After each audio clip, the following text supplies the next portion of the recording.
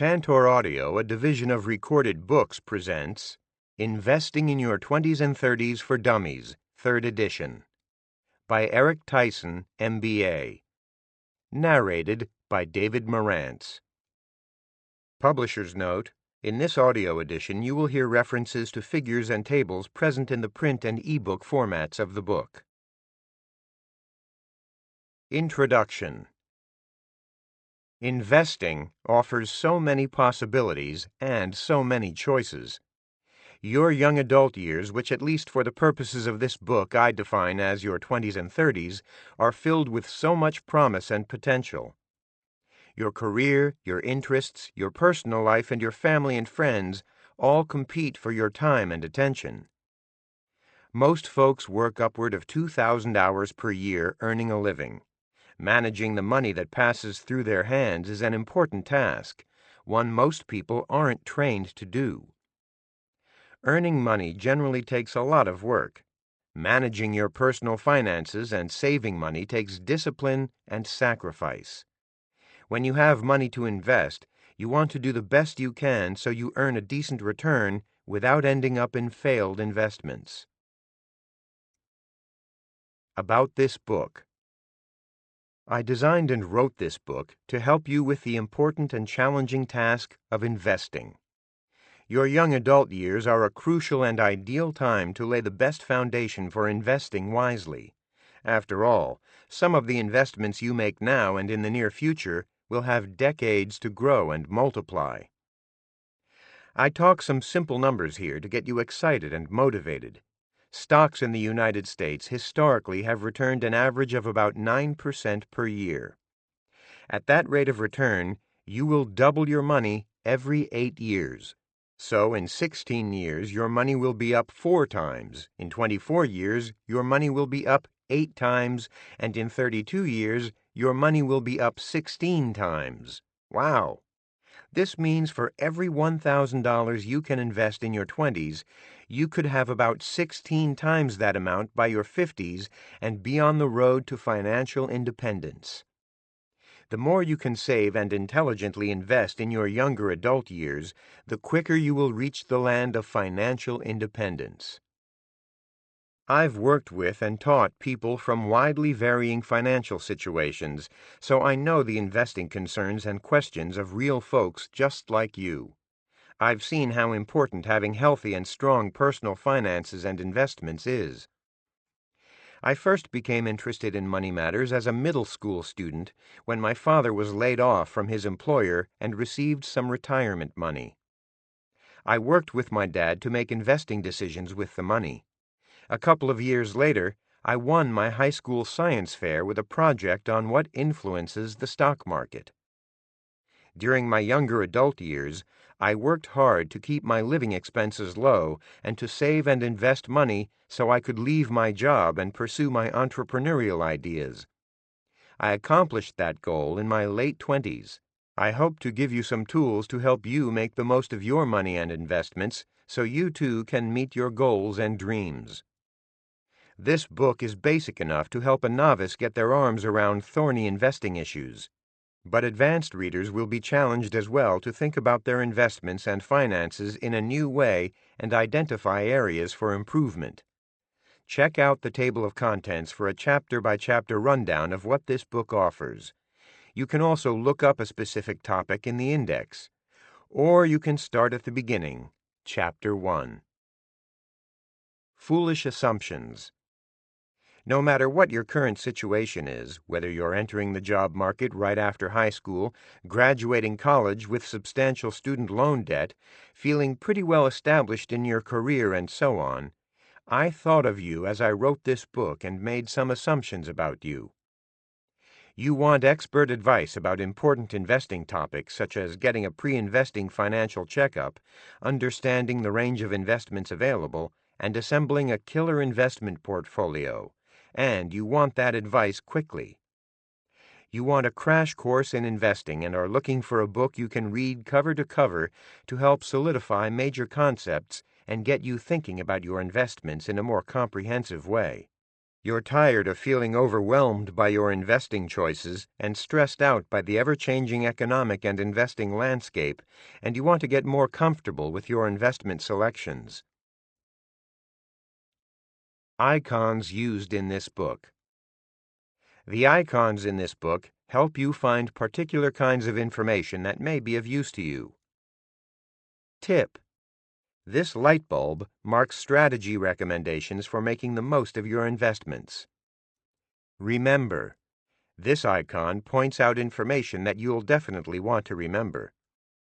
Warning: this icon marks things to avoid and points out common mistakes people make when making and managing their investments.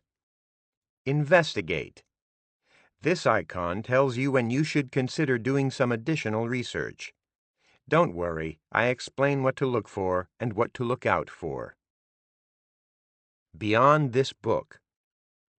In addition to the material in the print or ebook you're reading right now, this product comes with a free Access Anywhere cheat sheet that helps you get started with investing. To view this cheat sheet, simply go to dummies.com and enter Investing in Your 20s and 30s for Dummies cheat sheet in the search box. Where to go from here. This book is organized so you can go wherever you want to find complete information. You can use the table of contents to find broad categories of information or the index to look up more specific topics. If you're not sure where you want to go, you may want to start with Part 1. It gives you all the basic info you need to assess your financial and investing situation and points to places where you can find more detailed information for improving it. Part 1. Getting Started with Investing. In this part, define commonly used investing jargon, including explaining the different types of investments. Use investments to accomplish your goals, such as making larger purchases, buying a home, and investing for retirement. Understand expected investment returns and risks. See how investment returns are taxed and what you can legally do to minimize your taxes on your investments. Chapter 1. Making Sense of Your Investing Options. In this chapter, comparing common investments, explaining investment terminology, risks and returns, looking at the best investment companies and the rest, deciphering the gobbledygook of professionals and credentials. So many subject areas and disciplines are packed full of jargon. Some of this is the result of progress and advances, and some of it is caused by workers in the field not going out of their way to explain and define things.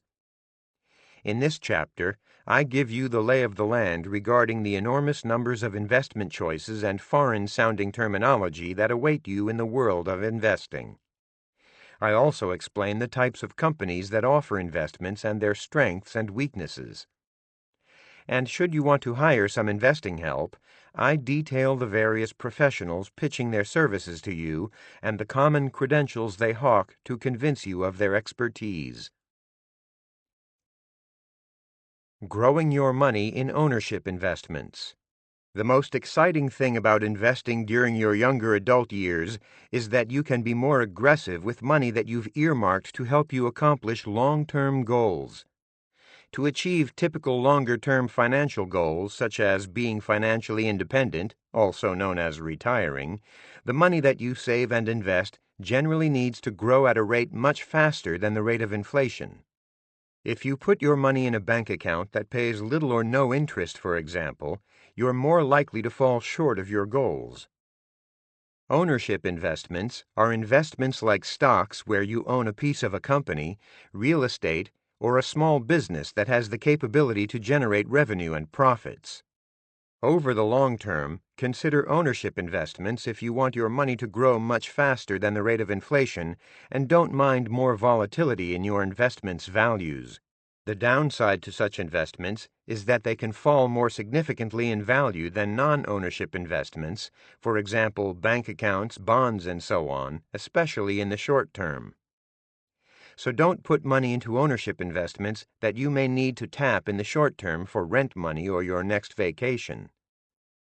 To reduce the risk of ownership investments, diversify. That is, hold different types of ownership investments that don't move in tandem. I highlight 3 major ownership investments in the following sections: stocks, real estate, and small business. Sharing in corporate growth and profits. Stocks. If you want the potential to share in the growth and profits of companies, you can gain it through buying shares of their stock. Stocks are shares of ownership in a company. You can buy stock directly in individual companies through a brokerage account, or you can buy a collection of stocks via a mutual fund or exchange-traded fund. See Chapter 10. If you've followed the financial markets at all over some time or have friends or family who have spoken to you about this, you may have heard of companies/stocks like Amazon, Apple, Chipotle, McDonald's, Microsoft, Netflix, Ross Stores, Tesla, Ulta Beauty, and so on. Those who bought and held stocks like these made big returns over the past decade. Remember, though, that we're saying and seeing this now with the benefit of hindsight, looking in the rearview mirror. And I'm sure you know that the future will be different than the past, so running out and buying these stocks now is far less likely to make you a mint going forward. Now, what if I told you I've invested in and made good money in all of these stocks over the past decade? The fact is I have, but I never personally chose any of these particular stocks. I've owned these stocks and numerous other good companies and their stocks through mutual funds I've invested in. Of course, it's impossible for any fund manager to only have a portfolio of the best winners or winners in general. Some of their stock picks will be mediocre and others worse. Remember, you don't need to be a business genius to make money in stocks. Stocks in the United States, for example, have returned an average of 9% per year over the past 2+ centuries. That may not sound like a high return, but at that rate of return, your money will double every 8 years. Simply make regular and systematic investments and invest in proven companies and funds while minimizing your investment expenses and taxes. Of course, there's no guarantee that every stock or stock fund that you buy will increase in value.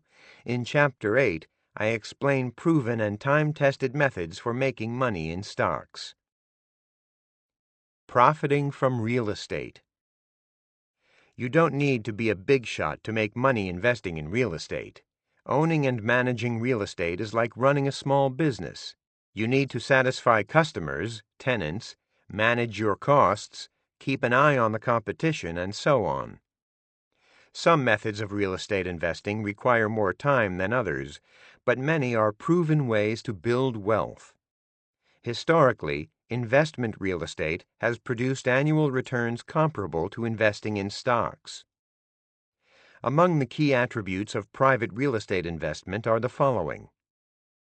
You build wealth through your rental income exceeding your expenses and through property value appreciation. You can leverage your investment by borrowing money. You must be comfortable dealing with property management, which includes finding and retaining tenants and keeping up and possibly improving your property. This last point is super important. Buying and managing investment real estate is time-intensive. Those whom I've seen succeed investing in real estate actually enjoy the challenge and work involved. And over time, you can hire people to help you with managing properties if you don't want to spend so much time personally at it.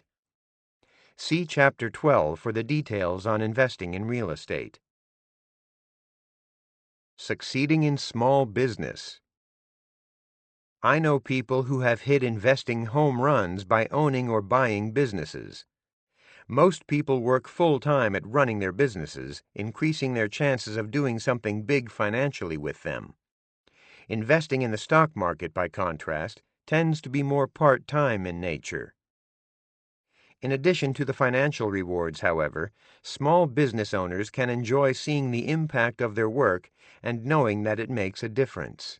I can speak from first-hand experience, as can other small business owners, in saying that emotionally and financially, entrepreneurship is a roller coaster. Besides starting your own company, you can share in the economic rewards of the entrepreneurial world through buying an existing business or investing in someone else's budding enterprise. See Chapter 14 for more details. Making riskier choices, options, cryptocurrencies, and so on. I know from my many interactions with younger adults these days that there are some exciting and enticing vehicles such as call options and cryptocurrencies. It's easy to get drawn into such things when you hear a story or two about someone hitting it big. I'm certainly open to you taking sensible risks, and the fact of the matter is that the highest returning investment vehicles I discuss in this book do indeed carry notable risks. But options and cryptocurrencies carry enormous risks and actually far less upside than what many people believe or realize. Rest assured that at relevant places in this book I cover these other types of vehicles, especially in Chapter 15, but please know that these are generally vehicles you should stay away from. Keeping money in lending investments. In the first section of this chapter, Growing Your Money in Ownership Investments, I outline how you can make your dough grow much faster than the cost of living by using stocks, real estate, and small business. However, you may want or need to play it safer when investing money for shorter-term purposes, so you should then consider lending investments. Many people use such investments through local banks, such as in a checking account, savings account, or certificate of deposit. In all of these cases with a bank, you're lending your money to the bank. Another lending investment is bonds. When you purchase a bond that has been issued by the government or a company, you agree to lend your money for a predetermined period of time and receive a particular rate of interest. A corporate bond may pay you 4% interest annually over the next 10 years, for example. An investor's return from lending investments is typically limited to the original investment plus interest payments. If you lend your money to a company through one of its bonds that matures in, say, 5 years, and the firm doubles its revenue and profits over that period, you won't share in its growth. The company's stockholders are likely to reap the rewards of the company's success, but as a bondholder, you don't.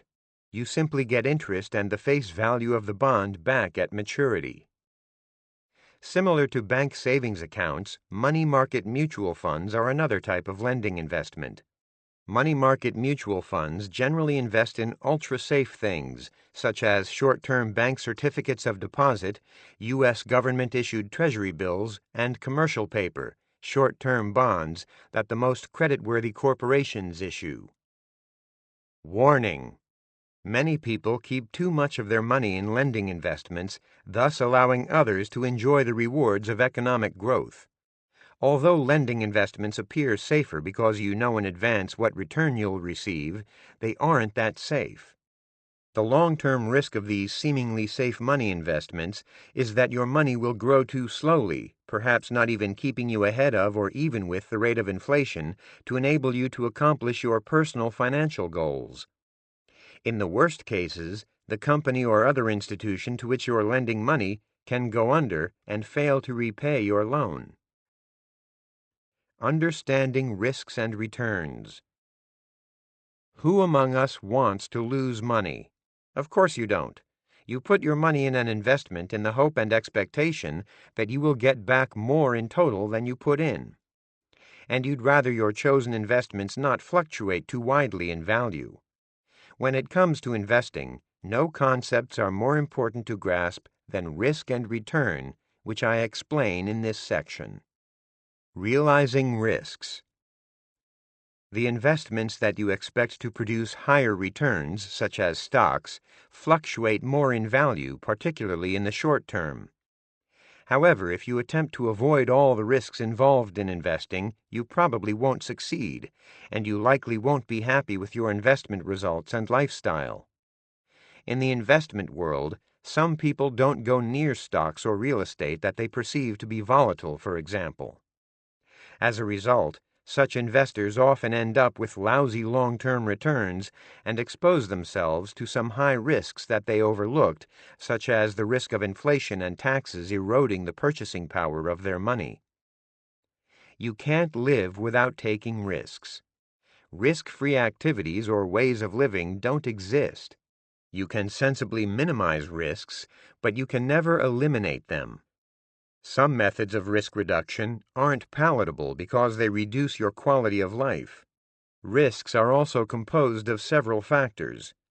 Following are the major types of investment risks and a few of the methods you can use to reduce these risks while not missing out on the upside that investments offer. Market value risk. Although stocks can help you build wealth, they can also drop 20% or more in a relatively short period of time. Entering 2020, who was thinking about how a pandemic and the government's response might impact stock prices?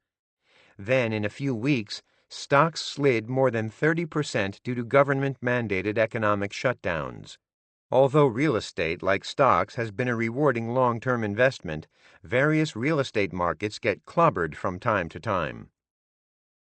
Individual investment risk. A down market can put an entire investment market on a roller coaster ride, but healthy markets also have their share of individual losers. Just as individual stock prices can plummet, so can individual real estate property prices. Warning: with lending investments, you have a claim on a specific amount of a currency. Occasionally, currencies falter. Most folks ignore this low-frequency but very high-impact risk when thinking about lending investments. Purchasing power risk. Inflation, which is an increase in the cost of living, can erode the value of your money and its purchasing power, what you can buy with that money. I often see skittish investors keep their money in bonds and money market accounts, thinking that they're playing it safe. The risk in this strategy is that your money won't grow enough over the years for you to accomplish your financial goals. In other words, the lower the return you earn, the more you need to save to reach a financial goal. As a younger investor with so many years and decades of investing in your future, you need to pay the most attention to the risk of generating low returns. Liquidity risk. Some investments are more liquid, how quickly an investment can be converted to cash, than others, and more readily sold at fair market value on short notice. Bank savings accounts have no real liquidity risk. A real estate investment, by contrast, takes time and money to sell, and if you must sell most real estate quickly, you'll likely get a fair amount less than its current full market value. Career risk. In your 20s and 30s, your ability to earn money is probably your biggest asset. Education is a lifelong process. If you don't periodically invest in your education, you risk losing your competitive edge. Your skills and perspectives can become dated and obsolete. Although that doesn't mean you should work 80 hours a week and never do anything fun, it does mean that part of your work time should involve upgrading your skills. Managing risks. Throughout this book, as I discuss various investments, I explain how to get the most out of each one. Because I've introduced the important issue of risk in this chapter, I would be remiss if I also didn't give you some early ideas about how to minimize those risks. Here are some simple steps you can take to lower the risk of investments that can upset the achievement of your goals. Do your homework. When you purchase real estate, various inspections, for example, can save you from buying a money pit. With stocks, you can examine some measures of value and the company's financial condition and business strategy to reduce your chances of buying into an overpriced company or one on the verge of major problems. Diversify. Placing significant amounts of your capital in one or a handful of securities is risky, particularly if the stocks are in the same industry or closely related industries.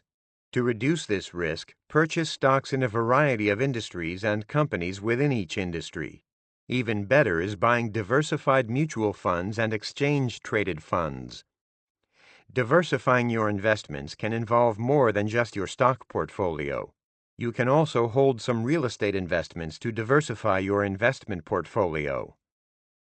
Tip: if you worry about the health of the U.S. economy, the government, and the dollar, you can reduce your overall investment risk by also investing overseas, so that you have a globally diversified portfolio of stocks. Most large U.S. companies do business overseas, so when you invest in larger U.S. company stocks, you get some international investment exposure. You can also invest in international company stocks, ideally through funds. Minimize holdings in costly markets. Although I don't believe that most investors can time the markets, buy low, sell high, spotting a greatly overpriced market isn't too difficult. You should avoid overpriced investments because when they usually fall farther and faster than more fairly priced investments. Also, you should be able to find other investments that offer higher potential returns. Throughout this book, I explain some simple yet powerful methods you can use to measure whether a particular investment market is of fair value, of good value, or overpriced. View market declines in a different light. Instead of seeing declines and market corrections as horrible things, view them as potential opportunities or sales. If you pass up the stock and real estate markets simply because of the potential market value risk, you miss out on a historic, time-tested method of building substantial wealth. Try not to give in to the human emotions that often scare people away from buying something that others seem to be shunning. Making sense of returns. Each investment has its own mix of associated risks that you take when you part with your investment dollar, and likewise offers a different potential rate of return. When you make investments, you have the potential to make money in a variety of ways. To determine how much money you've made or lost on your investment, you calculate the total return. To come up with this figure, you determine how much money you originally invested and then factor in the other components, such as interest, dividends, and appreciation or depreciation. If you've ever had money in a bank account that pays interest, you know that the bank pays you a small amount of interest in exchange for your allowing the bank to keep your money. The bank then turns around and lends your money to some other person or organization at a much higher rate of interest. The rate of interest is also known as the yield. So if a bank tells you that its savings account pays 1.5% interest, the bank may also say that the account yields 1.5%. Banks usually quote interest rates or yields on an annual basis. Interest that you receive is one component of the return you receive on your investment. If a bank pays monthly interest, the bank also likely quotes a compounded effective annual yield. After the first month's interest is credited to your account, that interest starts earning interest as well. So the bank may say that the account pays 1.5%, which compounds to an effective annual yield of 1.53%. When you lend your money directly to a company, which is what you do when you invest in a bond that a corporation issues, you also receive interest. Bonds, as well as stocks, which are shares of ownership in a company, fluctuate in market value after they're issued. When you invest in a company's stock, you hope that the stock increases, appreciates in value. Of course, a stock can also decline or depreciate in value. This change in market value is part of your return from a stock or bond investment. Stocks can also pay dividends, which are the company's way of sharing some of its profits with you as a stockholder and thus are part of your return. Some companies, particularly those that are small or growing rapidly, choose to reinvest all their profits back into the company. Remember, unless you held your investments in a tax-sheltered retirement account, you owe taxes on your return. Specifically, the dividends and investment appreciation that you realize upon selling are taxed, although often at relatively low rates. The tax rates on so-called long-term capital gains and stock dividends are currently and historically lower than the tax rates on other income. I discuss the different tax rates that affect your investments and explain how to make tax-wise investment decisions that fit with your overall personal financial situation and goals in Chapter 4.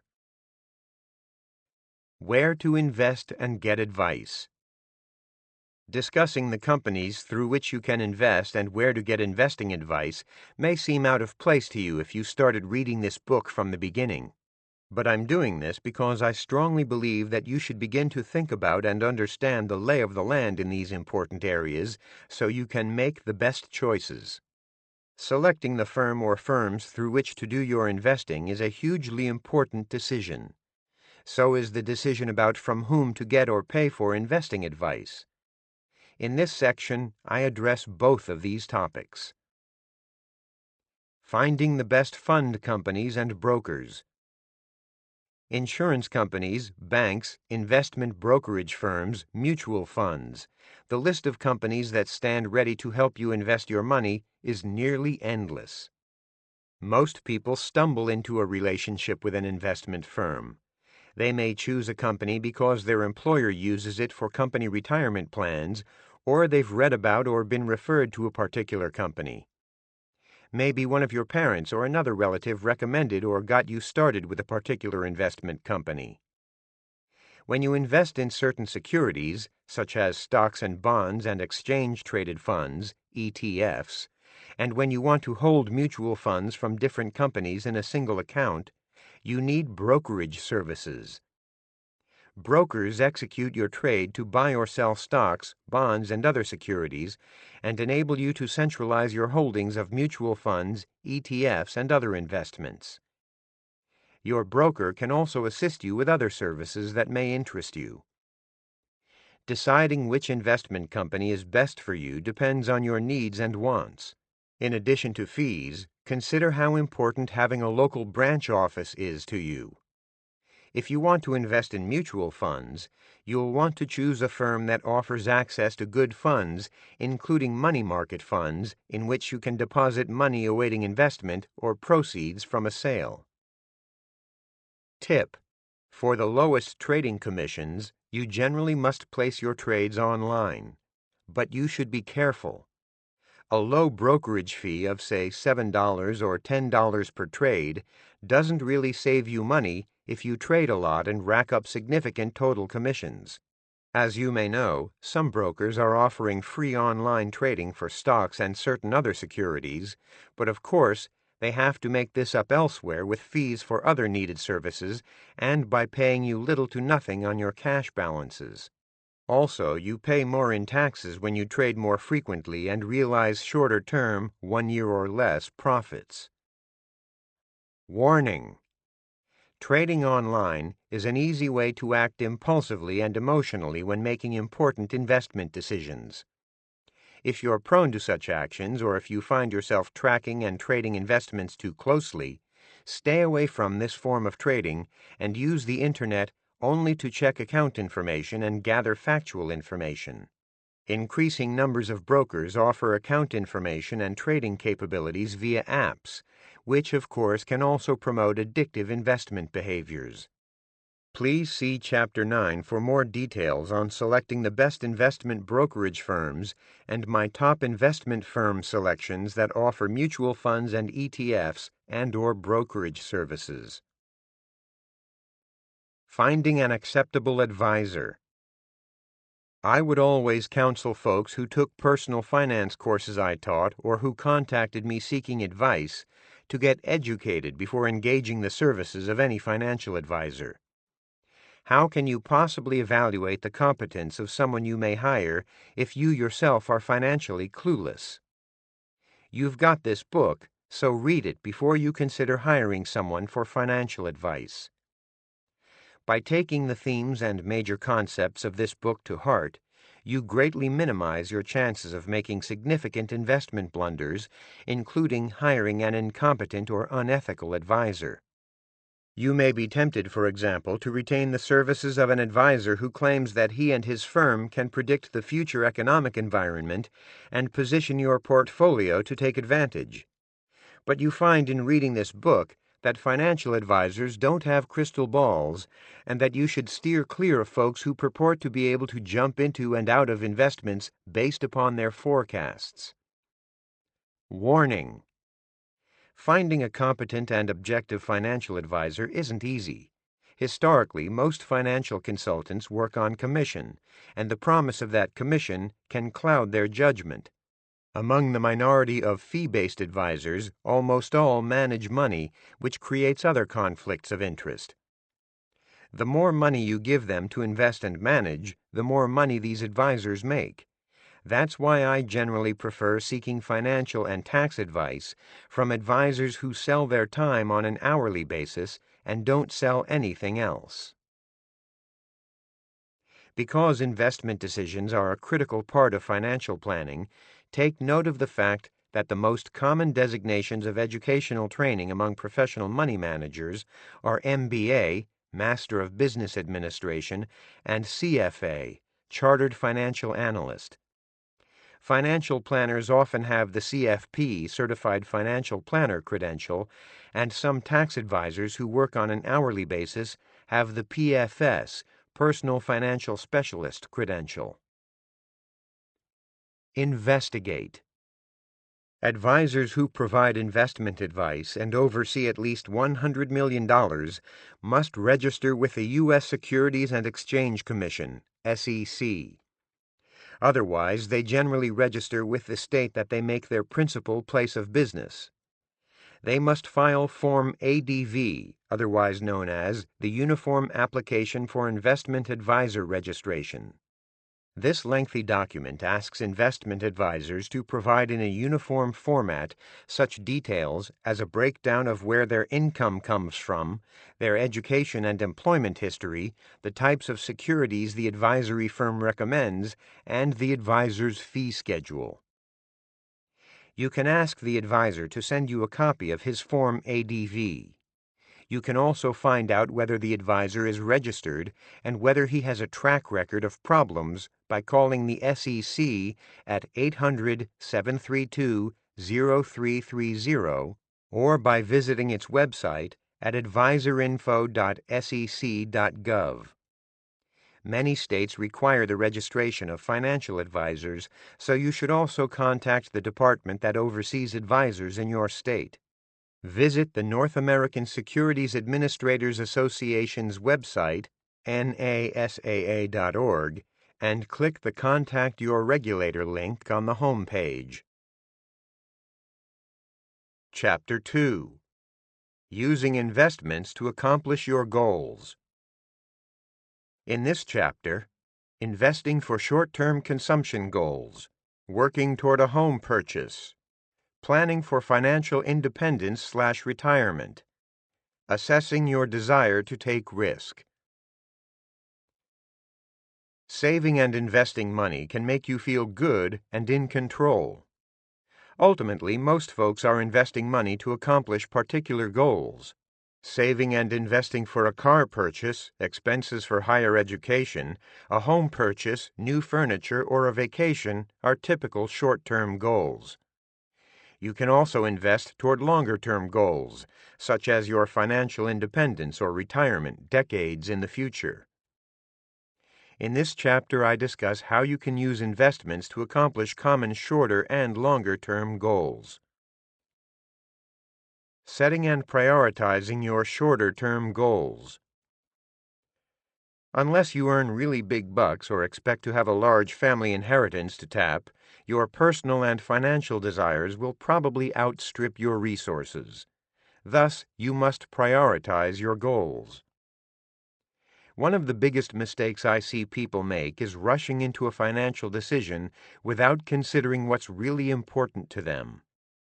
Because many people get caught up in the responsibilities of their daily lives, they often don't take time for reflection, often because they feel they lack the time. Take that time. because people who identify their goals and then work toward them, which often requires changing some habits, are far more likely to accomplish something significant. In this section, I discuss common shorter-term financial goals, such as establishing an emergency reserve, making major purchases, owning a home, and starting a small business, and how to work toward them. Accomplishing such goals almost always requires saving money. Accumulating a rainy day fund. The future is unpredictable. Take the uncertainty simply surrounding your job. You could lose your job, or you may want to leave it. Consider what happened in 2020 with the COVID-19 pandemic and the unexpected and lengthy government-mandated shutdowns in some parts of the country, which led to large layoffs in particular industries like restaurants, retail, and travel-related businesses. While the 2020 recession was unusual in many respects, recessions aren't unusual, and even when the overall economy is growing, some employers let employees go. Suppose an elderly relative, for example, needs some assistance for a period of time. Look, I'm not trying to be a pessimist or negative, but problems happen, and sometimes there are financial downsides that can come with them. Because you don't know what the future holds, preparing for the unexpected is financially wise. Enter the emergency or rainy day fund. The size of your emergency fund depends on your personal situation. Begin by considering how much you spend in a typical month. Here are some benchmarks for how many months' worth of living expenses you should have. 3 months' living expenses. When you're starting out, this minimalist approach makes sense if your only current source of emergency funds is a high-interest credit card. Longer term, you can make do with 3 months' living expenses if you have other accounts, such as a 401k, or family members and close friends whom you can tap for a short-term loan. 6 months' living expenses. If you don't have other places to turn for a loan, or if you have some instability in your employment situation or source of income, you need more of a cushion. 12 months' living expenses.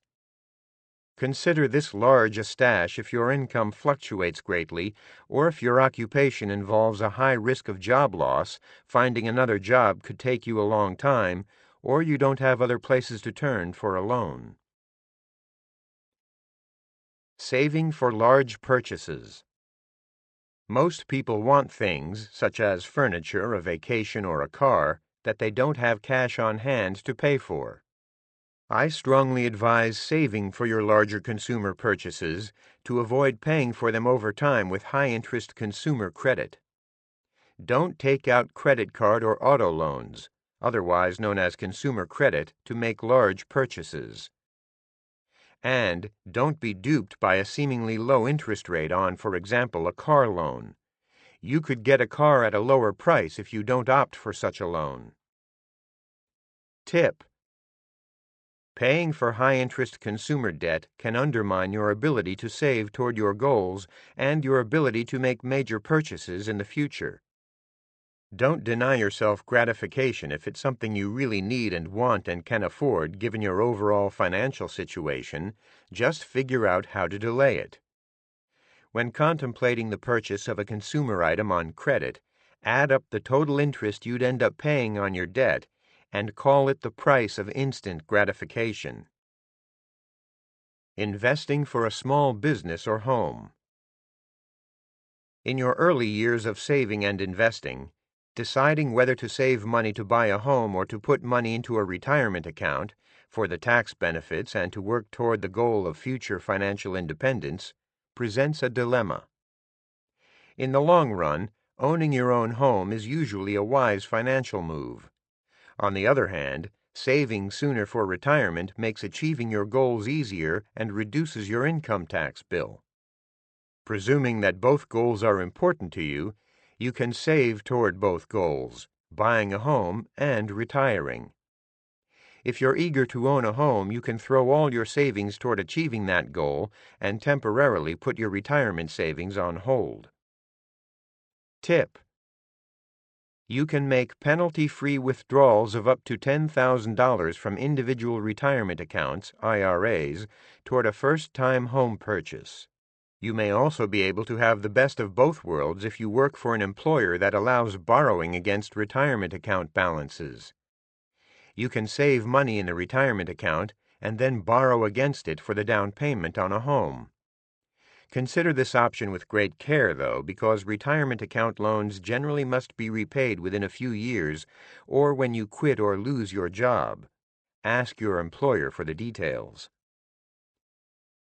When saving money for starting or buying a business, most people encounter the same dilemma they face when deciding to save to buy a house. If you fund your retirement accounts to the exclusion of earmarking money for your small business dreams, your entrepreneurial aspirations may never become reality. Generally, I advocate hedging your bets by saving money in your tax-sheltered retirement accounts as well as toward your business venture. An investment in your own small business can produce great rewards, so you may feel comfortable focusing your savings on your own business. Saving for kids' higher educational costs. Do you have little ones or plan to have them in the future? You probably know that rearing a child, or two or more, costs really big bucks. But the biggest potential expense awaits when they reach young adulthood and consider heading off to college, so your instincts may be to try to save money to accomplish and afford that goal. Warning: the college financial aid system effectively penalizes you for saving money outside tax-sheltered retirement accounts and penalizes you even more if the money is invested in the child's name. Wanting to provide for your children's future is perfectly natural, but doing so before you've saved adequately toward your own goals can be a major financial mistake. This concept may sound selfish, but the reality is that you need to take care of your future first. Take advantage of saving through your tax-sheltered retirement accounts before you set aside money in custodial savings accounts for your kids. Tip: there are numerous higher education options besides costly four-year colleges and universities. I'm a big fan of alternatives to the traditional college path, which isn't right for everyone. Consider alternatives to traditional college and whether they are right for your child. While college is a traditional path that many high school seniors follow, there are increasing numbers of attractive low-cost and faster alternatives to consider. For example, last-mile boot camps. Last-mile programs teach students technical skills and clear the pathways to jobs in growing industries like technology, biotech, fintech, and healthcare. College Minimum Viable Products, MVPs. These programs combine the technical skill training and placement of traditional last-mile programs with significant cognitive and non-cognitive skill development that students get from a good college. Apprenticeships. Emerging apprenticeships provide pathways for jobs in the manufacturing, healthcare, pharmacy, IT, insurance, financial services, and software development industries. Staffing firms. These companies hire workers and staff them out to clients.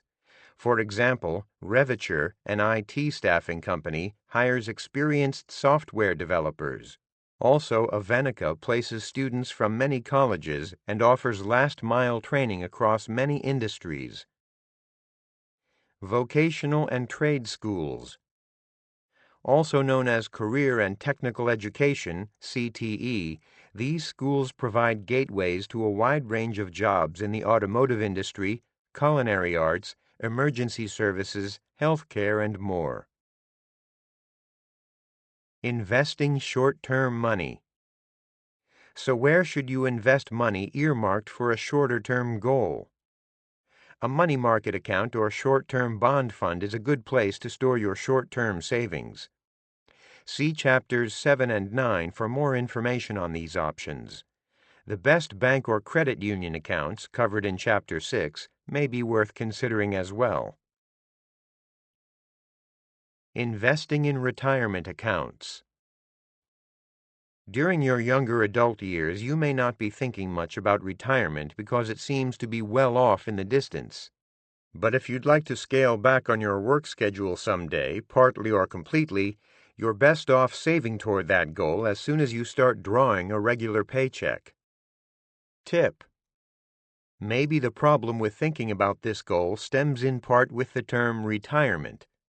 Perhaps thinking about it in terms of saving and investing to achieve financial independence is better. In this section, I explain the benefits and possible concerns of investing through so-called retirement accounts. I also lay out the retirement account options you may access. Understanding retirement account perks. Where possible, try to save and invest in accounts that offer you a tax advantage, which is precisely what retirement accounts offer you. These accounts, known by such enlightening acronyms and names as 401k, 403b, SEP, IRA, and so on, offer tax breaks to people of all economic means. Consider the following advantages to investing in retirement accounts. Contributions often provide upfront tax breaks. By investing through a retirement account, you not only plan wisely for your future, but also get an immediate financial reward, lower taxes, which means more money available for saving and investing. Retirement account contributions generally aren't taxed at either the federal or state income tax level until withdrawal, but they're still subject to Social Security and Medicare taxes when earned. If you're paying, say, 30% between federal and state taxes, see Chapter 4 to determine your tax bracket, a $4,000 contribution to a retirement account lowers your income taxes by $1,200. Modest income earners also may get an additional government tax credit known as the Retirement Savings Contributions Credit. A maximum credit of 50% applies to the first $2,000 contributed for single taxpayers with an adjusted gross income, AGI, of no more than $19,750 and married couples filing jointly with an AGI of $39,500 or less. Singles with an AGI between $19,750 and $21,500 and married couples with an AGI between $39,500 and $43,000 are eligible for a 20% tax credit. Single taxpayers with an AGI of more than $21,500 but no more than $33,000, as well as married couples with an AGI between $43,000 and $66,000, can get a 10% tax credit. Your employer may match some of your contributions. This cash is free money from your employer. It's use it or lose it, so don't miss out. Investment returns compound tax-free. After you put money into a retirement account, you get to defer taxes on all the accumulating gains and profits, including interest and dividends, until you withdraw the money down the road. Thus, more money is working for you over a longer period of time. One exception: Roth IRAs offer no upfront tax breaks, but permit tax-free withdrawal of investment earnings in retirement. Grappling with retirement account concerns. There are legitimate concerns about putting money into a retirement account. First and foremost is the fact that once you place such money inside a retirement account, you can't generally access it before age 59 and a half without paying current income taxes and a penalty, 10% of the withdrawn amount in federal tax, plus whatever your state charges. This poses some potential problems. First, money placed inside retirement accounts is typically not available for other uses, such as buying a car or starting a small business. Second, if an emergency arises and you need to tap the money, you'll get hit with paying current income taxes and penalties on amounts withdrawn. Tip: you can use the following ways to avoid the early withdrawal penalties that the tax authorities normally apply. You can make penalty-free withdrawals of up to $10,000 from IRAs for a first-time home purchase or higher educational expenses for you, your spouse, or your children, and even grandchildren. Some company retirement plans allow you to borrow against your balance. You're essentially loaning money to yourself, with the interest payments going back into your account. If you have major medical expenses exceeding 10% of your income or a disability, you may be exempt from the penalties under certain conditions. You will still owe ordinary income tax on withdrawals. You may withdraw money before age 59 and a half if you do so in equal annual installments based on your life expectancy. You generally must make such distributions for at least 5 years or until age 59 and a half, whichever is later. Remember, if you lose your job and withdraw retirement account money simply because you need it to live on, the penalties do apply. If you're not working, however, and you're earning so little income that you need to access your retirement account, you would likely be in a relatively low tax bracket. The lower income taxes you pay, compared with the taxes you would have paid on that money had you not sheltered it in a retirement account in the first place, should make up for most, if not all, of the penalty. But what about simply wanting to save money for nearer-term goals and to be able to tap that money? If you're saving and investing money for a down payment on a home or to start a business, for example, you'll probably need to save that money outside a retirement account to avoid those early withdrawal penalties. If you're like most young adults and have limited financial resources, you need to prioritize your goals. Before funding retirement accounts and gaining those tax breaks, be sure to contemplate and prioritize your other goals. See the section Setting and Prioritizing Your Shorter-Term Goals earlier in this chapter. Taking advantage of retirement accounts. Remember, to take advantage of retirement savings plans and the tax savings that accompany them, you must spend less than you earn.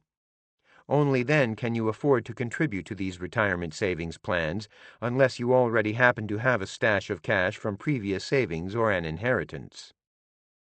Warning: the common mistake that many younger adults make is neglecting to take advantage of retirement accounts because of their enthusiasm for spending or investing in non-retirement accounts. Not investing in tax-sheltered retirement accounts can cost you hundreds, perhaps thousands of dollars per year in lost tax savings. Add that loss up over the many years that you work and save, and not taking advantage of these tax reduction accounts can easily cost you tens of thousands to hundreds of thousands of dollars in the long term. The sooner you start to save, the less painful it is each year to save enough to reach your goals because your contributions have more years to compound. Each decade you delay saving approximately doubles the percentage of your earnings that you need to save to meet your goals. If saving 5% per year in your early 20s gets you to your retirement goal, waiting until your 30s to start may mean socking away approximately 10% to reach that same goal. Waiting until your 40s means saving 20%. Start saving and investing now. Surveying retirement account choices.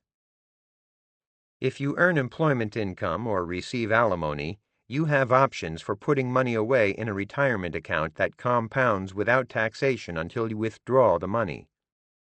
In most cases, your contributions to these retirement accounts are tax-deductible. This section reviews your options. Company-based retirement plans. Larger for-profit companies generally offer their employees a 401k plan, which typically allows saving up to $19,500 per year for tax year 2021. Many nonprofit organizations offer their employees similar plans, known as 403b plans. Contributions to both traditional 401k and 403b plans are deductible on both your federal and state taxes in the year that you make them. Employees of nonprofit organizations can generally contribute up to 20% or $19,500 of their salaries, whichever is less. There's a benefit in addition to the upfront and ongoing tax benefits of these retirement savings plans. Some employers match your contributions. If you're an employee in a small business, you can establish your own SEP IRA. Of course, the challenge for many people is to reduce their spending enough to be able to sock away these kinds of contributions. Some employers are offering a Roth 401k account, which, like a Roth IRA, discussed in the next section, offers employees the ability to contribute on an after-tax basis. Withdrawals from such accounts generally aren't taxed in retirement. Figuring out how much to save for retirement. Numerous mass-market website tools exist and focus on retirement planning. Many investment firms offer these to lure you to their websites. Some require you to register, whereas others can be accessed as a guest. Such tools walk you through the calculations needed to figure out how much you should be saving to reach your retirement goal. The assumptions that you plug into these calculators are really important, so here's a review of the key ones. Asset allocation. Enter your current allocation, the portion invested in stocks versus bonds, and you'll also typically select an allocation for after you've retired. Most such calculators don't include real estate as a possible asset. If you own real estate as an investment, you should treat those assets as a stock-like investment, since they have similar long-term risk and return characteristics. Calculate your equity in investment real estate, which is the difference between a property's current market value and mortgage debt on that property. Age of retirement. Plug in your preferred age of retirement, within reason, of course. There's no point plugging in a dream number like, I'd like to retire by age 45, but I know the only way I can do that is to win the lottery. Depending on how the analysis works out, you can always go back and plug in a different age. Sometimes folks are pleasantly surprised that their combined accumulated resources provide them with a decent enough standard of living that they can consider retiring sooner than they thought. Include Social Security. Some calculators ask whether you want to include expected Social Security benefits. I'd rather that they didn't pose this question at all, because you definitely should include your Social Security benefits in the calculations. Don't buy into the nonsense that the Social Security program will vaporize and you'll get little to nothing from it. For the vast majority of people, Social Security benefits are an important component of their retirement income, so do include it. Based on your current income, the calculator will automatically plug in your estimated benefits. So long as your income hasn't changed or won't change dramatically, using the calculator's estimated number should be fine. Alternatively, you can use your personal information that you can access on the Social Security website at ssa.gov. Many calculators allow you to make adjustments, such as your desired age of retirement, rate of savings, and to what age you'd like your savings to last. So, for example, if the analysis shows you that you have much more than enough to retire by age 65, try plugging in, say, age 62, and voila, the calculator quickly shows you how the numbers change. If you're self-employed, you can establish your own retirement savings plans for yourself and any employees you have. Simplified Employee Pension-Individual Retirement Accounts, SEP IRA, allow you to put away up to 20% of your self-employment income up to an annual maximum of $58,000 for tax year 2021. Individual Retirement Accounts. If you work for a company that doesn't offer a retirement savings plan, or if you've exhausted contributions to your company's plan, consider an individual retirement account, IRA. Anyone who earns employment income or receives alimony may contribute up to $6,000 annually to an IRA, or the amount of your employment income or alimony income if it's less than $6,000 in a year. A non-working spouse may contribute up to $6,000 annually to a spousal IRA. Your contributions to an IRA may or may not be tax-deductible. For tax year 2021, if you're single and your adjusted gross income is $66,000 or less for the year, you can deduct your full IRA contribution. If you're married and you file your taxes jointly, you're entitled to a full IRA deduction if your AGI is $105,000 per year or less. Tip: if you can't deduct your contribution to a standard IRA account, consider making a contribution to a non-deductible IRA account called the Roth IRA. Single taxpayers with an AGI less than $125,000 and joint filers with an AGI less than $198,000 can contribute up to $6,000 per year to a Roth IRA. Although the contribution isn't deductible, earnings inside the account are shielded from taxes, and unlike withdrawals from a standard IRA, qualified withdrawals from a Roth IRA account are free from income tax. Tip: should you be earning a high enough income that you can't fund a Roth IRA, there's an indirect backdoor way to fund a Roth IRA. First, you contribute to a regular IRA as a non-deductible contribution. Then, you can convert your regular IRA contribution into a Roth IRA. Please note that this so-called backdoor method generally only makes sense if you don't have other money already invested in a regular IRA, because in that case, you can't simply withdraw your most recent contribution and not owe any tax. Annuities. Maxing out your retirement savings. What if you have so much cash sitting around that after maxing out your contributions to retirement accounts, including your IRA, you still want to sock more away into a tax-advantaged account? Enter the annuity. Annuities are contracts that insurance companies back. If you, the investor, annuity holder, should die during the so-called accumulation phase, that is, before receiving payments from the annuity, your designated beneficiary is guaranteed reimbursement of the amount of your original investment. Annuities, like IRAs, allow your capital to grow and compound tax-deferred. You defer taxes until you withdraw the money. Unlike an IRA, which has an annual contribution limit of a few $1,000s, an annuity allows you to deposit as much as you want in any year, even millions of dollars, if you've got millions. As with a Roth IRA, however, you get no upfront tax deduction for your contributions. Warning: because annuity contributions aren't tax-deductible, and because annuities carry higher annual operating fees to pay for the small amount of insurance that comes with them, don't consider contributing to one until you've fully exhausted your other retirement account investing options. Because of their higher annual expenses, annuities generally make sense only if you won't need the money for 15 or more years. Selecting retirement account investments. When you establish a retirement account, you may not realize that the retirement account is simply a shell or shield that keeps the federal, state, and local governments from taxing your investment earnings each year.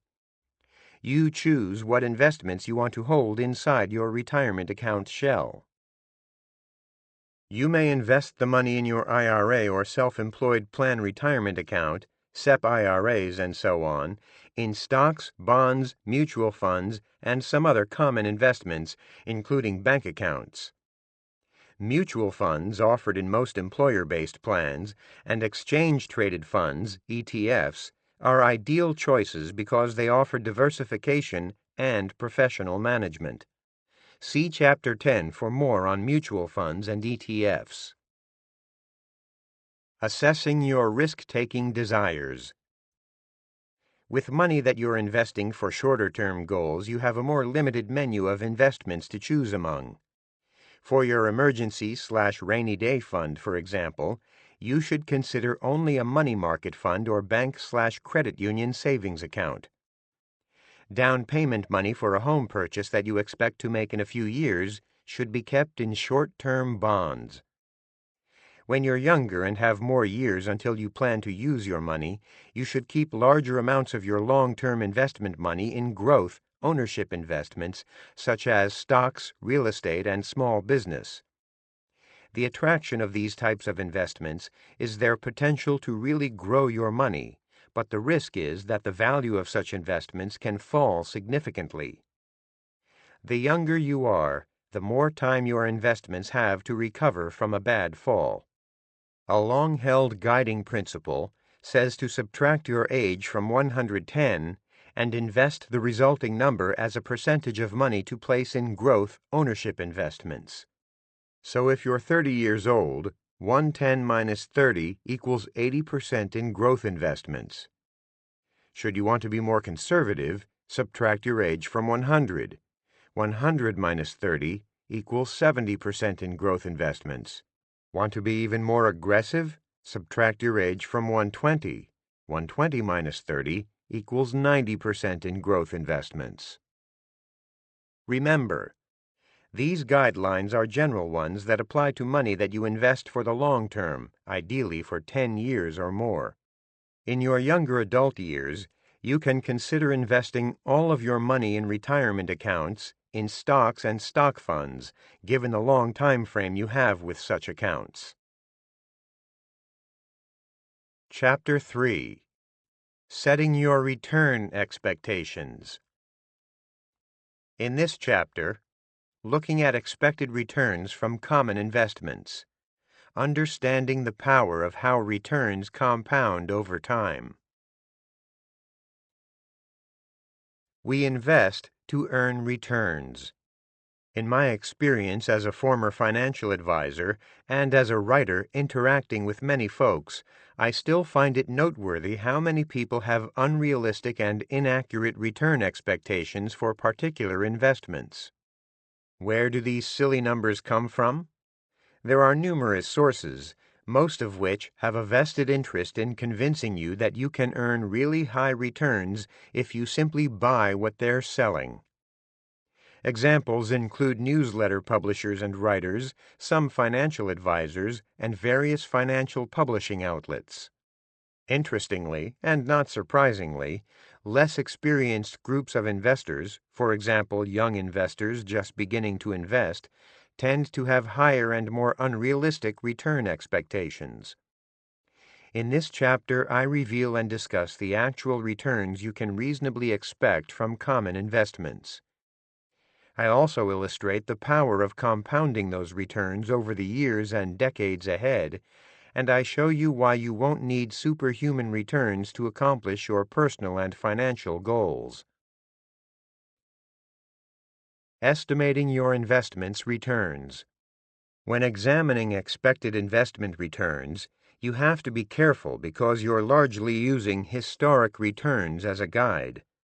Using history to predict the future, especially the near future, is dangerous. History may repeat itself, but not always in exactly the same fashion and not necessarily when you expect it to.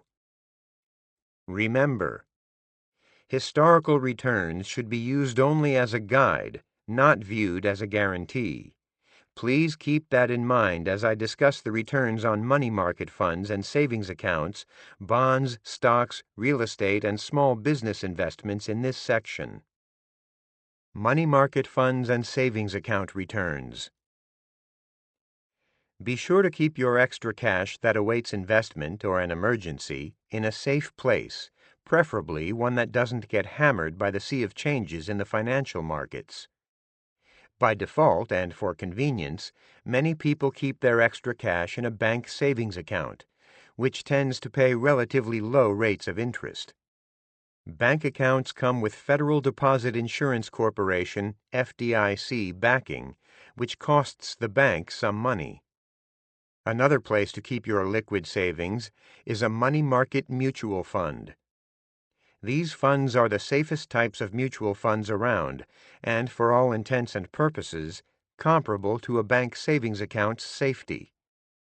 Technically, money market mutual funds don't carry FDIC insurance. To date, however, only one money market fund has lost money for retail shareholders, and in that case, it amounted to less than 1%. Bank account depositors have lost money, by the way, when they had more than the insured amount, currently $250,000, in a bank that failed. When a bank fails, it's typically merged into a financially healthy bank, and those who had more than the insured limit at the failed bank generally take a haircut. Tip: the best money market funds generally pay higher yields than most bank savings accounts, although this has been less true in recent years with low overall interest rates. When shopping for a money fund, be sure to pay close attention to the fund's expense ratio, because lower expenses generally translate into higher yields. If you're in a higher income tax bracket, you should also consider tax-free money market funds. See Chapter 7 for all the details on money market funds. If you don't need immediate access to your money, consider using Treasury bills, T-bills, or bank certificates of deposit, CDs, which are usually issued by banks for terms such as 3, 6, or 12 months. The drawback to T-bills and bank certificates of deposit is that you generally incur a transaction fee with T-bills or a penalty with CDs if you withdraw your investment before the T-bill matures or the CD's term expires. If you can let your money sit for the full term, you can generally earn more in CDs and T-bills than in a bank savings account. Rates vary by bank, however, so be sure to shop around. Bond returns. When you purchase a bond, you should earn a higher yield than you can with a money market or savings account. You're taking more risk because some bond issuers, such as corporations, aren't always able to fully pay back all that they borrow. By investing in a bond, at least when it's originally issued, you're effectively lending your money to the issuer of that bond, borrower, which is generally the federal government or a corporation, for a specific period of time. Companies can and do go bankrupt, in which case you may lose some or all of your investment. Government debt can go into default as well. You should get paid in the form of a higher yield for taking on more risk when you buy bonds that have a lower credit rating. See Chapter 9 for more information on bonds, including how to invest in a diversified portfolio of relatively safe bonds.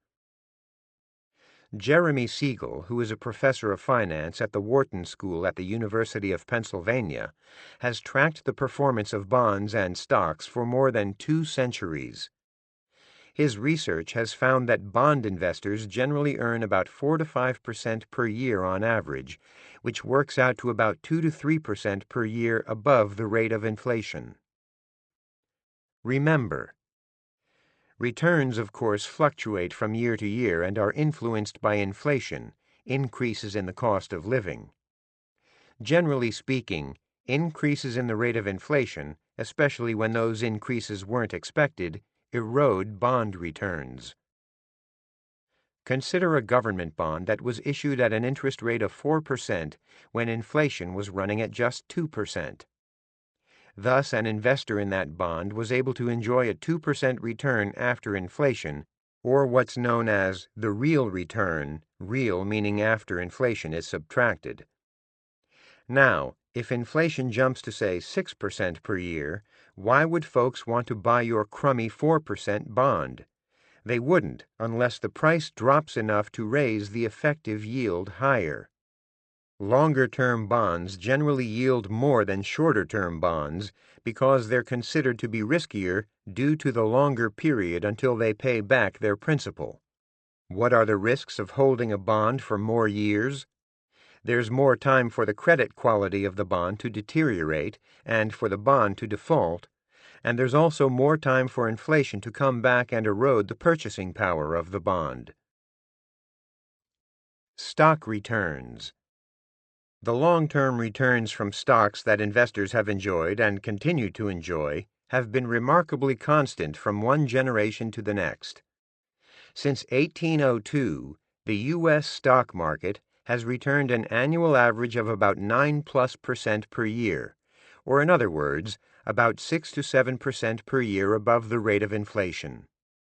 That's a remarkable track record, but don't forget that it's an annual average return. Now, some people think that a 9% annual average return doesn't sound like much, but at that rate of return, an investment will double in value every 8 years.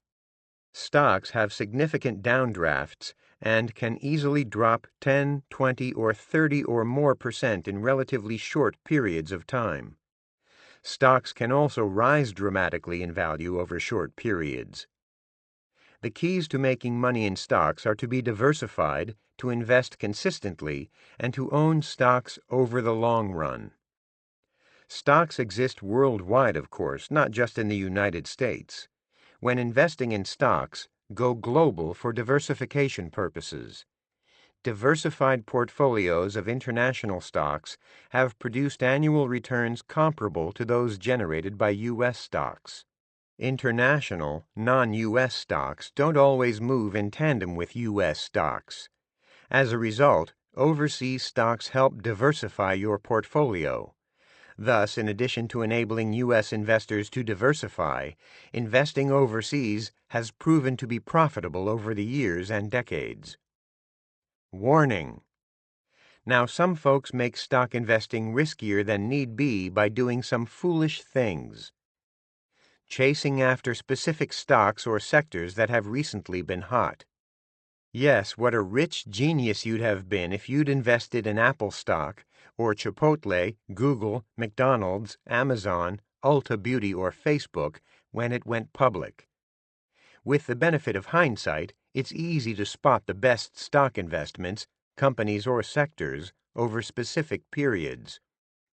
It's quite another thing to put your money on the line now and to hope and expect that you have the ability to pick the best performing stocks of the future. Excessive trading and market timing.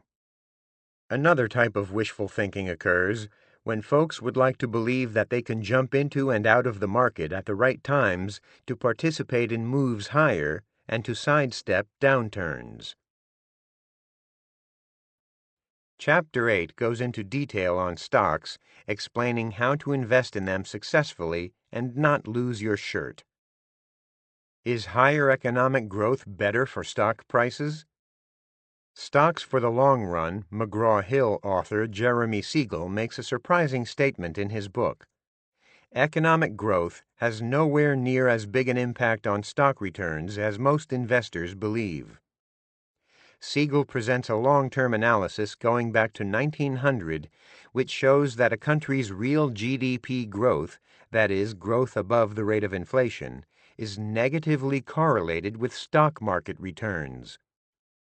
This surprising finding means that those economies experiencing higher rates of growth actually tend to produce lower long-term stock market returns. Siegel's analysis shows that this fact is even more pronounced in developing countries. China is a recent example of a country that has enjoyed high rates of growth but relatively low stock market returns. In explaining how this reality could possibly be, Siegel points out that the primary determinants of stock prices are earnings per share and dividends per share. Economic growth doesn't necessarily boost earnings and dividends per share because growth requires higher capital expenditures, and as Siegel points out, this capital does not come freely. The added interest costs in the case of debt financing and the dilution of earnings in the case of equity financing reduce the growth of earnings per share, says Siegel. Real estate returns. Just before, during, and for some time after the financial crisis of 2008 and associated severe recession, most types of real estate in most parts of the country declined in value. Thus, you may think that real estate isn't a good investment, but you'd be incorrect. Real estate is a solid long-term investment. Real estate as an investment has produced returns comparable to those of investing in the stock market. Both stocks and real estate have down periods, but have historically produced attractive long-term returns. Overall, real estate prices in most parts of the United States now have bounced back to record high levels. Real estate does well in the long run because of growth in the economy, in jobs, and in population. Real estate prices in and near major metropolises and suburbs generally appreciate the most because people and businesses tend to cluster in those areas. Warning: I'd like to make an important caution here about viewing a home in which you live solely as an investment. As I discuss in Chapter 12, your primary reason to buy and own a home should not be high expected investment returns because you won't be earning rental income if you live in your own home. That's why you should thoroughly understand the effect that owning a home will have on your monthly spending and budget. Investment real estate examples include a small apartment building and retail or office space. Small business returns. When we think of the American dream, one image that comes to the minds of many folks is owning their own business and possibly making it big by doing so. You have numerous choices for tapping into the rewards of the small business world. If you have the drive and determination, you can start your own small business, or perhaps you have what it takes to buy an existing small business. If you obtain the necessary capital and skills to assess opportunities and risk, you can invest in someone else's small business. None of these avenues is easy. In fact, all these routes require drive, determination, and some skills and money. More on this in Chapter 14. By starting a small business and retaining a major ownership stake, you can potentially earn high effective returns. Unlike with the stock market, for which plenty of historic rate of return data exists, no specific data exists on the returns that small-time investors have had from investing in small private companies. We do know that successful venture capital firms which invest in small businesses with large potential earn generous returns for the general partners. While the financial rewards can be attractive, there are other rewards from investing in small businesses. In my small business ventures, for example, I've enjoyed designing and running businesses that provide useful and valued services. I also enjoy having flexible work hours and not feeling like I'm punching a time clock to satisfy a boss. Compounding your returns. If you've read this chapter up to this point, you see that I've discussed the historic investment returns on common investments. To summarize, during the past century, stocks and investment real estate returned around 9% per year, bonds around 5%, and savings accounts about 3%. In case you're curious about some alternative investments like gold and currencies, here are those numbers. Gold has just kept investors up with inflation with a tiny bit to spare, returning an average of about 0.5% per year after inflation. Currencies like the U.S. dollar have depreciated about 1.5% per year adjusting for inflation. There's no reason to think that cryptocurrencies as a group will fare any better over time. See Chapter 15 for more information. This section illustrates how compounding seemingly modest investment returns can help you accumulate a substantial sum of money to help you accomplish your personal and financial goals. The value of getting a few extra percent.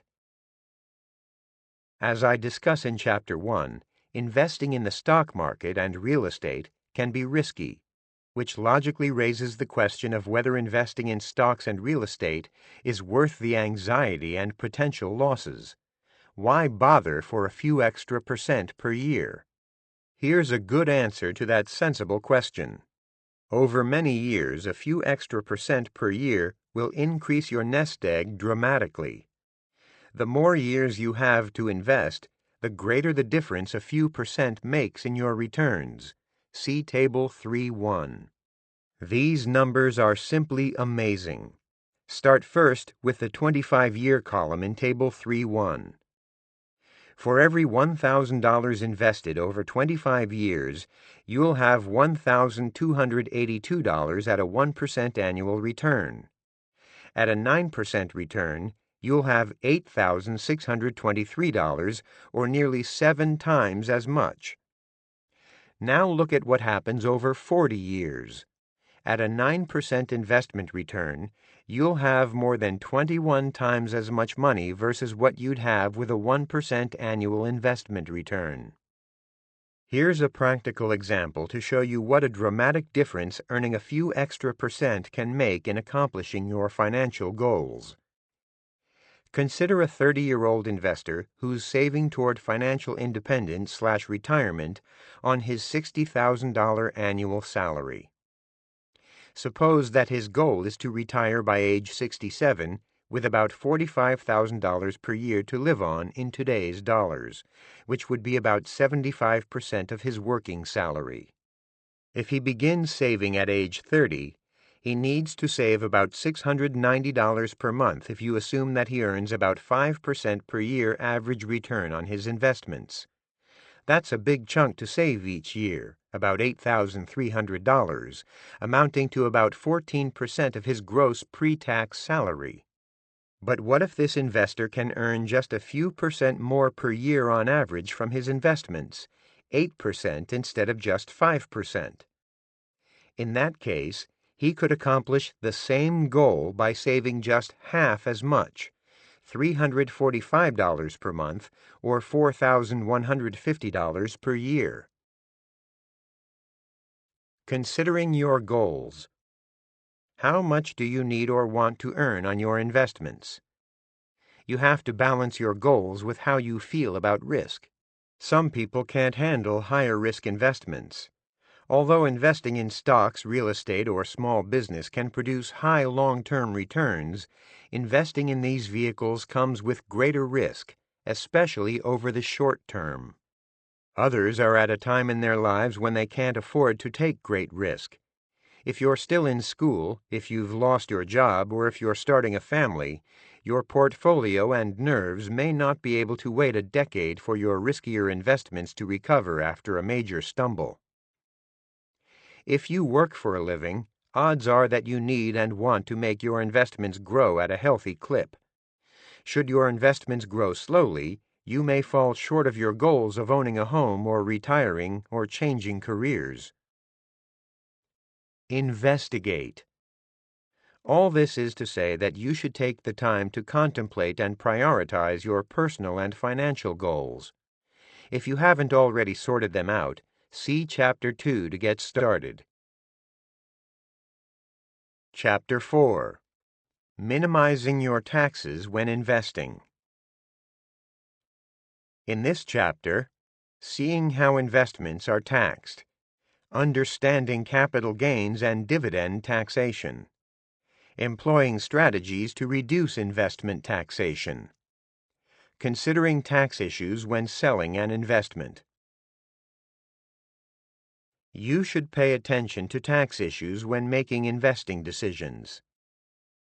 Actually, let me rephrase that. Like plenty of other folks, you could ignore or pay half attention to taxes on your investments. Unless you enjoy paying more taxes, however, you should understand and consider tax ramifications when choosing and managing your investments over the years. Tax considerations alone shouldn't dictate how and where you invest your money.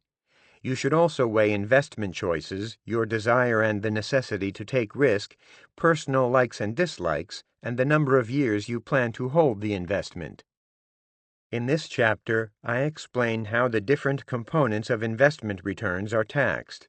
I also present proven, up-to-date strategies to minimize your investment taxes and maximize your returns. Finally, I discuss tax considerations when selling an investment.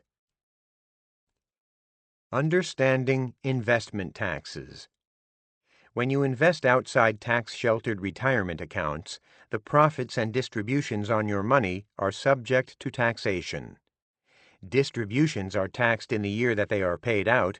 Appreciation is taxed only when you sell an investment at a profit. So the non-retirement account investments that make sense for you depend at least partly on your tax situation. Tracking taxation of investment distributions. The distributions that various investments pay out and the profits that you may make are often taxable, but in some cases they're not. It's important to remember that it's not what you make before taxes, pre-tax, on an investment that matters, but what you get to keep after taxes. Remember, interest you receive from bank accounts and corporate bonds is generally taxable. U.S. Treasury bonds, which are issued by the U.S. federal government, pay interest that's state tax-free but federally taxable. Municipal bonds, which state and local governments issue, pay interest that's federally tax-free and also state tax-free to residents in the state where the bond is issued. For more on bonds, see Chapter 9. Taxation on your capital gains, which is the profit, sales price minus purchase price on an investment, is computed under a unique federal taxation system. Investments held and then sold in less than 1 year at a profit generate what is called short-term capital gains, which are taxed at your normal marginal income tax rate, which I explain in the next section. Profits from investments that you hold longer than 12 months and then sell at a profit generate what are called long-term capital gains. Under current tax law, these long-term gains are taxed at a maximum 20% rate, except for most folks in the two lowest income tax brackets, 10% and 12%. For these folks, the long-term capital gains tax rate is 0%, as in nothing.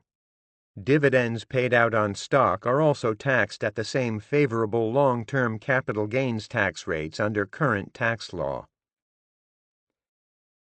The Patient Protection and Affordable Care Act, informally referred to as Obamacare, increased the tax rate on the net investment income for taxpayers with adjusted gross income above $200,000 single return or $250,000 joint return. Net investment income includes interest, dividends, and capital gains. The increased tax rate is 3.8%. Determining your tax bracket. Many folks don't realize it, but the federal government, like most state governments, charges you different income tax rates for different parts of your annual income. You effectively pay less tax on the first dollars of your earnings and more tax on the last dollars of your earnings. As a wage earner receiving a paycheck, you won't actually notice or see your actual tax rate rising during the year. The reason, taxes are withheld at a constant rate from your paycheck based upon estimating your expected income for the year and your total expected tax bill for the year.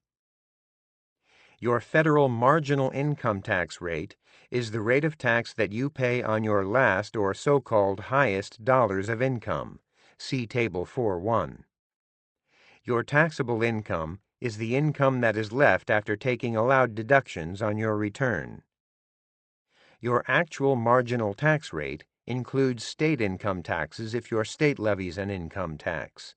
Though this chapter focuses upon the federal income tax system and strategies to reduce those taxes, most of what is discussed also helps you reduce your state income taxes, which the vast majority of states levy.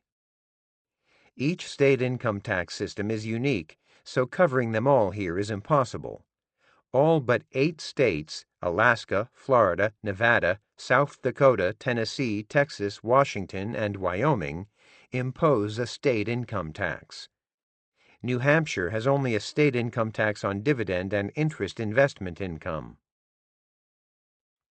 Remember, there's value in knowing your marginal tax rate. This knowledge allows you to determine the following, among other things. How much you could reduce your taxes if you contribute more money to retirement accounts. How much you would pay in additional taxes on extra income you could earn from working more. how much you could reduce your taxable income if you use investments that produce tax-free income, which may make sense only if you're in a higher tax bracket. More on this later in the chapter. Highlighting the Tax Cuts and Jobs Act bill. The Tax Cuts and Jobs Act bill took effect in 2018, and most people and small businesses enjoyed lower federal income taxes as a result. Most federal income tax bracket rates were reduced by 2 to 3%. Here are some of the other major changes in the tax bill. Increased child tax credit. The child tax credit, which previously stood at $1,000 per child under the age of 17, was increased to $2,000 per child, and up to $1,400 of that will be refundable for taxpayers not otherwise owing federal income tax. Also, the incomes at which this credit starts phasing out rises from $110,000 for married couples to $400,000, and from $75,000 for non-married filers to $200,000. State and local taxes deduction capped at $10,000. This also includes property taxes on your home. For homeowners in high cost of living areas with high state income taxes, for example, metro areas such as San Francisco, Los Angeles, New York, Washington, D.C., this cap poses a modest or even significant negative change. Because state and local taxes are itemized deductions, only being able to take up to $10,000, previously unlimited for them, may cause some taxpayers to no longer be able to itemize. Also, by reducing the tax benefits of home ownership, see also the next item, this change effectively raises the cost of home ownership, especially in high-cost and highly taxed areas. Mortgage interest deduction for both primary and second homes capped at $750,000 borrowed. This represents a modest reduction from the previous $1 million limit on mortgage indebtedness deductibility. The Tax Cuts and Jobs Act slashed the corporate income tax rate to 21%, which represented a 40% reduction. At 35%, the U.S. previously had one of the highest corporate income tax rates in the world before 2018. Another change simplified the corporate tax rules and deductions, including the elimination of the corporate alternative minimum tax, and some loopholes closed. The U.S. also moved to a territorial tax structure, whereby U.S. companies no longer pay a penalty to bring their overseas profits back home. The immediate impact of this change was to enable U.S. corporations to bring back to the U.S. more than $2 trillion being kept overseas to avoid excessive taxation. Remember, changes to small business tax rules were also established. First, it's important to note that the vast majority of small businesses are not operated as traditional so-called C Corps. More on those in a moment. Most small business owners operate as sole proprietorships, filing Schedule C, LLCs, partnerships, or S corporations. In those cases, the business owner's profits from the business generally flow or pass through to the owner's personal income tax return, and that income is taxed at personal income tax rates. You will note that at higher levels of income, the individual income tax rates begin to exceed the 21% corporate tax rate. To address this concern, Congress provided a 20% deduction for those businesses. So, for example, if your sole proprietorship netted you $70,000 in 2021 as a single taxpayer, that would push you into the 22% federal income tax bracket.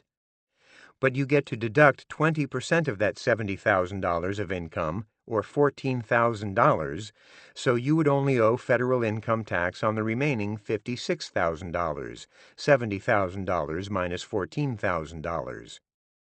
Another way to look at this is that the business would only pay taxes on 80% of their profits and would be in the 22% federal income tax bracket. This deduction effectively reduces the 22% tax bracket to 17.6%.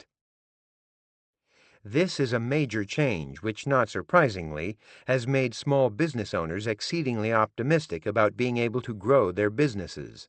In fact, in a 2018 survey of small business owners conducted by the nonprofit National Federation of Independent Business just after the tax bill was passed and signed into law, a record percentage of those surveyed, covering the survey's 45-year history, expressed optimism about it being a good time to expand their businesses. This 20% pass-through deduction gets phased out for service business owners, such as lawyers, doctors, real estate agents, consultants, and so forth, at single taxpayer incomes above $157,500 up to $207,500, and for married couples filing jointly, incomes over $315,000 up to $415,000. For other types of businesses above these income thresholds, this deduction may be limited, so consult with a tax advisor. At the time this book is being published, the new administration in Washington is proposing tax changes, including some potential tax increases. For the latest on important changes to federal income tax rates and rules, please visit my website at erictyson.com.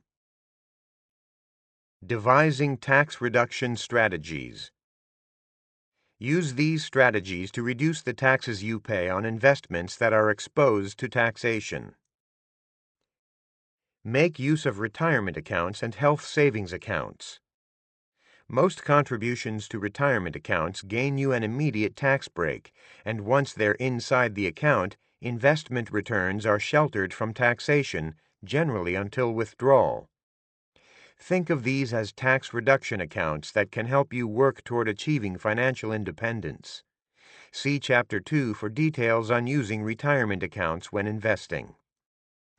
Similar to retirement accounts are health savings accounts, HSAs. With HSAs, you get a tax break on your contributions up front. Investment earnings compound without taxation over time, and there's no tax on withdrawal so long as the money is used to pay for health-related expenses, which enjoy a fairly broad list as delineated by the IRS.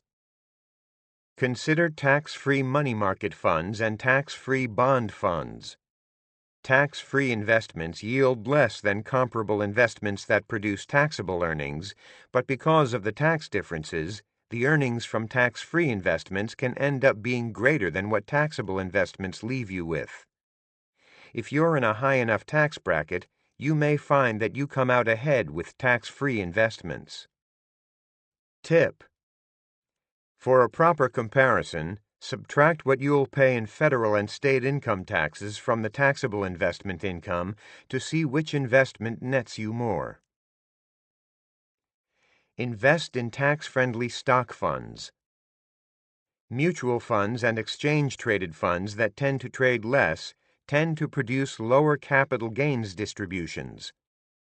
For funds held outside tax-sheltered retirement accounts, this reduced trading effectively increases an investor's total rate of return. Index funds invest in a relatively static portfolio of securities such as stocks and bonds. They don't attempt to beat the market. Rather, they invest in the securities to mirror or match the performance of an underlying index. Although index funds can't beat the market, the typical actively managed fund usually doesn't either, and index funds have several advantages over actively managed funds. See Chapter 10 to find out more about tax-friendly stock mutual funds, including some non-index funds and exchange-traded funds. Invest in small business and real estate. The growth in value of business and real estate assets isn't taxed until you sell the asset. Even then, with investment real estate, you often can roll over the gain into another property as long as you comply with tax laws. Increases in value in small businesses can qualify for the more favorable longer-term capital gains tax rate and potentially for other tax breaks. However, the current income that small business and real estate assets produce is taxed as ordinary income. Remember, short-term capital gains, investments held 1 year or less, are taxed at your ordinary income tax rate. This fact is another reason why you shouldn't trade your investments quickly, within 12 months. Reducing your taxes when selling investments. I advocate doing your homework so you can purchase and hold on to good investments for many years and even decades. That said, each year folks sell and trade lots of investments. My experience in helping people get a handle on their investments suggests that too many investors sell for the wrong reasons, while other investors hold on to investments for far too long and should sell them. In this section, I highlight important tax and other issues to consider when you contemplate selling your investments, but I start with the non-tax bigger picture considerations. Weighing non-tax issues. Although the focus of this chapter is on tax issues to consider when making, managing, and selling your investments, I'd be remiss not to raise bigger picture considerations. Meeting your goals and preferences. If your life has changed or if you've inherited investments since the last time you took a good look at your investment portfolio, you may discover that your current holdings no longer make sense for you. To avoid wasting time and money on investments that aren't good for you, be sure to review your investments at least annually. Warning: don't make quick decisions about selling. Instead, take your time and be sure you understand tax and other ramifications before you sell. Keeping the right portfolio mix. A good reason to sell an investment is to allow yourself to better diversify your portfolio. Suppose that through your job you've accumulated such a sizable chunk of stock in your employer that this stock now overwhelms the rest of your investments. Or perhaps you've simply kept your extra money in a bank account or inherited stock from a dear relative. Conservative investors often keep too much of their money in bank accounts, treasury bills, and the like. If your situation is like these, it's time for you to diversify. Sell some of these holdings of which you have too much and invest the proceeds in some of the solid investments that I recommend in this book. Investigate. If you think your employer's stock is going to be a superior investment, holding a big chunk is your gamble. At minimum, review Chapter 8 to see how to evaluate a particular stock. Remember to consider the consequences if you're wrong about your employer's stock. Develop an overall investment strategy that fits your personal financial situation. See Chapter 5. A problem with holding a large amount of stock in your employer is that both the stock and your job are compromised if the company has a significant downturn. Deciding which investments are keepers. Often, people are tempted to sell an investment for the wrong reasons. One natural tendency is to want to sell investments that have declined in value. Some people fear a further fall and they don't want to be affiliated with a loser, especially when money is involved. Instead, step back, take some deep breaths, and examine the merits of the investment you're considering selling. If an investment is otherwise still sound per the guidelines I discuss in this book, why bail out when prices are down and a sale is going on? What are you going to do with the money? If anything, you should be contemplating buying more of such an investment. Also, don't make a decision to sell based on your current emotional response, especially to recent news events. If bad news has hit recently, it's already old news. Don't base your investment holdings on such transitory events. Use the criteria in this book for finding good investments to evaluate the worthiness of your current holdings. If an investment is fundamentally sound, don't sell it. Tuning in to tax considerations. When you sell investments that you hold outside a tax-sheltered retirement account, such as in an IRA or a 401k, taxes should be one factor in your decision. If the investments are inside retirement accounts, taxes aren't an issue because the accounts are sheltered from taxation until you withdraw funds from them. Just because you pay tax on a profit from selling a non-retirement account investment doesn't mean you should avoid selling. With real estate that you buy directly, as opposed to publicly held securities like real estate investment trusts, REITs, you can often avoid paying taxes on the profit you make. See Chapter 12 for more information. With stocks and mutual funds, you can specify which shares you want to sell. This option makes selling decisions more complicated, but you may want to consider specifying what shares you're selling because you may be able to save taxes. Read the next section for more information on this option. If you sell all your shares of a particular security that you own, you don't need to concern yourself with specifying which shares you're selling. Determining the cost basis of your shares. When you sell a portion of the shares of a security, such as a stock, bond, or mutual fund that you own, specifying which shares you're selling may benefit you tax-wise. Here's an example to show you why you may want to specify selling certain shares, especially those shares that cost you more to buy, so you can save on your taxes. Suppose you own 300 shares of a stock and you want to sell 100 shares. You bought 100 of these shares a long time ago at $10 per share, 100 shares 2 years ago at $16 per share, and the last 100 shares 1 year ago at $14 per share. Today, the stock is at $20 per share.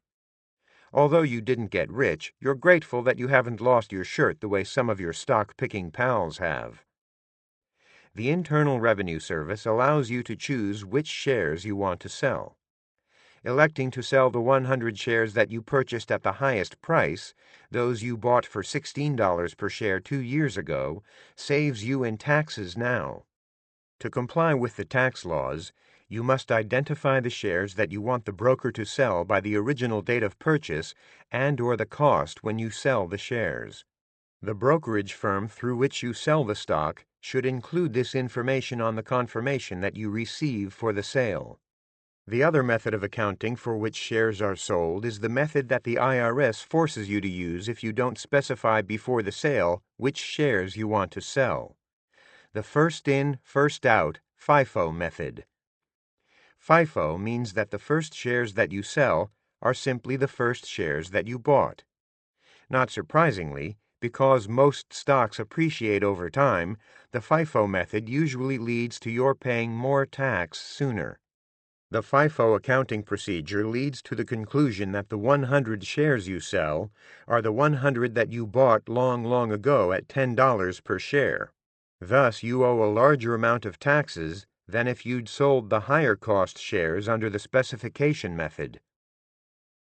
Remember, although you save taxes today if you specify selling the shares that you bought more recently at a higher price, when you finally sell the other shares, you'll owe taxes on the larger profit. The longer you expect to hold these other shares, the greater the value you'll likely derive from postponing, realizing the larger gains, and paying more in taxes. When you sell shares in a mutual fund, the IRS has yet another accounting method, known as the average cost method, for figuring your taxable profit or loss.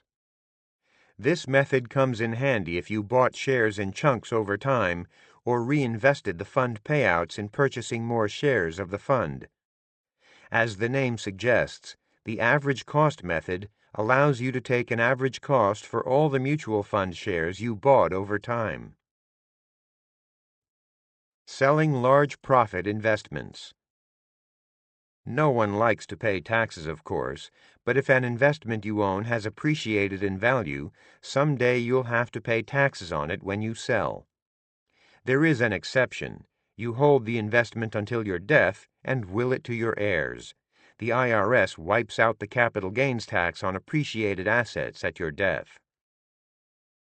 Capital gains tax applies when you sell an investment at a higher price than you paid for it. As I explained earlier in this chapter, your capital gains tax rate is different from the tax rate that you pay on ordinary income, such as from employment earnings or interest on bank savings accounts. Odds are that the longer you've held securities, such as stocks, the greater the capital gains you'll have, because stocks tend to appreciate over time. If all your assets have appreciated significantly, you may resist selling to avoid taxes. If you need money for a major purchase, however, sell what you need and pay the tax. Even if you have to pay state as well as federal taxes totaling some 35% of the profit, you'll have lots left. For longer-term profits from investments held more than 1 year, your federal and state capital gains taxes probably would total somewhat less. Investigate. Before you sell, do some rough figuring to make sure you'll have enough money left to accomplish what you want. If you seek to sell one investment and reinvest in another, you'll owe tax on the profit unless you're selling and rebuying real estate. See Chapter 12. Tip. If you hold several assets to diversify and meet your other financial goals, give preference to selling your largest holdings with the smallest capital gains. If you have some securities that have profits and some with losses, you can sell some of each to offset the profits with the losses. Handling losers in your portfolio. Perhaps you have some losers in your portfolio. If you need to raise cash for some particular reason, you may consider selling select securities at a loss. You can use losses to offset gains as long as you hold both offsetting securities for more than 1 year, long term, or hold both for no more than 1 year, short term. The IRS makes this delineation because it taxes long-term gains and losses on a different rate schedule from short-term gains and losses. If you sell securities at a loss, you can claim up to $3,000 in net losses for the year on your federal income tax return. If you sell securities with net losses totaling more than $3,000 in a year, you must carry the losses over to future tax years. Warning. Some tax advisors advocate doing year-end tax loss selling with stocks, bonds, and mutual funds. The logic goes that if you hold a security at a loss, you should sell it, take the tax write-off, and then buy it or something similar back. When selling investments for tax loss purposes, be careful of the so-called wash sale rules. The IRS doesn't allow the deduction of a loss for a security sale if you buy that same security back within 30 days. As long as you wait 31 or more days, you won't encounter any problems. Tip. If you're selling a mutual fund or exchange-traded fund, you can purchase a fund similar to the one you're selling to easily sidestep this rule. Selling investments when you don't know their original cost. Sometimes you may not know what an investment originally cost you, or you received some investments from another person and you're not sure what they paid for them. If you don't have the original statement, start by calling the firm where the investment was purchased. Whether it's a brokerage firm or mutual fund company, the company should be able to send you copies of old account statements, although you may have to pay a small fee for this service. Also, increasing numbers of investment firms, especially mutual fund companies, can tell you upon the sale of an investment what its original cost was. The cost calculated is usually the average cost for the shares you purchased. Part 2. Preparing your investing foundation. In this part, identify what should be included in your personal financial plan. Understand bank and credit union accounts, as well as what they are and aren't good for.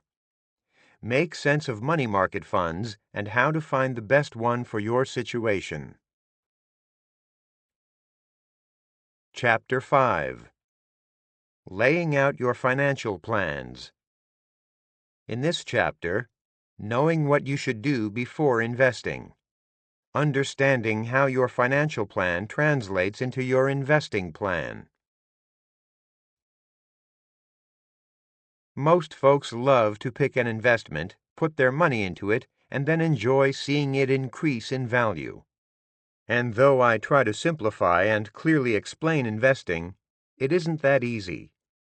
You can do your homework and make a good decision, but then see your well-chosen investment fall in value and test your nerves and commitment. But that's putting the cart before the horse. Before you make any great wealth-building investments, you should get your financial house in order. Understanding and implementing some simple personal financial management concepts can pay off big for you in the decades ahead. In this chapter, I explain what financial housekeeping you should do before you invest, as well as how to translate your overall personal and financial plans into an investment plan. First priorities: paying off high-cost debt and building a safety reserve. Plenty of younger adults have debts to pay and lack an emergency reserve of money for unexpected expenses. High-cost debts, such as on a credit card, can be a major impediment to investing in particular and accomplishing your future personal and financial goals in a broader sense. A high interest rate keeps the debt growing and can cause your debt to spiral out of control, which is why I discuss dealing with such consumer debt as your first priority just before establishing an emergency reserve. Paying off high-cost consumer debt. Paying down debts isn't nearly as exciting as investing, but it can make your investment decisions less difficult. Rather than spending your time investigating specific investments, paying off your debts with money you've saved may indeed be your best investment. Consumer debt includes borrowing on credit cards, auto loans, and the like, which are often costly ways to borrow. Banks and other lenders charge higher interest rates for consumer debt than for debt for investments such as real estate and business, because consumer loans are the riskiest type of loans for a lender. Risk means the chance of the borrowers defaulting and being unable to pay back all that they borrowed. Many folks have credit card debt that costs 18% or more per year in interest. Some credit cards levy interest rates well above 20% if you make a late payment or two. Reducing and eventually eliminating this debt with your savings is like putting your money in an investment with a guaranteed tax-free return equal to the rate that you pay on your debt.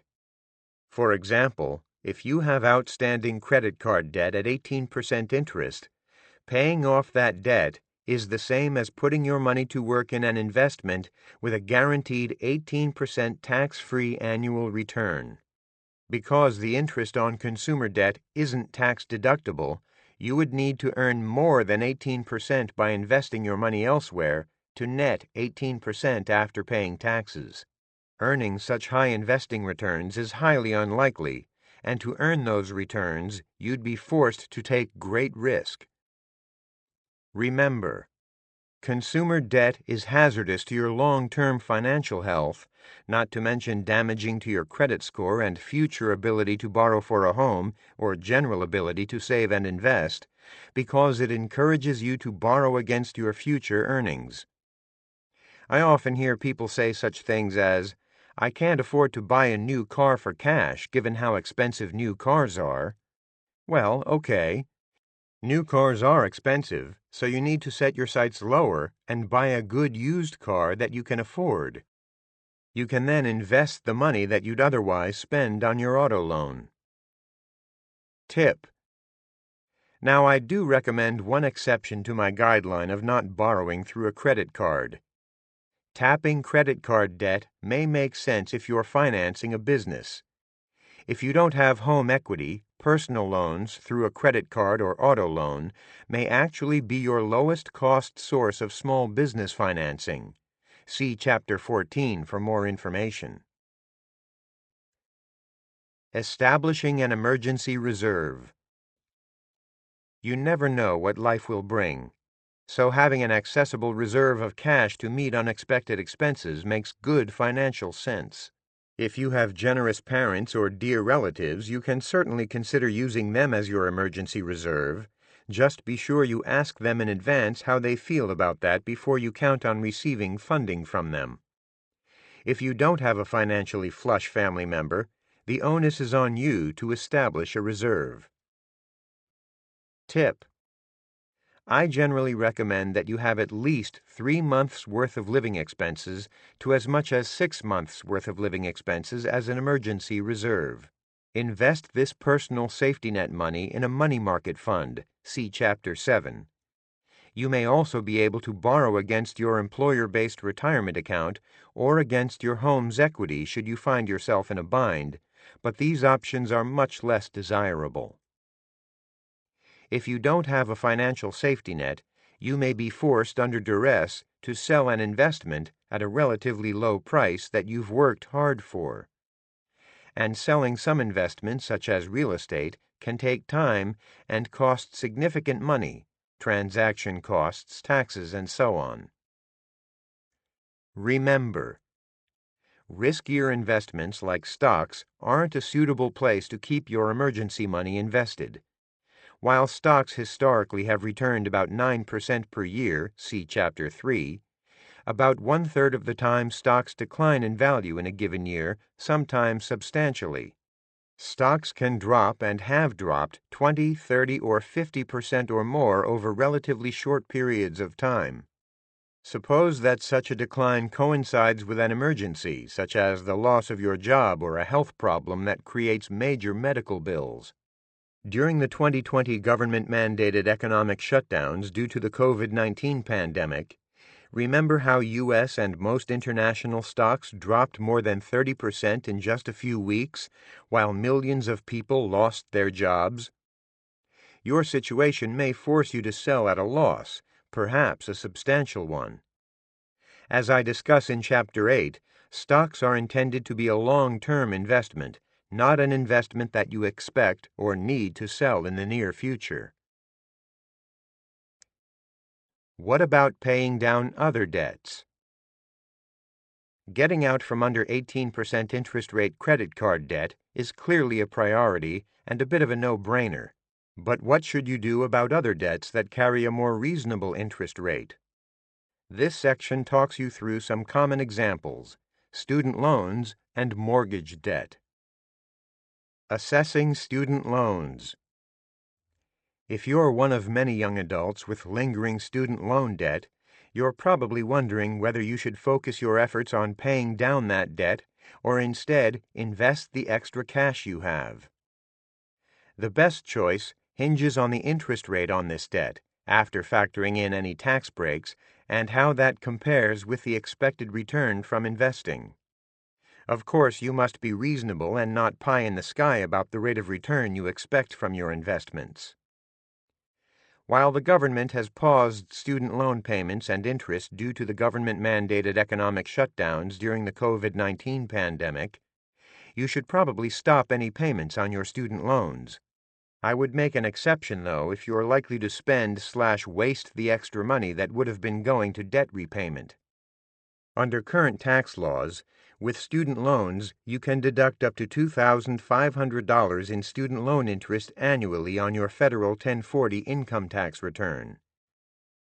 So this deduction can lower the effective interest rate you're paying on your student loans.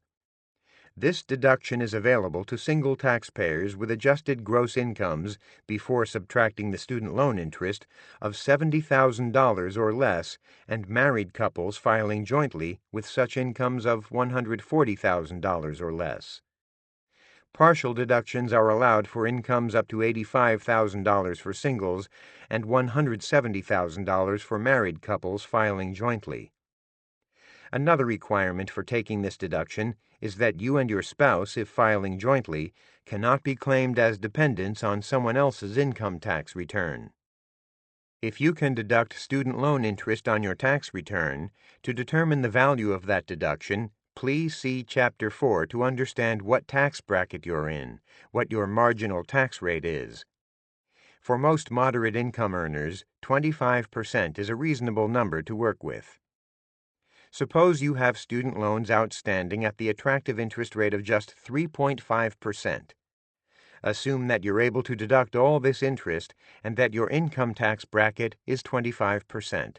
So, after taxes, the effective interest rate on your student loan is 3.5% minus 0.25 times 3.5% equals 2.63%. Now, the question to consider is this. Can you reasonably expect to earn an average annual rate of return from your investments of more than this 2.63%? If you invest your money in a sleepy bank account, the answer will surely be no. If you instead invest in things like stocks and bonds, over the long term, you should come out with a higher return. If you have student loans at a higher interest rate, say 6%, it may make more sense to pay those loans down faster with your extra cash than to invest that money elsewhere. To get a higher return than that from investments, you need to take a fair amount of risk, and of course there's no guarantee that you'll actually make a high enough return to make it worth your while. When deciding whether you should pay down student loans faster, there are some factors to consider besides the cost of your student loans and comparing this cost to the expected return on your investments. Other good reasons not to pay off your student loans any quicker than necessary include the following. Paying off your student loan faster has no tax benefit. Instead, you could contribute to your retirement, also known as tax reduction accounts, such as a 401k, an IRA, or a SEP IRA plan, especially if your employer offers matching money. Putting additional money in a retirement plan can immediately reduce your federal and state income tax bills. The more years you have until retirement, the greater the benefit you receive if you invest in your retirement accounts. Thanks to the compounding of your retirement account investments without the drain of taxes, you can actually earn a lower rate of return on your investments than you pay on your student loans and still come out ahead. You're willing to invest in growth-oriented investments such as stocks and real estate. To have a reasonable chance of earning more on your investments than it costs you to borrow on your student loans, you must be aggressive with your investments. As I discuss in Chapter 3, stocks and real estate have produced annual average rates of return of about 9%. You may be able to earn even more in your small business or by investing in others' businesses. Remember, keep in mind that you have no guarantee, especially in the short term, of earning high returns from growth-type investments, which can easily drop 20% or more in value over a year or two. Paying down your student loans depletes your emergency reserves.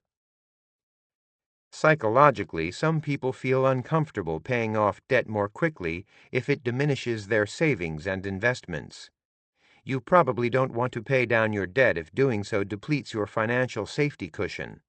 Make sure you have access, through a money market fund or other sources, a family member for example, to at least 3 months' worth of living expenses, as I explain in Establishing an Emergency Reserve earlier in this chapter. Considering paying down mortgage debt. Paying off your mortgage more quickly is an investment for your spare cash that may make sense for your financial situation. However, the wisdom of making this financial move isn't as clear as is paying off high-interest consumer debt. Mortgage interest rates are generally lower, and the interest is typically tax-deductible. As with the decision to pay off a student loan faster, look to the previous section, when evaluating whether to pay down your mortgage quicker than necessary, compare your mortgage interest rate with your investment's rates of return. Suppose you have a fixed-rate mortgage with an interest rate of 5%. If you decide to make investments instead of paying down your mortgage more quickly, your investments need to produce an average annual rate of return before taxes of more than 5% for you to come out ahead financially. Tip: don't get hung up on mortgage tax deductions. Although it's true that mortgage interest is usually tax-deductible, You must also pay taxes on investment profits generated outside retirement accounts. You can purchase tax-free investments like municipal bonds, but over the long haul, such bonds and other types of lending investments, bank savings accounts, CDs, and other bonds, are unlikely to earn a rate of return that's higher than the cost of your mortgage. Sorting out your financial plans. Tip: I recommend establishing your financial goals before you begin investing. Otherwise, you won't know how much to save or how much risk you need to take or are comfortable taking. You may want to invest money for several goals, or you may have just one purpose. When I was in my 20s, I put some money away toward retirement, but my bigger priority at that time was to save money so I could hit the eject button from my management consulting job. I knew that I wanted to start my own business and that in the early years of my entrepreneurial endeavors, I couldn't count on an income as stable or as large as the one I had in consulting. I invested these two chunks of money quite differently. I kept the money I saved for the startup of my small business, which was a shorter-term goal, safely invested in a money market fund that had a decent yield but didn't fluctuate in value. By contrast, my retirement was a long-term goal, so I invested the bulk of my retirement money in stock funds. If these funds fluctuated and declined in value, that was okay in the short term because I wouldn't be tapping that money. Considering your investment options and desires. Numerous good investing choices exist. You can invest in real estate, the stock market, mutual funds, exchange-traded funds, or your own business or someone else's. Or you can pay down debts such as student loans, credit cards, an auto loan, or mortgage debt more quickly. What makes the most sense for you depends on your goals as well as your personal preferences. If you detest risk-taking and volatile investments, paying down some debts, as recommended earlier in this chapter, may make better sense than investing in the stock market. To determine your general investment desires, think about how you would deal with an investment that plunges 20% or 40% over a short period of time. Some aggressive investments can fall fast. You shouldn't go into the stock market, real estate, or small business investment arena if such a drop is likely to cause you to sell or make you a miserable wreck. If you haven't tried riskier investments yet, you may want to experiment a bit to see how you feel with your money invested in them. Tip: a simple way to mask the risk of volatile investments is to diversify your portfolio. That is, put your money into different investments. Not watching prices too closely helps, too. That's one of the reasons why real estate investors are less likely to bail out when the market declines. Unfortunately, from my perspective, stock market investors can get minute-by-minute price updates.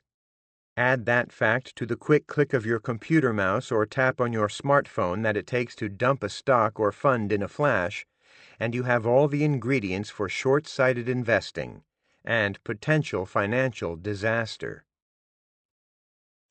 Making investing decisions and determining your likes and dislikes is challenging when you consider just your own concerns. When you have to also consider someone else, dealing with these issues becomes doubly hard, given the typically different money personalities and emotions that come into play. In most couples with whom I've worked as a financial counselor, usually one person takes primary responsibility for managing the household finances, including investments. In my observation, the couples who do the best job with their investments are those who communicate well, plan ahead, and compromise. Tip: in my work as a financial counselor, one of the most valuable and difficult things I did for couples stuck in unproductive patterns of behavior was help them get the issue out on the table. For these couples, the biggest step was making the time to discuss their financial management, whether as a couple or working with an advisor or counselor. The key to success is taking the time for each person to explain their different point of view and then offer compromises. So be sure to make time to discuss your points of view or hire a financial advisor or psychologist/marriage counselor to help you deal with these issues and differences. Assessing your savings rate. To accomplish your financial goals, you need to save money, and you also should know your savings rate.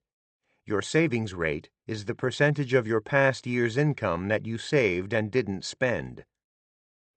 Part of being a smart investor involves figuring out how much you need to save to reach your goals. Not knowing what you want to do a decade or more from now is perfectly normal. After all, your goals, wants, and needs evolve over the years. But that doesn't mean you should just throw your hands in the air and not make an effort to see where you stand today and think about where you want to be in the future. An important benefit of knowing your savings rate is that you can better assess how much risk you need to take to accomplish your goals. Seeing the amount that you need to save to achieve your dreams may encourage you to take more risk with your investments. Remember, during your working years, if you consistently save about 10% of your annual income, you're probably saving enough to meet your goals, unless you want to retire at a relatively young age. On average, most people need about 75% of their pre-retirement income throughout retirement to maintain their standard of living. If you're one of the many people who don't save enough, it's time to do some homework. To save more, you need to reduce your spending, increase your income, or both. For most people, reducing spending is the more feasible way to save. To reduce your spending, first figure out where your money goes. You may have some general idea, but to make changes, you need to have the data and facts. Examine your bill-paying records and review your credit card bills and any other documentation that shows your spending history. Tally up how much you spend on getting food out, operating your cars, paying your taxes, and everything else. After you have this information, you can begin to prioritize and make the necessary trade-offs to reduce your spending and increase your savings rate. Earning more income may help boost your savings rate as well. Perhaps you can get a higher-paying job or increase the number of hours you work. But if you already work a lot, reining in your spending is usually better for your emotional and economic well-being. If you don't know how to evaluate and reduce your spending, or haven't thought about your retirement goals, looked into what you can expect from Social Security, or calculated how much you should save for retirement, now's the time to do so. Pick up my companion book, Personal Finance in Your 20s and 30s for Dummies, Wiley, to find out all the necessary details for retirement planning and much more. Investing regularly with dollar-cost averaging. Regularly investing money at set time intervals, such as monthly or quarterly, in volatile investments such as stocks, stock mutual funds, or exchange-traded funds, is called dollar-cost averaging, DCA. If you've ever had money regularly deducted from your paycheck and contributed to a retirement savings plan investment account, you've done DCA. Tip: most folks invest a portion of their employment compensation as they earn it, but if you have extra cash sitting around, you can choose to invest that money in one fell swoop or to invest it gradually via DCA. The biggest appeal of gradually feeding money into the market via DCA is that you don't dump all your money into a potentially overheated investment just before a major drop. No one has a crystal ball and can predict which direction investments will move next in the short term. DCA helps shy investors psychologically ease into riskier investments. Remember, DCA is made to order for skittish investors with larger lump sums of money sitting in safe investments like bank accounts. It also makes sense for investors with a large chunk of their net worth in cash who want to minimize the risk of transferring that cash to riskier investments such as stocks. As with any risk-reducing investment strategy, DCA has its drawbacks. If growth investments appreciate, as they're supposed to over time, a DCA investor misses out on earning higher returns on his money awaiting investment. Studying U.S. stock market data over 7 decades, finance professors Richard E. Williams and Peter W. Bacon found that approximately 2/3 of the time, a lump sum stock market investor earned higher first-year returns than an investor who fed the money in monthly over the first year. However, knowing that you'll probably be ahead most of the time if you dump a lump sum into the stock market is little consolation if you happen to invest just before a major drop in prices. For example, from late 2007 to early 2009, global stocks shed about half of their value. And how about those who invested in stocks in late 2019 and early 2020, only to see stocks slide by more than 1/3 in just a matter of weeks in March of 2020 due to the government-mandated economic shutdowns resulting from the COVID-19 pandemic? If you use DCA too quickly, you may not give the market sufficient time for a correction to unfold, during and after which some of the DCA purchases may take place.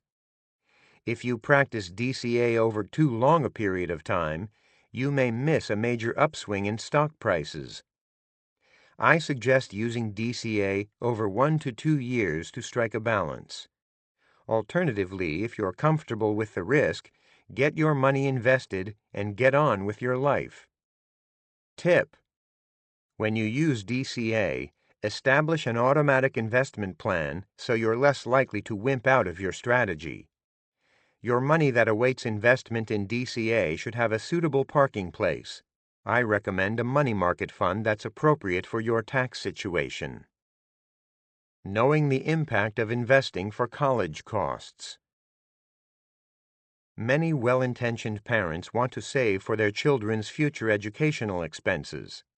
The mistake that they often make, however, is putting money in accounts in the child's name, in so-called custodial accounts, or saving outside retirement accounts in general. The more money you accumulate outside tax-sheltered retirement accounts, the more you will generally end up paying for college costs.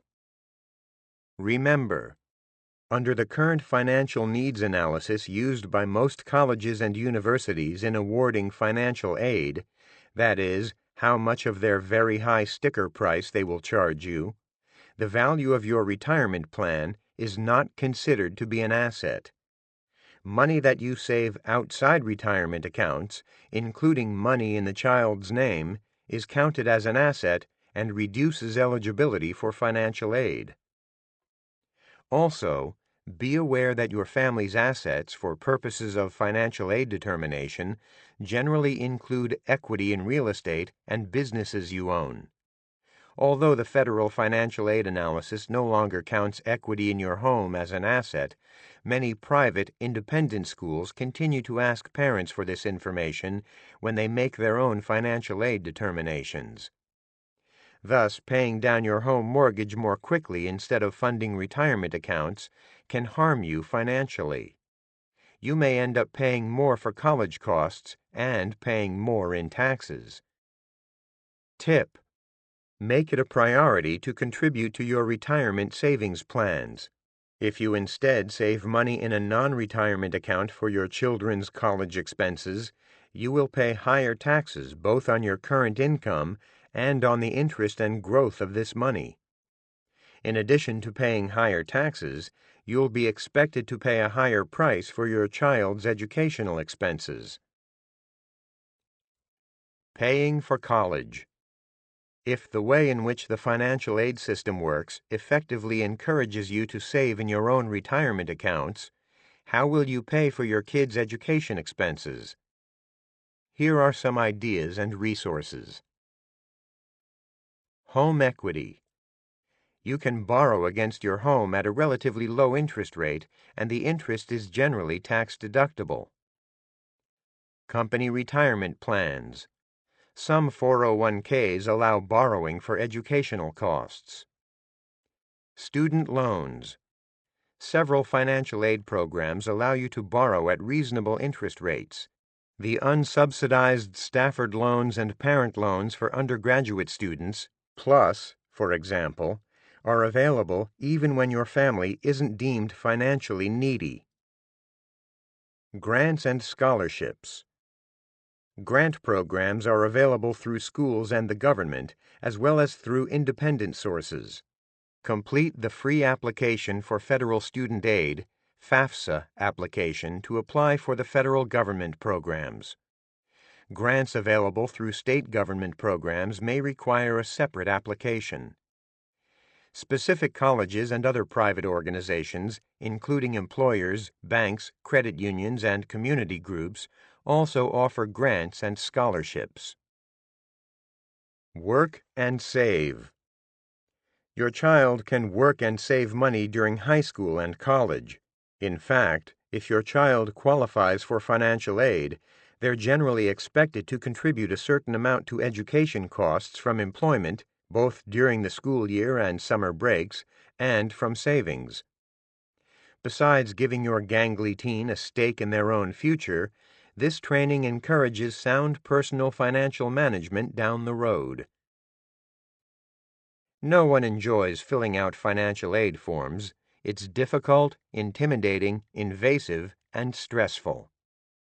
Yet it's a necessary step many families must take in order to make college more affordable. First, let's clear up a major misconception. Receiving financial aid doesn't actually mean you receive money for college.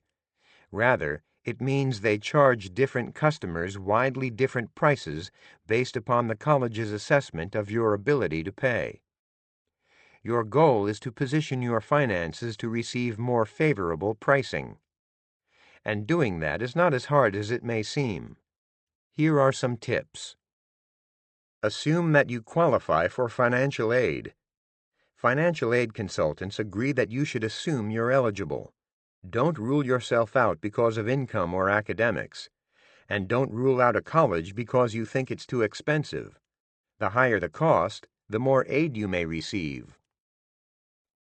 Use college's net price calculator to estimate your expected costs.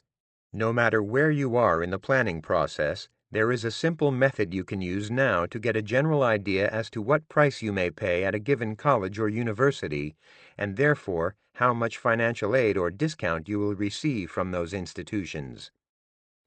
Colleges are required to have a net price calculator, NPC, on their websites. I've seen situations for a given family where the pricing among private colleges can differ by tens of thousands of dollars among schools, driven by factors like how much equity a family has in their home. Fill out the FAFSA form online. The free application for federal student aid, also known as the FAFSA form, is the starting point in applying for financial aid. You can complete the FAFSA form online, fafsa.ed.gov. Don't wait around to be accepted to a college to apply for aid. The coffers may be empty by spring, so get application forms completed as soon as possible. You'll need the latest version of the federal FAFSA form. You may also need to complete the College Board's CSS Profile application, cssprofile.collegeboard.org, state aid forms, and/or forms provided by the colleges. The FAFSA form and profile become available for the next academic year on October 1st of the current year, meaning the soonest you can apply for financial aid for your first year of college is October 1st of senior year of high school.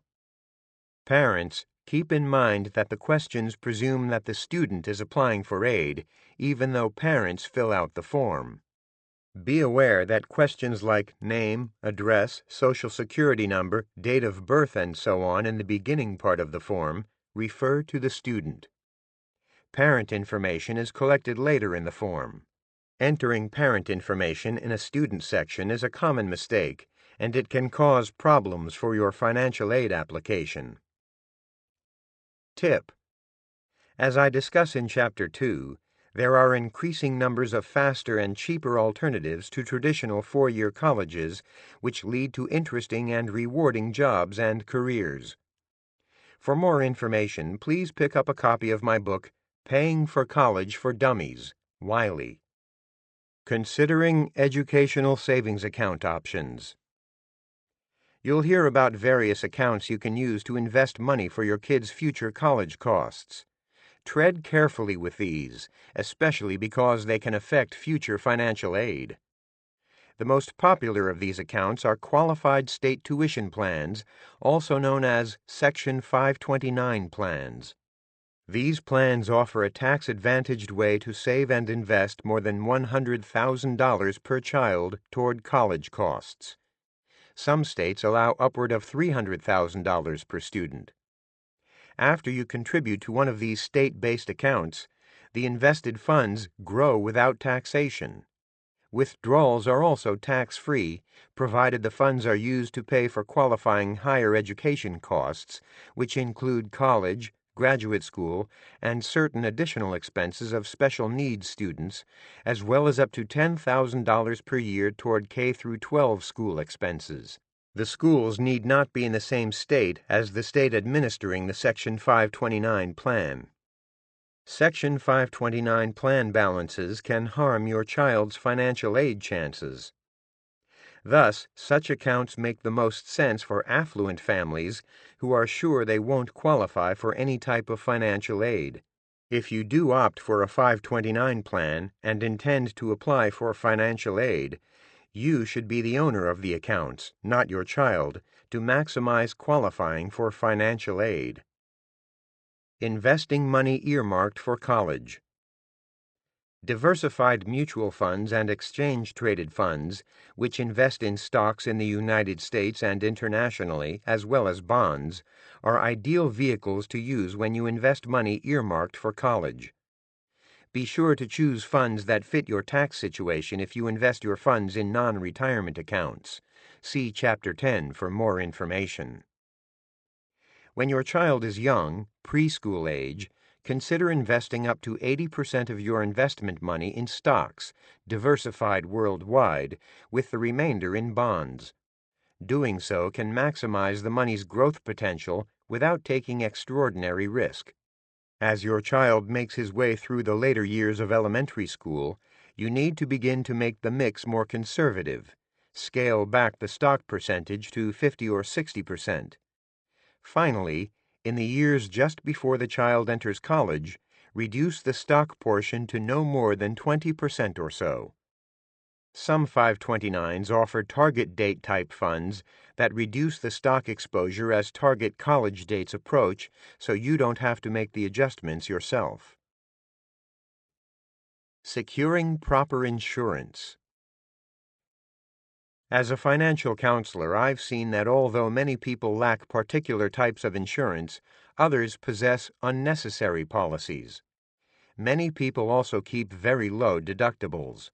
Remember to insure against potential losses that would be financially catastrophic for you.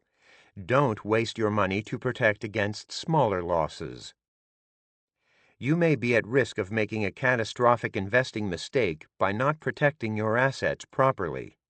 Decisions regarding what amount of insurance you need to carry are, to some extent, a matter of your desire and ability to accept financial risk. But some risks aren't worth taking. Don't overestimate your ability to predict what accidents and other bad luck may befall you. Here's what insurance I recommend that you have to protect yourself, your loved ones, and your assets. Major medical health insurance. You need a policy that pays for all types of major illnesses and major medical expenditures. If your financial situation allows, consider taking a health plan with a high deductible, which can minimize your premiums. Also consider channeling extra money into a health savings account, HSA, which provides tremendous tax breaks. As with a retirement account, contributions provide an upfront tax break, and money can grow over the years in an HSA without taxation. You can also tap HSA funds without penalty or taxation for a wide range of current health expenses. Adequate liability insurance on your home and car to guard your assets against lawsuits.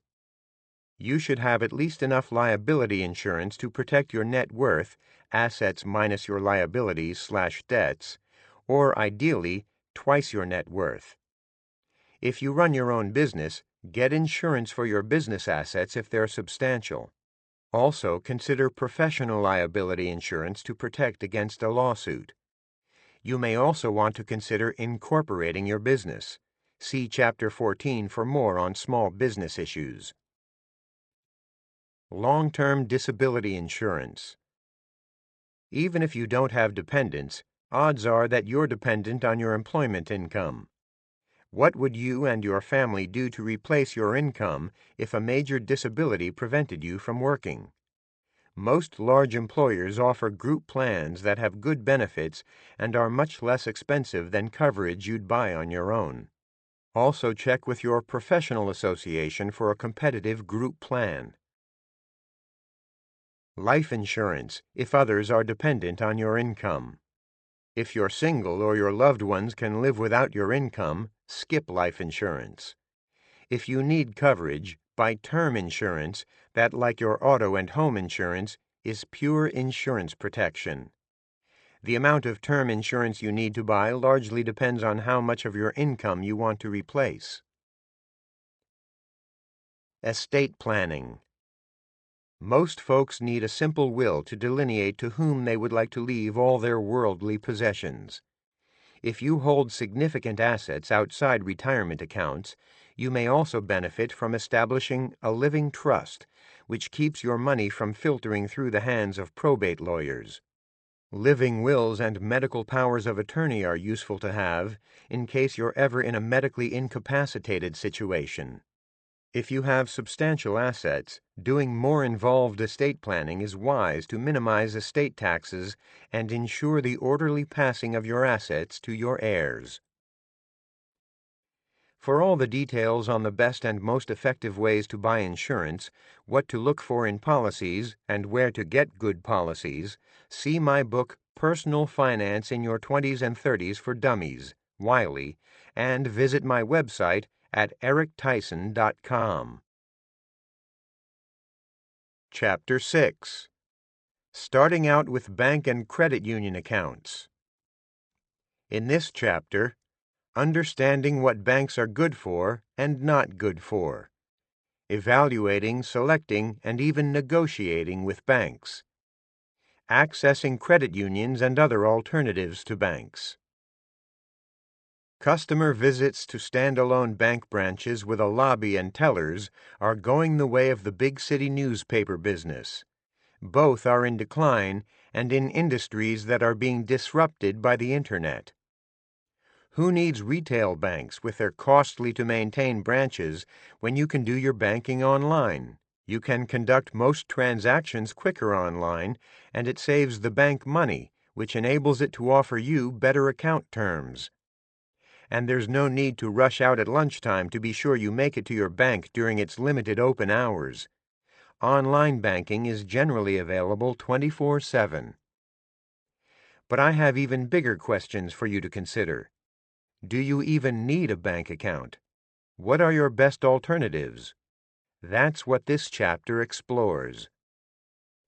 Everyone needs an account or two from which to conduct transactions, including paying bills and storing newly earned money. Such foundational accounts are essential to get in order before proceeding with investing that has the potential to produce higher returns. Understanding FDIC bank insurance. What makes keeping your money in a U.S. bank unique is the Federal Deposit Insurance Corporation, FDIC, insurance that protects bank deposits. If your bank fails, and as history shows, some banks do fail, and if your bank participates in the FDIC system, your bank account is insured by the U.S. government up to $250,000. The stamp of FDIC backing and insurance is soothing to some folks who worry about all the risks and dangers in the investment world. While the FDIC insurance is worth something, banks have to pay for this protection. That cost is effectively passed along to you in the form of lower interest rates on your deposits. Warning: just because the federal government stands behind the banking FDIC system doesn't mean your money is 100% safe in the event of a bank failure. Although you're insured for $250,000 in a bank, if the bank fails, you may wait quite a while to get your money back, and you may get less interest than you thought you would. Banks fail and will continue to fail. During the 1980s and early 1990s, and again in the late 2000s, hundreds of insured banks and savings and loans failed. Between the early 1990s and mid-2000s, a relatively strong economic period, only a handful of banks failed annually.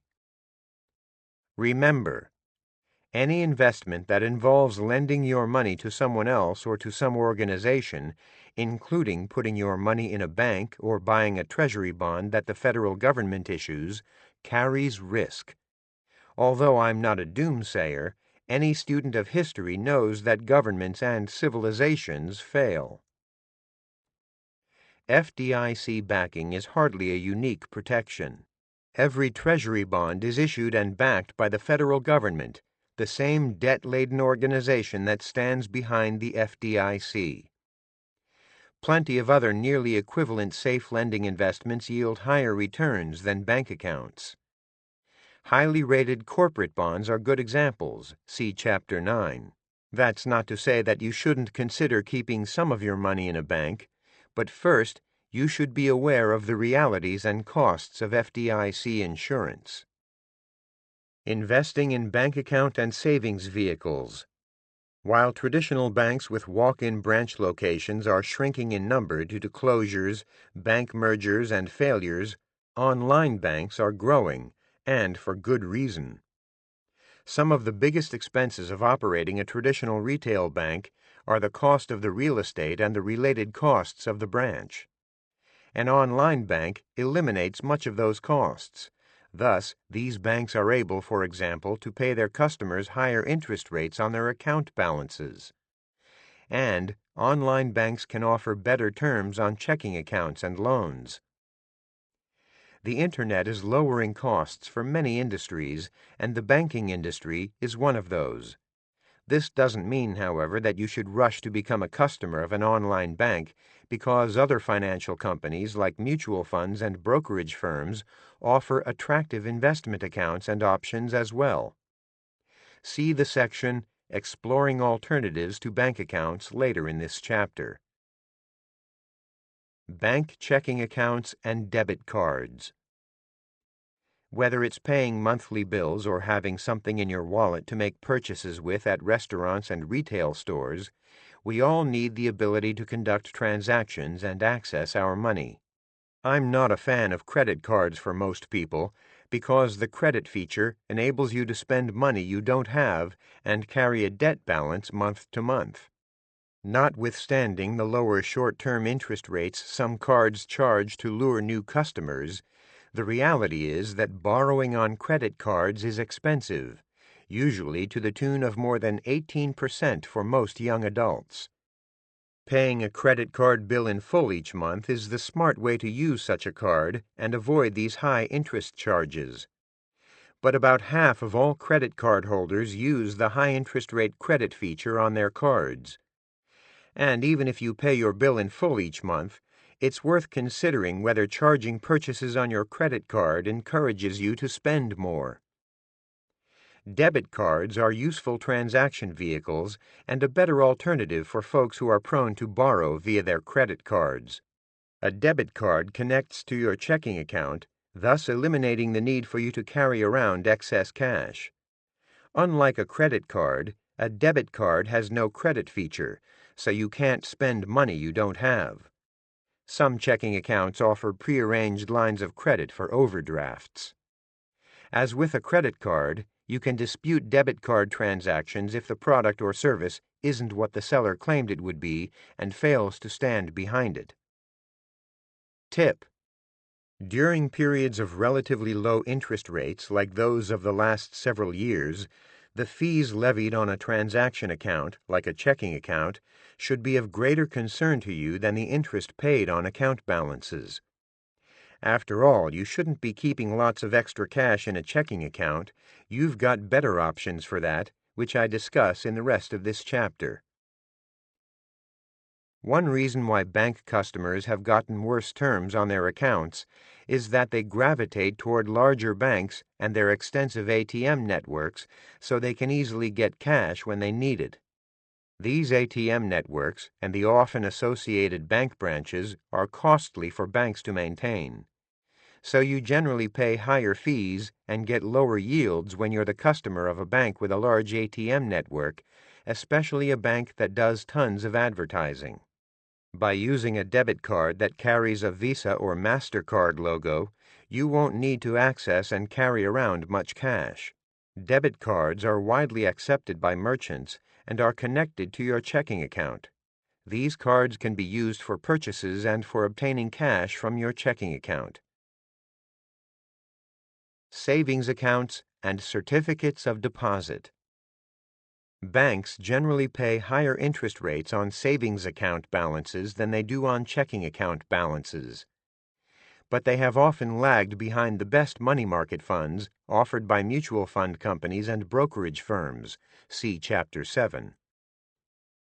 Online banking is changing that dynamic, however, and now the best banks offer competitive rates on savings accounts.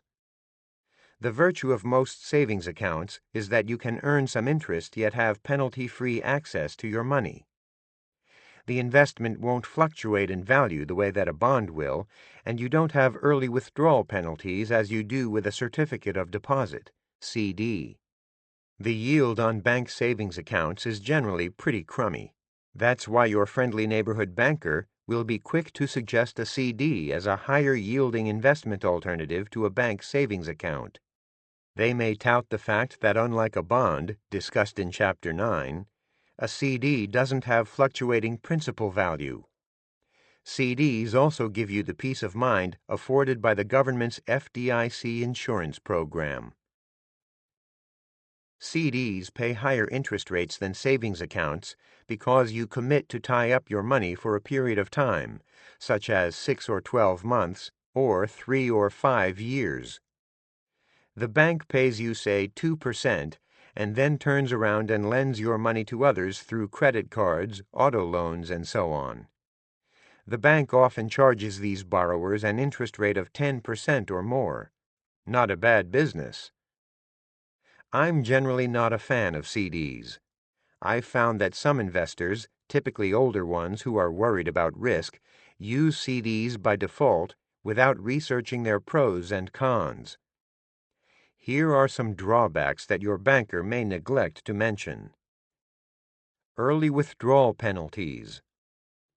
When you tie up your money in a CD and later decide you want it back before the CD matures, a hefty penalty, typically about 6 months' interest, is usually shaved from your return. With other lending investments, such as bonds and bond mutual funds, you can access your money without penalty and generally at little or no cost. Mediocre yields. In addition to carrying penalties for early withdrawal, a CD yields less than a high-quality bond with a comparable maturity, such as 2, 5, or 10 years. Often, the yield difference is 1% or more, especially if you don't shop around and simply buy CDs from the local bank where you keep your checking account. Only one tax flavor. High tax bracket investors who purchase CDs outside their retirement accounts should be aware of a final and perhaps fatal flaw of CDs. The interest on CDs is fully taxable at the federal and state levels. Bonds, by contrast, are available in tax-free federal and/or state versions if you desire. Tip: You can earn higher returns and have better access to your money when it's in bonds and bond funds than you can when it's in CDs. Bonds make especially good sense when you're in a higher tax bracket and would benefit from tax-free income in a non-retirement account. CDs make sense when you know, for example, that you can invest your money for, say, 2 years, after which time you need the money for some purchase that you expect to make. Just make sure you shop around to get the best interest rate from an FDIC-insured bank. If having that U.S. government insurance gives you peace of mind, consider investing in Treasury bonds, which tend to pay more interest than many CDs. See Chapter 9. Negotiating with bankers. Especially at traditional brick-and-mortar banks in your local community, you may be able to get better terms and deals if you ask. Let me give you a common example. Suppose that for several years you've had a checking account at your local bank and have not had any real issues or problems. Then one month you end up bouncing several check payments, say 4 at $30 each, because a deposit into your account didn't clear in time. You may very well be able to get some or even all of these fees waived by pleading your case to the local branch manager. Explain how long you've been a good customer and why this was a one-time case of bad luck, something beyond your control, and so on. The worst that can happen is that the manager will turn down your request and you'll have wasted a few minutes of your day. More likely, however, is that you may save yourself $90 to $120 for a small amount of your time.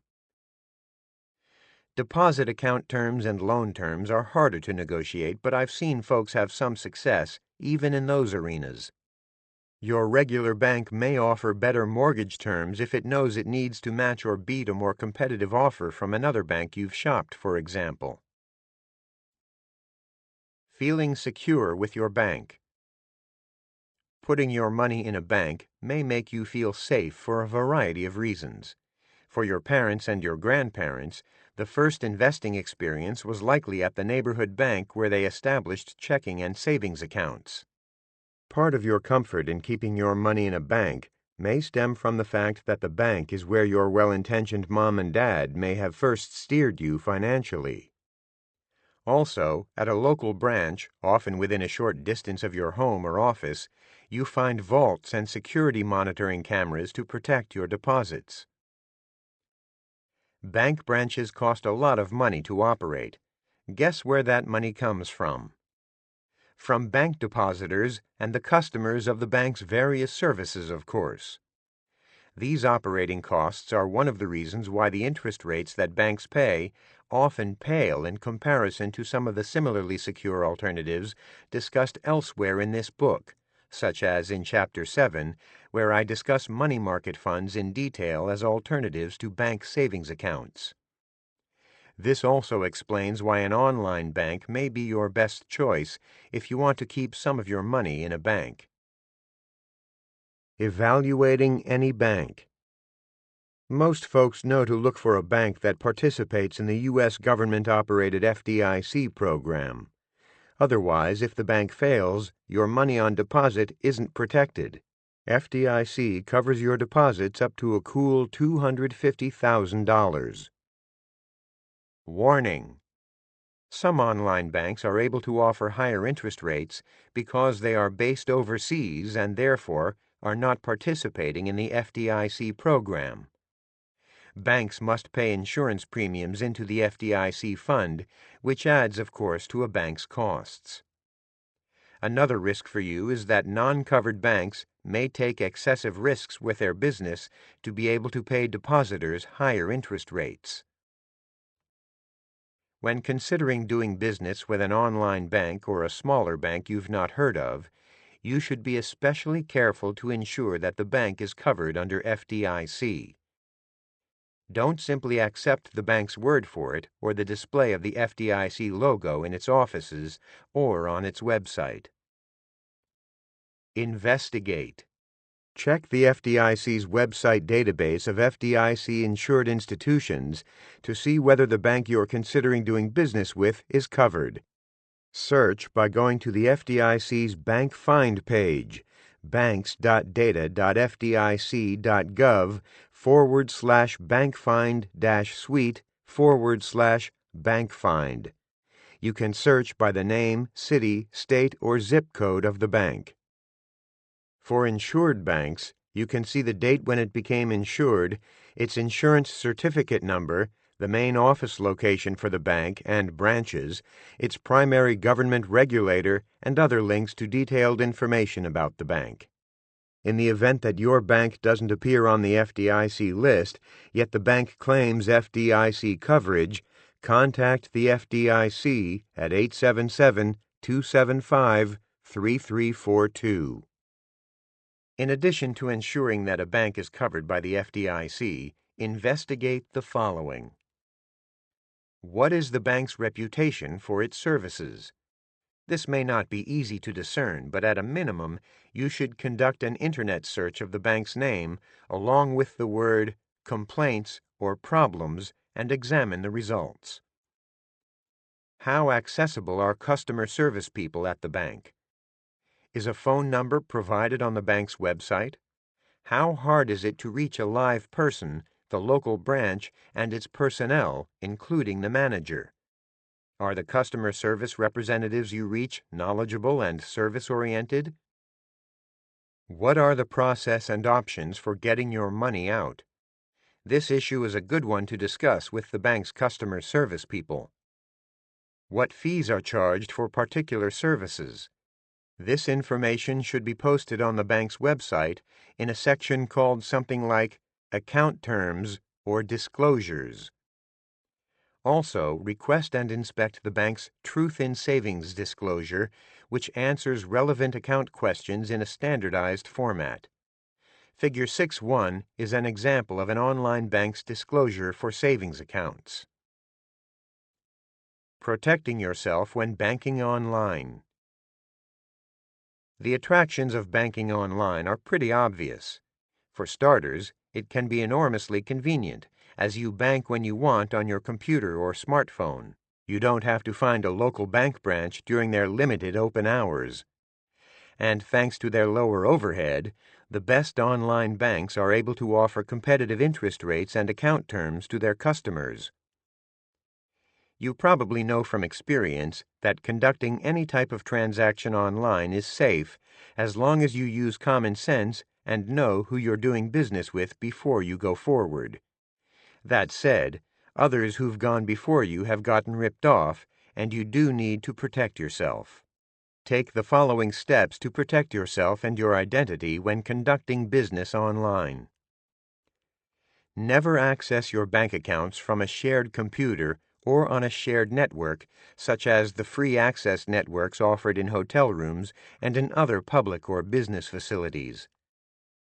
Use two-factor authentication to minimize the chances that anyone other than you can access your accounts. Be aware of missed statements, which could indicate that your account has been taken over. Report unauthorized transactions to your bank or credit card company as soon as possible. Otherwise, your bank may not stand behind the loss of funds. Use a complicated and unique password, including letters and numbers, for your online bank account. Log out immediately after completing your transactions on financial websites. Exploring alternatives to bank accounts.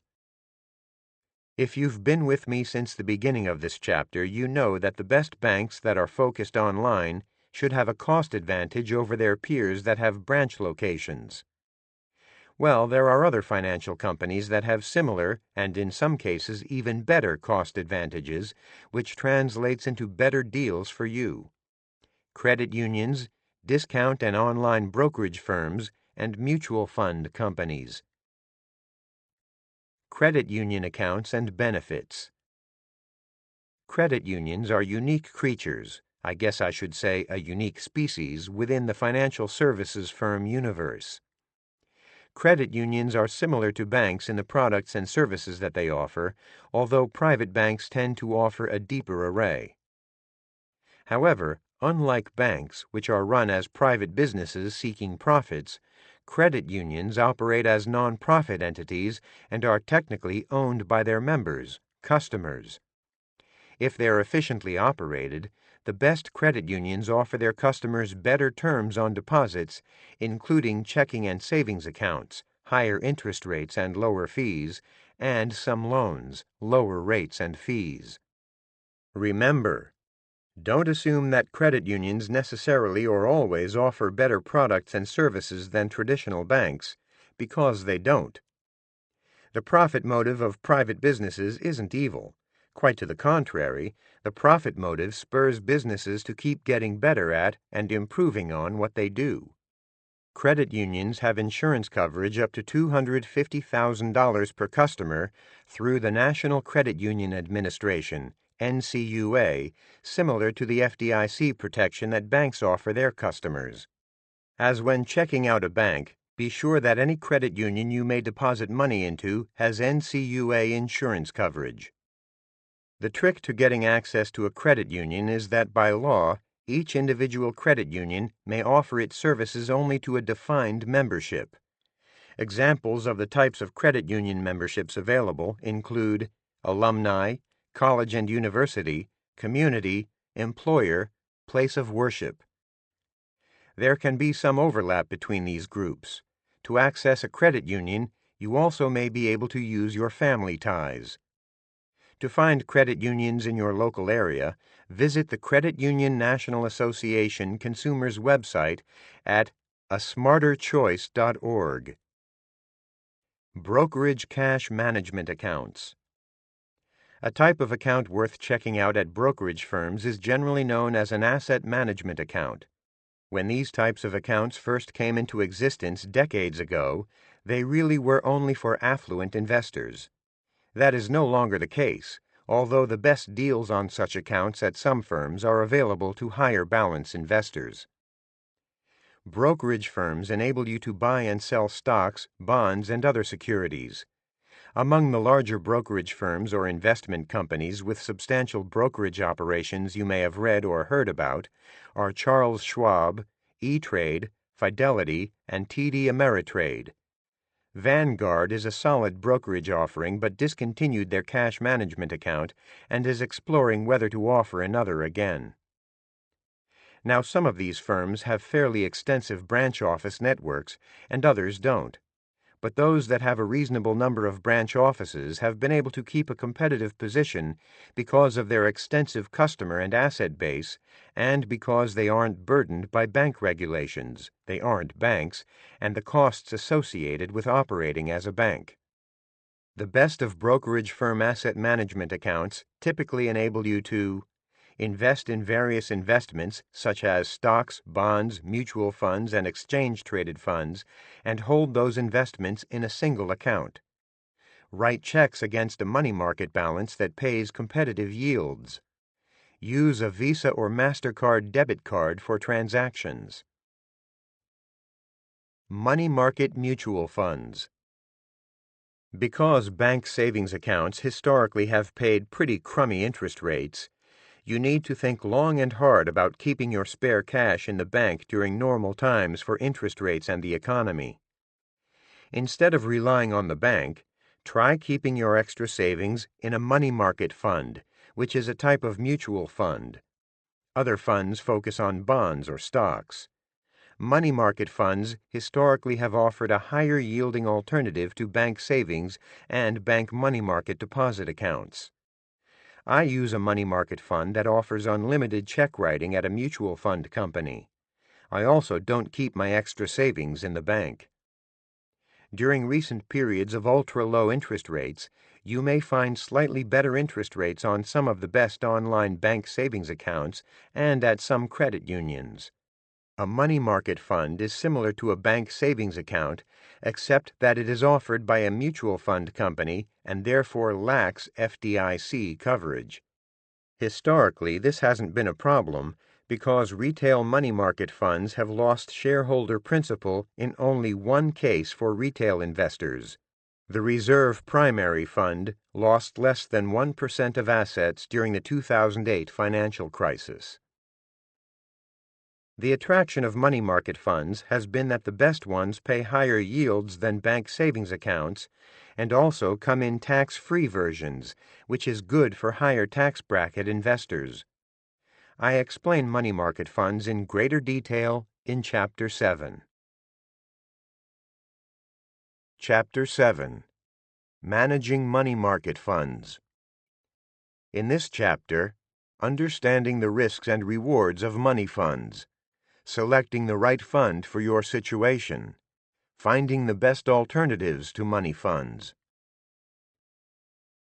For many years, folks kept their spare cash in a local bank, and for good reason. The local bank was convenient, offered safety and peace of mind with the government backing for money on deposit, and generally paid some interest on the money. In the 1970s, however, the investment landscape changed for smaller investors. Interest rates and inflation increased, yet banks were limited by regulations in the interest rates they could pay depositors. Thus was born, before you were born, the money market fund. In this chapter I discuss the risks and rewards of money funds, uses for funds, and how to pick the best ones to help you meet your investing goals. Defining money market mutual funds. Money market mutual funds began in 1971. They invested in the higher-yielding financial instruments that were accessible only to larger institutional investors with large sums to invest. Money market funds democratized these investments by selling shares to investors with relatively small amounts to invest. By pooling the money of thousands of investors, and after charging a reasonable fee to cover their operational expenses and make a profit, money market funds were able to offer investors a better yield than typical bank accounts. Money market funds are unique among mutual fund company offerings because they don't fluctuate in value and maintain a fixed $1 per share price. An exception, during the 2008 financial crisis, the Reserve Primary Fund had a small portion of its investments go bad, and some shareholders lost just under 1% of their invested principal. As with a bank savings account, your principal investment in a money market fund doesn't change in value. With a money market fund, your investment earns dividends. Dividends are much like the interest you receive from a bank savings account. Making sense of the appeal of money market funds. During times of normal interest rates, the best money market mutual funds offer the following benefits over bank savings accounts.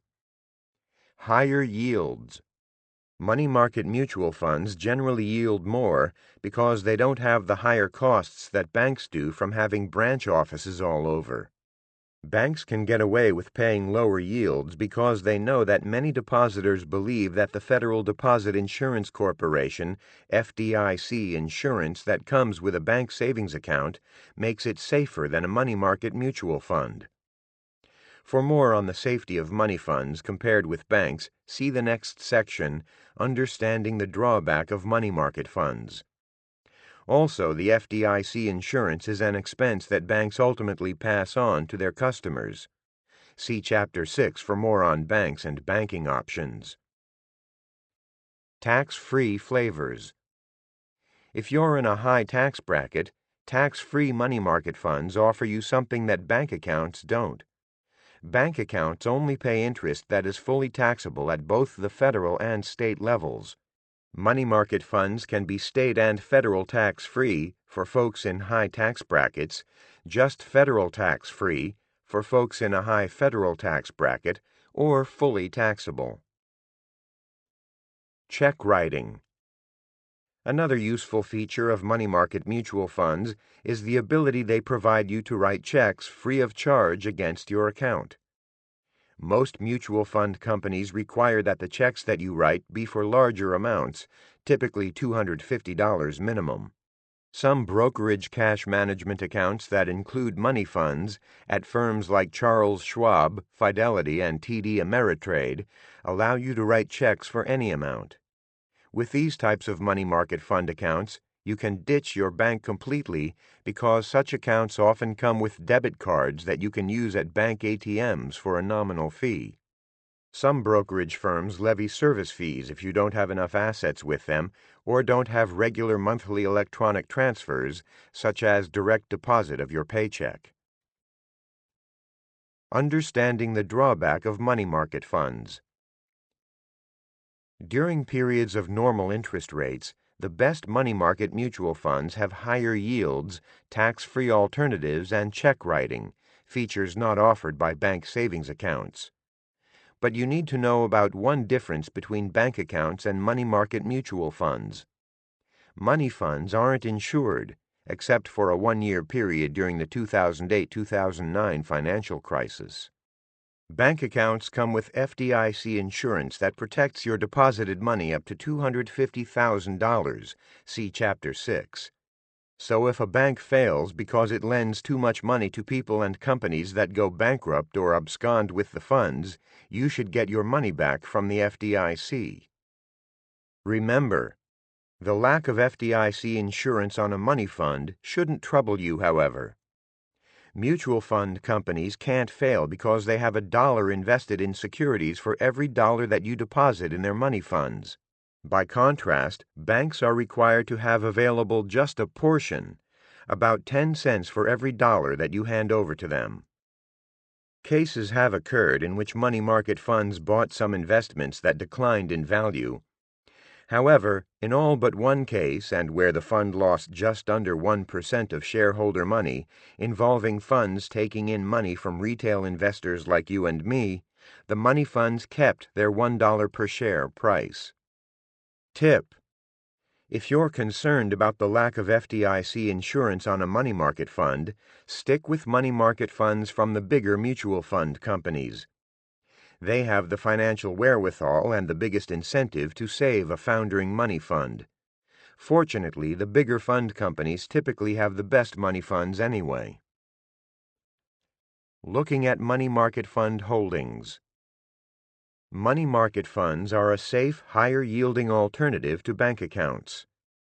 Under Securities and Exchange Commission regulations, money market funds can invest only in the highest credit-rated securities, and their investments must have an average maturity of less than 60 days. The short-term nature of these securities effectively eliminates the risk of money market funds being sensitive to changes in interest rates, a concern with bonds which are covered in Chapter 9. The securities that money market funds buy and hold are extremely safe. General-purpose money market funds invest in government-backed securities, bank certificates of deposit, and short-term corporate debt that the largest and most creditworthy companies and the U.S. government issue. You may not know or care what these holdings are. However, here's a short explanation of the most common money fund holdings to aid your understanding and comfort level. Commercial paper. Larger corporations often need to borrow money to help make their businesses grow and prosper. In the past, most companies needing a short-term loan had to borrow money from a bank.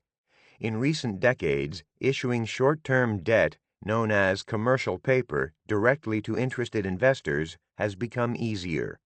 Money market funds buy high-quality commercial paper issued by large companies, banks, and foreign governments. Certificates of deposit. When you put your money in a certificate of deposit, CD, at your local bank, what you're doing is making a specific term loan, 3 months, 6 months, 2 years, to your bank. Money market funds can buy CDs as well.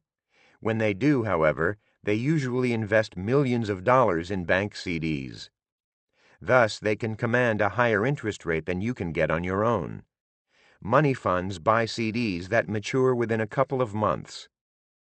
The money fund is insured only up to $250,000 per bank CD, so they may use multiple banks, just like the bank insurance that customers receive.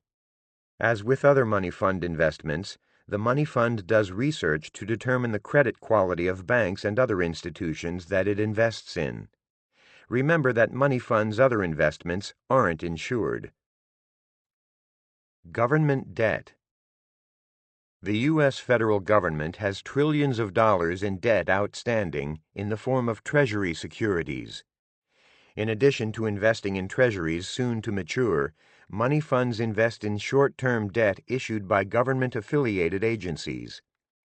Some money market funds specialize in certain types of government securities that distribute tax-free income to their investors. Treasury money market funds, for example, buy treasuries and pay dividends that are state tax-free but federally taxable. State-specific municipal money market funds invest in debt issued by state and local governments in one state. The dividends on state money funds are federal tax-free and state tax-free if you're a resident of that state.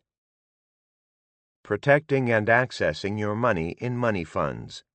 A potential psychological impediment to some folks, especially those from your parents' generation, of using money funds, is that they must deal with money funds online, by phone, and through the mail. That creates some worries, like one of your checks getting lost or stolen, and how accessible your money is. But protecting and accessing your money isn't as challenging as it may seem, and increasing numbers of fund companies allow you to do nearly everything sans paper. Protecting your money. Checks received and sent from a money market fund are just as safe as those received and sent from any other type of account. No one can legally cash a check made payable to you. Don't mistakenly think that going to your local bank in person is safer. Bank robberies happen all the time, totaling in the thousands annually. Increasing numbers of money market funds offer mobile apps that enable you to take a picture of and deposit checks with your smartphone, all from the comfort of your home or wherever you happen to be. If your fund company doesn't offer a mobile check deposit app and you're really concerned about sending a check in the mail, use a fund company or discount broker with branch offices reasonably close to your home or office. I don't recommend spending the extra money and time required to send your check by way of registered or certified mail. You know if your check got there when you get the transaction entry from the fund company processing the deposit. In those rare cases where a check does get lost, remember that checks can be reissued. And when you're depositing a check made payable to you, be sure to endorse the check with the notation, "For deposit only," along with your account number under your signature. Accessing your money. With most money market mutual funds, you will likely be sending your money to a company out of state, so it may seem to you that you won't be able to easily access these funds if you need to. However, you can efficiently tap your money market fund in a variety of ways. You can use the following methods at most fund companies. Check writing. The simplest way to access your money market fund is to write a check. Suppose you have an unexpectedly large expense that you can't afford to pay out of your bank checking account. Just write a check on your money market mutual fund. Alternatively, you can simply charge such an expense on your credit card and pay off that bill when due through check writing or the bill payment feature if you have that on your cash management type account. Electronic fund transfers. Another handy way to access your money is to have your money sent electronically from your money market fund to your bank account, or vice versa. Such transactions can also usually be done on fund companies' websites or through your smartphone, and typically take one business day to complete. Or you can have the fund company mail you a check for your desired amount from your money fund, although that obviously isn't a quick way to get needed money. If you need money regularly sent from your money market fund to, say, your local bank checking account, you can set up an automatic withdrawal plan. On a designated day of the month, your money market fund electronically sends money to your checking account. Debit cards. Brokerage account money funds that offer debit cards allow access to your money through bank ATMs. Just find out first what fees you may have to pay for using particular ATM networks. Wiring. If you need cash in a flash, for example, same day, many money market funds offer the option of wiring money to and from your bank. Banks usually assess a charge for this service, especially when you're wiring money out from your bank. Most companies can also send you money via an overnight express carrier, although you'll likely have to foot that bill. Remember, unlike when you visit a bank, you can't simply drop by the branch office of a mutual fund company, even if it happens to be nearby, and withdraw funds from your account. Money market fund companies don't keep money in branch offices because they're not banks. However, you can establish the preceding account features if you didn't set them up when you originally set up your account by completing online forms at the fund company's website, by mailing in a form, or by visiting the fund's branch office. Using money market funds in your investment plan. The best money market funds enable you to substitute for a bank savings account while offering comparable safety to a bank, but with a better yield during times of normal interest rates. Money market funds are well suited for some of the following purposes. Rainy day/emergency reserve. Because you don't know what the future holds, you're wise to prepare for the unexpected, such as job loss, the desire to take some extra time when changing jobs, unexpected health care bills, or a leaky roof on your home. 3 to 6 months' worth of living expenses is a good emergency reserve target for most people. If you spend $2,500 in an average month, for example, keep $7,500 to $15,000 in reserve. 3 months' living expenses may do if you have other accounts, such as a 401k, or family that you could tap for a loan. Keep up to 1 year's expenses if your income fluctuates greatly. If your profession involves a high risk of job loss, and if finding another job could take a long time, you also need a significant cash safety net. Short-term savings goals. If you're saving money for a big-ticket item that you hope to purchase within the next couple of years, whether it's a vacation, a car, or a down payment on a home, a money market fund is a sensible place to save the money. With a short time horizon, you can't afford to expose your money to the gyrations of stocks or longer-term bonds. A money market fund offers a safe haven for your principal and some positive return. A parking spot for money awaiting investment. Suppose you have a significant chunk of money that you want to invest for longer-term purposes, but you don't want to invest it all at once for fear that you may buy into stocks and bonds just before a big drop. A money market fund can be a friendly home to the money awaiting investment as you gradually move it into your chosen investment. I explain this technique, known as dollar cost averaging, in Chapter 5. Personal checking accounts. You can use money market funds with no restrictions on check writing for household checking purposes. Some discount brokerage services that offer accounts with a check writing option downplay the fact that an investor is allowed to write an unlimited number of checks in any amounts on their account. You can leave your bank altogether. Some money funds even come with bill payment features and debit cards that you can use at bank ATMs for a nominal fee. Business accounts. You can also open a money market fund for your business. You can use this account to deposit checks received from customers and holding excess funds, as well as for paying bills by means of the check writing feature. Some money funds allow checks to be written for any amount, and such accounts can completely replace a bank checking account. Shopping for the best money funds. If you're interested in putting some of your money into a money market mutual fund, in this section, I name names. Before getting to that, however, allow me to explain what I look for when selecting a money market fund. Discovering traits of leading money funds. When looking for an outstanding money market fund, look for these attributes. Low expenses. Select a money market fund that does a good job of controlling its expenses. The operating expenses that the fund deducts before payment of dividends are the biggest determinant of yield. All other things being equal, which they usually are with different money market funds, lower operating expenses translate into higher yields for you.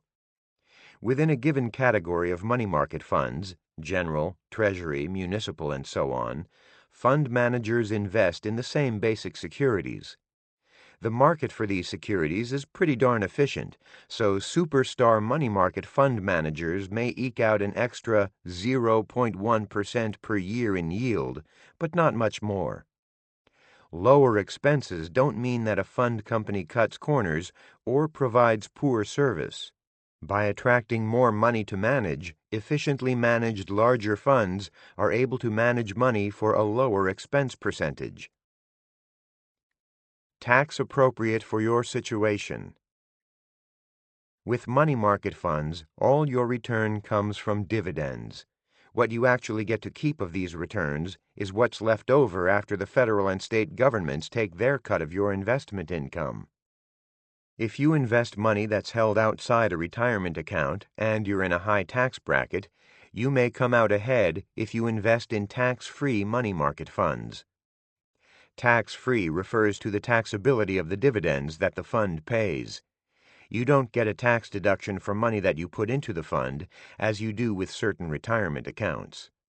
If you're in a high tax state, a state money market fund, if a good one exists for your state, may be a sound move. Other attractive fund offerings. Consider what other investing you plan to do at the fund company where you establish a money market fund. Suppose you decide to make mutual fund investments in stocks and bonds at a specific fund company. In that case, keeping a money market fund at a different firm that offers a slightly higher yield may not be worth the time and administrative hassle, especially if you don't plan on holding much cash in your money market fund. Associated services. Good money market funds offer other useful services included with their accounts, such as check writing, telephone exchange and redemptions, and automated electronic exchange services with your bank account. Most mutual fund companies don't have many local branch offices. Generally, this fact helps fund companies keep their expenses low so they can pay you greater money market fund yields.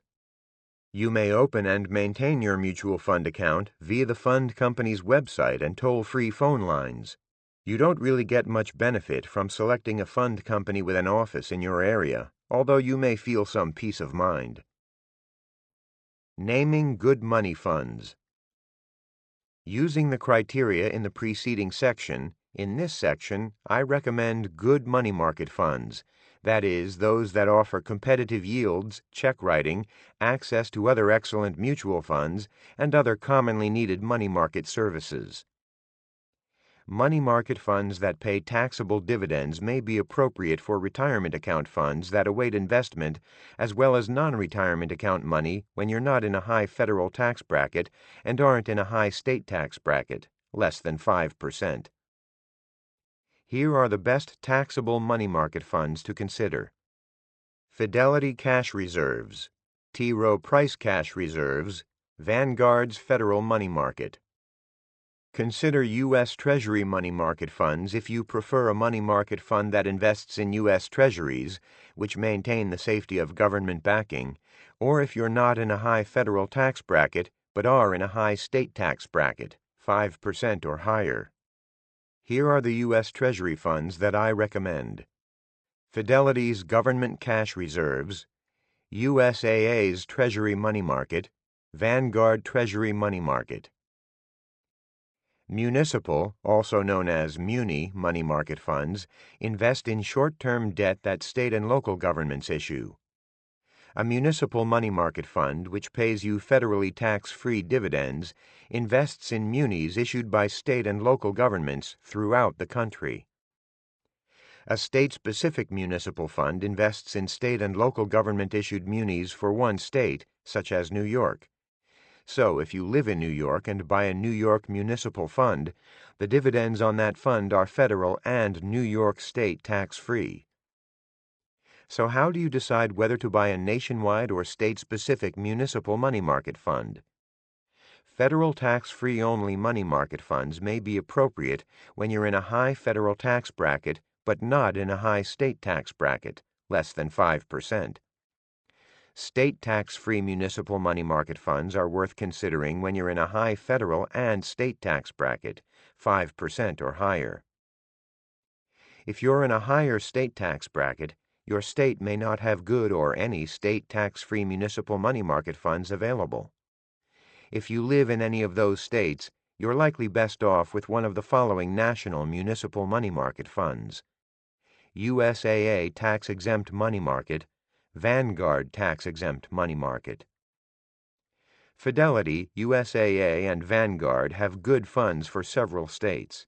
If you can't find a good state-specific fund for your state, or you're in a high federal tax bracket only, use one of these nationwide muni money markets. Alternatives to money market mutual funds. Banks have an account that is similar to a money market mutual fund, which they typically call a money market deposit account, MMDA. Banks set the interest rate on MMDAs, and historically those rates have been a bit lower than what you can get from one of the better money market mutual funds, although this has been less true during the extended period of recent low interest rates. Check writing on MMDAs, if it's available, may be restricted to a few checks monthly.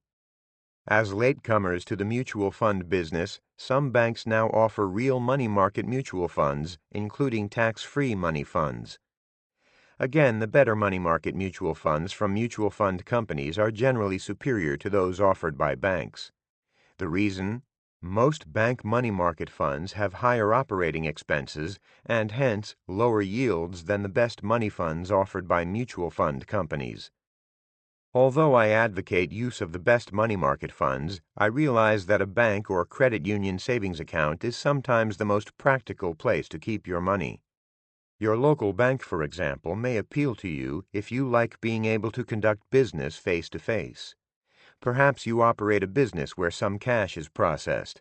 In this case, you probably can't beat the convenience and other services that a local bank offers. If you have only $1,000 or $2,000 to invest, a bank savings account may be your better option.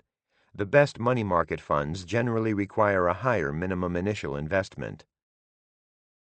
Tip: for investing short-term excess cash, you may first want to consider keeping it in your checking account. This option may make financial sense if the extra money helps you avoid monthly service charges on your checking account because your balance occasionally dips below the minimum. In fact, keeping money in a separate savings account rather than in your checking account may not benefit you if service charges wipe out your interest earnings. This is especially true with interest rates at such relatively low levels. Be sure to shop around for the best deals on your checking account because minimum balance requirements, service fees, and interest rates vary. Credit unions offer some of the best deals, although they usually don't offer extensive access to free ATMs. See Chapter 6. The largest banks with the most ATMs generally don't have the best terms on checking and savings accounts. Part 3. Investing in Stocks, Bonds, and Funds. In this part, discover how to make money with stocks. See how bonds can bring stability to your investment portfolio. Use mutual funds and exchange-traded funds to invest in stocks, bonds, and other common investments. Find out how to select the right brokerage firm. Chapter 8. Getting Your Slice of Capitalism with Stocks. In this chapter, understanding what a stock is, making money in stocks, choosing among various stock buying methods. Is it true that only the rich get richer and that to get ahead you have to know the right people? I've never been a fan of the class warfare that too often permeates partisan political discourse these days. One reason for my distaste is the simple truth that the facts are on the side of capitalism's being the best system to allow folks of all different means to better their lives and enjoy a good standard of living. Consider the opportunity to share in the upside presented by owning a stake in successful businesses. That's exactly what you're doing when you buy shares of stock, either through funds or directly through a stock exchange. You don't need big bucks or the right connections or inside information to earn handsome long-term returns in stocks. Trading on true inside information can land you in legal hot water. You simply need to read and digest the time-tested principles I present in this chapter. I explain what stocks are, how you can make money with them, and the pros and cons of the various methods for purchasing them. I also detail how to time your purchases and sales and how to sidestep disasters and maximize your chances for success. What are stocks? Entrepreneurs start companies, and at some point in that process, perhaps even many years after the company was initially formed, company founders may sell a portion of their shares of ownership in the company, known as stock. Some companies choose to issue stock to raise money, whereas others choose to issue bonds, which are simply loans that the company promises to repay. See Chapter 9.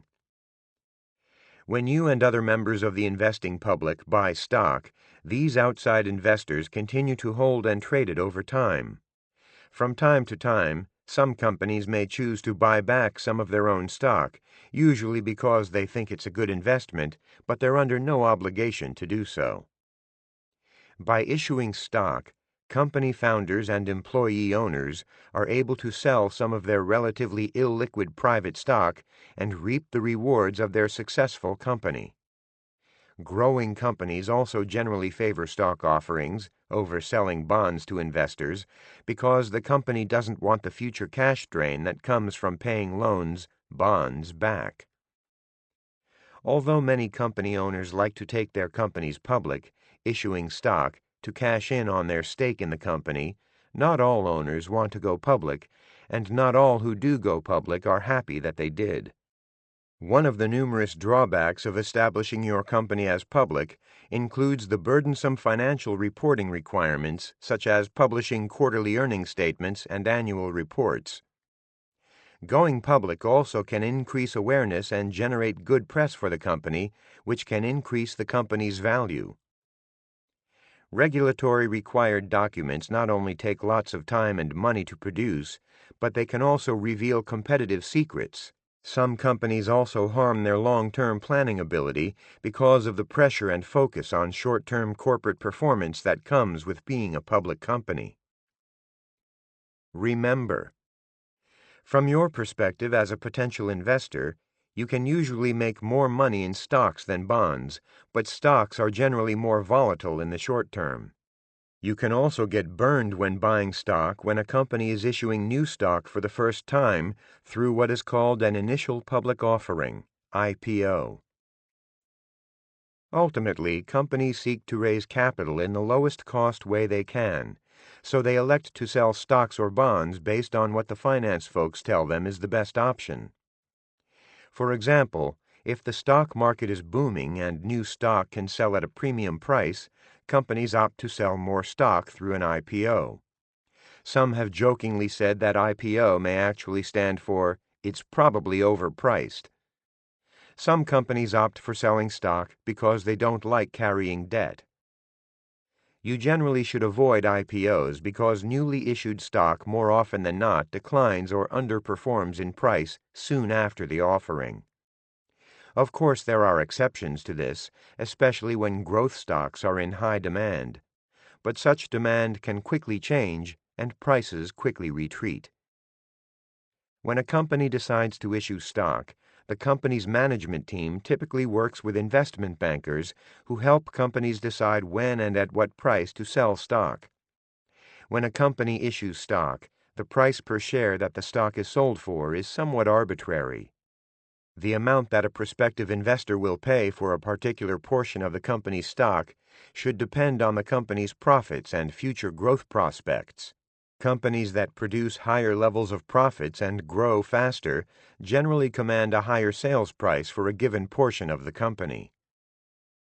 Remember, a stock's price per share by itself is meaningless in evaluating whether to buy a stock.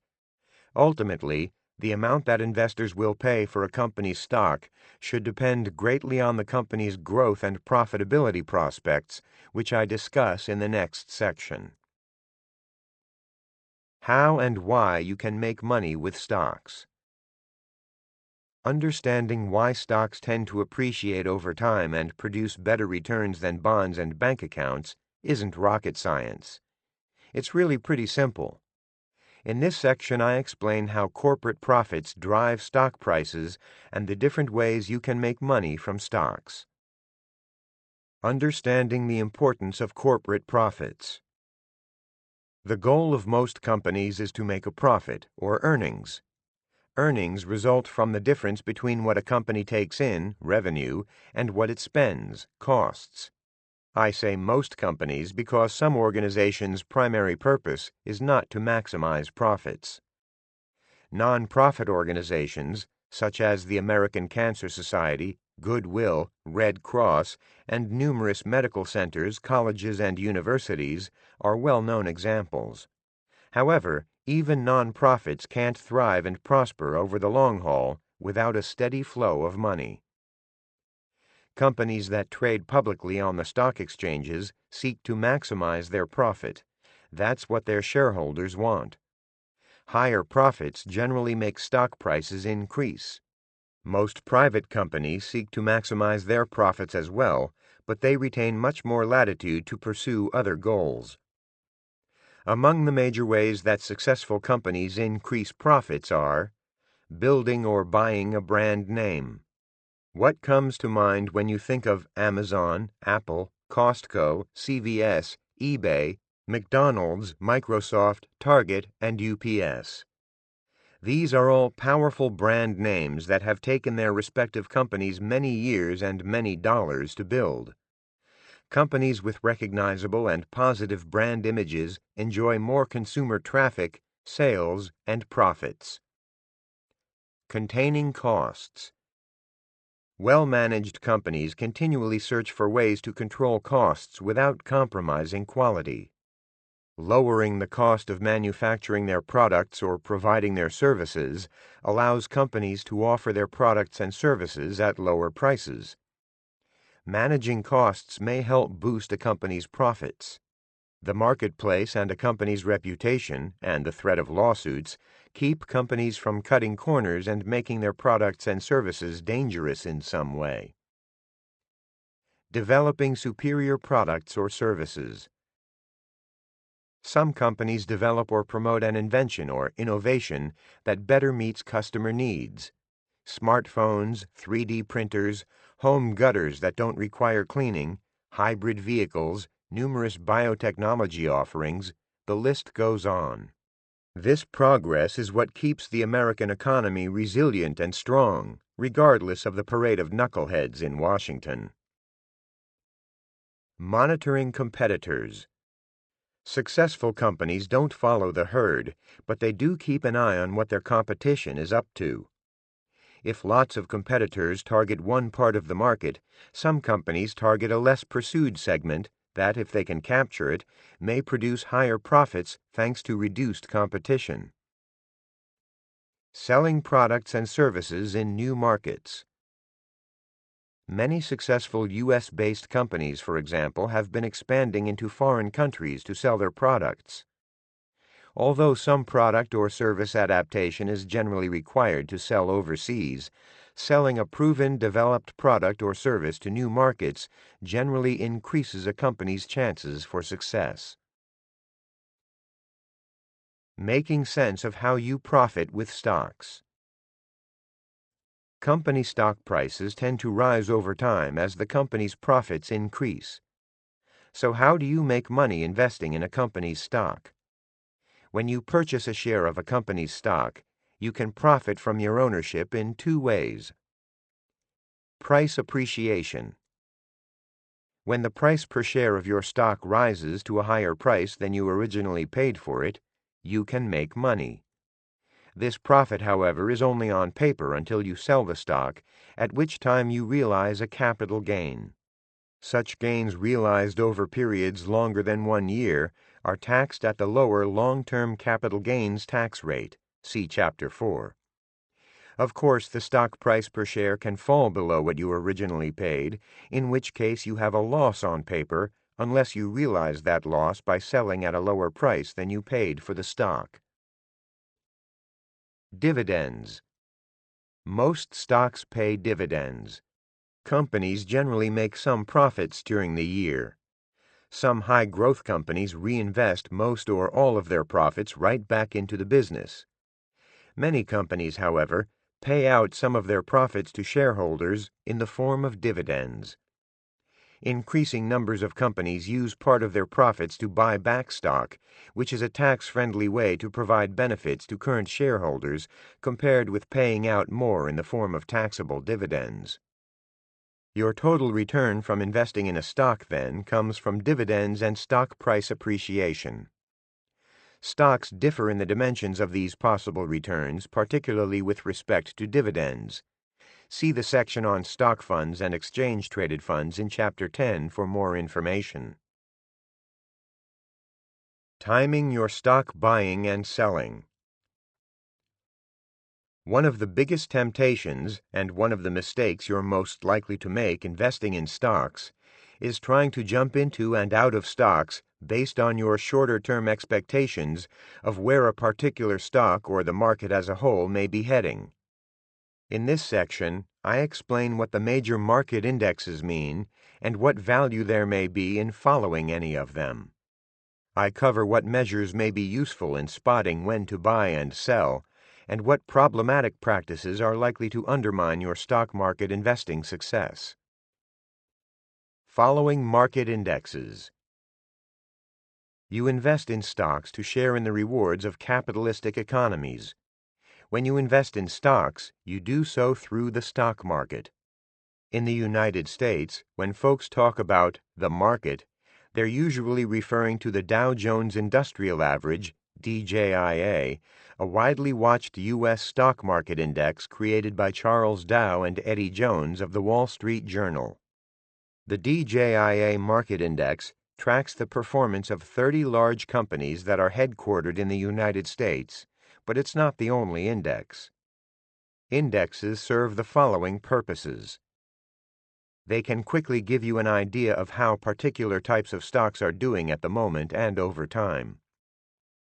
They enable you to compare or benchmark the performance of your stock market investments.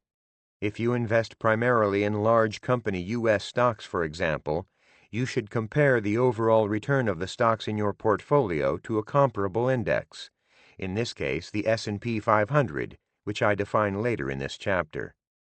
You may also hear about some other types of more narrowly focused indexes, including those that track the performance of stocks in particular industries, such as airlines, energy, financials, healthcare, retail, semiconductors, technology, and utilities. Other indexes cover other stock markets, such as those in the United Kingdom, Germany, France, Canada, and Hong Kong.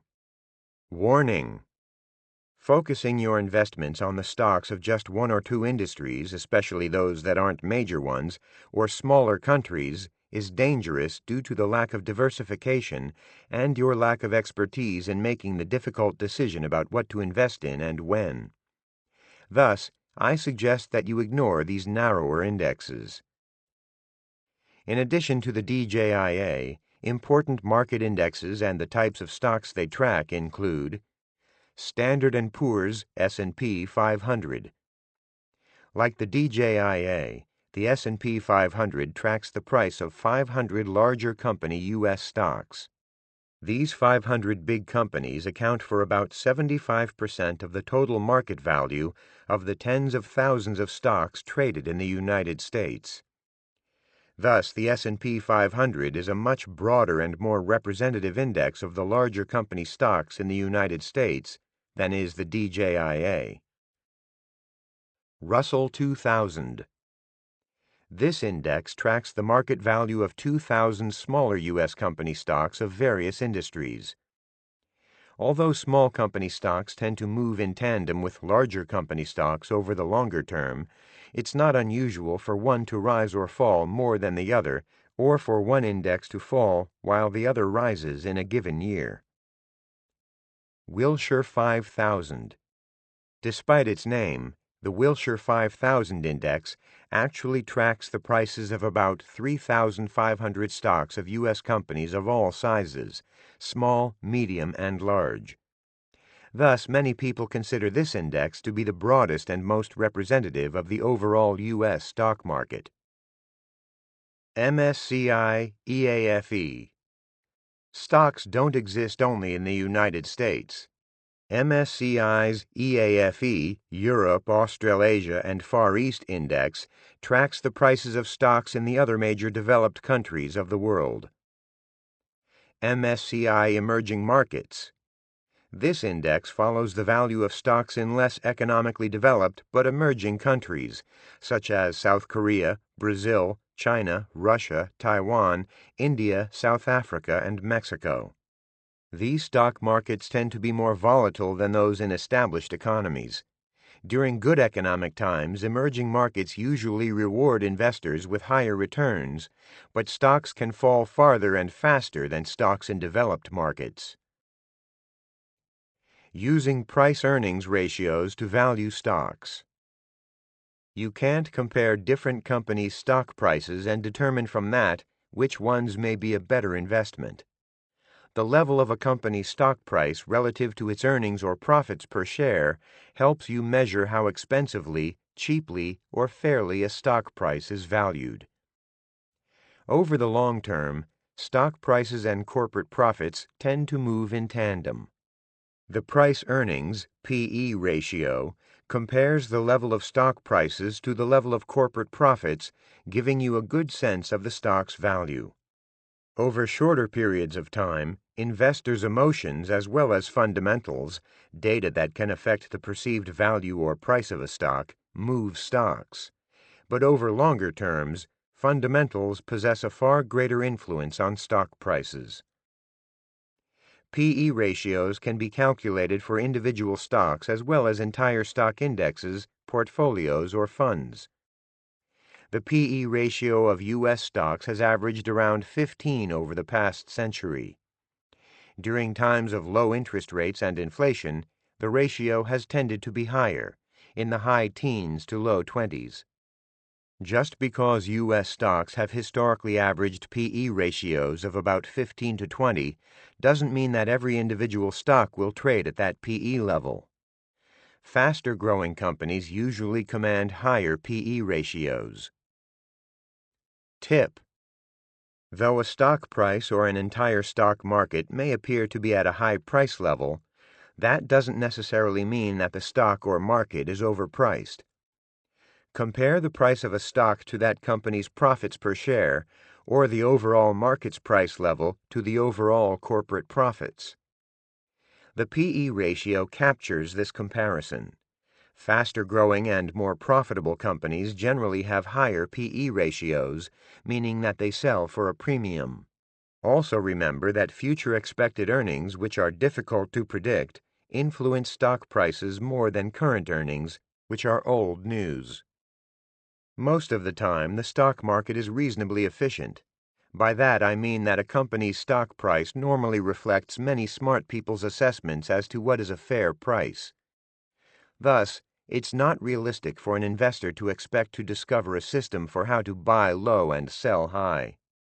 A few investors may have some ability to spot good times to buy and sell particular stocks, but doing so consistently is enormously difficult. Tip: the simplest and best way to make money in the stock market is to regularly feed new money into building a diversified and larger portfolio. If the market drops, you can use your new investment dollars to buy more shares. The danger of trying to time the market is that you may be out of the market when it appreciates greatly and in the market when it plummets. Avoiding temptations and hype. Because the financial markets move on the financial realities of the economy and companies, as well as on people's expectations and emotions, particularly fear and greed, you shouldn't try to time the markets. Knowing when to buy and sell is much harder than you may think. There are millions of investors around the world who follow stocks and companies closely, and they are well aware of all the news that you've likely been listening to and reading. What typically moves the stock market in the short term are surprises that few, if any, investors saw coming. Consider what happened, for example, in early 2020 with COVID-19 and how stocks got clobbered in a few weeks once it became clear that the government was going to mandate a widespread economic shutdown. Warning: as a young adult, you're in a position to take more risks because you're investing for the long haul. However, you should be careful that you don't get sucked into investing a lot of your money in aggressive instruments that seem to be in a hyped state. Many people don't become aware of an investment until it receives lots of attention.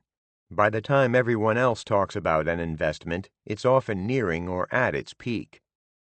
Investigate. Before you invest in any individual stock, no matter how great a company you think it is, you need to understand the company's line of business, strategies, competitors, financial statements, and P/E ratio versus the competition, among many other issues. Selecting and monitoring good companies take research, time, and discipline. Also, remember that if a company taps into a product line or way of doing business that proves to be highly successful, that success invites competition. So you need to understand the barriers to entry that a leading company has erected and how difficult or easy it is for competitors to join the fray. Warning: be wary of analysts' predictions about earnings and stock prices.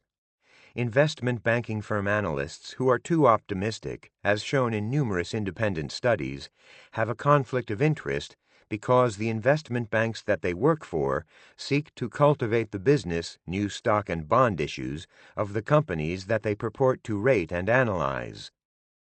Simply buying today's rising and analyst-recommended stocks often leads to future disappointment. If the company's growth slows or the profits don't materialize as expected, the underlying stock price can nosedive. Psychologically, it's easier for many folks to buy stocks after those stocks have had a huge increase in price. Just as you shouldn't attempt to drive your car looking solely through your rearview mirror, choosing investments solely on past performance usually leads novice investors into overpriced investments. If many people are talking about the stunning rise in the market and new investors pile in based on the expectation of hefty profits, tread carefully. I'm not saying that you need to sell your current stock holdings if you see an investment market getting frothy and speculative. As long as you diversify your stocks worldwide and hold other investments, such as real estate and bonds, the stocks that you hold in one market need to be only a portion of your total holdings. Remember, timing the markets is difficult. You can never know how high is high and when it's time to sell, and then how low is low and when it's time to buy. And if you sell non-retirement account investments at a profit, you end up sacrificing a lot of the profit to federal and state taxes. Getting past the gloom. During the 2008 financial crisis, panic and talk of another Great Depression was in the air, and stock prices dropped sharply. Peak to trough, global stock prices plunged more than 50%. While some companies went under and garnered lots of news headlines, those firms were few and were the exception rather than the norm. Many terrific companies weathered the storm, and their stock could be scooped up by investors with cash and courage at attractive prices and valuations. When bad news and pessimism abound and the stock market has dropped, it's actually a much safer and better time to buy stocks. You may even consider shifting some of your money out of your safer investments, such as bonds, and invest more aggressively in stocks. During these times, investors often feel that prices can drop further, but if you buy and wait, you'll likely be amply rewarded. Even when the economy is not obviously doing poorly, you can easily find concerns and reasons not to invest.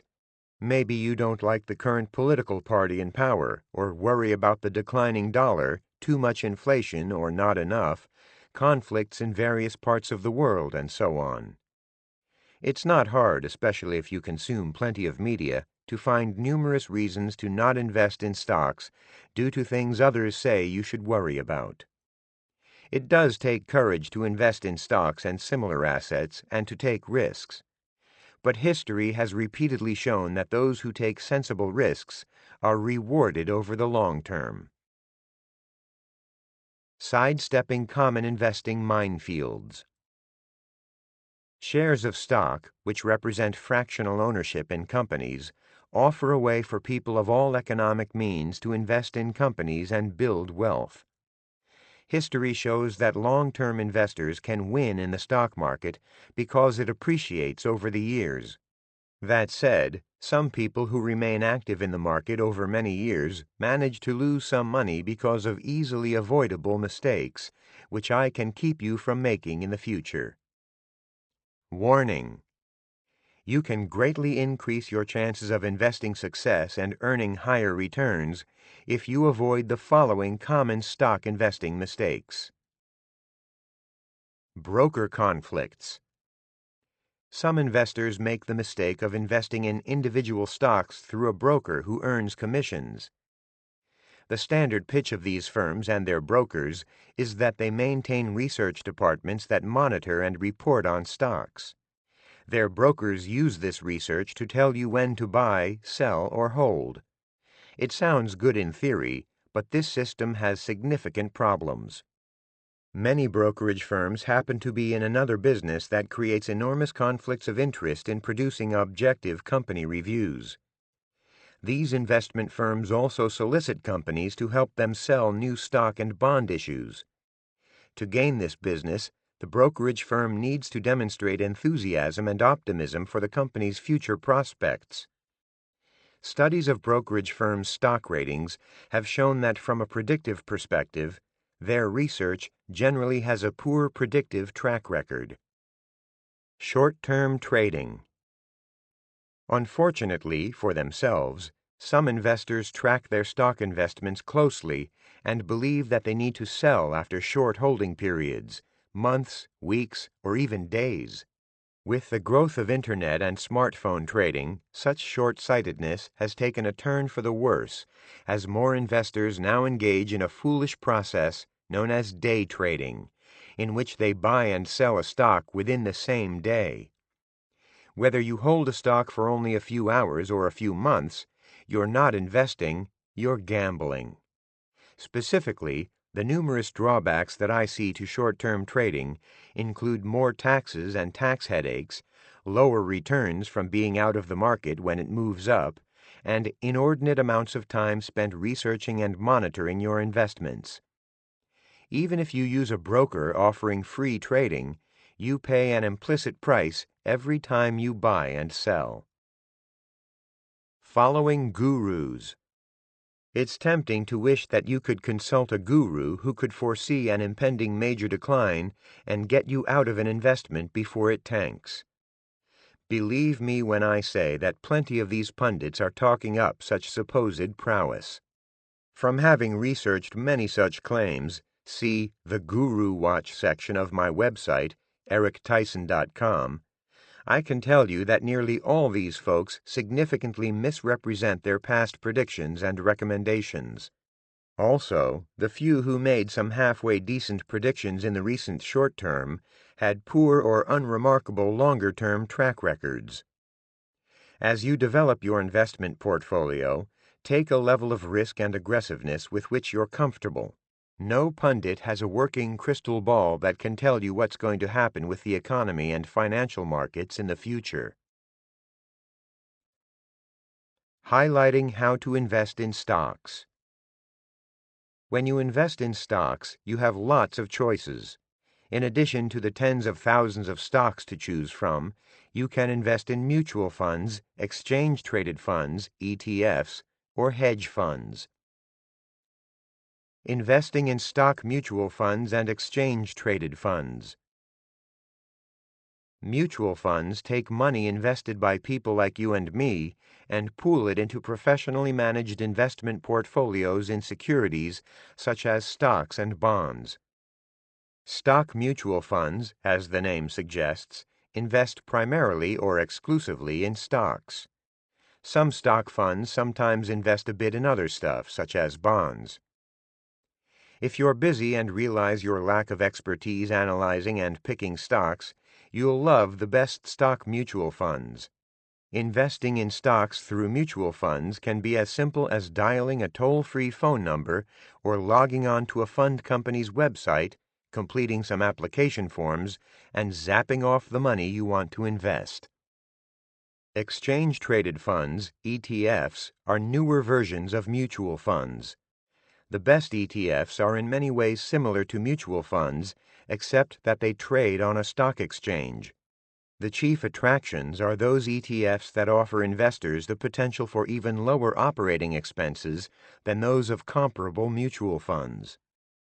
The best stock mutual funds and ETFs offer numerous advantages. Diversification. Buying individual stocks on your own is relatively costly through most brokers unless you buy reasonable chunks, 100 shares or so, of each stock. But to buy 100 shares each of, say, a dozen companies' stocks to ensure diversification, you may need about $60,000 if the stocks you buy average $50 per share. Professional management. Even if you have big bucks to invest, funds offer something that you can't deliver: professional full-time management. Mutual fund managers peruse a company's financial statements and otherwise track and analyze its business strategy and market position. The best managers put in long hours and possess lots of expertise and experience in the field. Low costs. To convince you that mutual funds and ETFs aren't good ways for you to invest, those with a vested interest, such as stock-picking pundits, may point out the high fees that some funds charge. But high-cost funds aren't the only ones out there. Through a no-load, commission-free mutual fund or ETF, you can hire a professional full-time money manager to invest $10,000 for a mere $10 to $50 per year. Mutual funds and ETFs, of course, have drawbacks.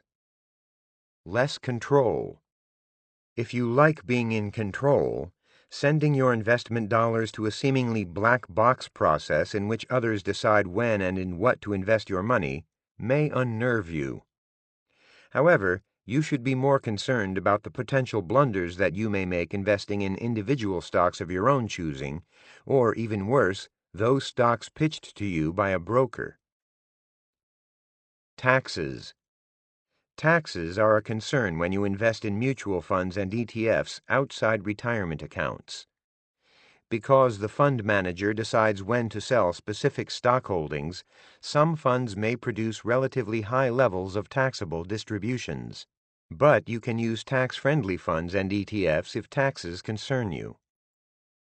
Investing through hedge funds. Like mutual funds, hedge funds are managed investment vehicles. An investment management team researches and manages the fund's portfolio. However, hedge funds are oriented toward affluent investors and typically charge steep fees: a 1.0% to 1.5% annual management fee, plus a 20% cut of the annual fund returns. Those high hedge fund fees depress their returns. Notwithstanding the small number of hedge funds that have produced better long-term returns, too many affluent folks invest in hedge funds due to the fund's hyped marketing and the badge of exclusivity they offer. Picking your own stocks. Plenty of investing blogs, gurus, and books enthusiastically encourage people to do their own stock picking. However, the vast majority of investors are better off not picking their own stocks. I've long been an advocate of people educating themselves and taking responsibility for their own financial affairs. But taking responsibility for your own finances doesn't mean you should do everything yourself. Some popular investing websites and books try to convince investors that they can do a better job than the professionals at picking their own stocks. Amateur investors, however, need to devote a lot of study to become proficient at stock selection. Many professional investors work 80 hours a week at investing, but you're unlikely to be willing or able to spend that much time on it. Researching individual stocks. When investing in stocks, I think you're better off sticking to mutual funds and ETFs.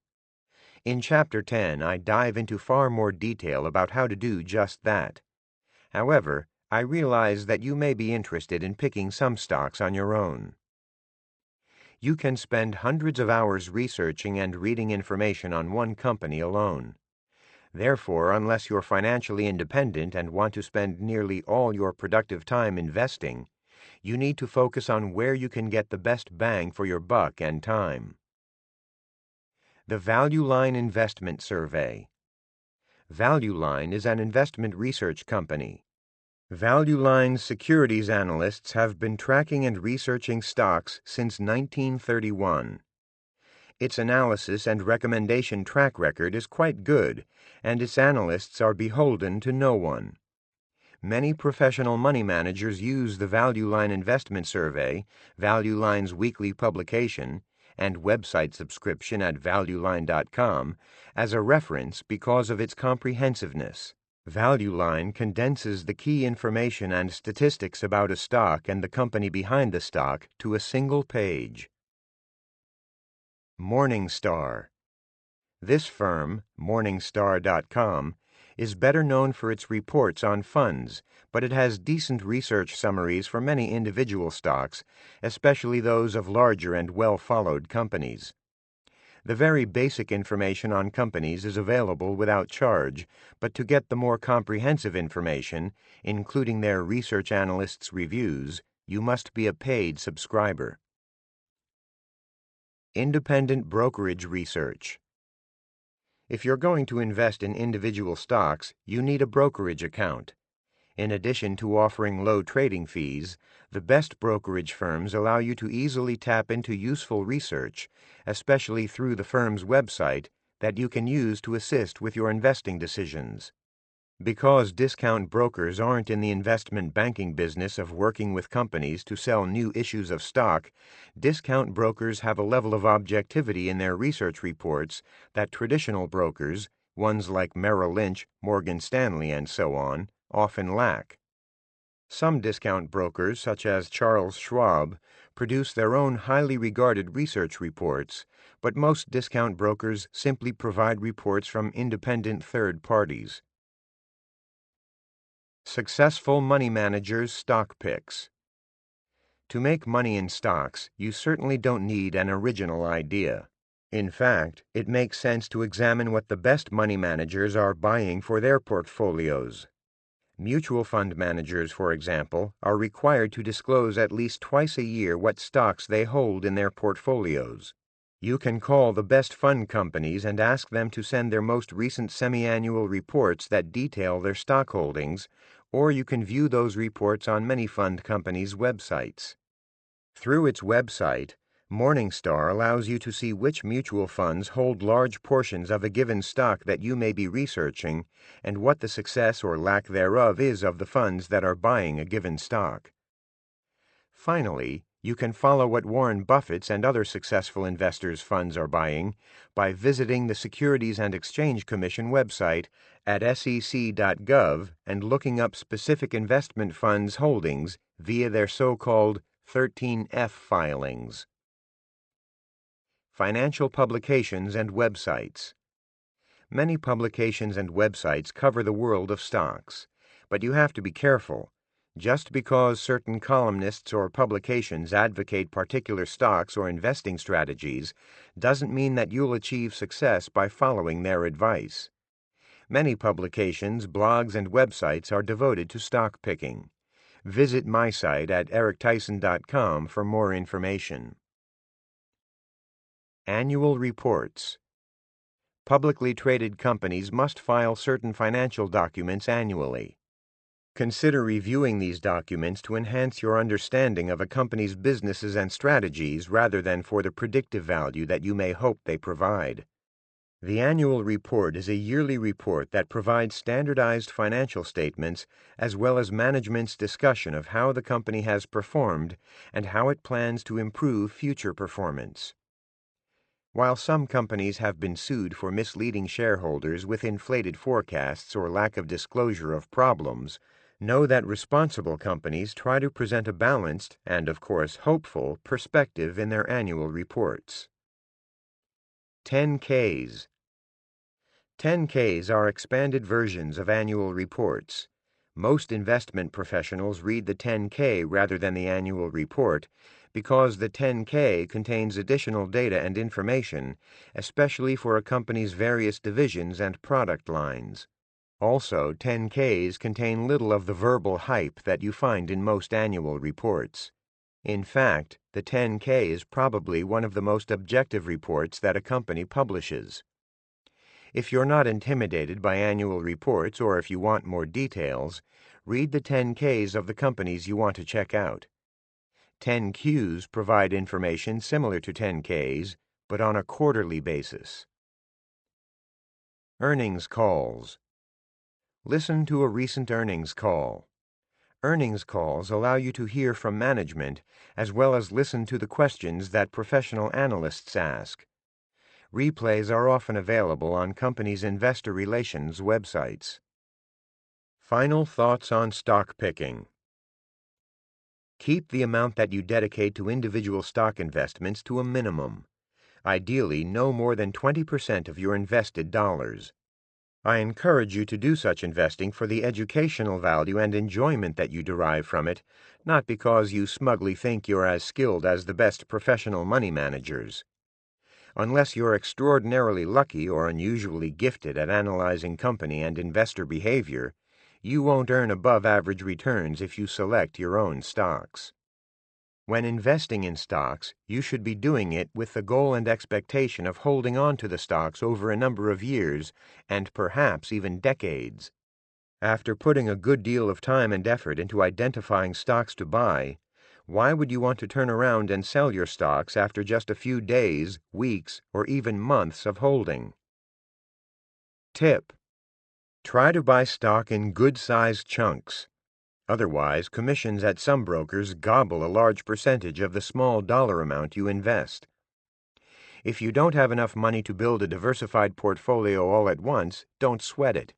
Diversify over time. Purchase shares of one stock after you have enough money accumulated, and then wait to buy the next stock until you've saved another chunk of money to invest. Maximizing your stock market returns. Anybody, no matter what their educational background, IQ, occupation, income, or assets, can make solid returns investing in stocks. To ensure your stock market investment success, remember the following. Don't try to time the markets. Anticipating where the stock market and specific stocks are heading is next to impossible, especially over the short term. Economic factors, which are influenced by thousands of elements as well as human emotions, determine stock market prices. Be a regular buyer of stocks with new savings. As I discuss earlier in this chapter, buy more stocks when prices are down and market pessimism is high. Diversify your investments. Invest in the stocks of different size companies in varying industries around the world. When assessing your investment's performance, examine your whole portfolio at least once a year and calculate your total return after expenses and trading fees. Keep trading costs, management fees, and commissions to a minimum. These costs represent a big drain on your returns. If you invest through an individual broker or a financial advisor who earns a living on commissions, odds are that you're paying more than you need to be, and you're likely receiving biased advice, too. Pay attention to taxes. Like commissions and fees, federal and state taxes are major investment expenses that you can minimize. Contribute most of your money to your tax-advantaged retirement accounts. You can invest your money outside retirement accounts, but keep an eye on taxes. See Chapter 4. Calculate your annual returns on an after-tax basis. Don't overestimate your ability to pick the big winning stocks. One of the best ways to invest in stocks is through mutual funds and ETFs, which allow you to use an experienced full-time money manager at a low cost to perform all the investing grunt work for you. See Chapter 10. Chapter 9. Securing Investment Income and Principal with Bonds. In this chapter, making sense of the various types of bonds, finding ways to incorporate bonds in a portfolio, choosing the best bonds for your situation. When you invest, it's fun and rewarding to see your investments grow over the years. Riskier investments like stocks and real estate can produce generous long-term returns well in excess of the rate of inflation.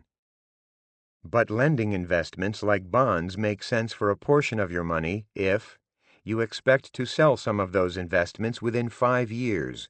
Stocks and other growth-oriented investments can fluctuate too much in value to ensure you're getting your principal back within 5 years. Investment volatility makes you nervous, or you just want to cushion some of the volatility of your other riskier investments. High-quality and shorter-term bonds tend to provide investors a smoother ride. You need more current income from your investments. Bonds tend to produce more income in the short term.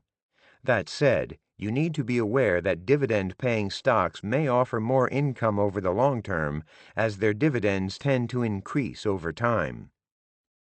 You don't need to make your money grow after inflation and taxes. Perhaps you're one of those rare folks who has managed to amass a nice-sized nest egg at a relatively young age, and you're less concerned with growing that money. Mind you, all these conditions need not apply for you to put some of your money into bonds, and in reality, it's just the first 2 points listed that would be more typical reasons for a young adult to consider some bonds. Also, this list isn't meant to be an exhaustive list of reasons to invest some money in bonds.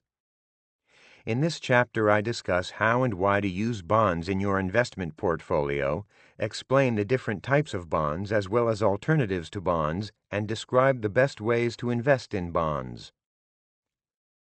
Defining bonds. Bonds are middle ground investments. They generally offer higher yields than bank accounts and less volatility than the stock market. That's why bonds appeal to safety-minded investors, as well as to otherwise aggressive investors who seek diversification or investments for short-term financial goals. Bonds differ from one another according to several factors: the entities that issue the bonds, which has important associated income tax implications, credit quality, and time to maturity. After you have a handle on these issues, you're ready to consider investing in bond mutual funds, exchange-traded bond funds, and perhaps even some individual bonds, although I caution you especially against jumping into individual bonds, which can be minefields for inexperienced investors. Unfortunately, due to shady marketing practices by some investing companies and bond salespeople, you can have your work cut out for you while trying to get a handle on what many bonds really are and how they differ from their peers. I walk you through how bonds differ from one another in this section. Understanding bond issuers. A major dimension in which bonds differ is the organizations that issued the bonds. The issuer of a bond is actually borrowing money from the folks who buy the bonds when they're originally sold. Remember, who issues a bond is hugely important. First, it determines how likely the bond issuer is to be able to pay back the bond's principal when the bonds mature. Second, the type of entity doing the bond issuance determines the federal and state income taxation of the bond's interest payments. The following list covers the major options for who issues bonds in order of popularity and tells you when each option may make sense for you. Corporate bonds. Companies such as CVS, Delta Airlines, Disney, Microsoft, Tesla, and Visa issue corporate bonds. Corporate bonds pay interest that's fully taxable at the federal and state levels. Thus, such bonds make sense for investing inside retirement accounts. Lower tax bracket investors can consider investing in such bonds outside a tax-sheltered retirement account. Higher tax bracket investors should consider municipal bonds, which appear later in this list. Treasury bonds. Treasuries are issued by the U.S. government. Treasuries pay interest that's state tax-free but federally taxable. Thus, they make sense if you want to avoid a high state income tax bracket, but not a high federal income tax bracket. However, most people in a high state income tax bracket also happen to be in a high federal income tax bracket. Such investors may be better off in municipal bonds explained next, which are both free of federal and state income tax in their state of issuance. The best use of treasuries is in place of bank certificates of deposit, CDs, as both types of investments have government backing.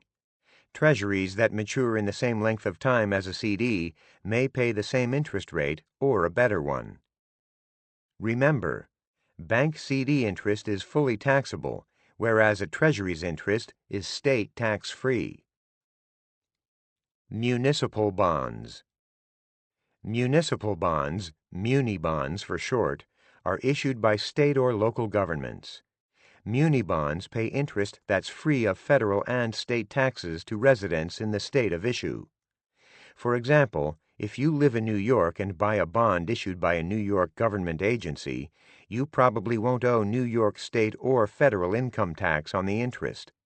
The government organizations that issue municipal bonds know that the investors who buy these bonds don't have to pay most or any of the income tax that is normally assessed on other bonds' interest payments. Therefore, the issuing governments can pay a lower rate of interest. If you're in a high tax bracket and want to invest in bonds outside of your tax-sheltered retirement accounts, compare the yield on a given muni bond or muni bond fund to the after-tax yield on a comparable taxable bond or bond fund. Convertible bonds. Convertible bonds are bonds that you can convert under a specified circumstance into a preset number of shares of stock in the company that issued the bond. Although these bonds do pay taxable interest, their yield is lower than that of non-convertible bonds because convertibles offer you the potential to make more money from the underlying stock. International bonds. You can buy bonds issued in foreign countries. These international bonds, which can be issued by foreign companies and governments, are riskier because their interest payments can be offset by currency price changes. The prices of foreign bonds tend not to move in tandem with U.S. bonds. Foreign bond values benefit from, and thus protect against, a declining U.S. dollar. Therefore, they offer some diversification value. Conversely, when the U.S. dollar appreciates versus most currencies, which happened during the early 1980s, from 1995 to 2002, and during the early 2010s, that lowers a U.S. investor's return on foreign bonds. Foreign bonds aren't vital holdings for a diversified portfolio. They're generally more expensive to purchase and hold than comparable domestic bonds. Treasury inflation-protected securities, TIPS. The U.S. government offers bonds called Treasury inflation-protected securities, TIPS. Compared with traditional Treasury bonds, TIPS usually carry a lower interest rate. The reason for this lower rate is that the other portion of your return with these inflation-indexed bonds comes from the annual inflation adjustment to the principal you invest. The inflation portion of the return gets added back into the principal yearly. If you invest $10,000 in an inflation-indexed bond, and inflation is 3% the first year you hold the bond, your principal increases to $10,300 at the end of the first year. What's potentially attractive about these bonds is that no matter what happens with the rate of inflation, investors who buy TIPS earn some return, the yield or interest rate paid, above and beyond the rate of inflation, especially when held to maturity. Thus, holders of inflation-indexed treasuries can't have the purchasing power of their principal or interest eroded by high inflation. Because inflation-indexed treasuries protect investors from the ravages of inflation, they represent less risky securities. But consider this little-known fact. If the economy experiences deflation, falling prices, your principal isn't adjusted down, so these bonds offer some deflation protection as well. Technically, the principal can't fall below the original par amount, but it can decline back to that level. So if you buy a TIPS that was issued a while ago, and it has had the principal factored higher due to inflation, you could suffer a declining principal if deflation occurs. Considering credit default risk. Closely tied to what organizations are actually issuing the bonds, bonds also differ in the creditworthiness of their issuers. Credit rating agencies such as Moody's, Standard & Poor's, and Fitch rate the credit quality and likelihood of default of bonds. The credit rating of a bond depends on the issuer's ability to pay back its debt.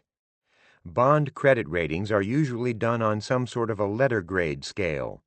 AAA usually is the highest rating, and ratings descend through AA and A, followed by BBB, BB, B, CCC, CC, C, and so on. AAA and AA rated bonds are considered to be high-grade or high credit quality bonds. Such bonds possess little chance of default, a fraction of 1%. BBB rated bonds are considered to be investment grade or general quality bonds. BB or lower rated bonds are known as junk bonds, or as their marketed name, high yield bonds. Junk bonds, also known as non-investment grade bonds, are more likely to default. Perhaps as many as 2% per year actually default, but it can spike higher during downturns. Tip: to minimize investing in bonds that default, purchase highly rated bonds. Now, you may ask why investors would knowingly buy a bond with a low credit rating. They may purchase one of these bonds because the issuer pays a higher interest rate on lower quality bonds to attract investors. The lower a bond's credit rating and quality, the higher the yield you can and should expect from such a bond. Warning: poorer quality bonds aren't for the faint of heart because they're generally more volatile in value. I don't recommend buying individual high-yield/junk bonds. Consider investing in these only through a well-run high-yield/junk bond fund. Keep in mind that the volatility profile for such a bond fund is closer to stocks than it is for high-grade corporate bonds. Making sense of bond maturities. Bonds are generally classified by the length of time until maturity. Maturity simply means the time at which the bond promises to pay back your principal if you hold the bond. Maturity could be next year, in 7 years, in 15 years, and so on. Bond classifications are as follows. Short-term bonds mature in the next few years. Intermediate-term bonds come due within 3 to 10 years. Long-term bonds mature in more than 10 years and generally up to 30 years. Warning: a small number of companies, such as Coca-Cola, Disney, Ford, and IBM, have issued 100-year bonds. I don't recommend buying such bonds, however, especially those issued during a period of low interest rates, because they get hammered if long-term interest rates spike higher. There's also a lot more time for the borrower to default. That's what happened with now-failed retailer J.C. Penney's 100-year bonds issued in the late 1990s. You should care how long a bond takes to mature because maturity gives you some sense of how volatile a bond may be if overall market interest rates change. If interest rates fall, bond prices rise. If interest rates rise, bond prices fall. Longer-term bonds generally drop more in price when the overall level of interest rates rises. If you hold a bond until it matures, you get your principal back unless the issuer defaults. In the meantime, however, if interest rates rise, bond prices fall. The reason is simple. If the bond that you hold is issued at, say, 3%, and interest rates on similar bonds rise to 5%, no one, except someone who doesn't know any better, will want to purchase your 3% bond. The value of your bond has to decrease enough so it effectively yields 5%. Most of the time, long-term bonds pay higher yields than short-term bonds do. You can look at a chart of the current yield of similar bonds plotted against when they mature, a chart known as a yield curve. At most times, this curve slopes upward. Investors generally demand a higher rate of interest for taking the risk of holding longer-term bonds. Using bonds in a portfolio. Investing in bonds is a time-honored way to earn a better rate of return on money that you don't plan to use within the next couple of years or more, but without the relatively high short-term volatility and larger downside risk of stocks. Like stocks, bonds can generally be sold any day that the financial markets are open. In this section, I discuss how to use bonds as an investment and explain how bonds compare with other lending investments. Finding uses for bonds. Because their value fluctuates, you're more likely to lose money if you're forced to sell your bonds sooner rather than later. In the short term, if the bond market happens to fall and you need to sell, you could lose money. In the long term, as is the case with stocks, you're far less likely to lose money. Following are some common situations in which investing in bonds can make sense. You're looking to make a major purchase. This purchase should be one that won't happen for at least 2 years, examples including buying a car or a home. Short-term bonds may work for you as a higher-yielding and slightly riskier alternative to money market funds. You want to diversify your portfolio. Bonds don't move in lockstep with the performance of other types of investments, such as stocks.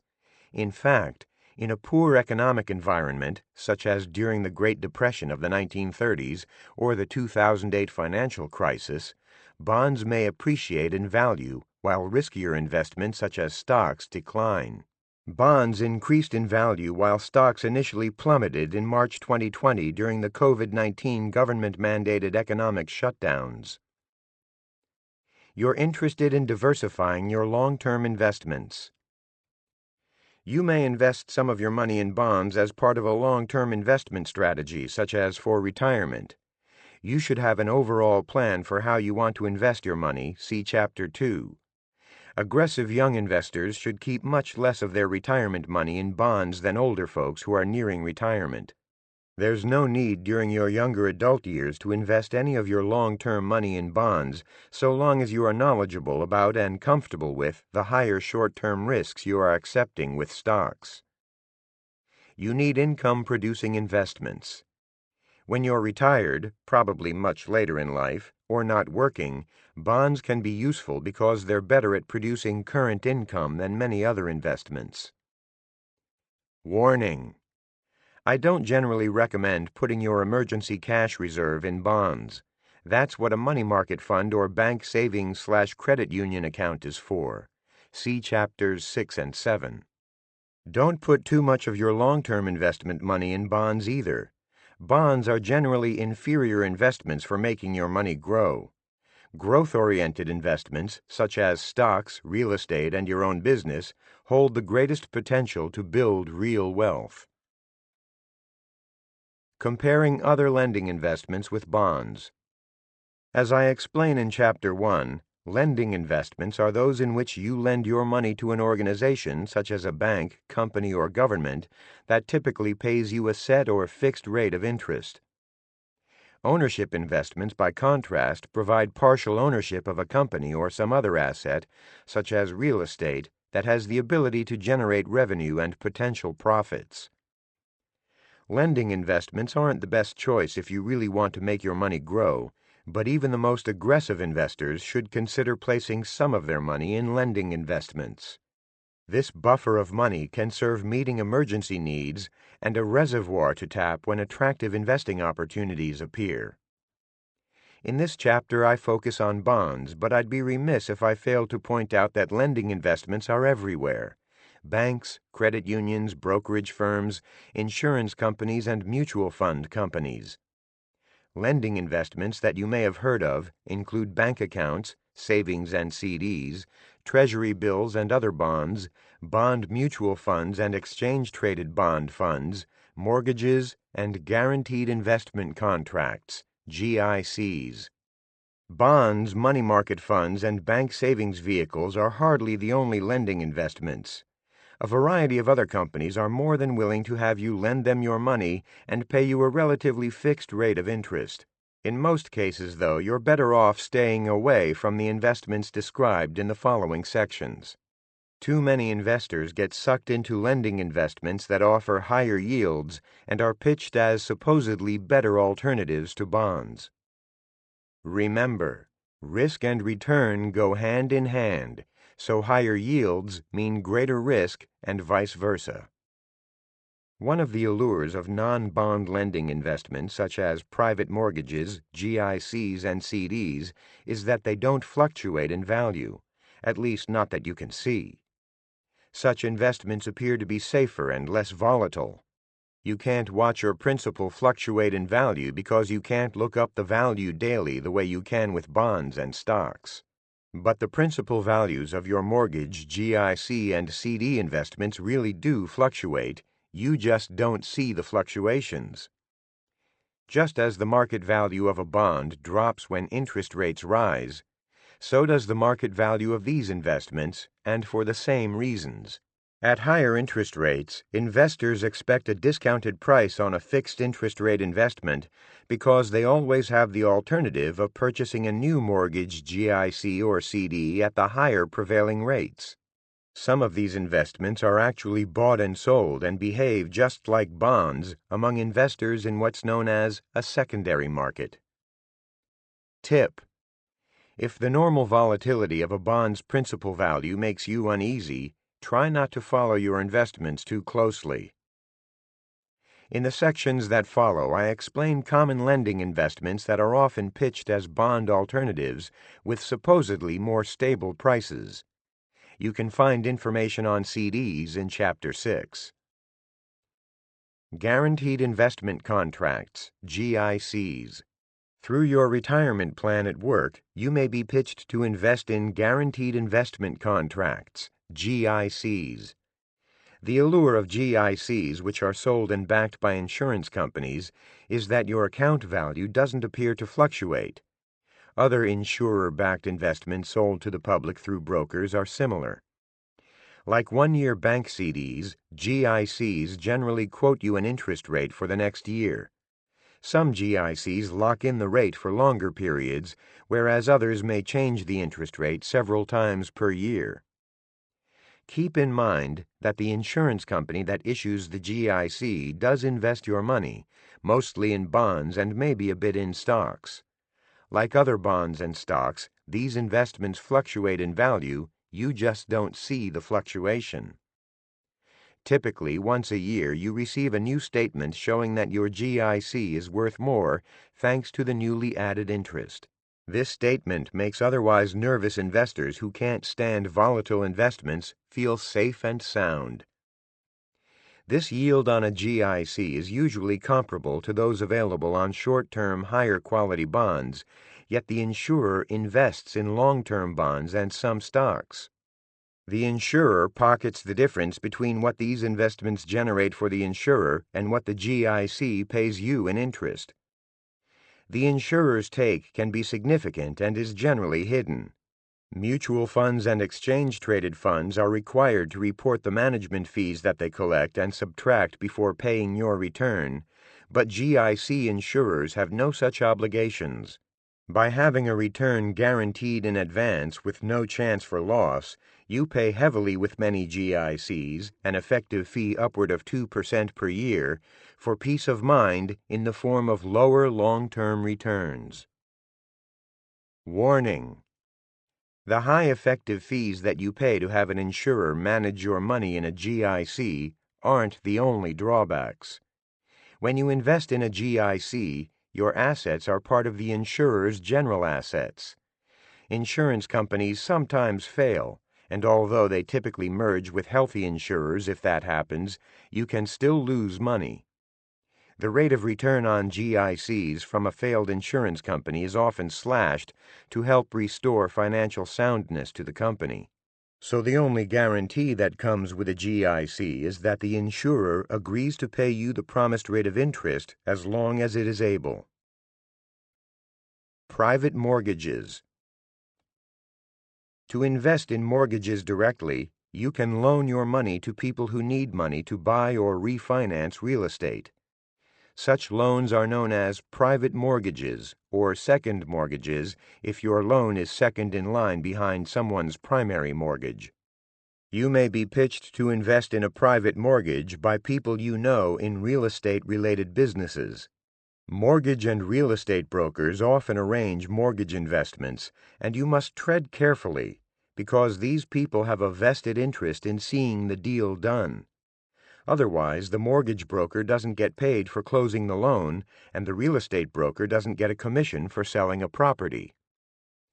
Private mortgage investments appeal to investors who don't like the volatility of the stock and bond markets and who aren't satisfied with the seemingly low returns on bonds or other common lending investments. Private mortgages appear to offer the best of both worlds: stock market-like returns without the volatility that comes with stocks. One broker who also happens to write about real estate wrote an article describing mortgages as the perfect real estate investment and added that mortgages are a high-yield, low-risk investment. The writer/broker further gushed that mortgages are great investments because you have little or no management, no physical labor. You may know by now that a low-risk, high-yield investment doesn't exist. Earning a relatively high interest rate goes hand in hand with accepting relatively high risk. The risk is that the borrower can default, which leaves you holding the bag. In the mid to late 2000s, mortgage defaults skyrocketed. More specifically, you can get stuck with a property that you may need to foreclose on, and if you don't hold the first mortgage, you're not first in line with a claim on the property. The fact that private mortgages are high risk should be obvious when you consider why the borrower elects to obtain needed funds privately rather than go through a traditional mortgage lender like a bank. Put yourself in the borrower's shoes. As a property buyer or owner, if you can obtain a mortgage through a conventional lender such as a bank, wouldn't you do so? After all, banks generally give better interest rates. If a mortgage broker offers you a deal where you can, for example, borrow money at 8% when the going bank rate is, say, 4%, the deal must carry a fair amount of risk. Investigate. I recommend that you generally avoid investing in private mortgages. If you really want to invest in such mortgages, you must do some time-consuming homework on the borrower's financial situation. A banker doesn't lend someone money without examining a borrower's assets, liabilities, and monthly expenses, and you shouldn't either. Be careful to check the borrower's credit and get a large down payment, at least 20%. The best circumstance in which to be a lender is if you sell some of your own real estate and you're willing to act as the bank and provide the financing to the buyer in the form of a first mortgage. Also recognize that your mortgage investment carries interest rate risk. If you need to sell it early, you'll have to discount it, perhaps substantially if interest rates have increased since you purchased it. Try not to lend so much money on one mortgage that it represents more than 5% of your total investments. If you're willing to lend your money to borrowers who carry a relatively high risk of defaulting, consider investing in high-yield junk bond mutual funds or exchange-traded funds instead. See Chapter 10. With these funds, you can at least diversify your money across many borrowers, and you benefit from the professional review and due diligence of the fund management team. You can also consider lending money to family members. How and where to invest in bonds. You can invest in bonds in one of two major ways. You can invest in a professionally selected and managed portfolio of bonds via a bond mutual fund or exchange-traded fund, ETF, or you can purchase individual bonds. In this section, I help you decide how to invest in bonds. If you want to take the individual bond route, I cover that path here, including the purchasing process for various types of bonds such as treasuries, which are different in that you can buy them directly from the government. If you fall on the side of mutual funds and ETFs, see Chapter 10 for all the details. Choosing between bond funds and individual bonds. Unless the bonds you're considering purchasing are easy to analyze and homogeneous, such as treasury bonds, you're generally much better off investing in bonds through a mutual fund or ETF. Here's why. Diversification is easy with funds and much more difficult with individual bonds. You shouldn't put your money in a small number of bonds of companies in the same industry or that mature at the same time. It's difficult to cost-effectively build a diversified bond portfolio with individual issues unless you have more than $1 million that you want to invest in bonds.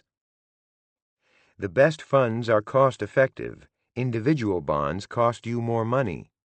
Great bond funds are yours for less than 0.3% per year in operating expenses. See Chapter 10. If you purchase individual bonds through a broker, you're going to pay a commission. In most cases, the commission cost is hidden. The broker quotes you a price for the bond that includes the commission. Even if you use a discount broker, these fees take a healthy bite out of your investment. The smaller the amount you invest, the bigger the percentage bite. On a $1,000 bond, the commission fee can equal several percent. You have better things to do with your time than research bonds and go bond shopping. Bonds are boring to most, and bonds and the companies that stand behind them aren't simple to understand. Did you know, for example, that some bonds can be called before their maturity dates? Companies may call bonds, which means they repay the principal before maturity to save money if interest rates drop from the level at which the bond was originally issued.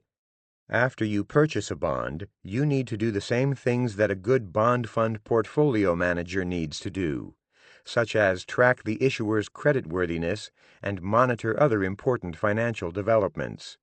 In addition to the direction of overall interest rates, changes in the financial health of the issuing entity company that stands behind the bond strongly affect the price of an individual bond.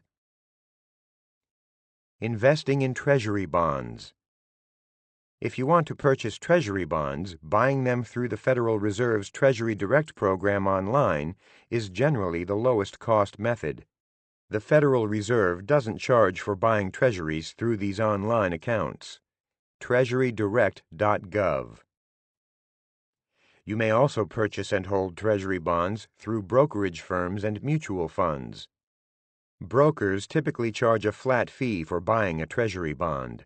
Buying treasuries through a brokerage account makes sense if you hold other securities through the brokerage account and you like the ability to quickly sell a treasury bond that you hold. Selling treasury bonds held through the Federal Reserve is a hassle, as you must transfer the bonds out to a broker to do the selling for you. The advantage of a fund that invests in treasuries is that it typically holds treasuries of differing maturities, thus offering diversification. You can generally buy and sell no-load, commission-free treasury bond funds easily and without fees. Funds, however, do charge an ongoing management fee. See Chapter 10 for my recommendations of treasury mutual funds with good track records and low management fees. Investing in non-treasury individual bonds. Purchasing other types of individual bonds, such as corporate and mortgage bonds, is a much more treacherous and time-consuming undertaking than buying treasuries. Here's my advice for doing it right and minimizing the chance of mistakes. Buy quality, not yield. Yes, junk bonds pay higher yields, but they also have a much higher chance of default. Also, did you know what a subprime mortgage was before it was all over the news that defaults were on the rise, just as the 2008 financial crisis and severe recession were unfolding? Subprime mortgages are mortgage loans made to borrowers with lower credit ratings who pay higher interest rates because of their higher risk of default. You're not a professional money manager who's trained to spot problems and red flags. Stick with highly rated bonds so you don't have to worry about and suffer through these unfortunate consequences. Diversify. Invest in and hold bonds from a variety of companies in different industries to buffer changes in the economy that adversely affect one industry or a few industries more than others. Of the money that you want to invest in bonds, don't put more than 5% in any one bond. Diversification requires a large amount to invest, given the size of most bonds, and trading fees erode your investment balance if you invest too little. If you can't achieve this level of diversification, use a bond fund. Understand that bonds may be called early. Many bonds, especially corporate bonds, can legally be called before maturity. In this case, the bond issuer pays you back early because it doesn't need to borrow as much money, or because interest rates have fallen and the borrower wants to issue new bonds at a lower interest rate. Be especially careful about purchasing bonds that were issued at higher interest rates than those that currently prevail. Borrowers pay off such bonds first. Shop around. Just like when you buy a car, shop around for good prices on the bonds you have in mind. The hard part is doing an apples-to-apples comparison because brokers may not offer exactly the same bonds. Remember that the two biggest determinants of what a bond should yield are its maturity date and its credit rating. Beware of using commission-based brokers. Many of the worst bond investing disasters have befallen customers of such brokerage firms. Your best bet is to purchase individual bonds through discount brokers. Evaluating individual bonds you currently hold. Perhaps you've already bought some bonds or inherited them. If you already own individual bonds and they fit your financial objectives and tax situation, you can hold them until maturity, because you already paid a commission when you purchased them. Selling the bonds before their maturity would just create an additional fee. When the bonds mature, the broker who sold them to you will probably be more than happy to sell you some more. That's the time to check out good bond funds. See Chapter 10. Remember, don't mistakenly think that your current individual bonds pay the yield that they had when they were originally issued. That yield is the number listed in the name of the bond on your brokerage account statement. As the market level of interest rates changes, the effective yield, the interest rate payment divided by the bond's price on your bonds, fluctuates to rise and fall with the market level of rates for similar bonds. So if rates have fallen since you bought your bonds, the value of those bonds has increased, which in turn reduces the effective yield that you're earning on your invested dollars. Chapter 10. Fund Investing. Mutual funds and exchange-traded funds. In this chapter, matching funds to meet your objectives, putting together and managing a fund portfolio, exploring alternatives to funds. This chapter is all about investing through funds, mutual funds and exchange-traded funds, ETFs. Mutual funds are simply pools of money from investors that a mutual fund manager uses to buy a bunch of stocks, bonds, and other assets that meet the fund's investment criteria. The best ETFs are quite similar to mutual funds, specifically index mutual funds. Such ETFs generally track a major market index. Some ETFs, however, track narrowly focused indexes, such as an industry group or small country. Others are actively managed and have a changing portfolio over time, just as you would with an actively managed mutual fund. The most significant difference between a mutual fund and an ETF is that to invest in an ETF, You must buy it through a stock exchange where the ETF trades, just as individual stocks trade. Mutual funds are typically bought through the fund company and don't trade during the trading day, but instead close out orders received by 4 p.m. EST. Different types of funds can help you meet various financial goals. You can use money market funds for something most everybody needs, an emergency savings stash of 3 to 6 months' living expenses. Or perhaps you're thinking about saving for a home purchase, retirement, or future educational costs. If so, you can consider some stock and bond funds.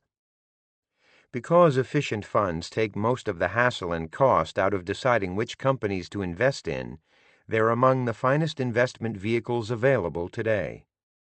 Also, funds enable you to have some of the world's best money managers direct the investment of your money. In this chapter, I discuss how to match funds to your investing objectives and assemble a portfolio of superior funds. I also cover alternatives to funds. Understanding the advantages of funds. The best funds are superior investment vehicles for people of all economic means, and they can help you accomplish many financial objectives. The following list highlights the main reasons for investing in funds rather than in individual securities. If you want to invest in individual stocks, see Chapter 8. Low cost. Funds spread the cost of research over many investors. The most efficiently managed mutual funds cost less than 1% per year in fees, and many far lower. Bonds and money market funds usually cost much less, in the neighborhood of 0.3% per year or less. Some of the larger and more established funds can charge annual fees less than 0.2% per year. That's less than a $2 annual charge per $1,000 you invest. The best and lowest cost index funds and ETFs generally charge 0.1% per year or less. Diversification. Funds generally invest in dozens of securities. Diversification is a big attraction for many investors who choose funds because proper diversification increases the chance that the fund will earn higher returns with less risk. Most funds own stocks or bonds in dozens of companies, thus diversifying against the risk of problems from any single company or sector.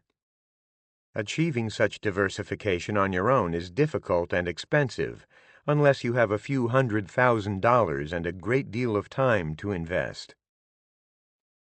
Professional management. Fund investment companies hire a portfolio manager and researchers whose full-time jobs are to analyze and purchase suitable investments for the fund. These people screen the universe of investments for those that meet the fund's stated objectives.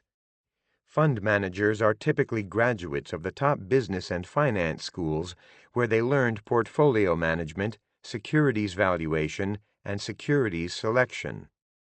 Many have additional investing credentials, such as Chartered Financial Analyst (CFA) certification. The best fund managers also typically possess more than 10 years' experience analyzing and selecting investments. For fund managers and researchers, finding the best investments is a full-time job.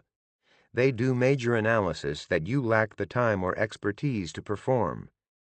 Their activities include assessing companies' financial statements, interviewing company managers to hear the company's business strategies and vision, examining competitors' strategies, speaking with companies' customers, suppliers, and industry consultants, attending trade shows, and reading industry periodicals. Achievable investment minimums. Many mutual funds have minimums of $1,000 or less. Retirement account investors can often invest with even less. Some funds even offer monthly investment plans, so you can start with as little as $50 per month. Heck, some fund companies now have zero minimums on select funds, like the Fidelity Zero Index funds. ETFs are generally even better in this department because there are no minimums overall, although you need to weigh potential brokerage costs of buying and selling ETF shares. Some fund companies and brokers do offer their own and certain other companies' ETFs free of brokerage fees. Funds to fit varying needs. You can select funds that match the ratio of risk to reward you need to meet your financial goals. If you want your money to grow over a long period, and if you can handle down as well as up years, choose stock-focused funds. If you seek current income and don't want investments that fluctuate as widely in value as stocks do, consider some bond funds. If you want to be sure that your invested principal doesn't decline in value because you may need to use your money in the short term, select a money market fund. Most investors choose a combination of these types of funds to diversify and to accomplish different financial goals. High financial safety. Fund companies can't fail because the value of fund shares fluctuates as the securities in the fund rise and fall in value. For every dollar of securities that they hold for their customers, mutual funds and ETFs have a dollar's worth of securities. The worst that can happen with a fund is that if you want your money, you may get less money than you originally put into the fund due to a market value decline of the fund's holdings, but you won't lose all your original investment. For added security, the specific stocks, bonds, and other securities that a mutual fund buys are held by a custodian, a separate organization independent of the mutual fund company. A custodian ensures that the fund management company can't abscond with your funds. Accessibility. Funds are set up for people who value their time and don't like going to a local branch office and standing in lines. You can fill out a simple form, often online if you want, and authorize electronic transfers from your bank or other accounts, or write a check to make your initial investment. Then you typically can make subsequent investments by sending money electronically or other convenient methods. Many fund companies and investment brokerage firms also allow you to transfer money electronically back and forth from your bank account. Selling shares of your mutual fund usually is simple too. Generally, all you need to do is visit its website, use its app, or call the fund company's toll-free number to make the arrangements. Maximizing your chances for fund investing success. I recommend using some straightforward, common-sense, easy-to-use criteria when selecting funds to greatly increase your chances of fund investing success. The criteria presented in this section have proven to dramatically increase your fund investing returns. My website, erictyson.com, has details on research and studies that validate these criteria. Understanding the importance of performance and risk.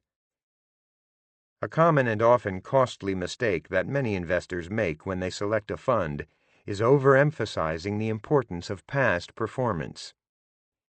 The shorter the time period you analyze, the greater the danger that you'll misuse high past performance as an indicator for a fund's likely future performance.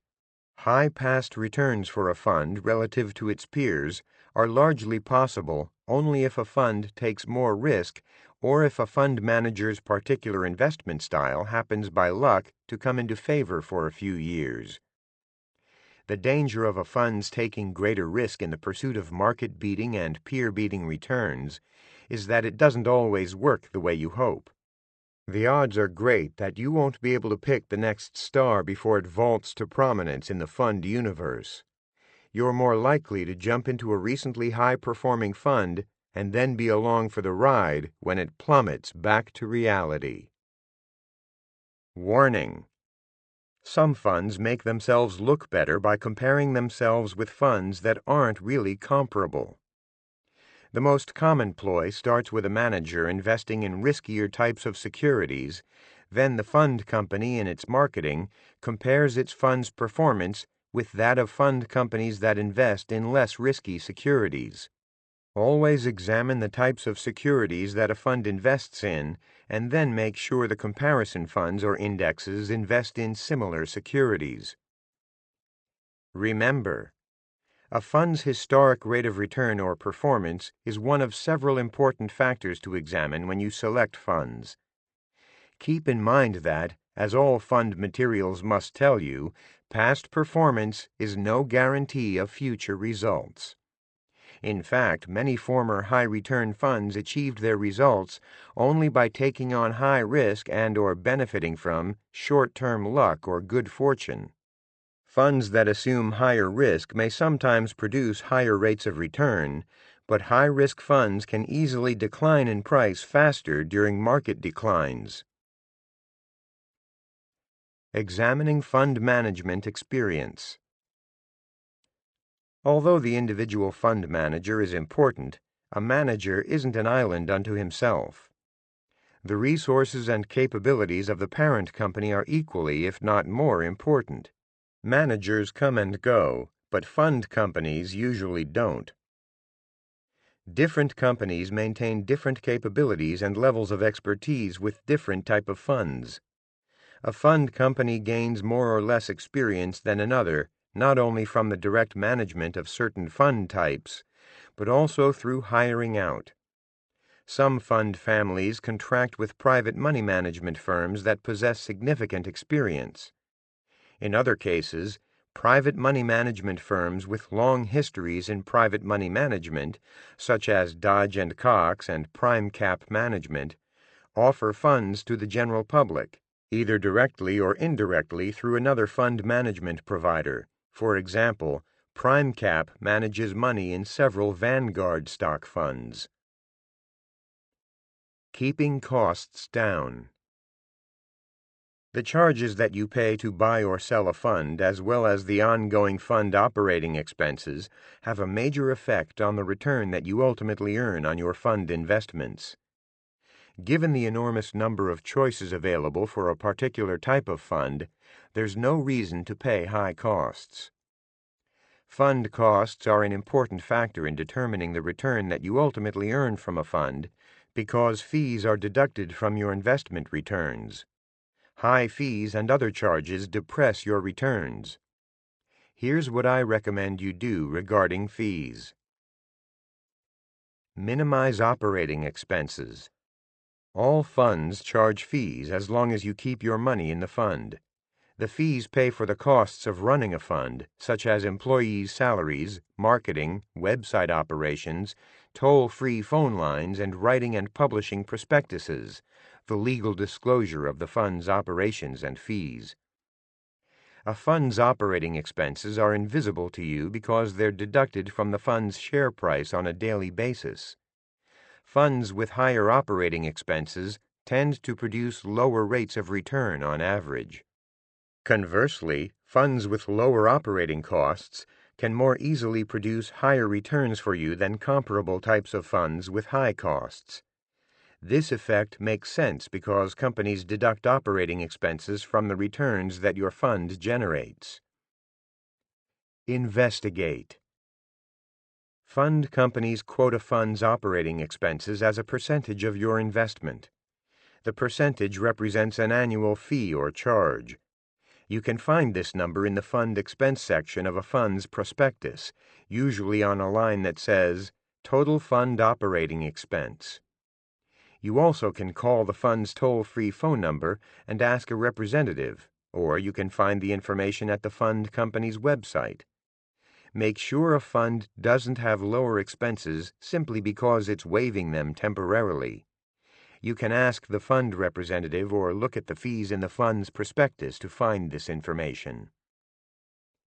Use no-load funds.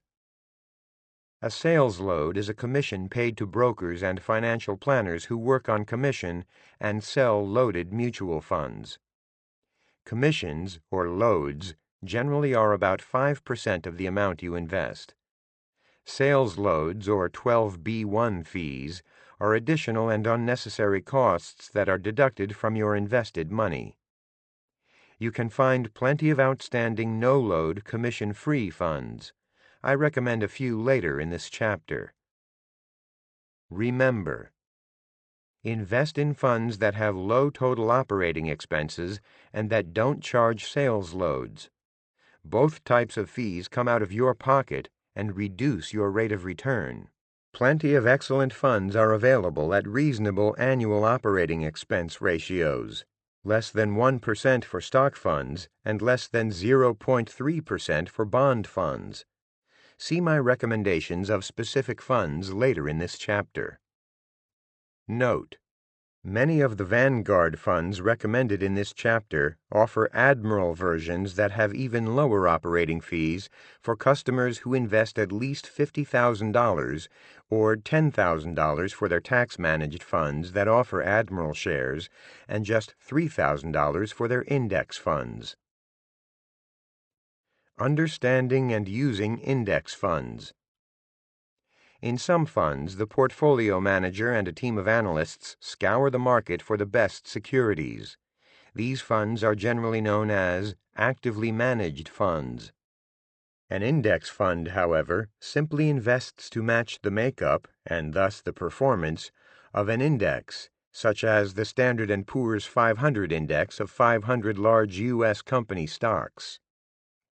Index funds, also known as passively managed funds, operate with far lower operating expenses because ongoing research isn't needed to identify companies in which to invest. Index funds deliver relatively solid returns by keeping expenses low, staying invested, and not changing investments, unless changes occur to the securities in the underlying index. With actively managed stock funds, a fund manager can make costly mistakes, such as not being invested when the market goes up, being too aggressive when the market plummets, or just being in the wrong stocks. An actively managed fund can easily underperform the overall market index that it's competing against. Over 10 years or more, index funds typically outperform about 3/4 of their peers. Most so-called actively managed funds can't overcome the handicap of high operating expenses that pull down their rates of return. In addition to lower operating expenses which help boost your returns, index funds are usually tax-friendlier to invest in when you invest outside retirement accounts. Fund managers of actively managed portfolios, in their attempts to increase returns, buy and sell securities more frequently. This trading, however, increases a fund's taxable capital gains distributions and reduces a fund's after-tax return. Vanguard is the largest and most successful provider of index funds because it generally maintains the lowest annual operating fees in the business. Vanguard has all types of bond and stock, both U.S. and international index funds. See my recommended fund sections later in this chapter. Understanding exchange-traded funds, index funds that trade. Index mutual funds, which track particular market indexes and the best of which feature low costs, have been around for decades. Exchange-traded funds, ETFs, represent a twist on index funds. ETFs trade as stocks do and offer some potential advantages over traditional mutual funds, but they also have some potential drawbacks. As with index funds, the promise of ETFs is low management fees. I say promise because the vast majority of ETFs actually have expense ratios higher than those of the best index funds. In addition to slightly lower expenses, the best ETFs have one possible advantage over traditional index funds. Because ETFs may not be forced to redeem shares to cash and recognize taxable gains, which can happen with an index fund, they may be tax-friendlier for non-retirement account investors. If you can't meet the minimum investment amounts for most index funds, typically several $1,000s, you face no minimums when buying an ETF, but you must factor in the brokerage costs, if any, of buying and selling ETF shares through your preferred brokerage firm. Suppose you pay a $10 transaction fee through an online broker to buy $1,000 worth of an ETF. That $10 may not sound like much, but it represents 1% of your investment and wipes out the supposed cost advantage of investing in an ETF. Because of the brokerage costs, ETFs aren't good vehicles for investors who seek to make regular monthly investments. Note: some brokers waive brokerage fees for trading their own ETFs and selected other ETFs. Here are some drawbacks to ETFs. The perils of market timing. Being able to trade in and out of an ETF during the trading day presents challenges. In my experience working with individual investors, most people find it both nerve-wracking and futile to try to time their moves in and out of stocks with the inevitable fluctuations that take place during the trading day. In theory, traders want to believe that they can buy at relatively low prices and sell at relatively high prices, but that's far easier said than done. Brokerage commission every time you trade. With no-load index funds, you generally don't pay fees to buy and sell. With ETFs, however, because you're actually placing a trade on a stock exchange, you may pay a brokerage commission every time you trade. Note: some brokers offer certain ETFs without brokerage charges in the hope of getting your account and making money on other investments or account activity. Fluctuating prices. Because ETFs fluctuate in price based on supply and demand, when you place a trade during the trading day, you face the complication of trying to determine whether the current price on an ETF is above or below the actual value. With an index fund, you know that the price at which your trade was executed equals the exact market value of the securities it holds. Poorly diversified investments. Numerous ETFs that don't invest in an index invest in narrow segments, such as one specific industry or one foreign country. Such funds undermine the diversification value of fund investing and tend to have relatively high fees. Excessive risks and costs with leverage. ETF issuers have come out with increasingly risky and costly ETFs. One particular class of ETFs I especially dislike consists of so-called leveraged ETFs. These ETFs claim to magnify the move of a particular index, such as the Standard & Poor's 500 stock index, by double or triple. So, a double-leveraged S&P 500 ETF is supposed to increase by 2% for every 1% increase in the S&P 500 index. My investigations of whether the leveraged ETFs actually deliver on their objectives show that most don't. In fact, they don't even come close. Leveraged ETFs aren't investments. They're gambling instruments for day traders. Creating and managing a fund portfolio. When you invest money for the longer term, such as for financial independence/retirement, you can choose among the various types of funds that I discuss in this chapter. Most people get a big headache when they try to decide how to spread their money among the choices. This section helps you begin cutting through the clutter for longer-term investing. I discuss recommended funds for shorter-term goals later in this chapter as well. Asset allocation simply means that you decide what percentage of your investments you place, or allocate, in bonds versus stocks and international stocks versus U.S. stocks. Asset allocation can include other assets such as real estate and small business, which are discussed throughout this book. In your 20s and 30s, time is on your side, and you should use that time to your advantage. You may have many decades before you need to draw on some portion of your retirement account assets, for example. If some of your investments drop in value over a year or even over several years, the investments have plenty of time to recover before you spend the money during retirement. Tip: your current age and the number of years until you retire are generally the biggest factors in your allocation decision. The younger you are and the more years you have before retirement, the more comfortable you should be with volatile, growth-oriented investments such as stock funds. Table 10.1 provides my guidelines for allocating fund money that you've earmarked for long-term purposes such as retirement. It's a simple but powerful formula that uses your current age and the level of risk you're willing to take with your investments. Suppose you're an aggressive type who prefers taking a fair amount of risk to make your money grow faster. Using Table 10.1, if you're 30 years old, consider putting 10%, 30 minus 20, into bond funds and 90%, 120 minus 30, into stock funds. Now divvy up your stock investment money between U.S. and international funds. Here are the portions of your stock allocation that I recommend investing in overseas stocks. 20% for a play-it-safe attitude, 35% for a middle-of-the-road attitude, 50% for an aggressive attitude. If in Table 10.1 the 30-year-old aggressive type invests 90% in stocks, then she can invest about 50% of the stock fund investments, which works out to be around 45% of the total, in international stock funds.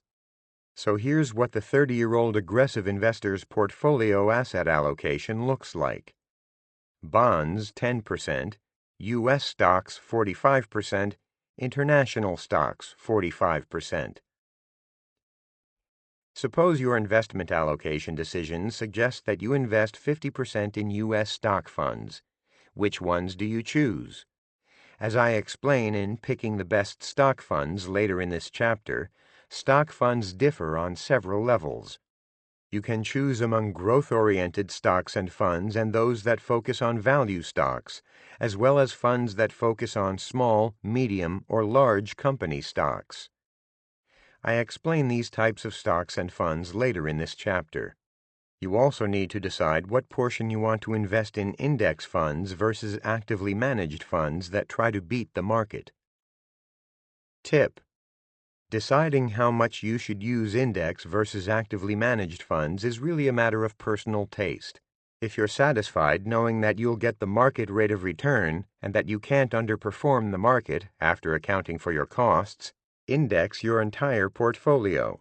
On the other hand, if you enjoy the challenge of trying to pick the better managers and want the potential to earn more than the market level of returns, don't use index funds at all.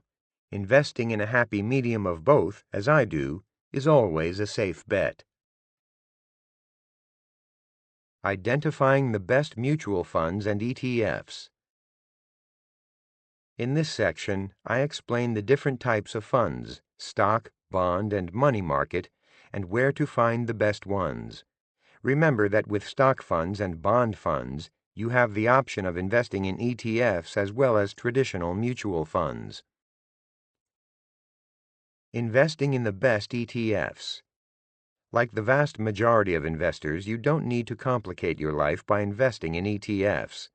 Use them only if you're an advanced investor who understands index funds and you found a superior ETF for a given index fund that you're interested in. Tip: I strongly encourage you to employ the buy and hold mentality that I advocate throughout this book. Don't hop in and out of ETFs. Also, you should buy only the ETFs that track the broader market indexes and that have the lowest expense ratios. Avoid those that track narrow industry groups or single small countries. Investigate. Check whether the ETF you're considering is selling at a premium or discount to its net asset value. You can find this information on the ETF provider's website after the markets close each business day. Morningstar has the information as well, and it's updated throughout the trading day. The best ETFs, like the best index funds, have low expense ratios. My top picks among the leading providers of ETFs include the following. Vanguard. Historically, Vanguard has been the low-cost leader with index funds, and now it has low-cost ETFs as well. If you're interested in finding out more about ETFs, be sure to examine Vanguard's ETFs. Vanguard also offers the Admiral Share class at a minimum of just $3,000 for its index funds that match the low expense ratio on its ETFs. personal.vanguard.com/US/home 800-662-7447. iShares. BlackRock has competitive expense ratios on some domestic ETFs based on quality indexes such as Russell, Morningstar, S&P, Lehman, Dow Jones, and so on. iShares.com, 800-474-2737. Schwab. The investment brokerage firm Charles Schwab, which revolutionized the discount brokerage business, offers many very low-cost ETFs. Schwab.com, 800-435-4000. Picking the best stock funds. Stock funds differ from one another in several dimensions. The following characteristics are what you should pay the most attention to. Company location. Stocks and the companies that issue that stock are classified based on the location of their main operations and headquarters. Funds that specialize in U.S. stocks are, not surprisingly, called U.S. stock funds. Those that focus overseas typically are called international or overseas funds. Growth stocks versus value stocks. Stock fund managers and their funds are categorized by whether they invest in growth or value stocks. Growth stocks have higher prices in relation to the company's assets, profits, and potential profits. Growth companies typically experience rapidly expanding revenue and profits. These companies tend to reinvest most of their earnings in the company to fuel future expansion. Thus, these stocks pay no or low dividends. Value stocks are priced cheaply in relation to the company's assets, profits, and potential profits. Value stocks tend to pay higher dividends than growth stocks and historically have produced slightly higher average total returns. Company size.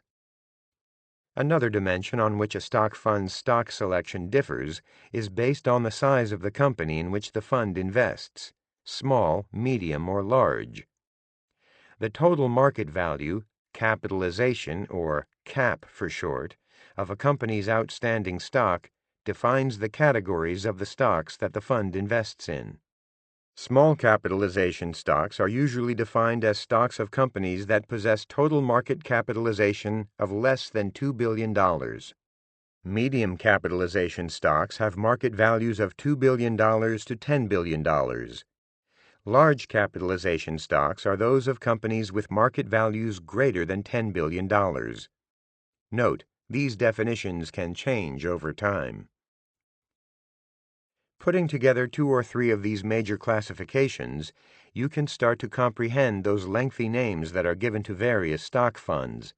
You can have funds that focus on large company value stocks or small company growth stocks. You can add U.S., international, and global/worldwide funds to further subdivide these categories into more fund types. So you can have international stock funds that focus on small company stocks or growth stocks. Tip: you can purchase several stock funds, each focusing on a different type of stock, to diversify into various types of stocks. Two potential advantages result from doing so. Not all your money rides in one stock fund and with one fund manager. Each of the different fund managers can look at and track particular stock investment possibilities. The following section describes the best stock funds that are worthy of your consideration. U.S. stock funds. Of all the types of funds offered, U.S. stock funds are the largest category. The only way to know for sure where a fund currently invests, or where the fund may invest in the future, is to ask. You can call the fund company that you're interested in to start your information search, or you can visit the company's website. You can also read the fund's annual report. The prospectus generally doesn't tell you what the fund currently invests in or has invested in.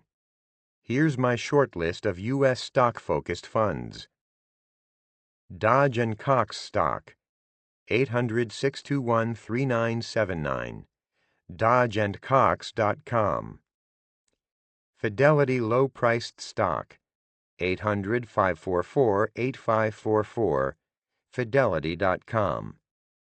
Harbor Capital Appreciation, 800-422-1050, harborfunds.com.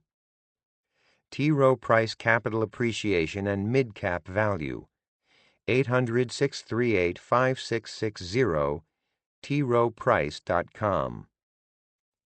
Vanguard Total Stock Market Index and ETF, Prime Cap, Selected Value, Strategic Equity, Tax-Managed Capital Appreciation, and Tax-Managed Small Capitalization, 800-662-7447, vanguard.com.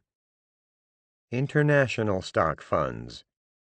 Be sure to invest in stock funds that invest overseas for diversification and growth potential. You usually can tell that you're looking at a fund that focuses its investments overseas if its name contains the word international, which typically means the fund's stock holdings are foreign only. If the fund name includes the word global or worldwide, such funds generally hold both foreign and U.S. stocks. Warning: shun foreign funds that invest in just one smaller country. As with investing in a sector fund that specializes in a particular industry, this lack of diversification defeats a major benefit of investing in funds. Funds that focus on specific regions, such as Southeast Asia, are better, but generally still problematic because of poor diversification and higher expenses than those of other more diversified international funds. If you want to invest in more geographically limiting international funds, take a look at T. Rowe Price's and Vanguard's offerings, which invest in broader regions such as investing just in Europe, Asia, and the volatile but higher growth potential emerging markets in Southeast Asia and Latin America. In addition to the risks normally inherent with stock fund investing, changes in the value of foreign currencies relative to the U.S. dollar cause price changes in international stocks. A decline in the value of the U.S. dollar helps the value of foreign stock funds. Conversely, a rising dollar versus other currencies can reduce the value of foreign stocks. Some foreign stock funds hedge against currency changes. Although this hedging helps reduce volatility, it does cost money. Here are my picks for diversified international funds. Dodge & Cox International, 800-621-3979, dodgeandcox.com. Fidelity Overseas, 800-544-8544, fidelity.com. Oakmark International and Global holds some U.S. stocks, 800-625-6275, oakmark.com. T. Rowe Price Spectrum Growth, actually a global fund that invests in some foreign stocks, 800-638-5660, troweprice.com. Tweedy Brown Global Value, invests in the United States as well, 800-432-4789, tweedybrown.com. Vanguard Global Equity, invests in the United States too, International Growth, FTSE All World ex-US ETF, and Total International Stock Index, 800-662-7447, vanguard.com.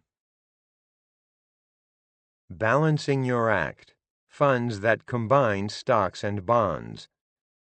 Some funds, generally known as balanced funds, invest in both bonds and stocks. These funds are usually less risky and less volatile than funds that invest exclusively in stocks. In an economic downturn, bonds usually hold value better than stocks do.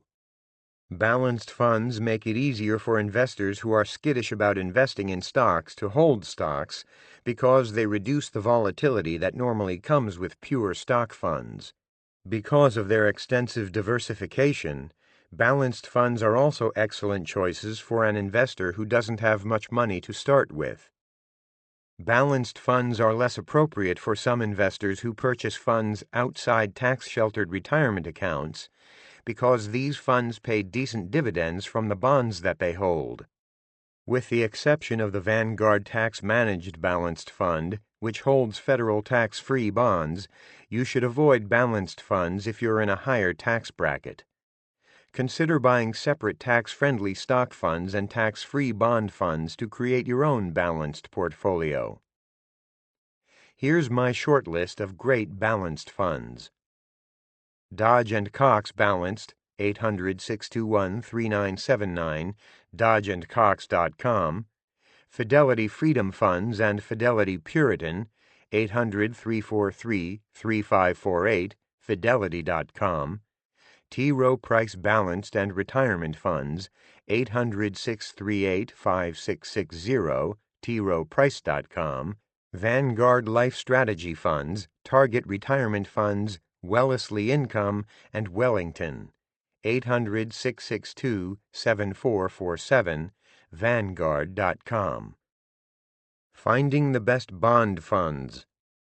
Although there are thousands of bond fund choices, not many remain after you eliminate high-cost funds, low-performance funds, and funds managed by fund companies and fund managers with minimal experience investing in bonds. All key points that I address in Maximizing Your Chances for Fund Investing Success earlier in this chapter. Among the key considerations when choosing bond funds are years to maturity. Bond fund objectives and names usually fit one of three maturity categories: short, intermediate, and long-term. You can generally earn a higher yield from investing in a bond fund that holds longer-term bonds, but such bond prices are more sensitive to changes in interest rates. Duration, which quantifies a bond fund's sensitivity to changes in interest rates, is another term you may come across. A fund with a duration of 8 years means that if interest rates rise by 1%, the fund should decline by 8%. Bond credit quality. The lower the issuer's credit rating, the riskier the bond.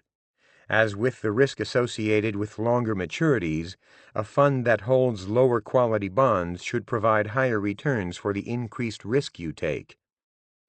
A higher yield is the bond market's way of compensating you for taking greater risk. Funds holding higher quality bonds provide lower returns but more security. Fees and costs. After you settle on the type of bonds you want, you must consider a bond fund's costs, including its sales commissions and annual operating fees. Stick with no-load funds that maintain lower annual operating expenses. Taxability. Pay attention to the taxability of the dividends that bonds pay. If you're investing in bonds inside retirement accounts, you want taxable bonds. If you invest in bonds outside retirement accounts, the choice between taxable and tax-free depends on your tax bracket. Type of bond issuer. Bonds can be issued by corporations, state and local governments, the federal government, and foreign entities, corporate and governments. Although some bond funds hold an eclectic mix, many focus on specific types of bonds, such as corporate bonds. Tip. Because bond funds fluctuate in value, invest in them only if you have sufficient money in an emergency reserve. If you invest money for longer-term purposes, particularly retirement, you need to come up with an overall plan for allocating your money among a variety of funds, including bond funds. The dangers of yield chasing. When selecting bond funds to invest in, investors are often led astray as to how much they can expect to make. The first mistake is looking at recent performance and assuming that you'll get that return in the future. Investing in bond funds based on recent performance is particularly tempting immediately after a period where interest rates have declined, because declines in interest rates pump up bond prices and therefore bond funds' total returns. Remember that an equal but opposite force waits to counteract high bond returns when interest rates rise, which depresses bond prices and returns.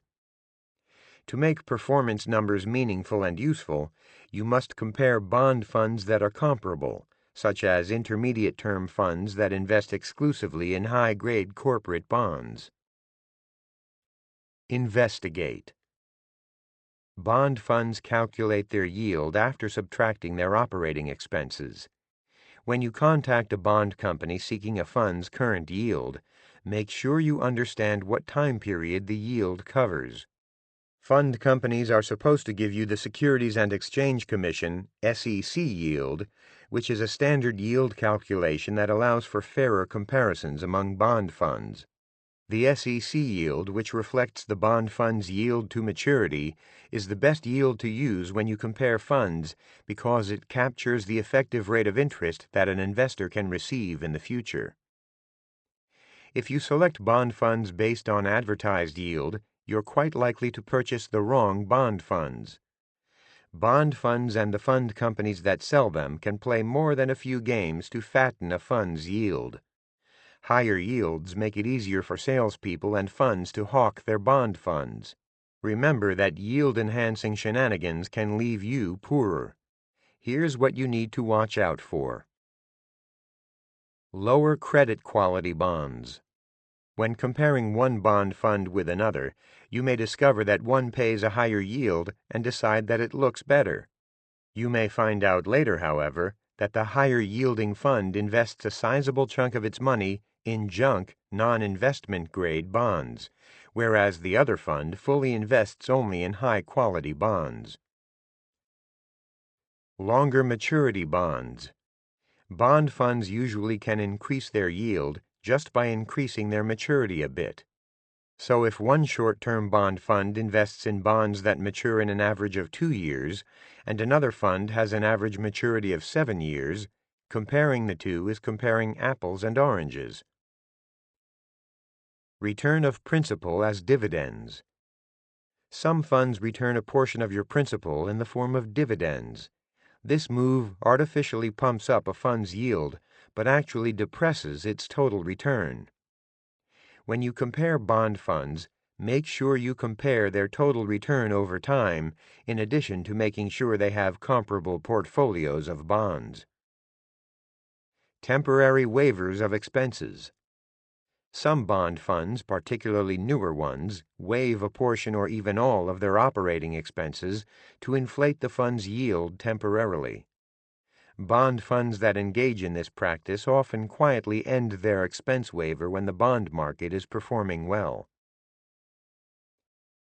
Recommended short-term bond funds.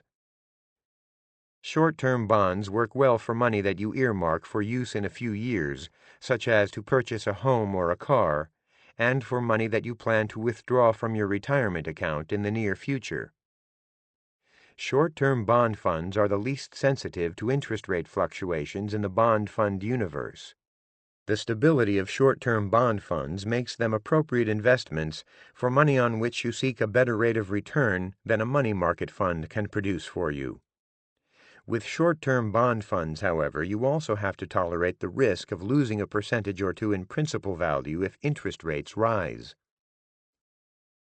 Tip: consider bond funds that pay taxable dividends when you're not in a high tax bracket and when you want to invest inside retirement accounts. My favorite is the Vanguard Short-Term Corporate Bond Index Fund and Vanguard Short-Term Corporate Bond ETF. U.S. Treasury bond funds may be appropriate if you prefer a bond that invests in U.S. Treasuries, which possess the safety of government backing. They're also a fine choice if you're not in a high federal tax bracket, but are in a high state tax bracket, 5% or higher. Vanguard Short-Term Treasury is a good choice. I don't recommend Treasuries for retirement accounts because they pay less interest than fully taxable bond funds. State and federal tax-free short-term bond funds are scarce. If you want short-term bonds and if you're in a high federal tax bracket but in a low state tax bracket, less than 5%, consider investing in these federal tax-free bond funds whose dividends are state taxable. Vanguard Short-Term Tax Exempt, 800-662-7447, Vanguard.com. Vanguard Limited Term Tax Exempt, 800-662-7447, Vanguard.com.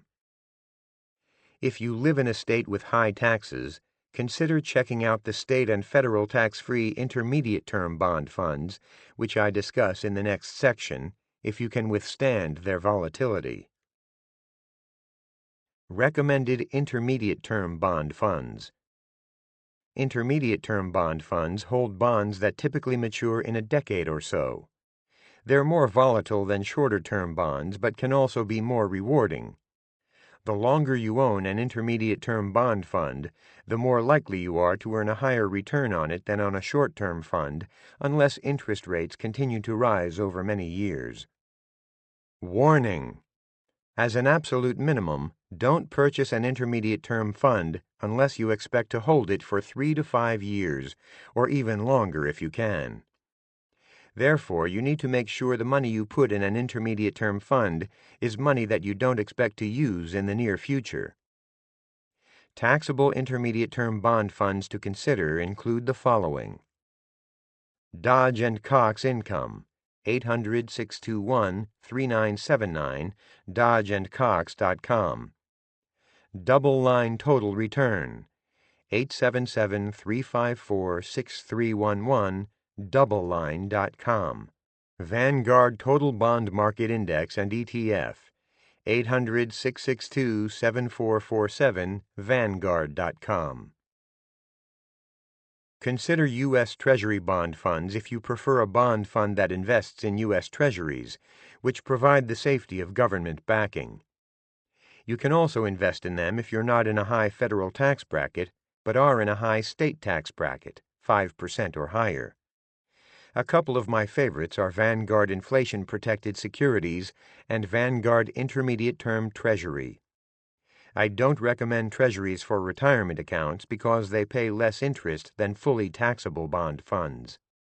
Consider federal tax-free bond funds if you're in a high federal tax bracket but a relatively low state tax bracket, less than 5%. Good ones include Fidelity Intermediate Municipal Income, 800-343-3548, fidelity.com.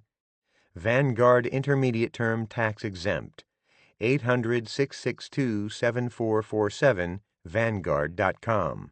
If you're in high federal and state tax brackets, refer to the state and federal tax-free bond fund company providers that I mention in the next section.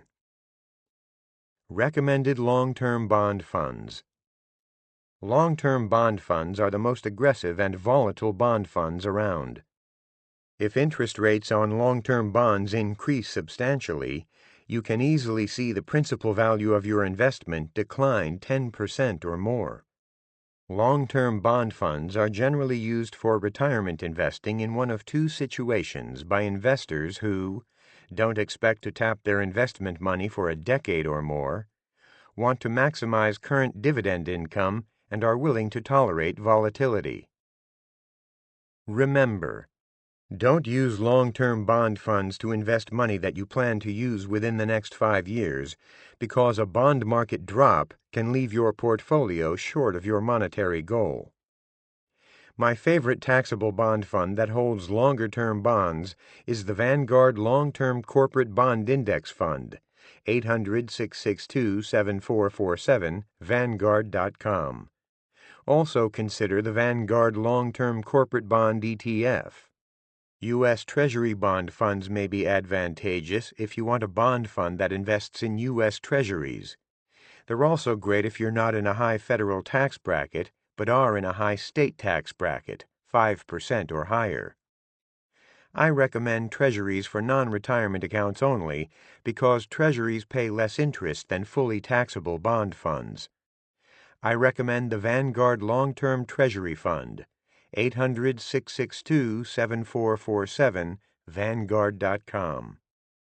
State and federally tax-free bond funds may be appropriate when you're in high federal and state 5% or higher tax brackets.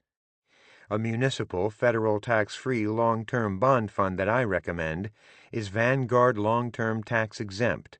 Fidelity, T. Rowe Price, and Vanguard offer good funds for several states. If you can't find a good state-specific fund where you live, or if you're in a high federal tax bracket, you can use the nationwide Vanguard municipal bond funds. Considering alternatives to investing in funds. If you're getting into the investment game, you'll likely hear about, and be pitched, some alternatives to investing in funds. In this section, I reveal the truth about those options. Creating your own fund.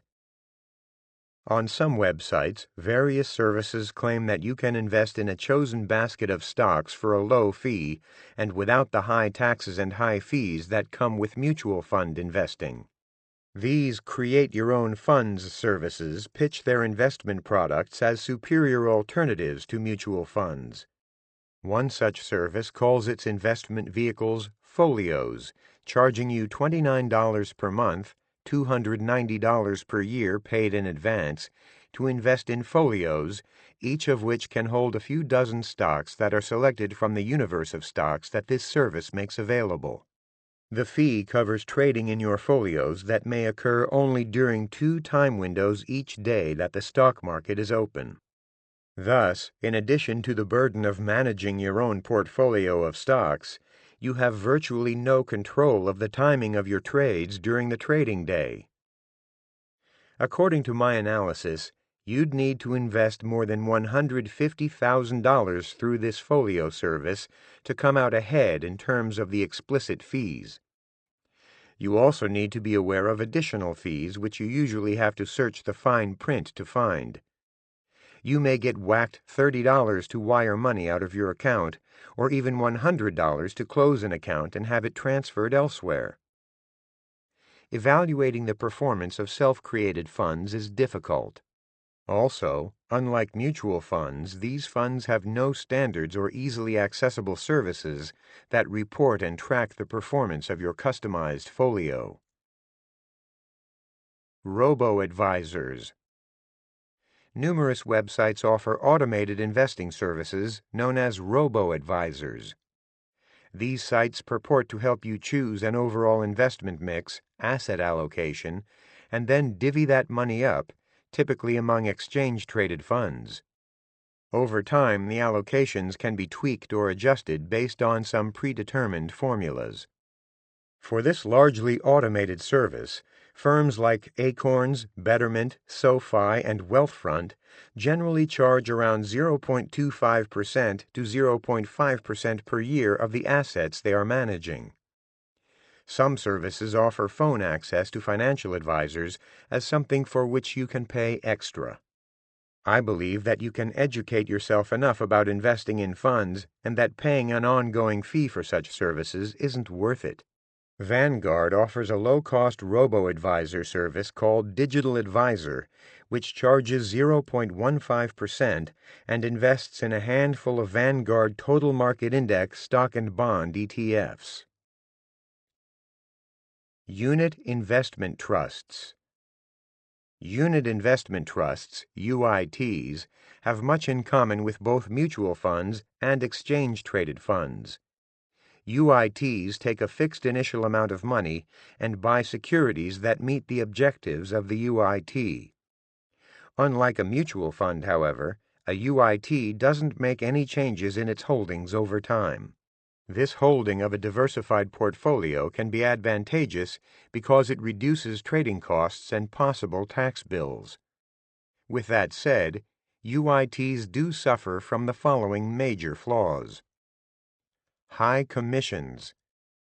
Brokers like to sell UITs for the same reason they like to pitch load mutual funds: the commissions paid out of your investment. Commissions usually are around 5%. So for every $10,000 that you invest in a UIT, $500 comes out of your investment and goes into the broker's pocket. Although UITs do have ongoing fees, their fees tend to be lower than those of most actively managed funds, typically in the neighborhood of 0.2% per year. The best no-load funds also have reasonable management fees, and some charge even less than UITs charge. Lack of liquidity. Especially in the first few years after a particular UIT is issued, you won't readily find an active market in which you can easily sell your UIT. In the event that you can find someone who's interested in buying a UIT that you want to sell, you'll likely have to sell the UIT at a discount from its actual market value at the time. Lack of ongoing management oversight. Because UITs buy and hold a fixed set of securities until the UITs are liquidated, years down the road, they're more likely to get stuck holding some securities that end up worthless. Compared with the best bond funds, bond UITs are more likely to end up holding bonds in companies that go bankrupt. Brokerage-managed accounts. Brokerage firms offer investment management services for an ongoing fee rather than commissions. Merrill Lynch is one common example of a brokerage firm. Wrap accounts or managed accounts go by a variety of names, but they're the same in one crucial way. For the privilege of investing your money through their chosen money managers, they charge you a percentage of the assets that they're managing for you. These accounts are quite similar to mutual funds, except that the accounts don't have the same regulatory and reporting requirements. These managed accounts tend to have relatively high fees, upward of 2% per year of assets under management. No-load mutual funds and ETFs offer investors access to the nation's best investment managers for a fraction of the cost of brokerage-managed accounts. Many excellent funds are available for 0.5% or less annually. Hedge funds for the wealthier. Hedge funds, historically investments reserved for big-ticket investors, seem to be like mutual funds in that they typically invest in stocks and bonds. They have the added glamour and allure, however, of taking significant risks and gambles with their investments. Here's how they stack up compared with mutual funds and ETFs. Hedge funds are often much higher risk. When a hedge fund manager bets right, they can produce high returns. When they don't, however, their fund can get clobbered. With short selling, because the value of the security that was sold short can rise an unlimited amount, the potential loss from buying it back at a much higher price can be horrendous. Hedge fund managers have also been clobbered when a previously fast-rising commodity, such as natural gas or copper futures, plunges in value, or an investment they make with leverage goes the wrong direction.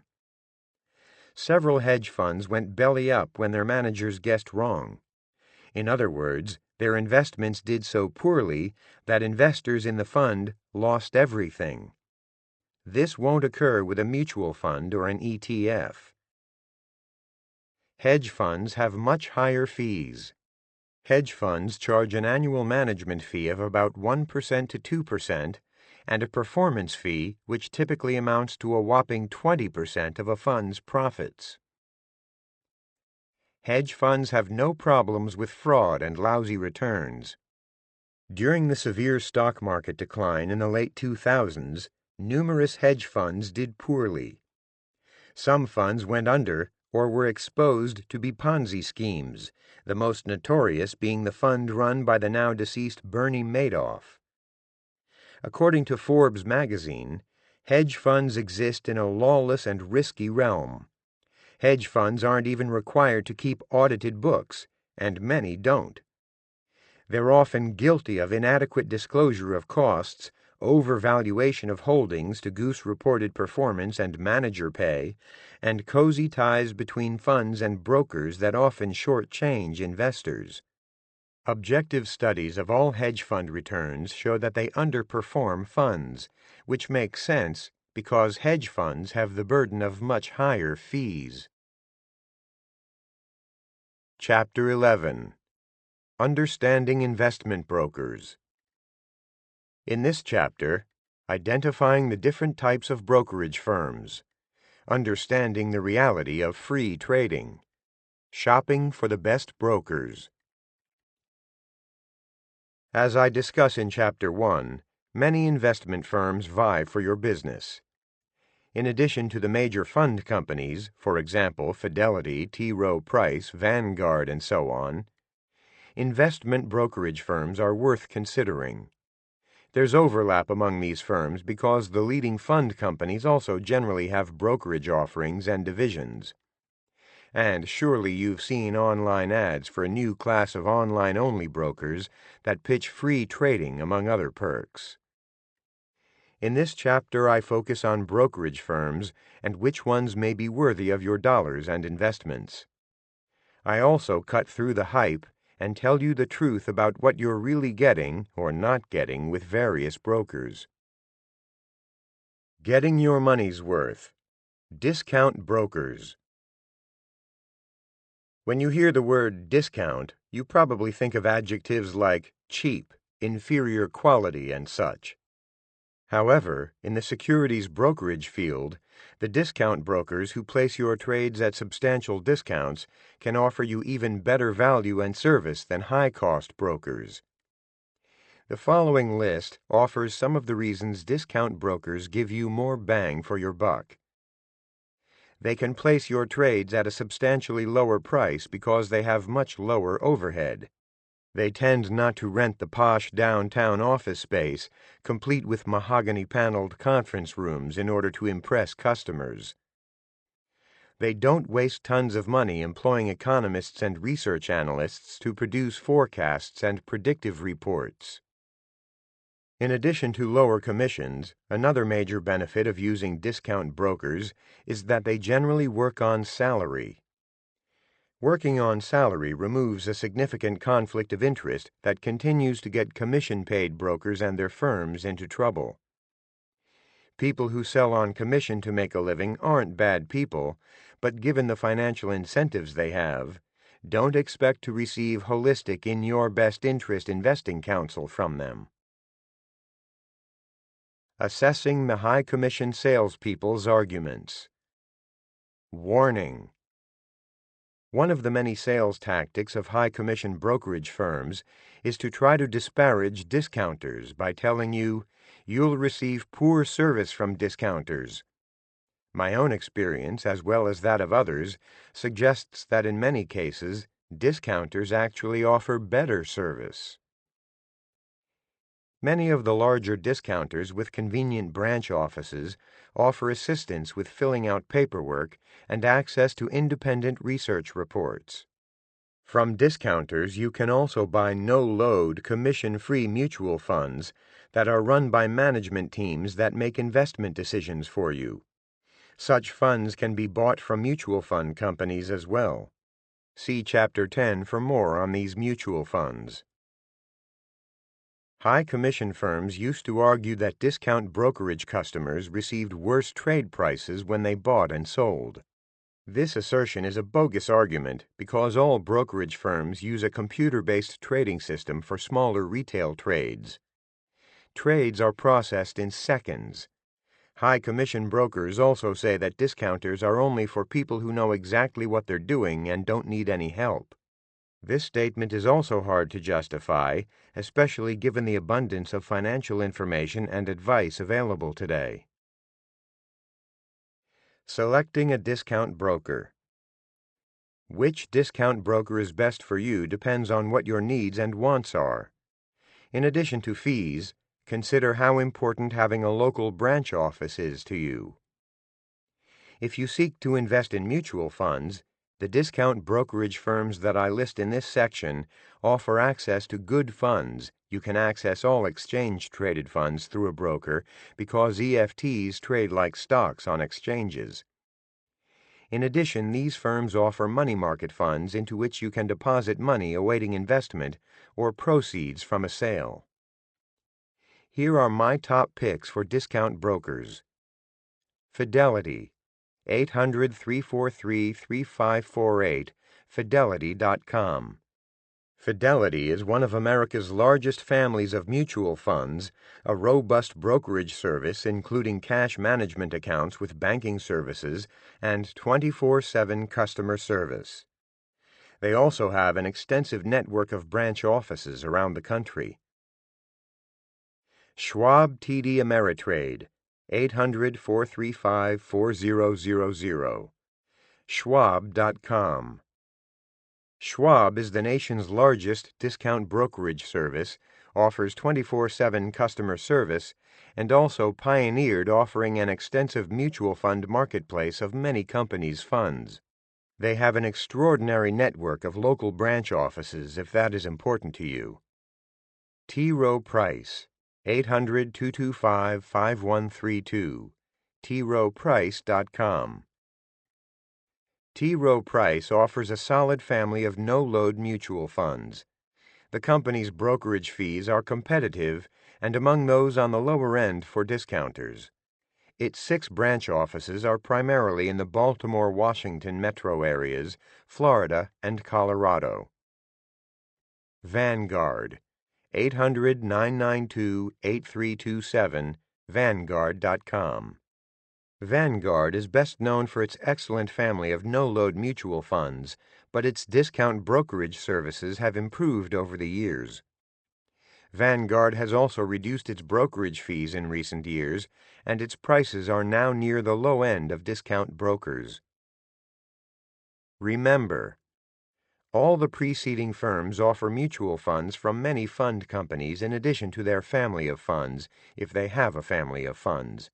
In other words, you may purchase mutual funds that aren't in the T. Rowe Price family of funds through the T. Rowe Price brokerage department. Other discounters certainly have good service and competitive rates, so shop around if you desire. Note, however, that you generally pay a transaction fee to buy funds from firms that don't offer their own family of funds. If you're going to invest in individual stocks, Schwab and Fidelity deserve more consideration because they offer a comprehensive array of useful and independent research resources, and their brokerage fees in that arena are more competitive. You should also consider some of the online-focused brokers I discuss later in the chapter. See the section, Listing the Best Online Brokers. Can financial advisors access better funds that aren't available to you? Some financial advisors promote their services in part by saying that they can get you into funds that are sold only through advisors. Please allow me to separate the hype from reality in assessing advisor/institutional funds. Some investment management companies offer different share classes of some of their funds. Some of these are much higher minimum funds, for example $100,000 or $1 million minimum, that are targeted to wealthy individuals or institutions.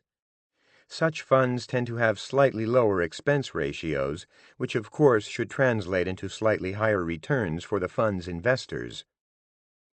Some institutional funds can be accessed only by financial advisors. That said, that doesn't mean that the funds an advisor can get you into are worthy of your investing dollars. Just because a fund restricts access doesn't make the fund among the best to invest in. Consider the many mediocre and lousy hedge funds.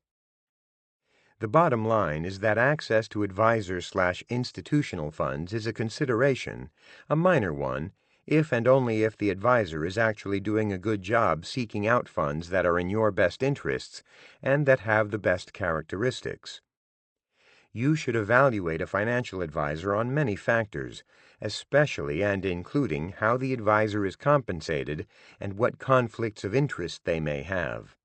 Some of the larger fund companies, such as Vanguard and T. Rowe Price, offer lower expense, higher minimum investment fund share classes that are available to anyone who can pay the minimum. For example, Vanguard has Admiral funds, which have just $3,000 minimums for index funds or $50,000 minimums for actively managed funds. Through discount and online brokers with good mutual funds networks, you can also access numerous advisor and institutional share classes of funds, which have lower fees for those able to meet those funds' generally higher minimums of investment.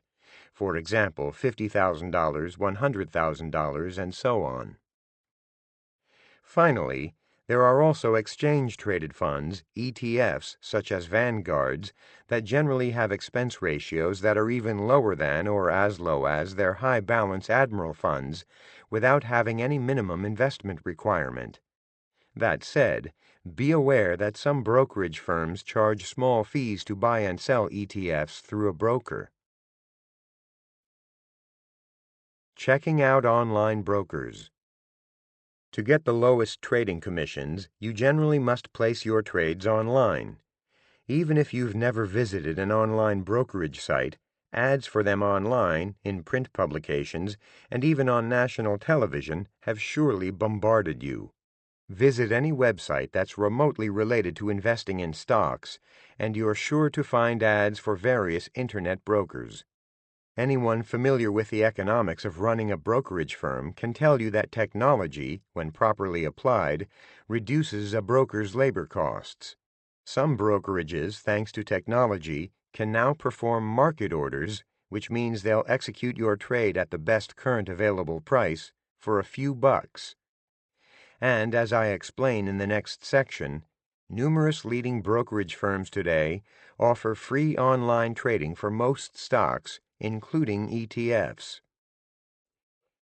Before you jump at the chance to save money by trading online, read the following sections for other considerations that should factor into your choice of an online broker or your decision to trade online at all.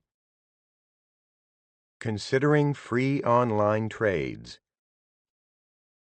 In recent years, a number of major brokerage firms, Charles Schwab, E-Trade, Fidelity, Interactive Brokers, and Vanguard, have eliminated trading fees on stocks, including exchange-traded funds. These changes have further reduced the attractiveness of upstart app-based trading platforms like Robinhood, discussed further in this section, that previously lured many new investors with the promise of free trades, which was unique at the time. Thanks to deregulation decades ago and the relentless advancement of technology, brokerage trading fees have dropped dramatically. Many leading investment companies that I highlight in this chapter and throughout this book offer broad menus of the best investments, mutual funds, exchange-traded funds, stocks, bonds, and so forth. I have explained in this and my other books over the years how to buy the best funds without any trading fees at all, and when fees are levied, they are typically quite low. But that hasn't stopped some folks from trying to offer even better deals. Hence, the rise of some brokerage firms luring investors by claiming free trading. Of course, there is a catch. A brokerage firm can't possibly exist, survive, and continue to stay in business if they don't charge any fees at all for any of their services. And you should be aware, as I explain later in this section, that some brokers who offer free trading get paid by firms that they process their trades through, which can undermine your getting the best price for the security you may be trading. Investors should always consider and evaluate the entire package of services when deciding an investment firm through which to do business. I have reviewed trading apps like Robinhood that offer free stock trades, and others including M1 Finance, Moomoo, TradeStation, and Webull. Here are several concerns and downsides I have found with what most of these companies offer. It only exists as an app, so there's no way for you to access the company through a traditional desktop or laptop computer or through a web-based version. If you need customer service or help resolving a problem on your account, you often have to submit support tickets or deal with a chatbot. If it's available at all, you have greatly limited access to phone assistance and only during normal business hours. After hours, including on weekends, you're stuck using the other options. You can only use the app for taxable accounts. Some don't offer retirement accounts like an IRA. They don't offer mutual funds. There are no tools or research to tap into. If you want a paper statement of your account, that may cost you, for example, $5 each time you request it. Should you decide to close your account and have it transferred to another broker, they whack you $75 for the privilege of leaving. And if that's not enough, consider this.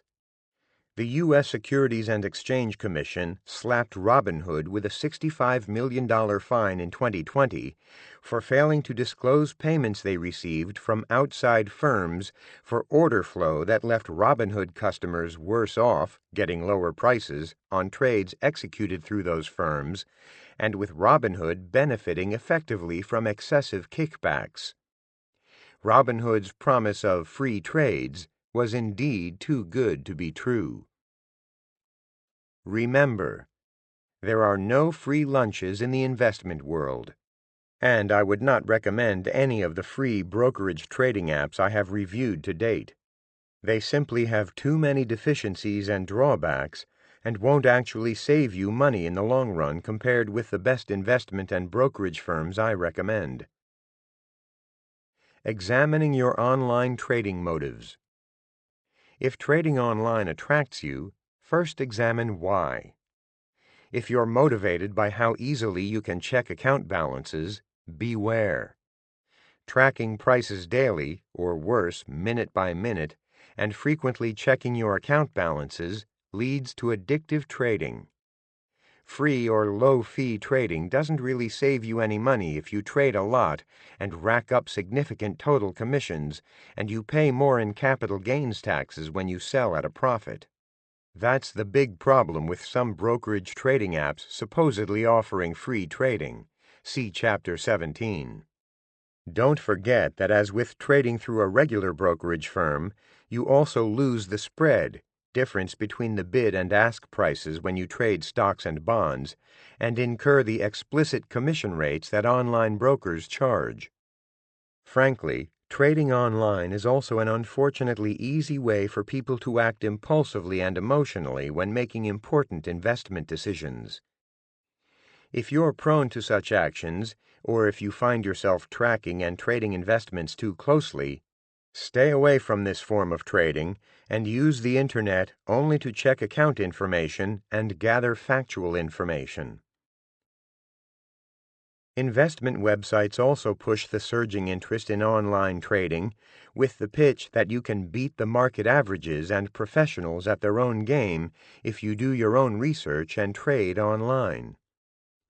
Beating the market and professionals is highly unlikely. You can save some money trading online, but perhaps not as much as the hype has you believe. Online trading is good for the convenience and low costs if you're not obsessive about it. Taking other costs into account. Investigate. Online brokerage customers often shop for low costs.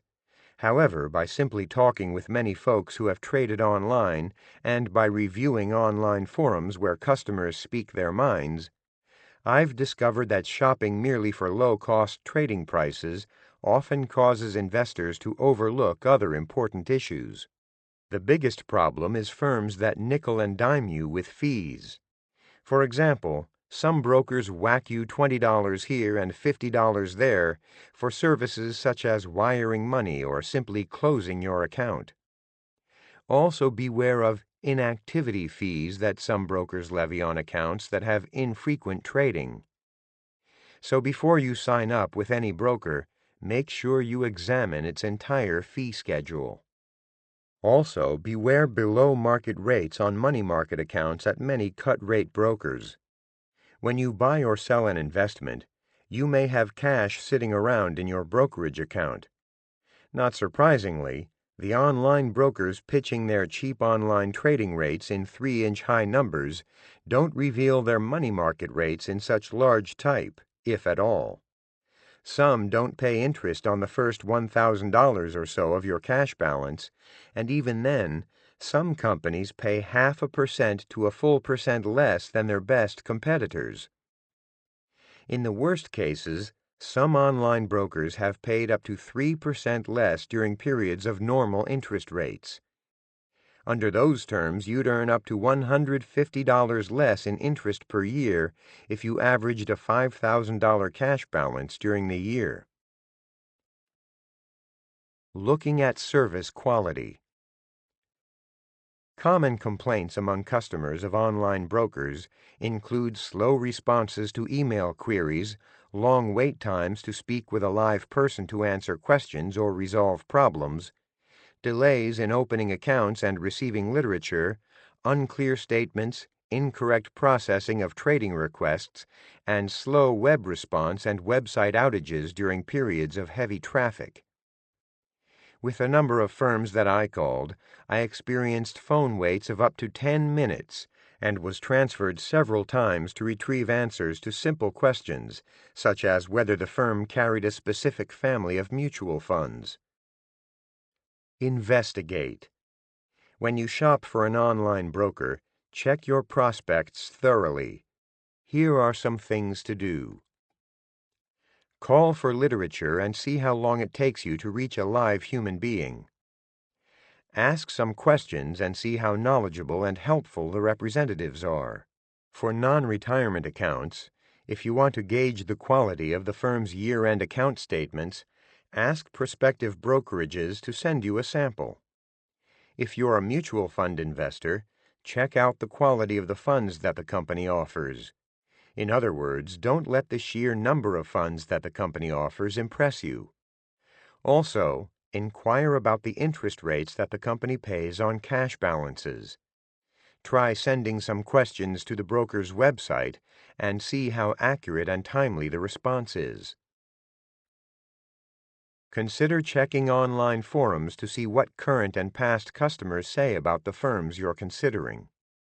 Most online brokers that have been around for more than 6 months lay claim to a #1 rating with some survey or ranking of online brokers.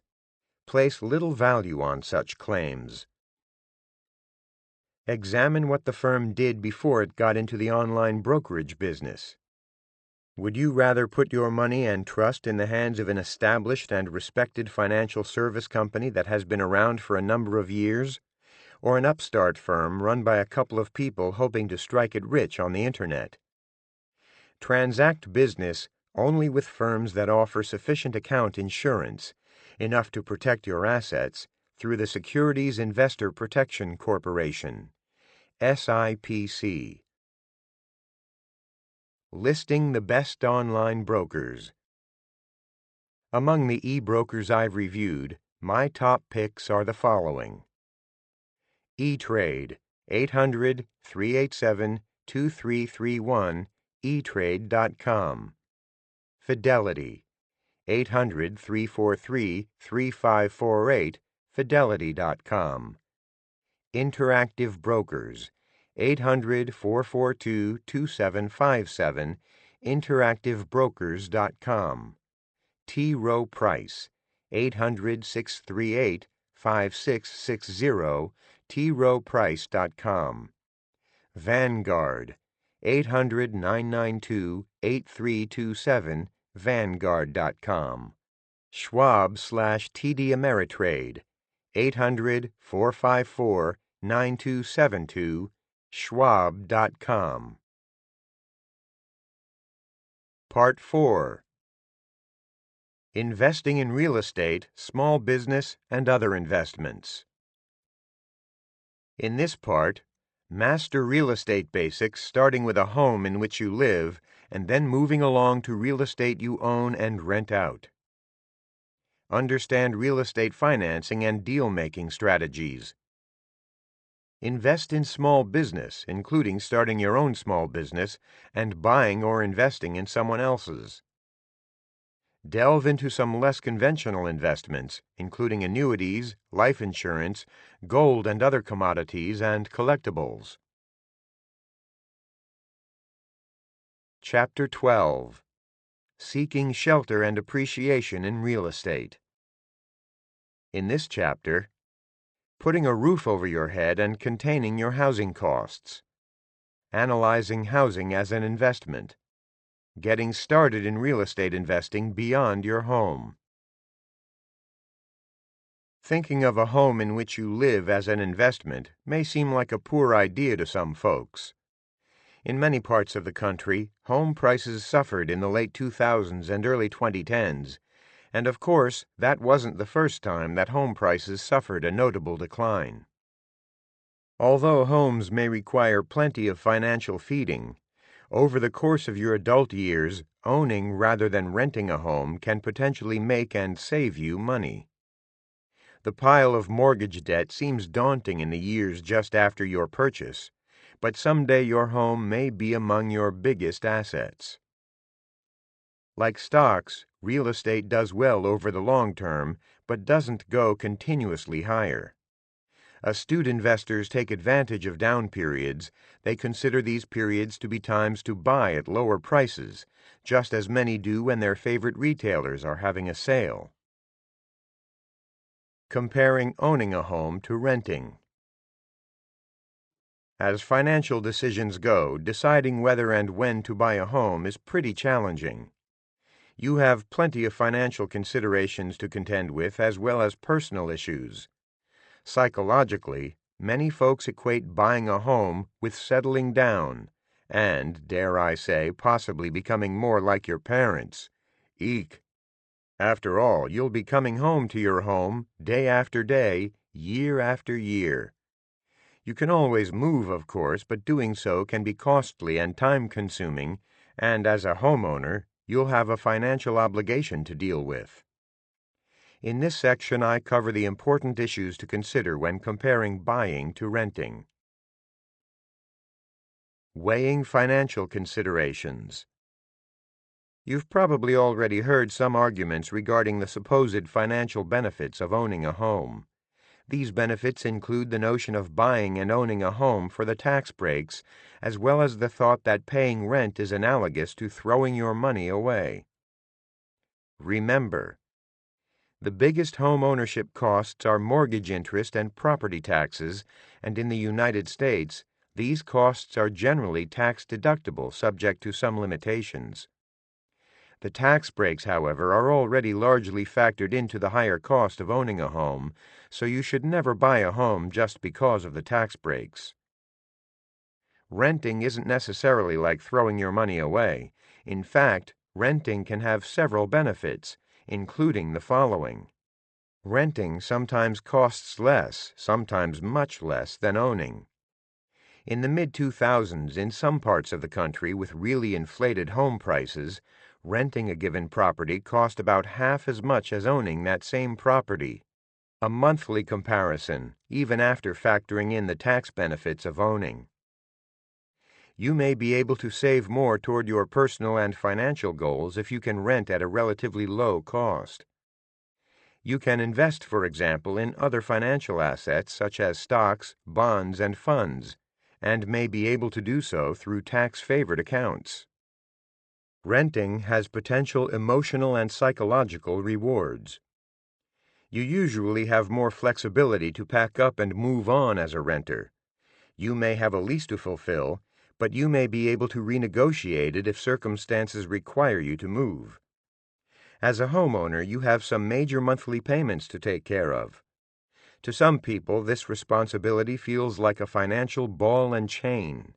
After all, you have no guarantee that you will be able to sell your home in a timely fashion, or at the price you desire if you want or need to move. Warning: renting does have at least one big drawback: exposure to inflation, cost of living increases. As the cost of living increases, unless you live in a rent-controlled unit, your landlord can keep increasing your rent. By contrast, if you're a homeowner, your largest monthly expense, the mortgage payment, doesn't increase, assuming that you buy your home with a fixed-rate mortgage. Your property taxes, homeowners insurance, and maintenance expenses are exposed to inflation, but these expenses are usually much smaller in comparison with your monthly mortgage payment. Considering costs and your time frame. You face significant costs when buying and selling a home. My analysis suggests that you probably need at least 3 to 5 years of low to moderate appreciation to recoup your transaction costs. Some of the expenses you face when buying and selling a home include the following: agent's commission, Real estate agents generally charge a commission of 5% to 7% of the purchase price. Even if the seller is technically paying the commission out of the proceeds that they receive from selling a home, both the buyer and seller of a home are effectively paying commissions because those costs are built into the home's sale price. You may be able to reduce these costs somewhat by doing the selling yourself, but a buyer may offer less, knowing that you're not having to pay commission. Inspection fees. When you buy a property, you should hire a professional to thoroughly check it out. Good inspectors can help you identify problems with the plumbing, heating, electrical systems, foundation, roof, pests like termites, and so on. Property inspections typically cost at least a few $100s, up to $1,000 for larger homes. Moving expenses. Moving costs vary widely, but you can count on spending hundreds to thousands of dollars. Costs increase with the distance you have to go and the amount of stuff you have, of course. Mortgage costs. The costs of getting a mortgage include such items as the points, upfront interest about 1% to 2% of the loan amount, application and credit report fees, and appraisal fees. Title insurance. When you buy a home, you and your lender will want to protect yourselves against the small probability that the property seller doesn't actually legally own the home that you're buying. Title insurance protects you financially from unscrupulous sellers. Although title insurance costs vary by area, 0.5% of the purchase price of the property is about average.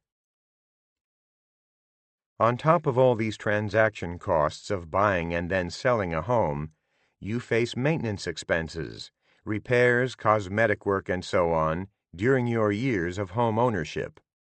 To cover the typical transaction and maintenance costs of home ownership, the value of your home needs to appreciate about 15% over the years that you own it for you to be as well off financially as if you'd continued renting. Counting on that kind of appreciation in case you need or want to move elsewhere in a few years is risky. Some people invest in real estate even when they don't expect to live in the home long, and they may consider turning their home into a rental if they move within a few years. Doing so can work well financially in the long haul, but don't underestimate the responsibilities and potential downsides that come with rental property. See the section Investing in Investment Real Estate later in this chapter. Deciding when to buy. If you're considering buying a home, you may be concerned about whether home prices are poised to rise or fall. No one wants to purchase a home that then plummets in value. And who wouldn't like to buy just before prices surge higher? It's not easy to predict what's going to happen with real estate prices in a particular town or neighborhood over the next few years. Ultimately, the economic health and vitality of an area drive the demand and prices for homes in that area. An increase in jobs, particularly ones that pay well, increases the demand for housing, and when demand goes up, so do prices. If you buy your first home when you're in your 20s or 30s, you will likely be a homeowner for many decades. Over such a long time, you will surely experience numerous ups and downs. But you'll probably see more ups than downs, so don't be too concerned about trying to predict what's going to happen to the real estate market in the near term and whether prices may fall a little. You should do a basic rent versus buy comparison, of course, to see whether the properties you're considering offer decent value or not. For example, to note a recent shift in home prices, a silver lining of the late 2000s decline in home prices is that homes were more affordable than they had been in a long time and offered better value versus renting in many areas. Since then, in most parts of the country, housing prices have increased to reach new all-time highs. That said, at particular times in your life, you may be ambivalent about buying a home. Perhaps you're not sure whether you'll stay put for 5 years. Therefore, part of your home buying decision may hinge on whether current home prices versus the costs of renting in your local area offer you a good value. The state of the job market, the number of home listings for sale, and the level of real estate prices compared with rent are useful indicators of the housing market's health. Tip: trying to time your purchase has more importance if you think you may move within a few years. In that case, be especially careful to avoid buying in a market where home prices are relatively high compared with rental costs. If you expect to move so soon, renting generally makes sense because of the high transaction costs of buying and selling real estate. The impact of COVID-19 on real estate. Early in the pandemic, in most areas, home transactions greatly slowed as prospective home buyers were stuck in their apartments or homes, and sellers and their agents weren't interested in having potential buyers traipsing through their homes for sale. In subsequent months, however, a surge of activity became apparent, especially outside of densely populated cities that were suffering long government-mandated shutdowns. What was the point, after all, of staying in such cities if you couldn't partake of the usual or even any amenities, eating out, going to entertainment venues, and so on, that drew you to live in the city originally? A significant rise in crime in many of these cities also contributed to a desire to flee. I've observed one of the unfortunate consequences of long draconian lockdowns is the harmful impact it has had on many young adults. Locking down healthy working-age adults has been misguided and hasn't protected the elderly, especially in nursing homes. Those who can afford to do so and are able to work remotely have chosen in many cases to relocate from locked-down cities to surrounding suburban areas. This has driven up rents and home prices in those surrounding areas, as some who could afford to buy were motivated to do so, while having a depressing effect on city rents and real estate values. Will these trends continue? Some employers may be willing to allow some or even many of their employees to work remotely, but I don't see this changing economy-wide. The reality is that many employers see benefits to getting employees together in a professional work environment, and many workers see value in that as well. It can be lonely and isolating to work at home, and in many companies, it's harder to collaborate with and relate to coworkers through just a small video display on your computer screen. The pandemic will subside and life will return to a greater sense of normal, so I wouldn't simply extrapolate that the unusual conditions that happened during the height of the pandemic will persist for years to come. That said, it will take some cities years to recover economically from the lockdowns that they employed and suffered. However, renters in those cities may enjoy somewhat reduced rent compared to pre-pandemic levels. Figuring your home buying budget. Buying a home is a long-term financial commitment. You'll probably take out a 15 or 30-year mortgage to finance your purchase, and the home you buy will need maintenance over time. So before you decide to buy, take stock of your overall financial health, determine how large a down payment you'll need, and understand how much lenders will be willing to lend you. Getting your financial house in order. To qualify for a mortgage, you need good credit and a stable, reliable source of employment income. Mortgage lenders will tell you the maximum amount that you're qualified to borrow. Just because they offer you that maximum amount, however, doesn't mean you should borrow that much. Buying a home without considering your other monthly expenditures and long-term goals may cause you to end up with a home that dictates much of your future spending. Have you considered, for example, how much you need to save monthly to reach your goals? How about the amount you want to spend on your current lifestyle? If you want to continue your current lifestyle, you have to be honest with yourself about how much you can really afford to spend as a homeowner. First-time homebuyers in particular run into financial trouble when they don't understand their current spending. Warning: buying a home can be a wise decision, but it can also be a huge burden. Also, you can buy all sorts of nifty things for a home. Some people prop up their spending habits with credit cards, a dangerous practice. So before you buy a property or agree to a particular mortgage, be sure you can afford to do so and that it fits with your overall plans and desires. Determining your down payment. When deciding how much to borrow for a home purchase, keep in mind that most lenders require you to purchase private mortgage insurance, PMI, if your down payment is less than 20% of your home's purchase price.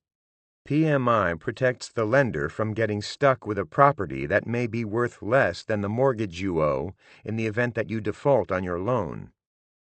On a moderate-sized loan, PMI can add hundreds of dollars per year to your payments. If you have to purchase PMI to buy a home with less than 20% down, keep an eye on your home's value and your loan balance. Over time, your property should appreciate and your loan balance should decrease as you make monthly payments. After your mortgage represents 80% or less of the market value of the home, you can get rid of the PMI. Doing so usually entails contacting your lender and paying for an appraisal. Warning: I've never liked interest-only loans, which entice cash-strapped buyers with lower monthly payments because all the initial payments go toward interest. These loans typically have higher interest rates and fees than conventional mortgages do, and they cause some buyers to take on more debt than they can handle. After a certain number of years, the payment amount jumps higher when the principal and interest begin to be repaid together. What if you can afford to make more than a 20% down payment? How much should you put down then?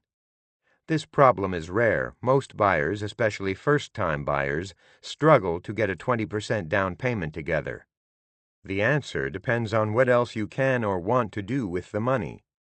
If you're considering other investment opportunities, determine whether you can expect to earn a higher rate of return on those other investments versus the interest rate that you'd pay on the mortgage.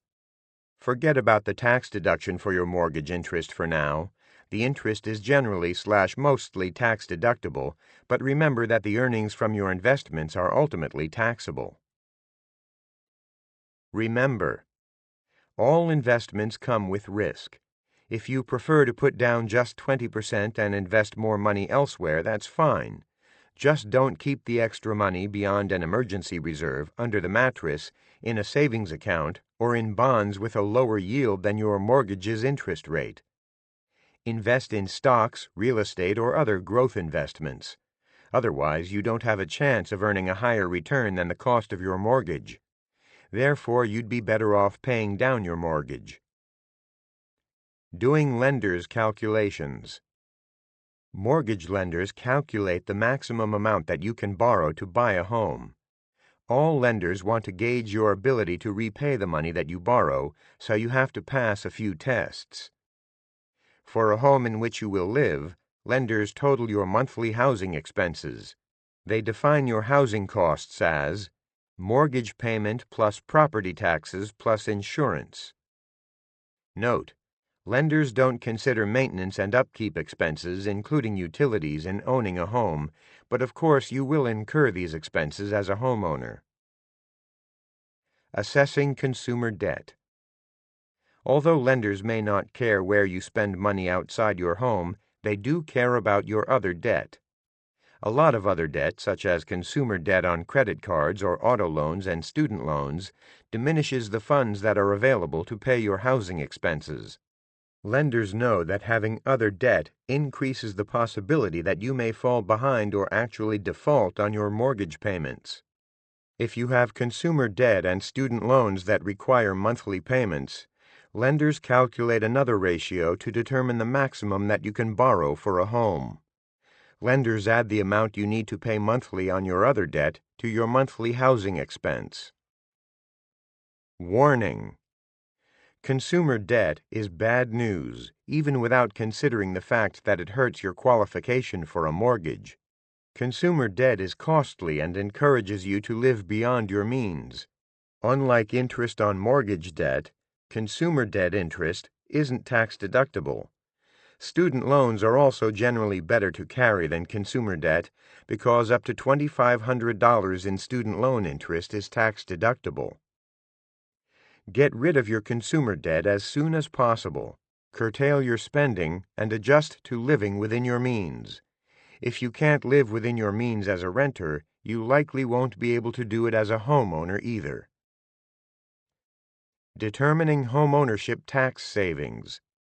Your mortgage interest and property taxes are deductible, subject to limitations, on IRS Form 1040, Schedule A of your personal federal income tax return. When you calculate the cost of owning a home, subtract the tax savings to get a more complete and accurate sense of what home ownership will cost you.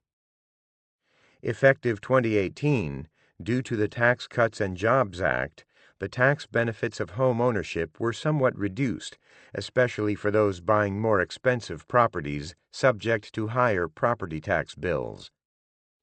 The biggest change is that property taxes combined with your state income tax is now limited to a $10,000 annual deduction. And the mortgage interest deduction now may be claimed on up to $750,000 of mortgage debt, which obviously doesn't affect most home buyers.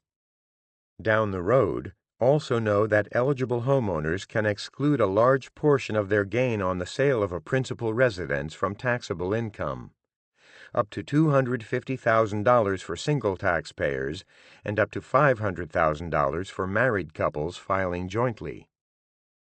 Because of the new tax bill, determining the tax savings you may realize from home ownership has become much more complicated. Here's a shortcut that works reasonably well in determining your tax savings in home ownership. Multiply your federal tax rate by the portion of your property taxes up to $10,000 when combined with your annual state income tax payments, and the portion of your mortgage payment on up to $750,000 of mortgage debt. Note: even if you're under the $750,000 threshold, not all of your mortgage payment is tax deductible, only the portion of the mortgage payment that goes toward interest. However, in the early years of your mortgage, nearly all of your payment goes toward interest. On the other hand, you may earn state tax benefits from your deductible mortgage interest and property taxes, which I am ignoring here in this simplified analysis. If you want to more accurately determine how home ownership may affect your tax situation, get out your tax return and try plugging in some reasonable numbers to estimate how your taxes will change. You can also speak with a tax advisor. Tip: when you finally buy a home, refigure how much you need to pay in income tax, because your mortgage interest and property tax deductions can help lower your income tax bill. If you work for an employer, ask your payroll/benefits department for Form W-4. If you're self-employed, you can complete a worksheet that comes with Form 1040-ES. Call 800-829-3676 for a copy. Many new home buyers don't bother with this step, and they receive a big tax refund on their next filed income tax return. Although getting money back from the Internal Revenue Service may feel good, it means that at minimum, you gave the IRS an interest-free loan. In the worst-case scenario, the reduced cash flow during the year may cause you to accumulate other debt or miss out on contributing to tax-deductible retirement accounts. Shopping for your home. Be realistic about how long it may take to get you up to speed about different areas and to find a home that meets your various desires.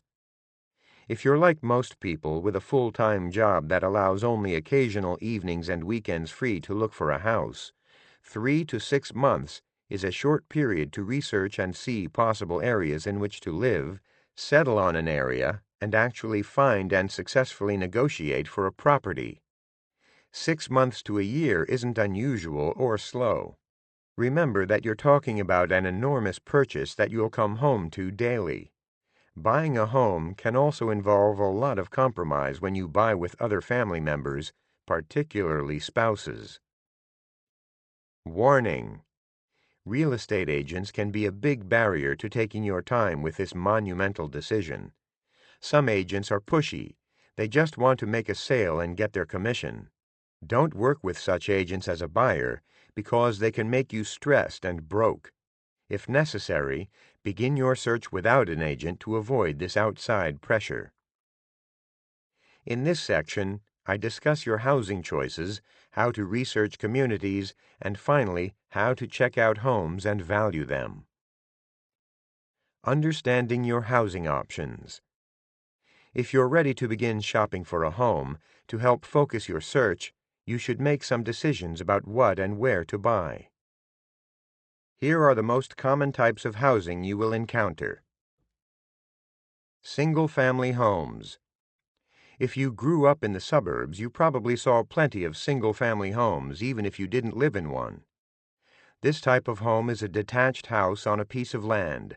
Lots may be small or large, but the land is 100% yours, and the house is separate from other neighboring properties. Condominiums. These properties typically are apartment-style units that are on top of and adjacent to one another. Many condo buildings were originally apartments that were converted to condos through the sale of ownership of separate units. When you purchase a condominium, you purchase a specific unit as well as a share of the common areas, the pool, landscaping, entry and hallways, laundry room, and so on. Townhomes. Townhomes are attached or row homes. A townhome is essentially a cross between a condominium, because it's attached, sharing a roof and some walls, and a single-family house because it has its own yard. Cooperatives. Cooperatives, or co-ops, resemble apartment and condominium buildings. When you buy a share in a cooperative, you own a share of the entire building, including some living space. Unlike in a condo, you generally need to get approval from the cooperative association if you want to remodel or rent your unit to a tenant. In some co-ops, you must even gain approval from the association to sell your unit to a proposed buyer. Warning: co-ops generally are much harder to obtain loans for and to sell, so I don't recommend that you buy one unless you get a good deal and are certain you can obtain a loan. With the exception of single-family homes in the preceding list, the other types of housing are shared housing. This type of housing generally gives you more living space for your dollars. This value makes sense because a good chunk of the cost of a single-family home is the land on which the home sits. Land is good for decks, recreation, and children's playgrounds, but you don't live in land the way you do in your home. Shared housing maximizes living space for the housing dollars that you spend. Another possible benefit of shared housing is that in many situations you're not personally responsible for general maintenance. Instead, the homeowners association, which you pay into, takes care of it. If you don't have the time, energy, or desire to keep up a property, shared housing can make sense. Shared housing units may also give you access to recreation facilities, such as a pool, tennis courts, and exercise equipment. From an investment perspective, shared housing isn't best. Single-family homes generally appreciate more than shared housing does. Part of the reason for that is that shared housing is easier to build and to overbuild, and the greater supply tends to keep prices from rising as much.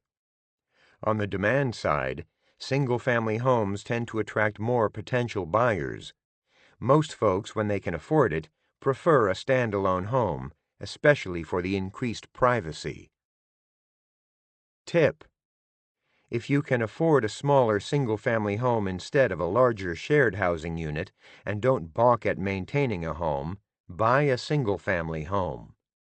Shared housing makes more sense for people who don't want to deal with maintenance and who value the security of living in a larger building with other folks. Recognize that you may not like or even feel comfortable with everyone living in a given shared housing complex. Shared housing prices tend to hold up better in developed urban environments. If possible, avoid shared housing units in suburban areas where the availability of developable land makes building many more units possible, thus increasing the supply of housing and slowing growth in value. Researching communities. You may have an idea about the type of property and location that interests you or that you think you can afford. Even if you've lived in an area for a while and think that you know it well, be sure to explore different types of properties in a variety of locations before you start to narrow your search. Investigate. Thinking that you can know what an area is like from anecdotes or from a small number of personal experiences can be a mistake. Anecdotes and people's perceptions often aren't accurate reflections of the facts. Check out the following key items in an area you are considering. Amenities. Ideally, you don't spend all your time at work slaving away to make your monthly mortgage payment. I hope you have time to use parks, recreation facilities, and so on. Walk and drive around the neighborhoods you're interested in to get a sense of these attractions. Most real estate agents enjoy showing their favorite neighborhoods. Talk to folks you know in the areas you're considering. Visit those cities and towns' websites. Catastrophic risks. Are the neighborhoods in which you're considering buying a home prone to floods, tornadoes, mudslides, fires, or earthquakes? Although homeowners insurance with proper supplements can protect you financially, consider how you may deal with such catastrophes emotionally. Insurance addresses only the financial pain of a home loss. You can't eliminate all risks, but you can get educated about catastrophic risks. The U.S. Geological Survey, usgs.gov, has maps that show earthquake risks, and the Federal Emergency Management Agency, FEMA.gov, has flood risk maps. Insurance companies and agencies can also tell you what they know about risks in particular areas. Crime. Cities and towns keep all sorts of crime statistics for neighborhoods, so use them. Call the local police department or get local crime data online at sites like neighborhoodscout.com. Development. Check with the planning offices in towns that you're considering living in to find out what types of new developments and major renovations are in the works. Planning people may also be aware of problems in particular areas. Property taxes. What will your property taxes be? Property tax rates vary from community to community. Check with the town's assessment office or with a good real estate agent. Schools. If you have kids, you care about this issue a lot. Unfortunately, many people make snap judgments about school quality without getting the facts. Visit schools where possible, talk to parents and teachers, and discover what goes on at the schools. Remember, consider school quality even if schools aren't important to you because they can affect the resale value of your property. Checking out and valuing a home. Over many months, you may see dozens of homes for sale. Use these viewings as an opportunity to find out what specific homes are worth. Odds are that the listing price isn't what a house is actually worth. Property that's priced to sell usually does sell. Properties left on the market are often overpriced. The listing prices of such properties may reflect what an otherwise greedy or uninformed seller and their agent hope that some fool will pay. Of the properties that you see, keep track of the prices they end up selling for. Good agents can provide this information. Properties usually sell for less than the listed price. Keeping track of selling prices gives you a good handle on what properties are really worth and a better sense of what you can afford. Investigate. After you set your sights on a home you like, thoroughly check out the surroundings. Go back to the neighborhood in which the property is located at different times of the day and on different days of the week. Take a walk around and see if you can strike up a conversation or two with folks who live there and perhaps meet some of your potential neighbors. Ask questions. Talk to property owners as well as renters. Because they don't have a financial stake in the area, renters are often more forthcoming with negative information about an area. After you decide where and what to buy, You're ready to try to put a deal together. To do so, you need to understand mortgages, negotiations, and inspections. I cover these issues and many more in the latest edition of Home Buying Kit for Dummies, Wiley, which I co-wrote with Ray Brown. Investing in investment real estate. If you've already bought your own home, and even if you haven't, using real estate as an investment may interest you. Real estate investing, like the stock market and small business investments, has long generated tremendous wealth for many investors. Real estate is like other types of ownership investments, such as stocks, in that you have an ownership stake in an asset. Although you have the potential for significant profits, don't forget that you also accept greater risk. Like stocks, real estate goes through good and bad performance periods. Most people who make money investing in real estate do so because they invest in and hold property over many years. Warning: real estate investing isn't for everyone. You should avoid real estate investments that involve managing property if you're pressed for time. Buying and owning investment property and being a landlord can take a lot of time. If you fail to do your homework before purchasing real estate, you can end up overpaying or buying a heap of trouble. You can hire a property manager to help with screening and finding good tenants, as well as troubleshooting problems with the building you purchase, but this step costs money and still requires some time involvement. Also, remember that most tenants don't care for a property the same way that property owners do. If every little scratch or carpet stain sends your blood pressure soaring, being a landlord may not be for you. In this section, I discuss how to make wise real estate investments. Understanding real estate investments' appeal. Many people build their wealth by investing in real estate. Some people focus exclusively on property investments, but many others build their wealth through the companies they started or through other avenues and then diversify into real estate investments. Real estate, like all investments, has its pros and cons. Investing in real estate is time-intensive and carries risks. Do it because you enjoy the challenge and because you want to diversify your portfolio. Don't take this route because you seek a get-rich-quick outlet. Here are some of the reasons why people pursue real estate investments. Ability to add value.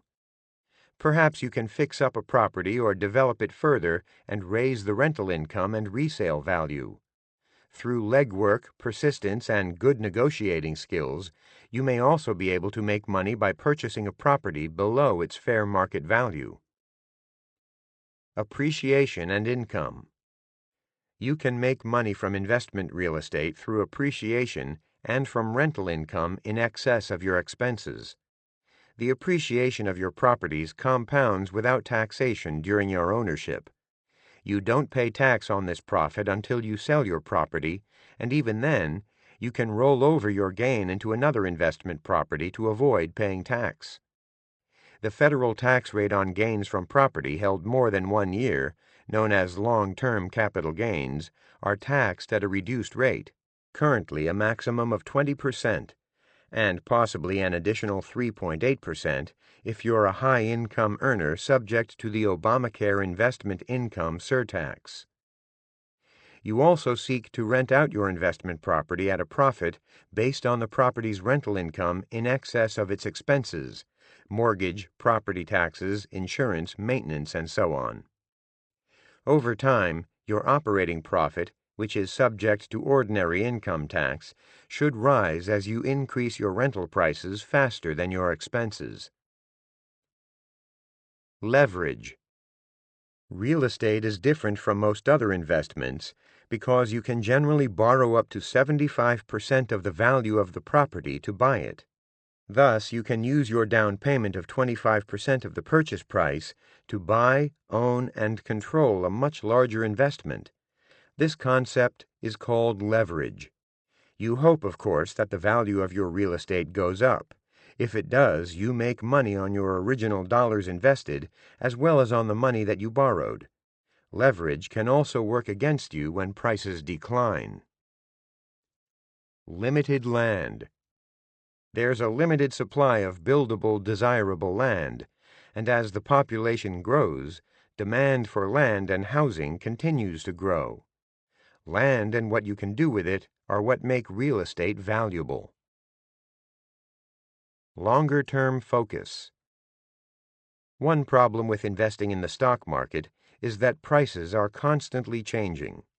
Because all you need to do is tap your phone app, click your computer mouse, or call a toll-free number to place your sell or buy order, some stock market investors fall prey to irrational snap judgments. While the real estate market is constantly changing, short-term, day-to-day, and week-to-week changes are invisible, although some real estate pricing websites are calculating updated prices of questionable accuracy more often. If prices do decline over months and years, you're much less likely to sell real estate in a panic. Preparing a property for sale and eventually getting it sold take a good deal of time, and this barrier to selling quickly helps you keep your perspective. Sizing up real estate investment options. If you think you're cut out to be a landlord and are ready for the responsibility of buying, owning, and managing rental real estate, you have numerous real estate investment options to choose among. Some investors prefer to buy properties, improve them, and then move on. Ideally, however, you should plan to make real estate investments that you hold for many years, perhaps into your retirement years. But what should you buy?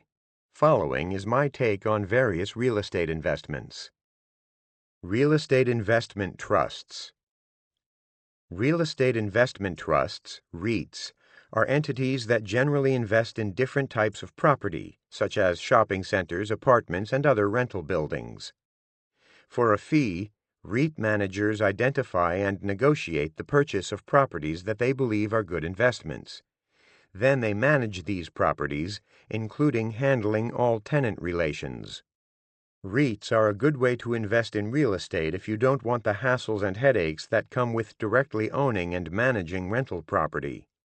You can research and purchase shares in individual REITs, which trade as securities on the major stock exchanges. An even better approach is to buy a mutual fund or exchange-traded fund that invests in a diversified mixture of REITs. Residential housing. If you're willing to be a landlord, your best bet for real estate investing is to purchase residential property. People always need places to live. Residential housing is easier to understand, purchase, and manage than most other types of property, such as office and retail property. If you're a homeowner, you already have experience locating, purchasing, and maintaining residential property. The most common residential housing options are single-family homes, condominiums, and townhouses. You can also purchase multi-unit buildings. Consider the following issues when you decide what type of property to buy. Appreciation potential. Look for property where simple cosmetic and other fixes may allow you to increase rents and increase the market value of the property. Although condos may be easier to maintain, they tend to appreciate less than homes or apartment buildings do, unless the condos are located in a desirable urban area. Cash flow. The difference between the rental income that you collect and the expenses that you pay out is known as your cash flow. As time goes on, generating a positive cash flow usually gets easier as you pay down your mortgage debt and increase rents. Maintenance. Condominiums are generally the lowest maintenance properties because most condominium associations deal with issues such as roofing, landscaping, and so on for the entire building. Note that as the owner, you're still responsible for maintenance that's needed inside your unit, such as servicing appliances, interior painting, and so on. Be aware, though, that some condo complexes don't allow rentals. With a single-family home or apartment building, you're responsible for all the maintenance. You can hire someone to do the work, but you still have to find the contractors and coordinate, oversee, and pay for the work they do. Tenants. Single-family homes with just one tenant, which could be a family, a couple, or a single person, are simpler to deal with than a multi-unit apartment building that requires the management and maintenance of multiple renters and units. Tip: unless you really want to minimize maintenance responsibilities, avoid condominium investments. Similarly, apartment building investments are best left to sophisticated investors who like a challenge and can manage more complex properties. Single-family home investments are generally more straightforward for most people. Be sure you run the numbers on your rental income and expenses to see whether you can afford the negative cash flow that may occur in the early years of ownership. Land. If having tenants and maintaining a building is a lot of work, you can consider investing in land. Over time, in areas experiencing economic and building growth and using up available land values may appreciate well. That said, unrented land tends to underperform leased real estate because there is no income. An exception, farmland, is used to grow crops. Although land doesn't require upkeep and tenants, it does require financial feeding. Investing in land can be problematic for the following reasons. Identifying many years in advance which communities will experience rapid population and job growth isn't easy. Land in those areas that people believe will be the next hotspot often already sells at a premium. If property growth doesn't happen, appreciation will dry up. Investing in land is a cash drain. Because it costs money to purchase land, you also have a mortgage payment to make. Mortgage lenders charge higher interest rates on loans to purchase land because they see it as a more speculative investment. You don't get depreciation tax write-offs because land isn't depreciable. You also have property tax payments to meet. With land investments, you don't receive income from the property to offset these expenses. If you someday decide that you want to develop the property, it can cost a great deal of money. Obtaining a loan for development is challenging and more expensive because it's riskier for the lender than obtaining a loan for a developed property. If you decide to invest in land, be sure you meet the following criteria. You can afford it. Tally up the annual carrying costs so you can see what your cash drain may be. What are the financial consequences of this cash outflow? Will you be able to fund your tax-advantaged retirement accounts, for example? If you can't, count the lost tax benefits as another cost of owning land. You understand what further improvements the land needs. Running utility lines, building roads, landscaping, and so on all cost money. If you plan to develop and build on the land you purchase, research what these things may cost. Remember that improvements almost always cost more than you expect. You know its zoning status. The value of land depends greatly on what you can develop on it, so thoroughly understand the land's zoning status and what you can and can't build on it before you buy. Also, research the disposition of the planning department and nearby communities. Areas that are anti-growth and anti-development are less likely to be good places for you to invest in land, especially if you need permission to do the type of project you have in mind. Warning: be aware that zoning can change for the worse. Sometimes a zoning alteration can reduce what you can develop on a property and consequently the property's value. You've researched the local economic and housing situations. Buy land in an area that's home to rapidly expanding companies and that has a shortage of housing and developable land. Commercial real estate. If you're really motivated and willing to roll up your sleeves, you may want to consider commercial real estate investments, such as small office buildings or strip malls. Generally, however, you're better off not investing in such real estate because it's much more complicated than investing in residential real estate. It's also riskier from an investment and tenant turnover perspective.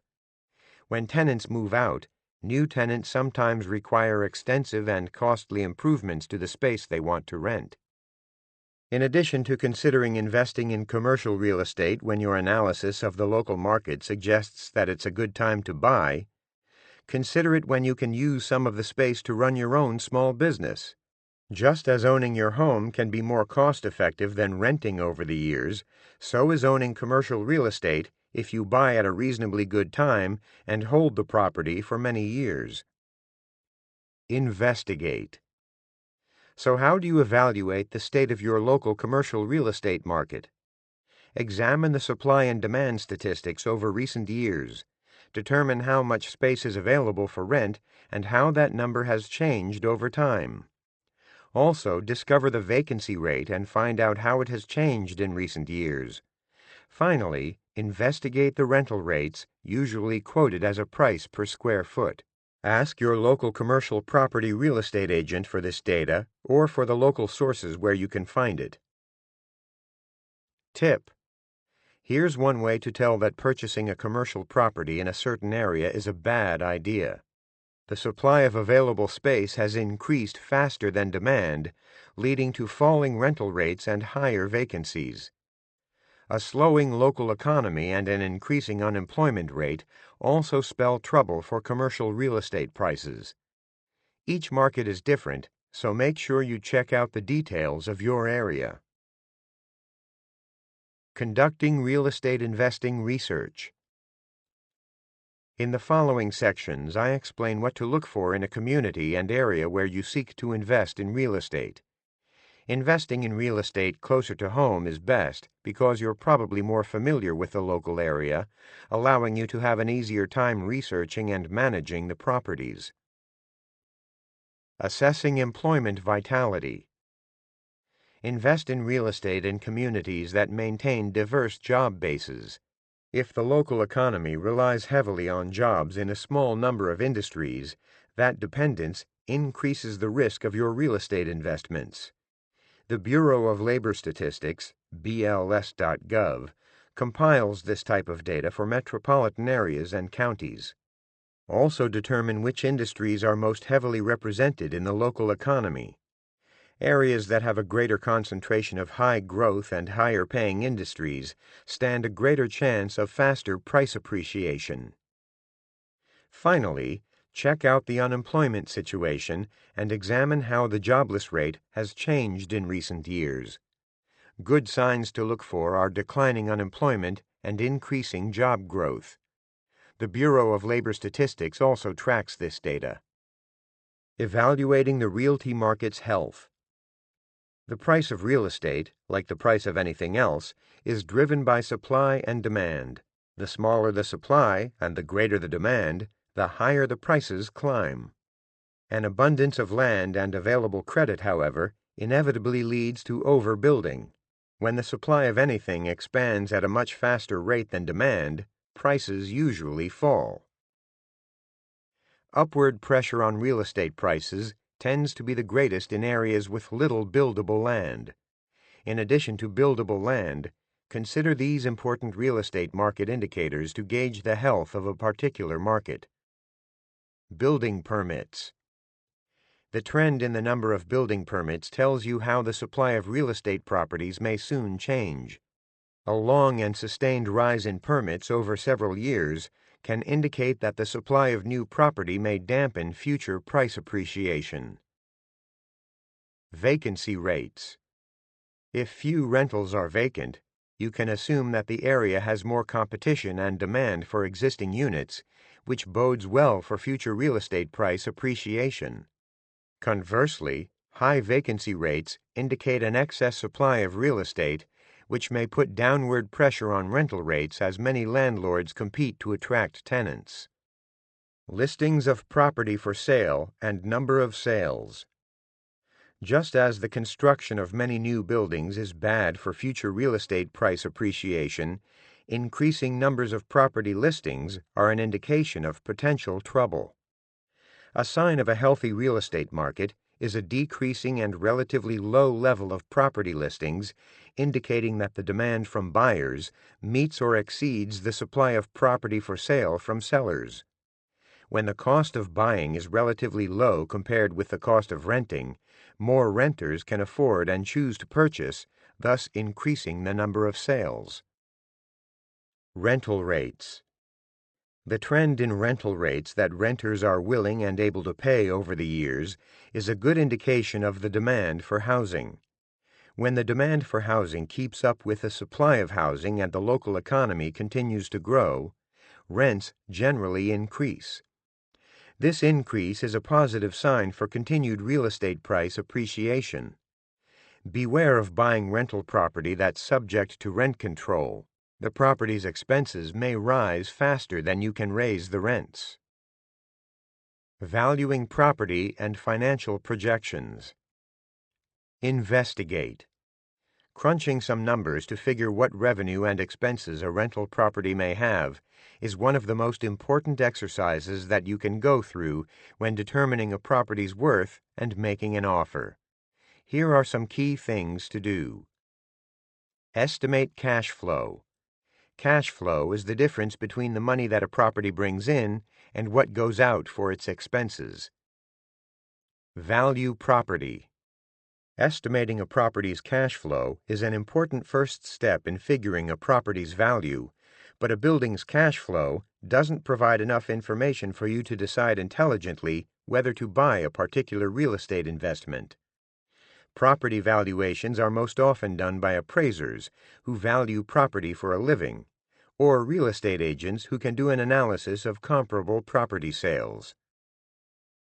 For more details on investing in real estate, see the latest edition of Real Estate Investing for Dummies, Wiley, which I co-wrote with Robert S. Griswold. Chapter 13. Financing and Putting Together Real Estate Investment Deals. In this chapter, choosing your best real estate investment financing, finding an excellent real estate agent, negotiating and inspecting your deals, making smart property selling decisions. In this chapter, I discuss issues such as understanding and selecting mortgages, working with real estate agents, negotiating, and other important details that help you put a real estate deal together. I also provide some words of wisdom about taxes and selling your property that may come in handy down the road. Financing your real estate deals. Unless you're affluent or buying a low-cost property, you likely need to borrow some money via a mortgage to make the purchase happen. Without financing, your dream to invest in real estate remains just that, a dream. So first you have to maximize your chances of getting approved for a loan. Shopping wisely for a good mortgage can save you thousands, perhaps even tens of thousands of dollars in interest and fees. Don't get saddled with a loan that you may not be able to afford someday and that could push you into foreclosure or bankruptcy. Achieving loan approval. Even if you have perfect or near-perfect credit, you may encounter financing problems with some properties. And of course, not all real estate buyers have a perfect credit history, tons of available cash, and no debt. Because of the soft real estate market in the late 2000s and the jump in foreclosures around that time, lenders tightened credit standards to avoid making loans to people likely to default. If you're one of those borrowers who end up jumping through more hoops than others to get a loan, don't give up hope. Few borrowers are perfect from a lender's perspective, and many problems are fixable. Tip: to head off some potential rejections before you apply for a loan, disclose to your lender anything that may cause a problem. For example, if you already know that your credit report indicates some late payments from when you were out of the country for several weeks 5 years ago, write a note/email to your preferred lender or mortgage broker that explains this situation. Fixing down payment blues. Many people, especially when they make their first real estate purchase, are strapped for cash. In order to qualify for the most attractive financing, lenders typically require that your down payment be at least 20% of the property's purchase price. Investment property loans may require 25 to 30% down for the best terms. In addition, you need reserve money to pay for other closing costs, such as title insurance and loan fees. Tip: if you don't have 20+% of a property's purchase price available, don't despair. You can still own real estate with the following strategies. Take out private mortgage insurance. Some lenders may offer you a mortgage even though you can put down only, say, 10% of the purchase price. These lenders will likely require you to purchase private mortgage insurance, PMI, for your loan, however. This insurance generally costs a few $100s per year and protects the lender if you default on your loan. When you have at least 20% equity in the property, you can generally eliminate the PMI. Dip into your retirement savings. You may be able to borrow against your retirement account balance through your employer's retirement savings plan under the condition that you repay the loan within a set number of years. Subject to eligibility requirements, first-time homebuyers can make penalty-free withdrawals of up to $10,000 from IRA accounts. Note: you still must pay regular income tax on the withdrawal. Postpone your purchase. If you don't want the cost and strain of extra fees and bad mortgage terms, you can postpone your purchase. Go on a financial austerity program and boost your savings further. Consider lower-priced properties. Lower-priced properties can help keep down the purchase price and the required down payment. Find a partner. Sharing the financial obligations with a partner often makes buying real estate easier. Just make sure you write up a legal contract to specify what happens if a partner wants out. Family members sometimes make good partners. Your parents, grandparents, and even your siblings may have some extra cash they'd like to loan, invest, or give to you as a gift. Look into seller financing. Some property owners or developers may finance your purchase with as little as 5 to 10% down. However, you can't be as picky about such seller-financed properties because a limited supply is available.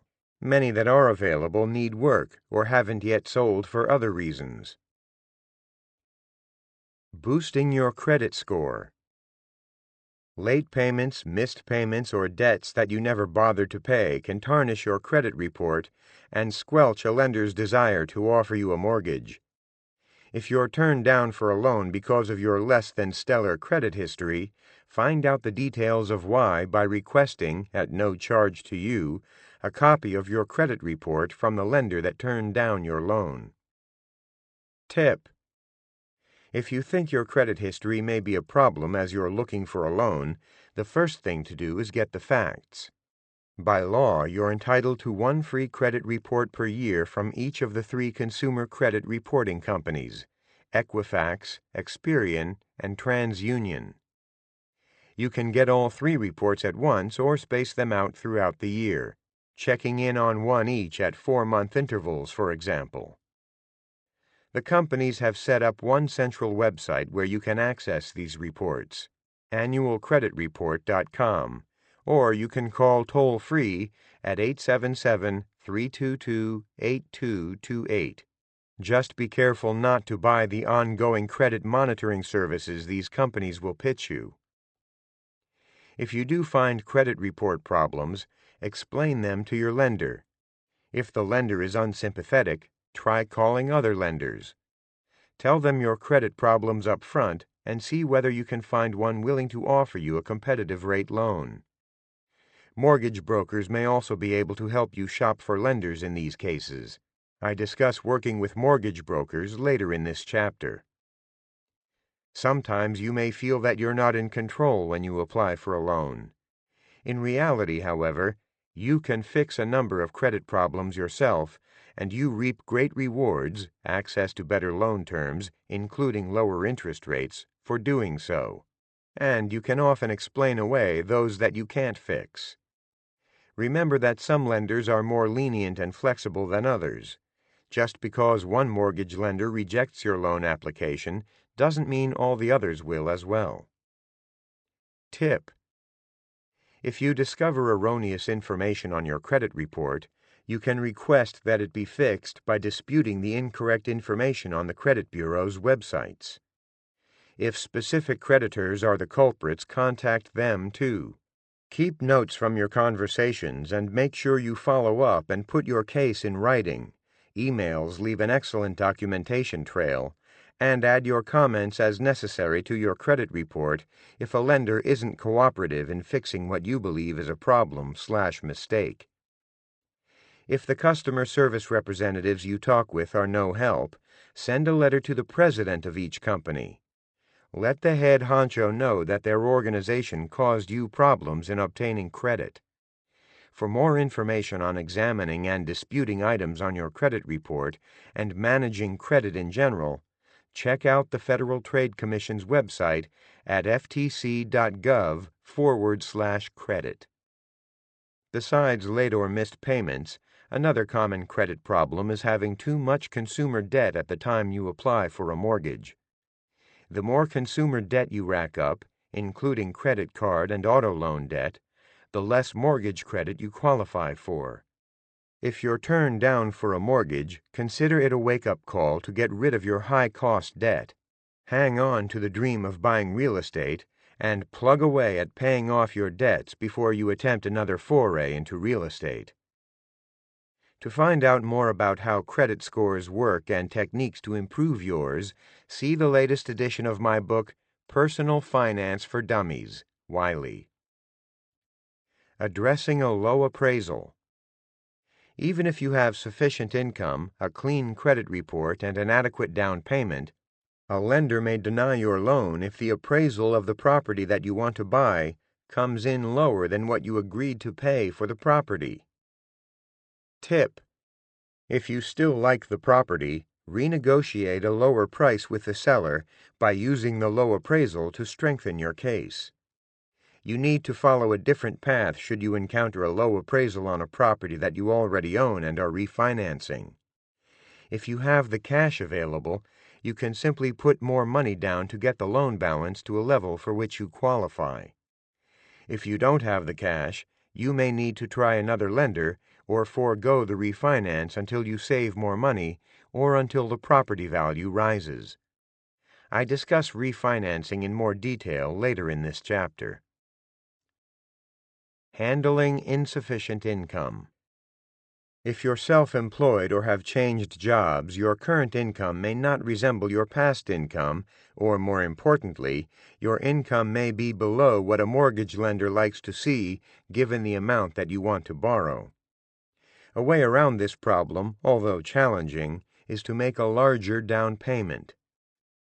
Tip: if you can't make a large down payment, another option is to get a co-signer for the loan. For example, your relatives may be willing to sign with you.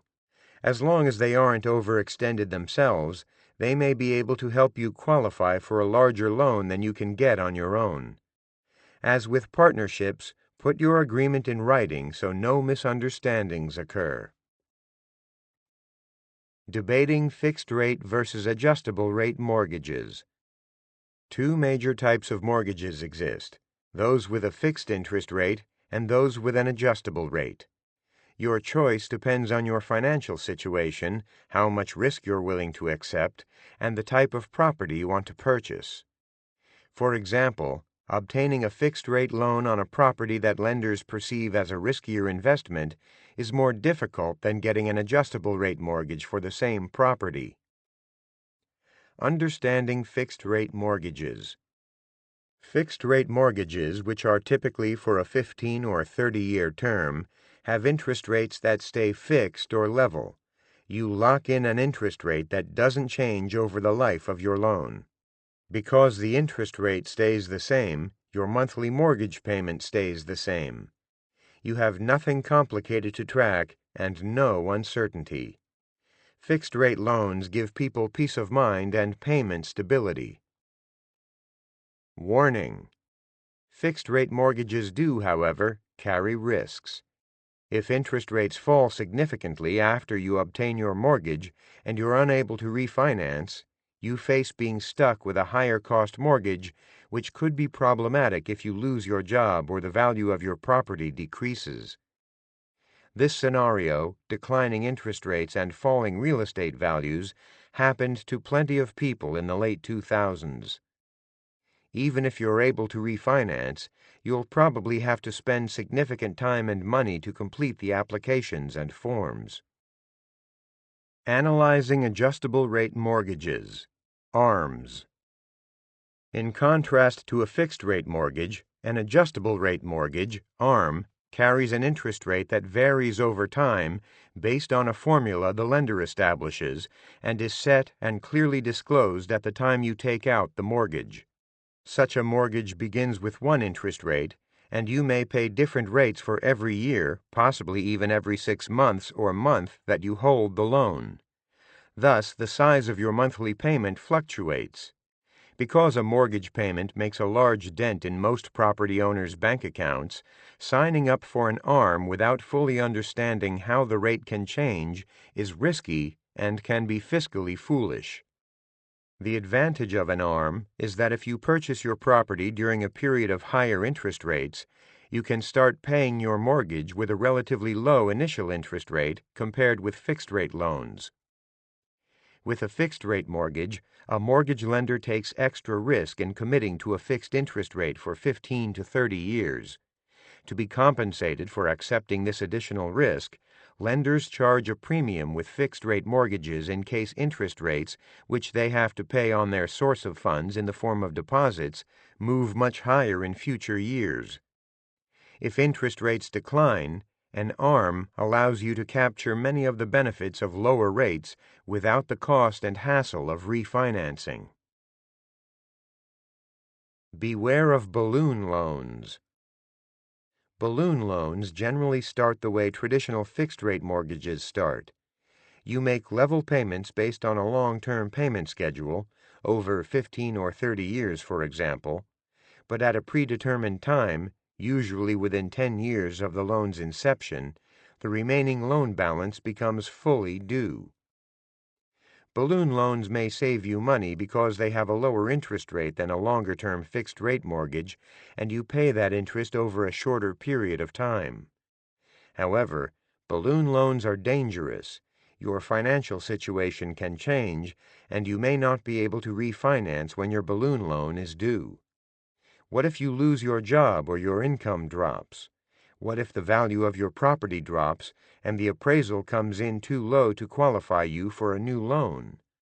What if interest rates rise and you can't qualify at the higher rate on a new loan? You're still going to have to pay off your balloon loan when it comes due. Sometimes balloon loans may be the only option for the buyer, or so the buyer thinks. Buyers are more commonly backed into these loans during periods of high interest rates. When a buyer can't afford the payments on a conventional mortgage and really wants a particular property, a seller may offer a balloon loan. Warning: shun balloon loans. Consider a balloon loan if, and only if, you've really done your homework to exhaust other financing alternatives and you're certain you can refinance when the balloon comes due. If you take a balloon loan, get one with as much time as possible, preferably 10 years before it becomes due. Deciding between fixed and adjustable mortgages. You can't predict the future course of interest rates. Even the professional financial market soothsayers and investors can't predict where rates are heading. If you could foretell interest rate movements, you could make a fortune investing in bonds and interest rate futures and options. So cast aside your pundit cap and ask yourself the following 2 vital questions to decide whether a fixed or adjustable mortgage will work best for you. What financial risks can you handle? How much of a gamble can you take with the size of your monthly mortgage payment? For example, if your job and income are unstable and you need to borrow an amount that stretches your monthly budget, you can't afford much risk. If you're in this situation, stick with fixed-rate mortgages because you likely won't be able to handle a large increase in interest rates and the payment on an ARM. If, on the other hand, you're in a position to take the financial risks that come with an adjustable-rate mortgage, you have a better chance of saving money with an adjustable loan rather than a fixed-rate loan. Your interest rate starts lower and stays lower if the market level of interest rates remains unchanged. Even if rates go up, they'll likely come back down over the life of your loan. If you can stick with your adjustable-rate loan for better and for worse, you may come out ahead in the long run. Adjustables also make more sense if you borrow less than you're qualified for, or perhaps you regularly save a sizable chunk, more than 10% of your monthly income. If your income significantly exceeds your spending, you may feel less anxiety about fluctuating interest rates.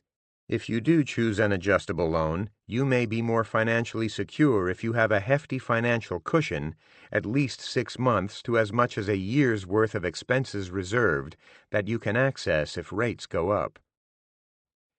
Tip: almost all adjustables limit or cap the rise in the interest rate that your loan allows.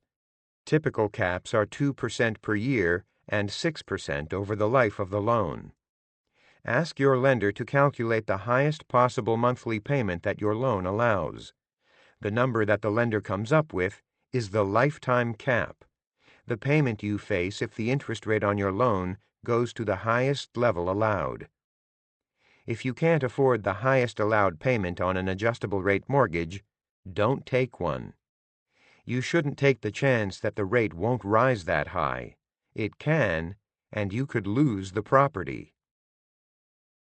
Remember, don't take an adjustable mortgage just because the lower initial interest rates allow you to afford the property that you want to buy, unless you're absolutely certain your income will rise to meet future payment increases.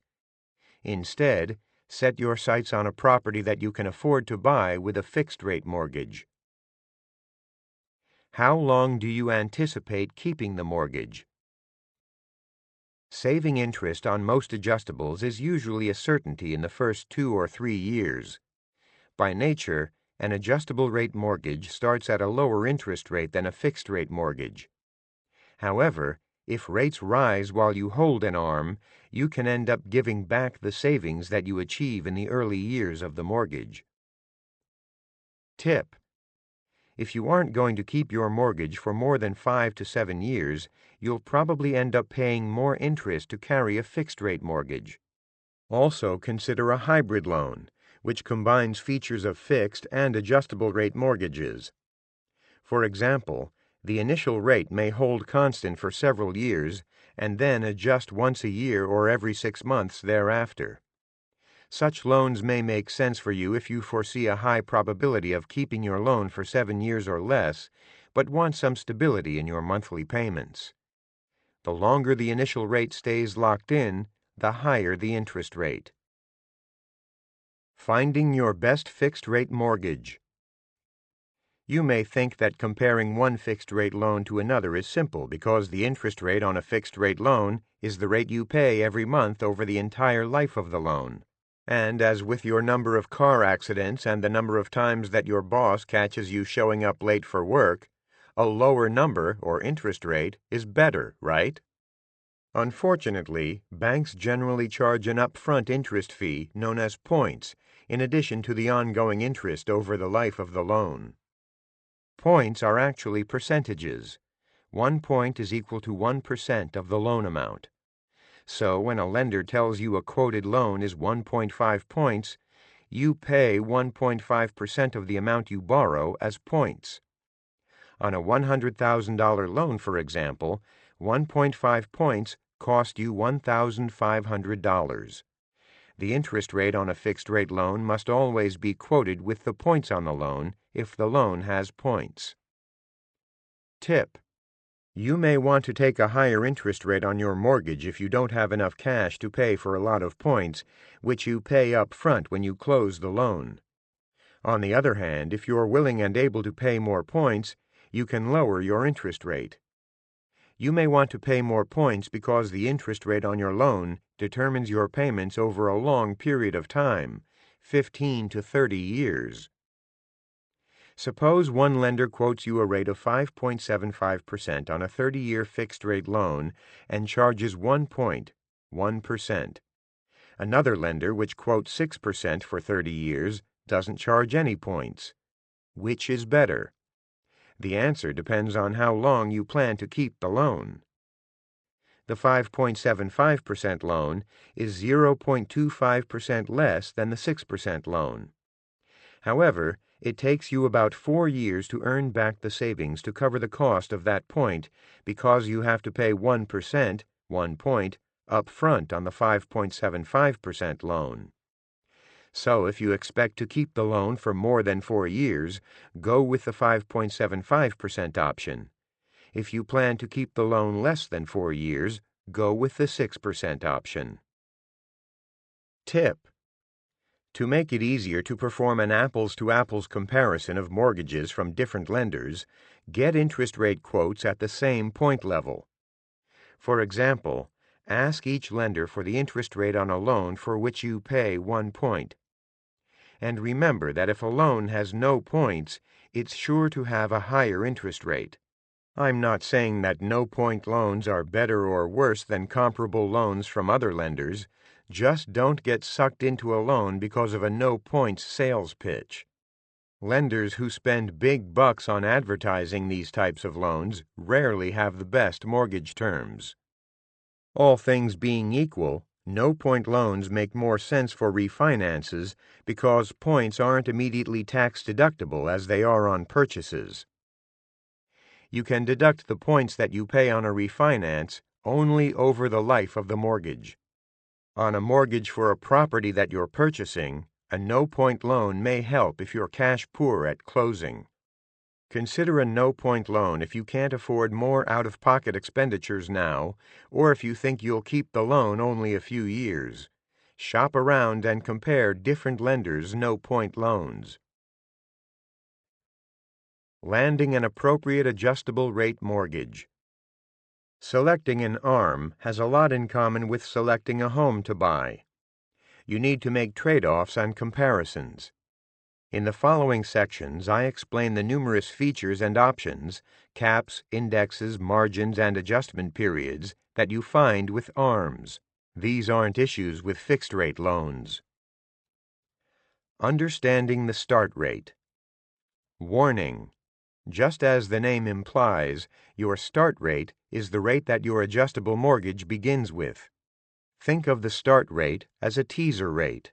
The initial rate on ARMs is often set artificially low to entice you. Don't judge an ARM by this rate alone. You won't pay this attractively low rate for long. With ARMs, interest rates generally rise as soon as the terms of the mortgage allow. Even if the market level of interest rates doesn't change, your adjustable rate is destined to increase. An increase of 1 or 2 percentage points above the start rate is common. The formula for determining the rate caps and the future interest rates on an adjustable rate mortgage, see the next section, are far more important in determining what a mortgage will cost you in the long run. For more on rate caps, see the section Analyzing Adjustments later in this chapter. Assessing your future interest rate.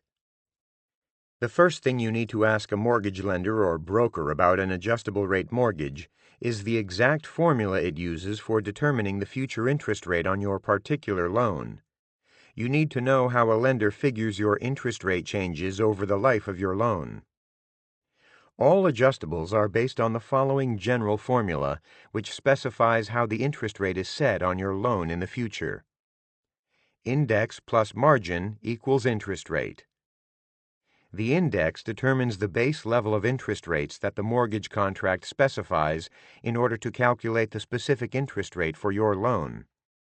Indexes are generally, but not always, widely quoted in the financial press.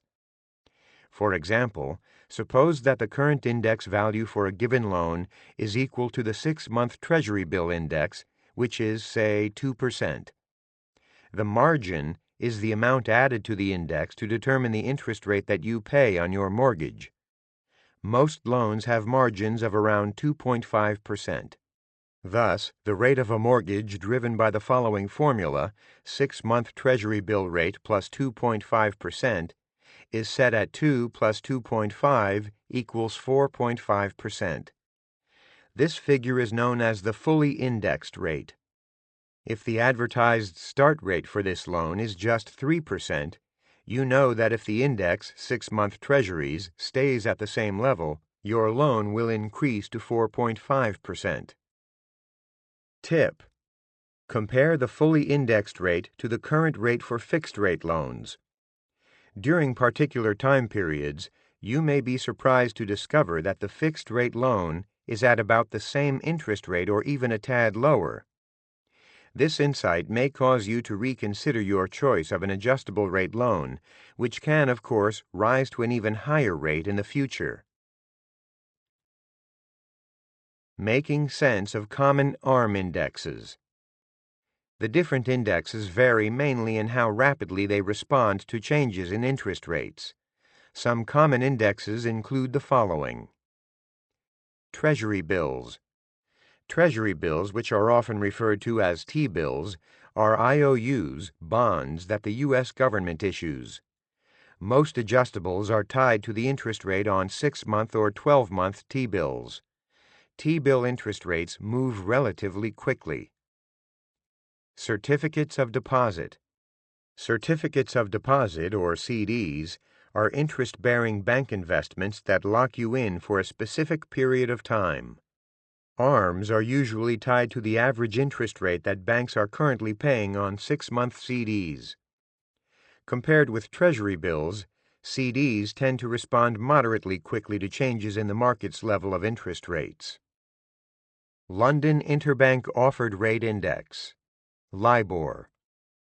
This index is an average of the interest rates that major international banks charge one another to borrow U.S. dollars in the London money market.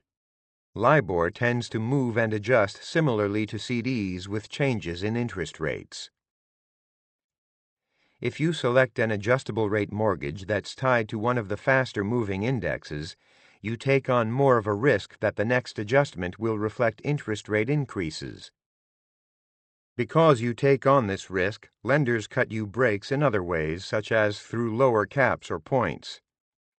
If you want the security of an ARM tied to a slower-moving index, you pay for that security in one form or another, such as through a higher start rate, caps, margins, or points.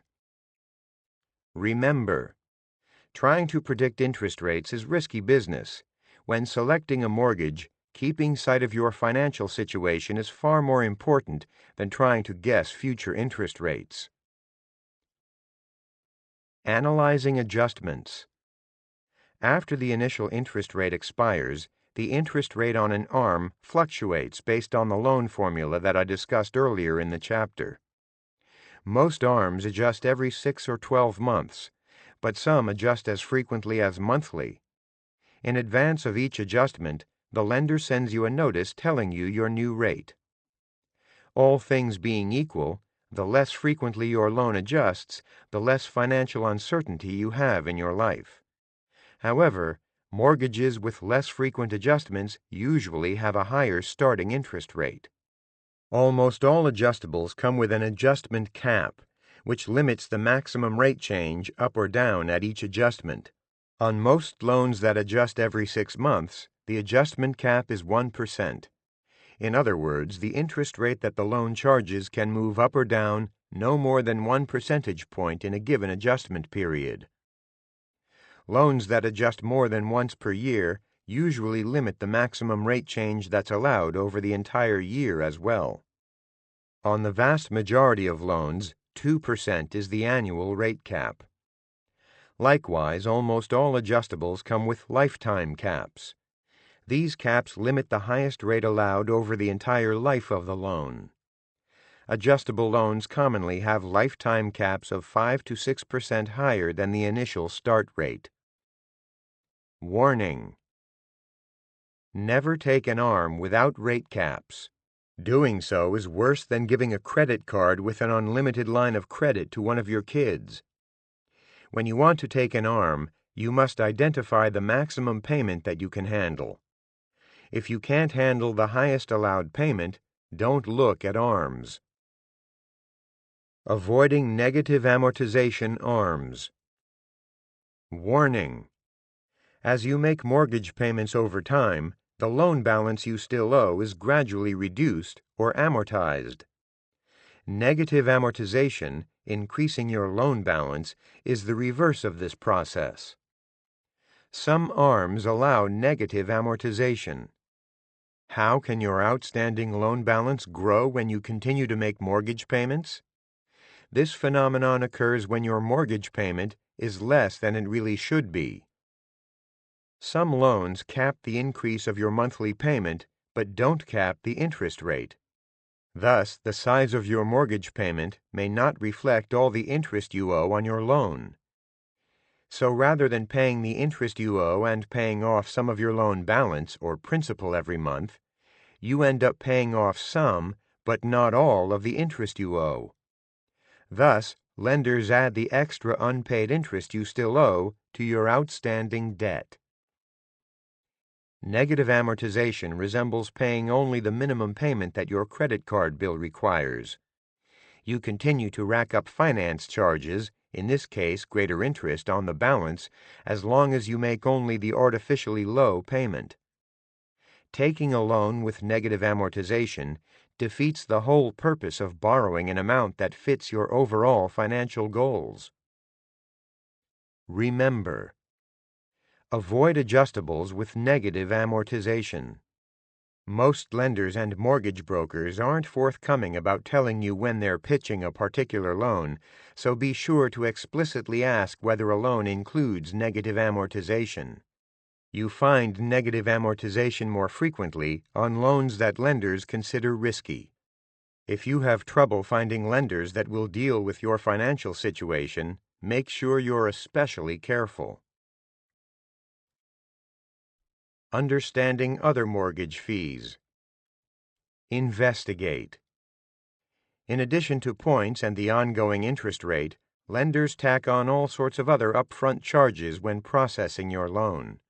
Get an itemization of these other fees and charges in writing from all lenders that you're seriously considering.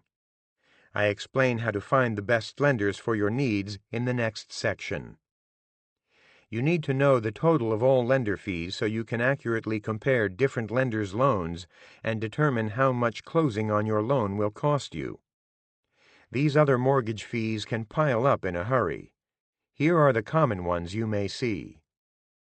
Application and processing fees. Most lenders charge a few $100s to work with you to complete your paperwork and funnel it through their loan evaluation process.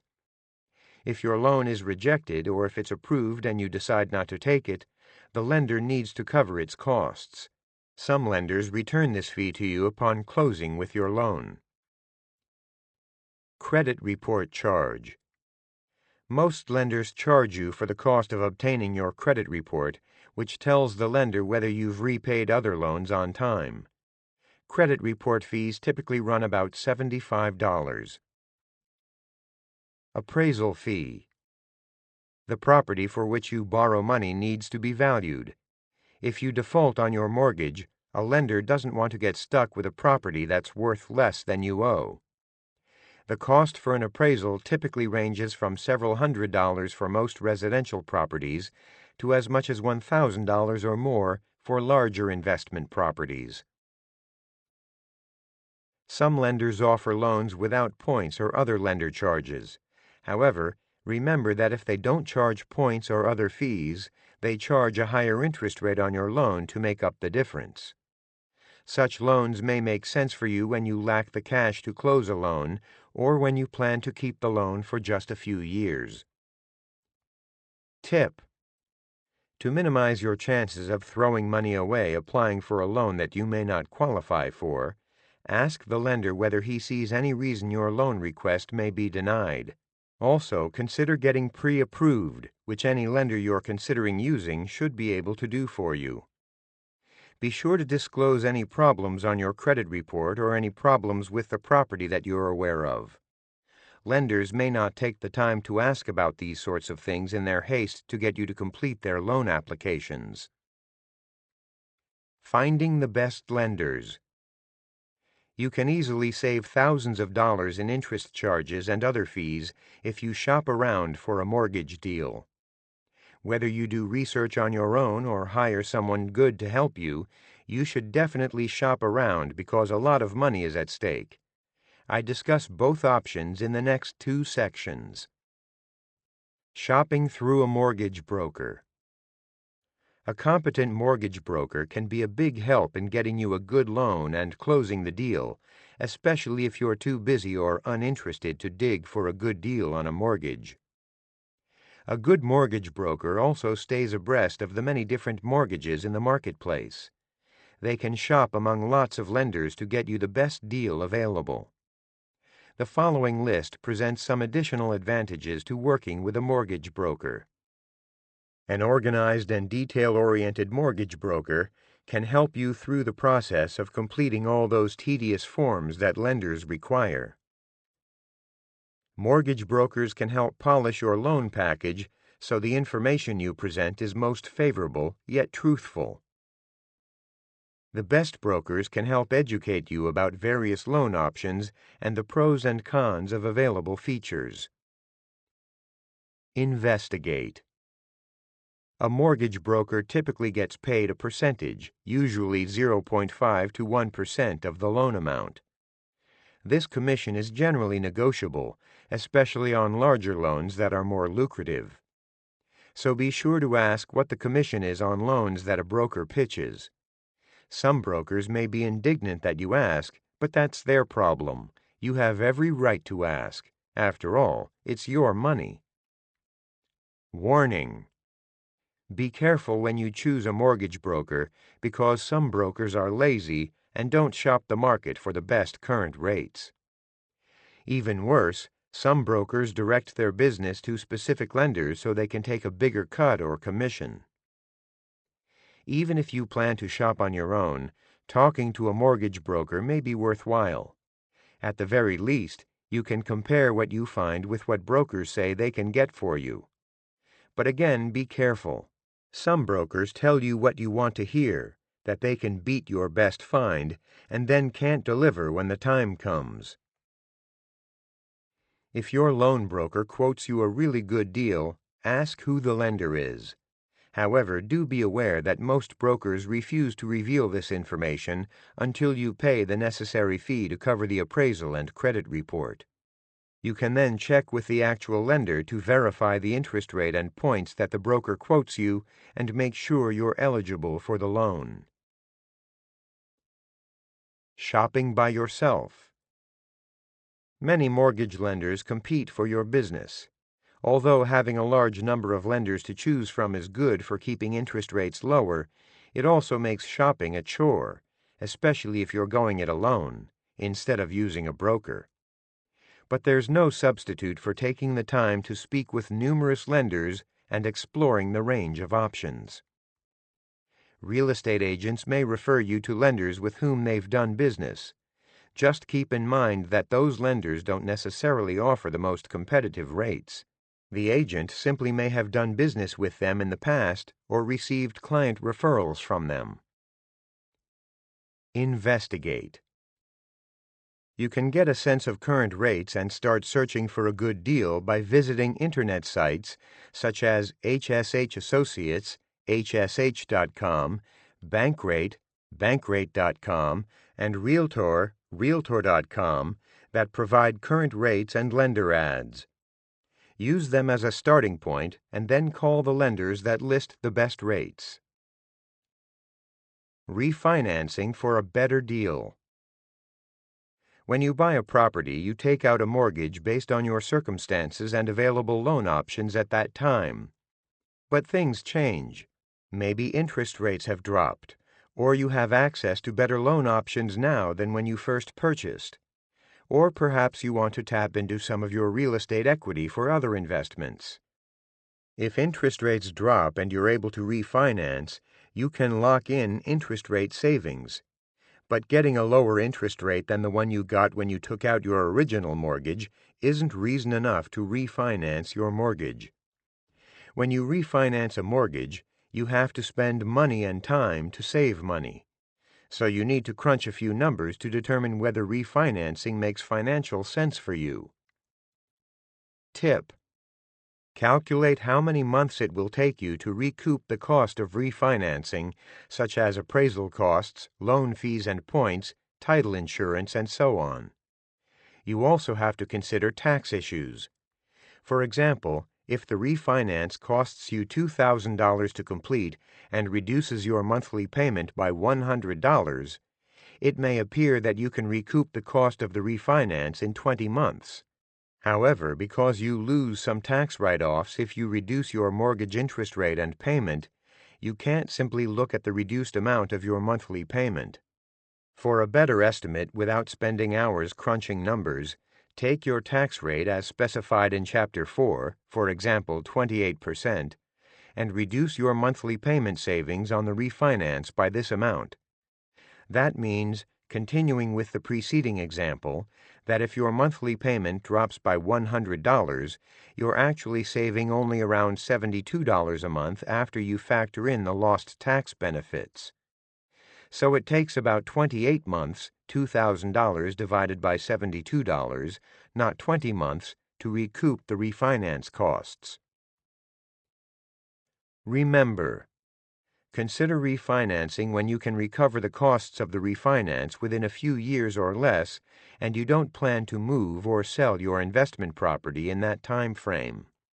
If it takes longer to recoup the refinance costs, refinancing may still make sense if you anticipate keeping the property and mortgage that long. If you estimate that breaking even will take more than 5 to 7 years, refinancing is probably too risky to justify the costs and hassles. Refinancing a piece of real estate that you own to pull out cash for some other purpose can make good financial sense because under most circumstances, mortgage rate interest is tax deductible. Perhaps you want to purchase another piece of real estate, start or purchase a business, or get rid of an auto loan or some high-cost credit card debt. The interest on consumer debt isn't tax deductible and is usually at a much higher interest rate than what mortgage loans charge you. Warning: be careful that you don't borrow more than you need to accomplish your financial goals. For example, just because you can borrow more against the equity in your real estate doesn't mean you should do so to buy an expensive new car or take your dream vacation. Using a home equity loan. Home equity loans, also known as second mortgages, allow you to borrow against the equity in your home in addition to the mortgage you already have, a first mortgage. A home equity loan may benefit you if you need more money for just a few years, or if your first mortgage is at such a low interest rate that refinancing it to get more cash would be too costly. Otherwise, I advise you to avoid home equity loans. If you need a larger mortgage, why not refinance the first one and wrap it all together? Home equity loans have higher interest rates than comparable first mortgages because they're riskier from a lender's perspective. They're riskier because the first mortgage lender gets first claim against your property if you file bankruptcy or you default on the mortgage. Interest on home mortgage loans, including home equity loans of up to $750,000, first or second residences, is tax deductible. The interest deduction on home equity loans is limited to loans taken out to buy, build, or substantially improve the taxpayer's home. Working with real estate agents. If you're like most people, when you purchase real estate, you enlist the services of a real estate agent. A good agent can help screen property so you don't spend all your free time looking at potential properties, negotiating a deal, helping coordinate inspections, and managing other pre-closing items. Recognizing agent conflicts of interest. All real estate agents, good, mediocre, and awful, are subject to a conflict of interest because of the way they're compensated, on commission. I respect real estate agents for calling themselves what they are. They don't hide behind an obscure job title such as shelter consultant. Many financial planners, advisors, or consultants, for example, actually work on commission and sell investments and life insurance, and therefore are really stockbrokers and insurance brokers, not planners or advisors. Remember, real estate agents aren't in the business of providing objective financial counsel. Just as car dealers make their living selling cars, real estate agents make their living selling real estate. Always remember this fact as a prospective home buyer. The pursuit of a larger commission may encourage an agent to get you to do things that aren't in your best interest, such as the following. Buy, and buy sooner rather than later. If you don't buy, your agent doesn't get paid for all the hours she spends working with you. The worst agents fib and use tricks to motivate you to buy. They may say, for example, that other offers are coming in on a property that interest you, or they may show you a bunch of dumps and then one good listing that has much of what you're looking for to motivate you to buy the nicer property. Spend more than you should. Because real estate agents get a percentage of the sales price of a property, they have a built-in incentive to encourage you to spend more on a property than what fits comfortably with your other financial objectives and goals. An agent doesn't have to consider or care about your other financial needs. Purchase their company's listings. Agents also have a built-in incentive, higher commission, to sell their own listings. So don't be surprised when an agent pushes you in the direction of one of her own company's properties. Buy outside their territory of experience and expertise. Real estate agents typically work a specific territory. As a result, they usually can't objectively tell you the pros and cons of the surrounding region, which may be what you're interested in and the best fit for your desires. Use people who scratch their backs. Some agents refer you to mortgage brokers, lenders, inspectors, and title insurance companies that have referred customers to them. Some agents also solicit and receive referral fees, or bribes, from mortgage lenders, inspectors, and contractors to whom they refer business. Selecting a good agent. A mediocre, incompetent, or greedy agent can be a real danger to your finances. When you're hiring an agent to work with you as a buyer or as a seller, you want someone who's competent and with whom you can get along. Working with an agent costs a good deal of money, so make sure you get your money's worth out of them. Tip: interview several agents and check references. Ask agents for the names and contact information of at least 3 clients with whom they've worked in the past 6 months in the geographical area in which you're looking. By narrowing the period during which they worked with these references, you maximize the chances of speaking with clients other than the agent's all-time favorite clients. As you speak with an agent's references, ask about these traits in any agent that you're considering working with, whether as a buyer or as a seller. Full-time employment. Some agents work in real estate as a second or even third job. Information in this field changes constantly, so keeping track of it is challenging on a full-time basis.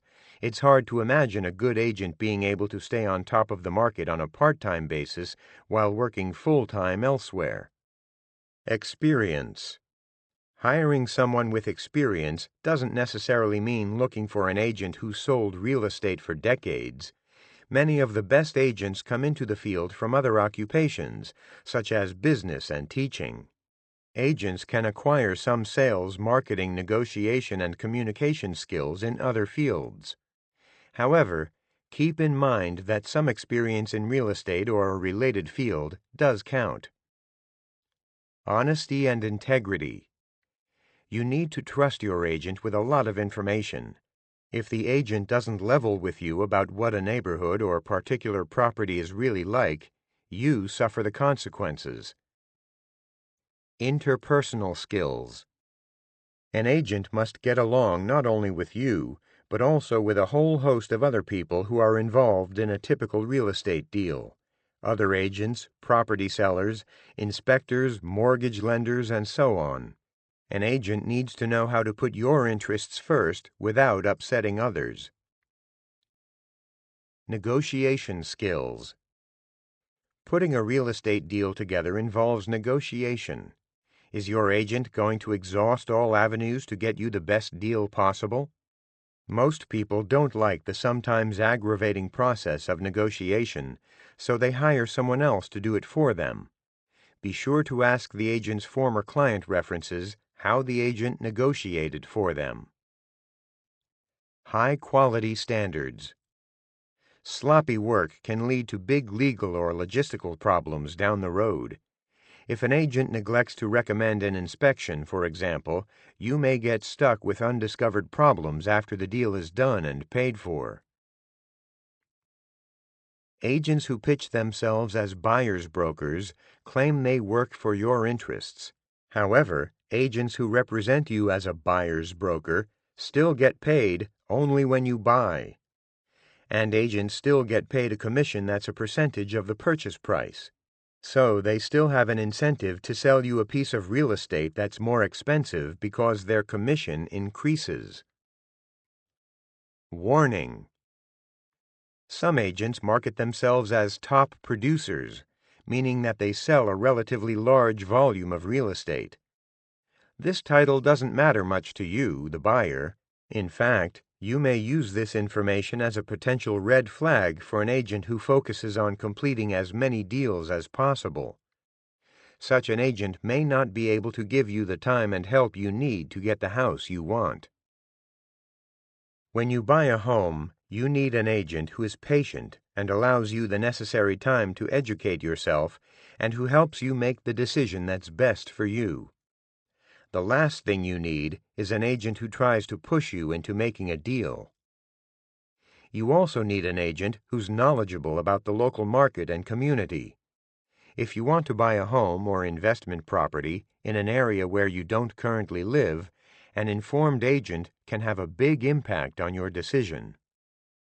Tip: finding an agent with financing knowledge and contacts is a plus for buyers, especially first-time buyers or those with credit problems. Such an agent may be able to refer you to lenders that can handle your type of situation, which can save you a lot of legwork. Buying without a real estate agent. You can purchase property without an agent if you're willing to do some additional legwork. You need to do the things that a high-quality real estate agent does, such as searching for properties, scheduling appointments to see those properties, determining fair market value, negotiating the deal, and coordinating inspections. If you don't work with an agent, have a real estate attorney review the various contracts. Having someone else not vested in the transaction look out for your interests helps your situation. Real estate agents generally aren't legal experts, so getting legal advice from an attorney is generally better. In fact, in some states, you need to hire an attorney in addition to the real estate agent. One possible drawback to working without an agent is performing the negotiations yourself. Negotiating can be problematic if you lack these skills or get too caught up emotionally in the situation. Putting your deal together. After you locate a property you want to buy and you understand your financing options, the real fun begins. At this point, you have to put the deal together. The following sections discuss key things to keep in mind. Negotiating basics. When you work with an agent, she usually carries the burden of the negotiation process. But even if you delegate that responsibility to your agent, you still should have a strategy in mind. Otherwise, you may overpay for real estate. Here's what I recommend that you consider. Find out about the property and the owner before you make your offer. How long has the property been on the market? What are its flaws? Why is the owner selling? The more you understand about the property you want to buy and the seller's motivations, the better your ability to draft an offer that meets everyone's needs. Some listing agents love to talk and will tell you the life history of the seller. Either you or your agent may be able to get a listing agent to reveal helpful information about the seller. Bring facts to the bargaining table. Get comparable sales data to support your proposed price. Too often, home buyers and their agents pick a number out of the air when they make an offer. If you were the seller, would you be persuaded to lower your asking price in such a case? Pointing to recent and comparable home sales to justify your offer price strengthens your case. Remember, price is only one of several negotiable items. Sometimes sellers fixate on selling their homes for a certain amount. Perhaps they want to get at least what they paid for it several years ago. You may get a seller to pay for certain repairs or improvements, or to offer you an attractive loan without all the extra fees that a bank charges. Also, be aware that the time for closing on the purchase is a bargaining point. Some sellers may need cash fast and may concede other terms if you can close quickly. Likewise, the real estate agent's commission is negotiable. Try to leave your emotions out of any property purchase. Being objective rather than emotional regarding a purchase is easier said than done, and it's hardest to do when buying a home in which you'll live. So do your best not to fall in love with a property. Keep searching for other properties even when you make an offer, because you may be negotiating with an unmotivated seller. Inspecting the property. Unless you've built homes and other properties and performed contracting work yourself, you probably have no idea what you're getting yourself into when it comes to furnaces and termites. Tip: spend the money and take the time to hire inspectors and other experts to evaluate the major systems and potential problem areas of the home. Because you can't be certain of the seller's commitment, I recommend you do the inspections after you've successfully negotiated and signed a sales contract. Even though you won't have the feedback from the inspections to help with this round of negotiation, you can always go back to the seller with the new information. Make your purchase offer contingent on a satisfactory inspection. Hire people to help you inspect the following features of the property. Overall condition of the property. For example, look for peeling paint, level floors, appliances that work properly, and so on. Electrical, heating and air conditioning and plumbing systems. Foundation. Roof. Pest control and dry rot. Seismic/slide/flood risk. Inspection fees often pay for themselves.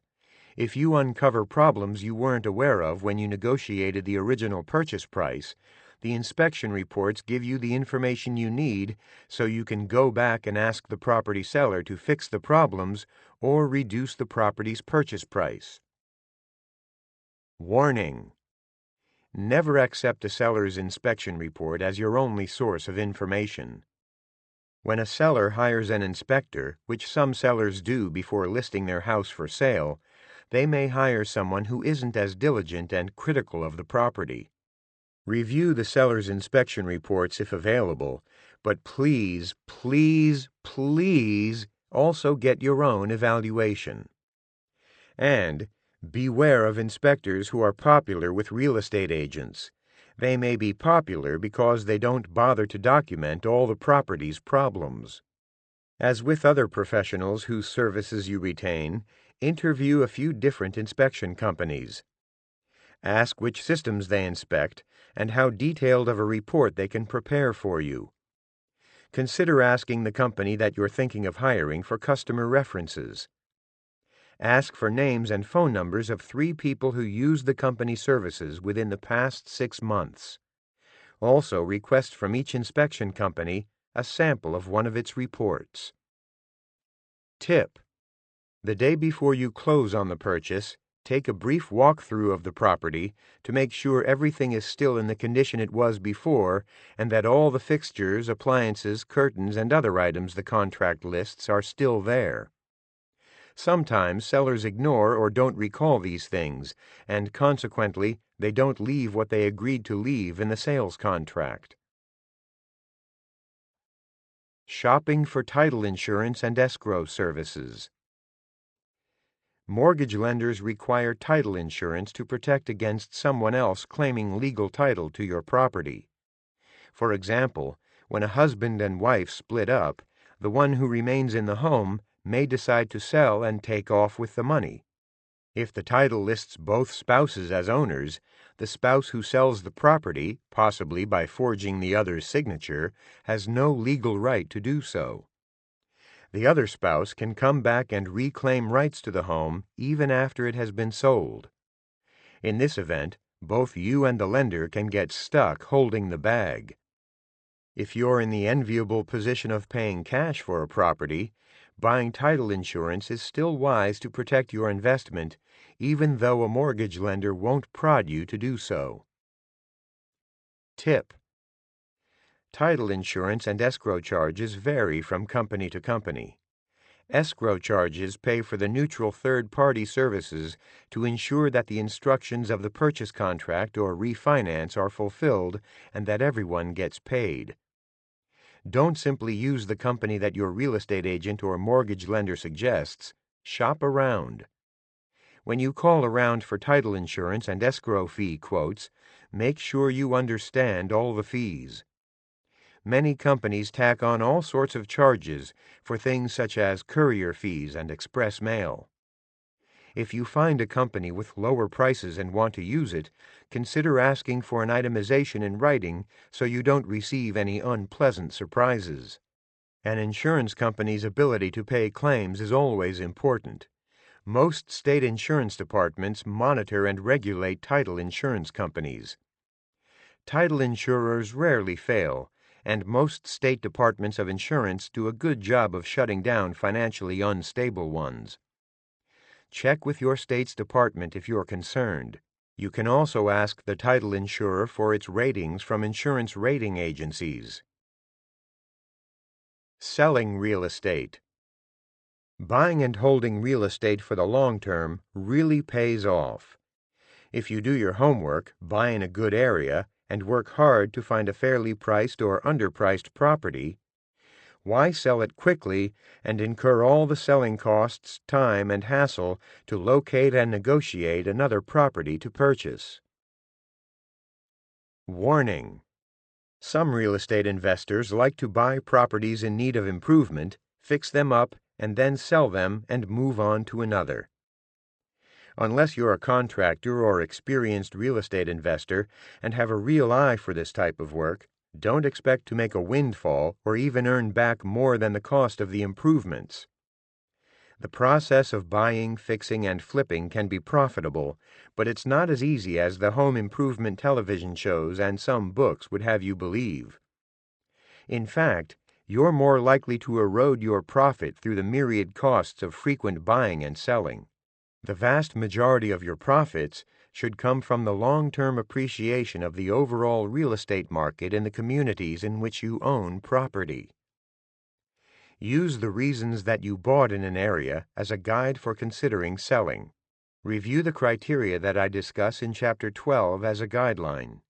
For example, if the schools in the community are deteriorating and the planning department is allowing development that will hurt the value of your property and the rents that you can charge, you may have cause to sell. Unless you see significant problems like these in the future, holding good properties over many years is a great way to build your wealth and minimize transaction costs. Negotiating real estate agents' contracts. Most people use an agent to sell real estate. As I discuss in Selecting a Good Agent earlier in this chapter, selling and buying a home or investment property require agents with different strengths. When you sell a property, you want an agent who can get the job done efficiently and for the highest possible sales price. Tip: as a seller, seek agents who have marketing and sales expertise and who are willing to put in the time and money necessary to sell your house. Don't be impressed by an agent just because she works for a large company. What matters more is what the agent can do to market your property.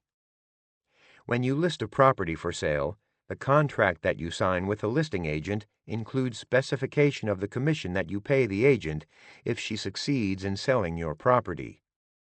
In most areas of the country, agents usually ask for a 6% commission for single-family homes.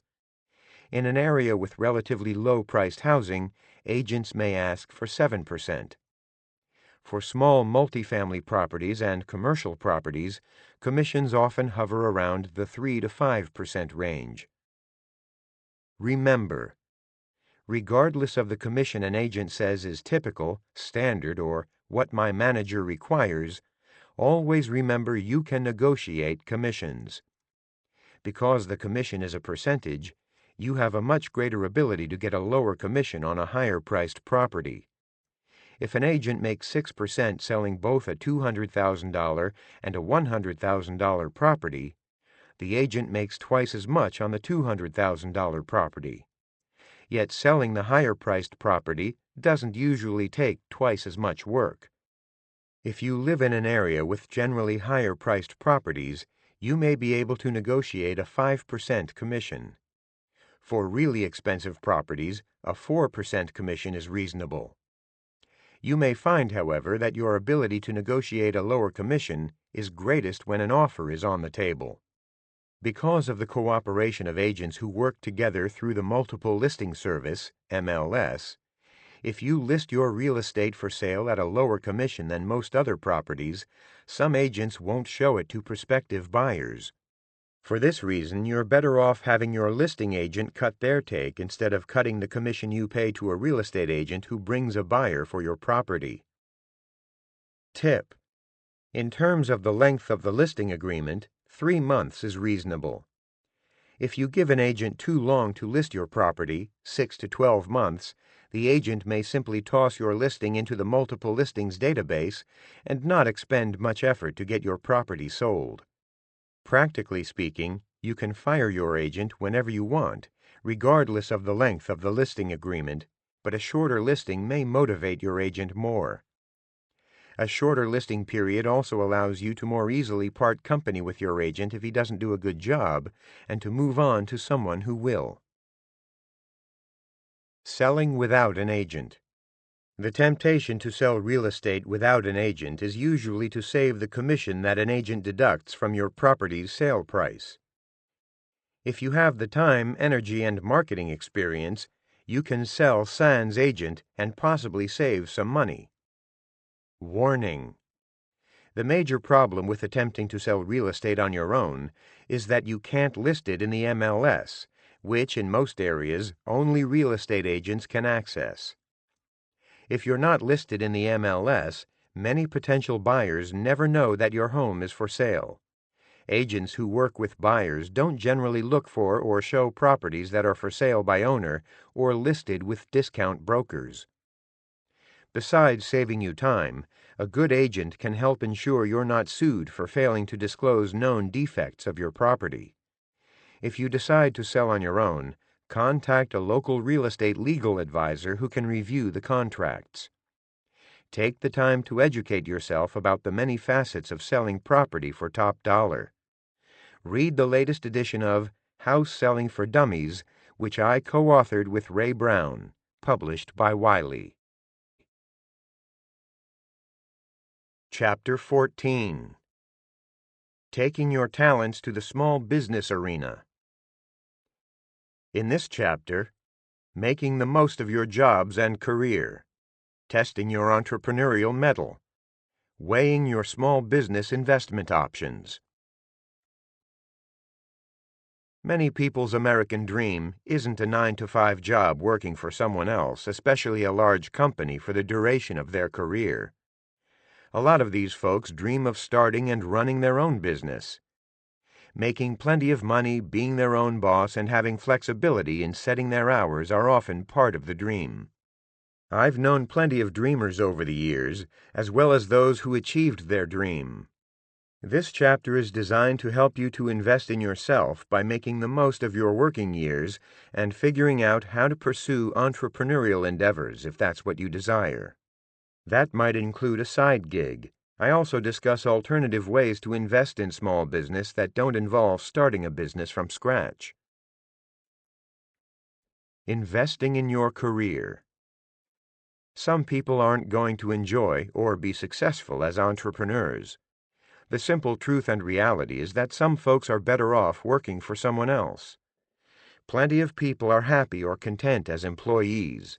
There are many solid companies that need and want good employees, so you should be able to find a desirable job if you have skills, a good work ethic, the structure of a well-run company, and the ability to get along with others.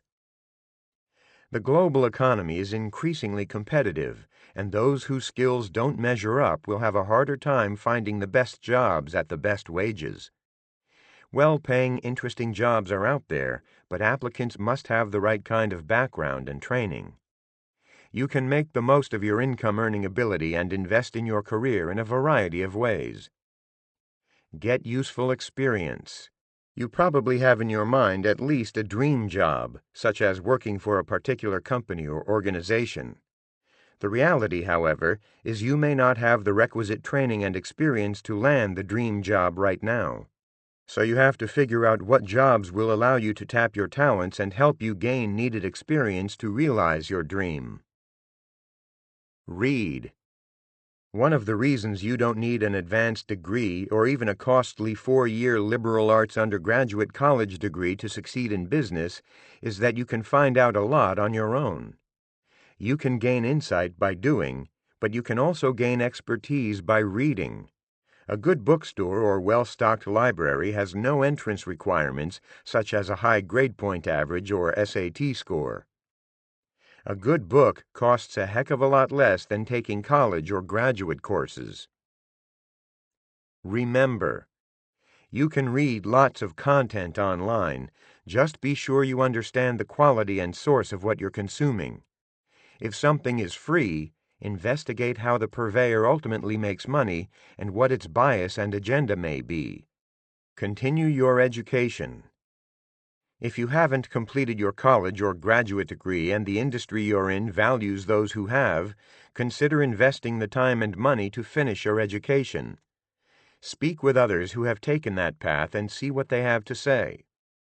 Also, check out the increasing numbers of online courses being offered on sites like academicearth.org, coursera.org, edx.org, and udemy.com. Work hard. Be willing to work extra hours and take on more responsibility. Those who take extra initiative and then deliver really stand out in a company where many people working on a salary have a time-clocked 9-to-5 mentality. Be careful, however, that the extra effort doesn't contribute to workaholism, an addiction that causes folks to neglect important personal relationships and their own health. Don't bite off more than you can chew. Otherwise, your supervisors won't have faith that they can count on you to deliver. Find ways to work smarter, not just longer hours. Deciding to start your own business. Should you start your own business? It's often a difficult decision for most people, and it's the first question you should answer before turning your business idea into the reality of your startup company. In addition to helping you decide whether to start your own business, in this section I discuss a potentially attractive alternative: being an entrepreneur inside an established company. Weighing your options. Of all your small business options, starting your own business involves the greatest amount of work. Although you can perform this work on a part-time basis in the beginning, most people end up working in their business full-time. For most of my working years, I've run my own business, and overall I really like it. In my experience counseling small business owners, I've seen many people of varied backgrounds, interests, and skills achieve success and happiness running their own businesses. Most people perceive starting their own business as the riskiest of all small business investment options. But if you get into a business that uses your skills and expertise, the risk isn't nearly as great as you may think. Tip: instead of leaving your job cold turkey and trying to build your business from scratch, you may be able to make progress by getting a side gig up and running initially. Many an entrepreneur has laid a nice foundation for his business over a couple of years by building up his sideline business in this fashion. You can start many businesses with little money by leveraging your existing skills and expertise. If you have the time to devote to building sweat equity, you can build a valuable company and job. As long as you check out the competition and offer a valued product or service at a reasonable cost, a principal risk with your business is that you won't do a good job of marketing what you have to offer. Sometimes entrepreneurial advocates imply that running your own business or starting your own not-for-profit organization is the greatest thing in the world, and that all people would be happy owning their own businesses if they just set their minds to it. Starting and running a business aren't for everyone, though. The good news, other options may offer you the best of both worlds. Entrepreneuring at a company. Wouldn't it be great if you could have a job that gave you the challenge and upside of running your own business, with the security and support that come with a company environment? This combination does exist, if you can manage an entrepreneurial venture at a company. If you're able to secure an entrepreneurial position inside a larger company, in addition to gaining significant managerial and operational responsibility, you can negotiate your share of the financial success that you help create. The parent company's senior management wants you to have the incentive that comes from sharing in the financial success of your endeavors. Bonuses, stock options, and the like are often tied to a division's performance. For more small business options beyond starting your own business or leading an entrepreneurial effort inside an established company, see Considering Small Business Investment Options later in this chapter. Turning a business idea into reality. Ideas are a dime a dozen. I'd love to see you turn your best ideas into reality. To make that happen, you should develop a business plan, lay the groundwork financially and emotionally to leave your job, and determine how you're going to finance your new venture. I cover these topics in this section. Drawing up your business plan. If you're motivated to start your own business, the next step is to prepare a business plan. Your business plan should be a working document or blueprint for the early days, months, and years of your business. It should enable you to plan your goals, apply for and obtain loans, and show potential investors, if you need them, what you plan to do with any money they would invest in or loan to your business. Tip: the amount of detail that your plan needs depends on your goals and the specifics of your business. A simple, more short-term focused plan of 10 pages or less is fine if your goal is a smaller small business. However, if your goal is to grow, hire employees, and open multiple locations, your plan generally needs to be more substantial, 30 to 50 pages, to address longer-term issues. If you want to solicit outside investors, a longer business plan is usually a necessity. As you put together your business plan and evaluate your opportunities and challenges, keep your ears and eyes open. Expect to do research and speak with other entrepreneurs and people in the industry. Most folks will spend time talking with you as long as they realize that you don't want to directly compete with their businesses. What follows are the highlights your business plan should cover. The executive summary. An executive summary is a 2-page or so summary of your entire business plan that you can share with interested investors who don't have the time and desire to wade through a lengthy plan. The executive summary whets the prospective investor's appetite by touching on the highlights of your entire plan. Business concept definition. What do you want your business to do? What product or service do you want to offer?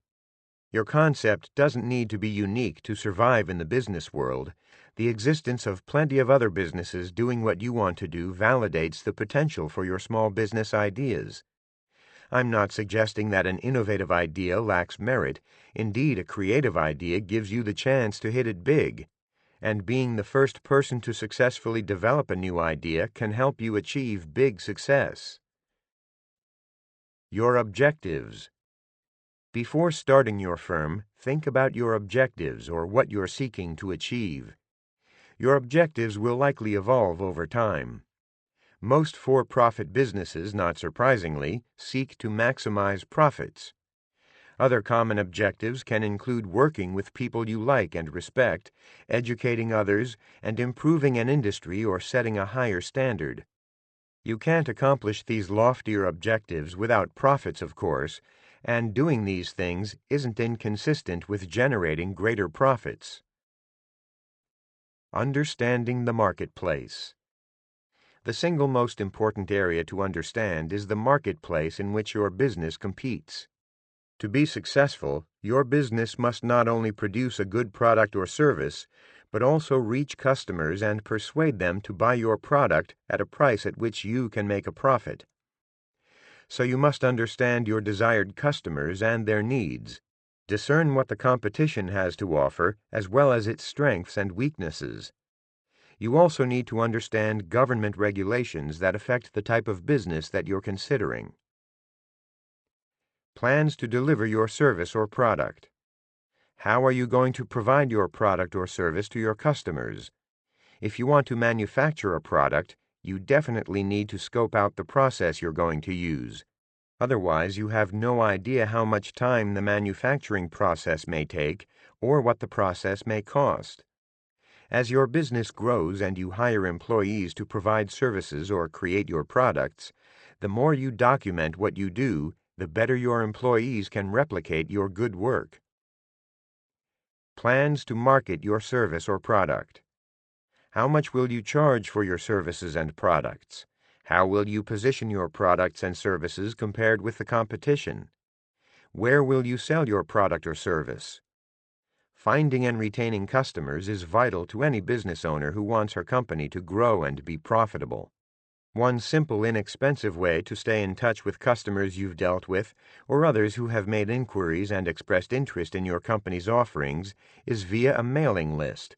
Software and websites give you fast, efficient ways to keep customer mailing lists up to date. Plans to organize and staff your business. Many small businesses are one-person operations. So much the better for you if that's what you desire, because you'll have none of the headaches of hiring, payroll, and so on. But if you hope to grow your business and would rather manage the work being done instead of doing all of it yourself, you'll eventually want to hire people. Give some thought now to the skills and functional areas of expertise that future hires will need. If you want to raise money, the employment section of your business plan is essential to show your investors that you're planning long-term. Also consider what legal form of organization, sole proprietorship, partnership, limited liability company, and so on, your business will adopt. This decision affects how the business is taxed and what its liabilities are in the event of a lawsuit, among other important issues. Financial projections. An idea may become a business failure if you neglect to consider or are unrealistic about the financial side of the business you want to start. Financial projections are mandatory, and knowledgeable investors will scrutinize them if you seek outside money. Before the revenue begins to flow in, you incur expenditures as you develop and market your products and services. Therefore, you need to understand what you must spend money on and the approximate timing of the needed purchases. Preparing an estimated income statement that summarizes your expected revenue and expenses is a challenging and important part of your business plan. A balance sheet details a company's assets and liabilities. A detailed balance sheet isn't as important as tracking your available cash, which will likely be under pressure in the early years of a business because expenses can continue to exceed revenue for quite some time.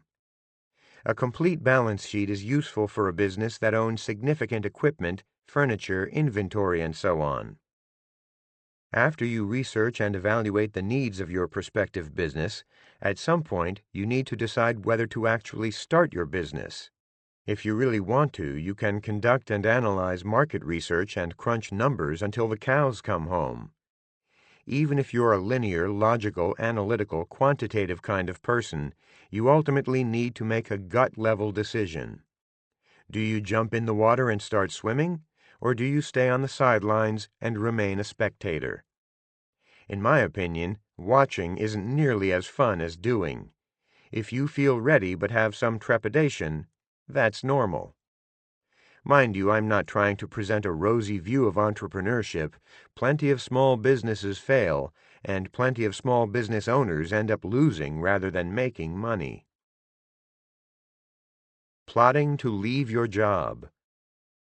You may never discover that you have the talent to run your own business, and perhaps have a good idea to boot, unless you prepare yourself financially and psychologically to leave your job. Financial and emotional issues cause some aspiring entrepreneurs to remain chained to their employers and cause those who do break free to soon return to their bondage. On the financial side, plan for a reduction in the income that you bring home from work, at least in the early years of your business. Do all you can to reduce your expenses to a level that fits the entrepreneurial life that you want to lead. In addition to reducing your spending before and during the period that you start your business, figure out how to manage the income side of your personal finances. One way to pursue your entrepreneurial dreams is to continue working part-time in a regular job while you work part-time at your own business. If you have a job that allows you to work part-time, seize the opportunity.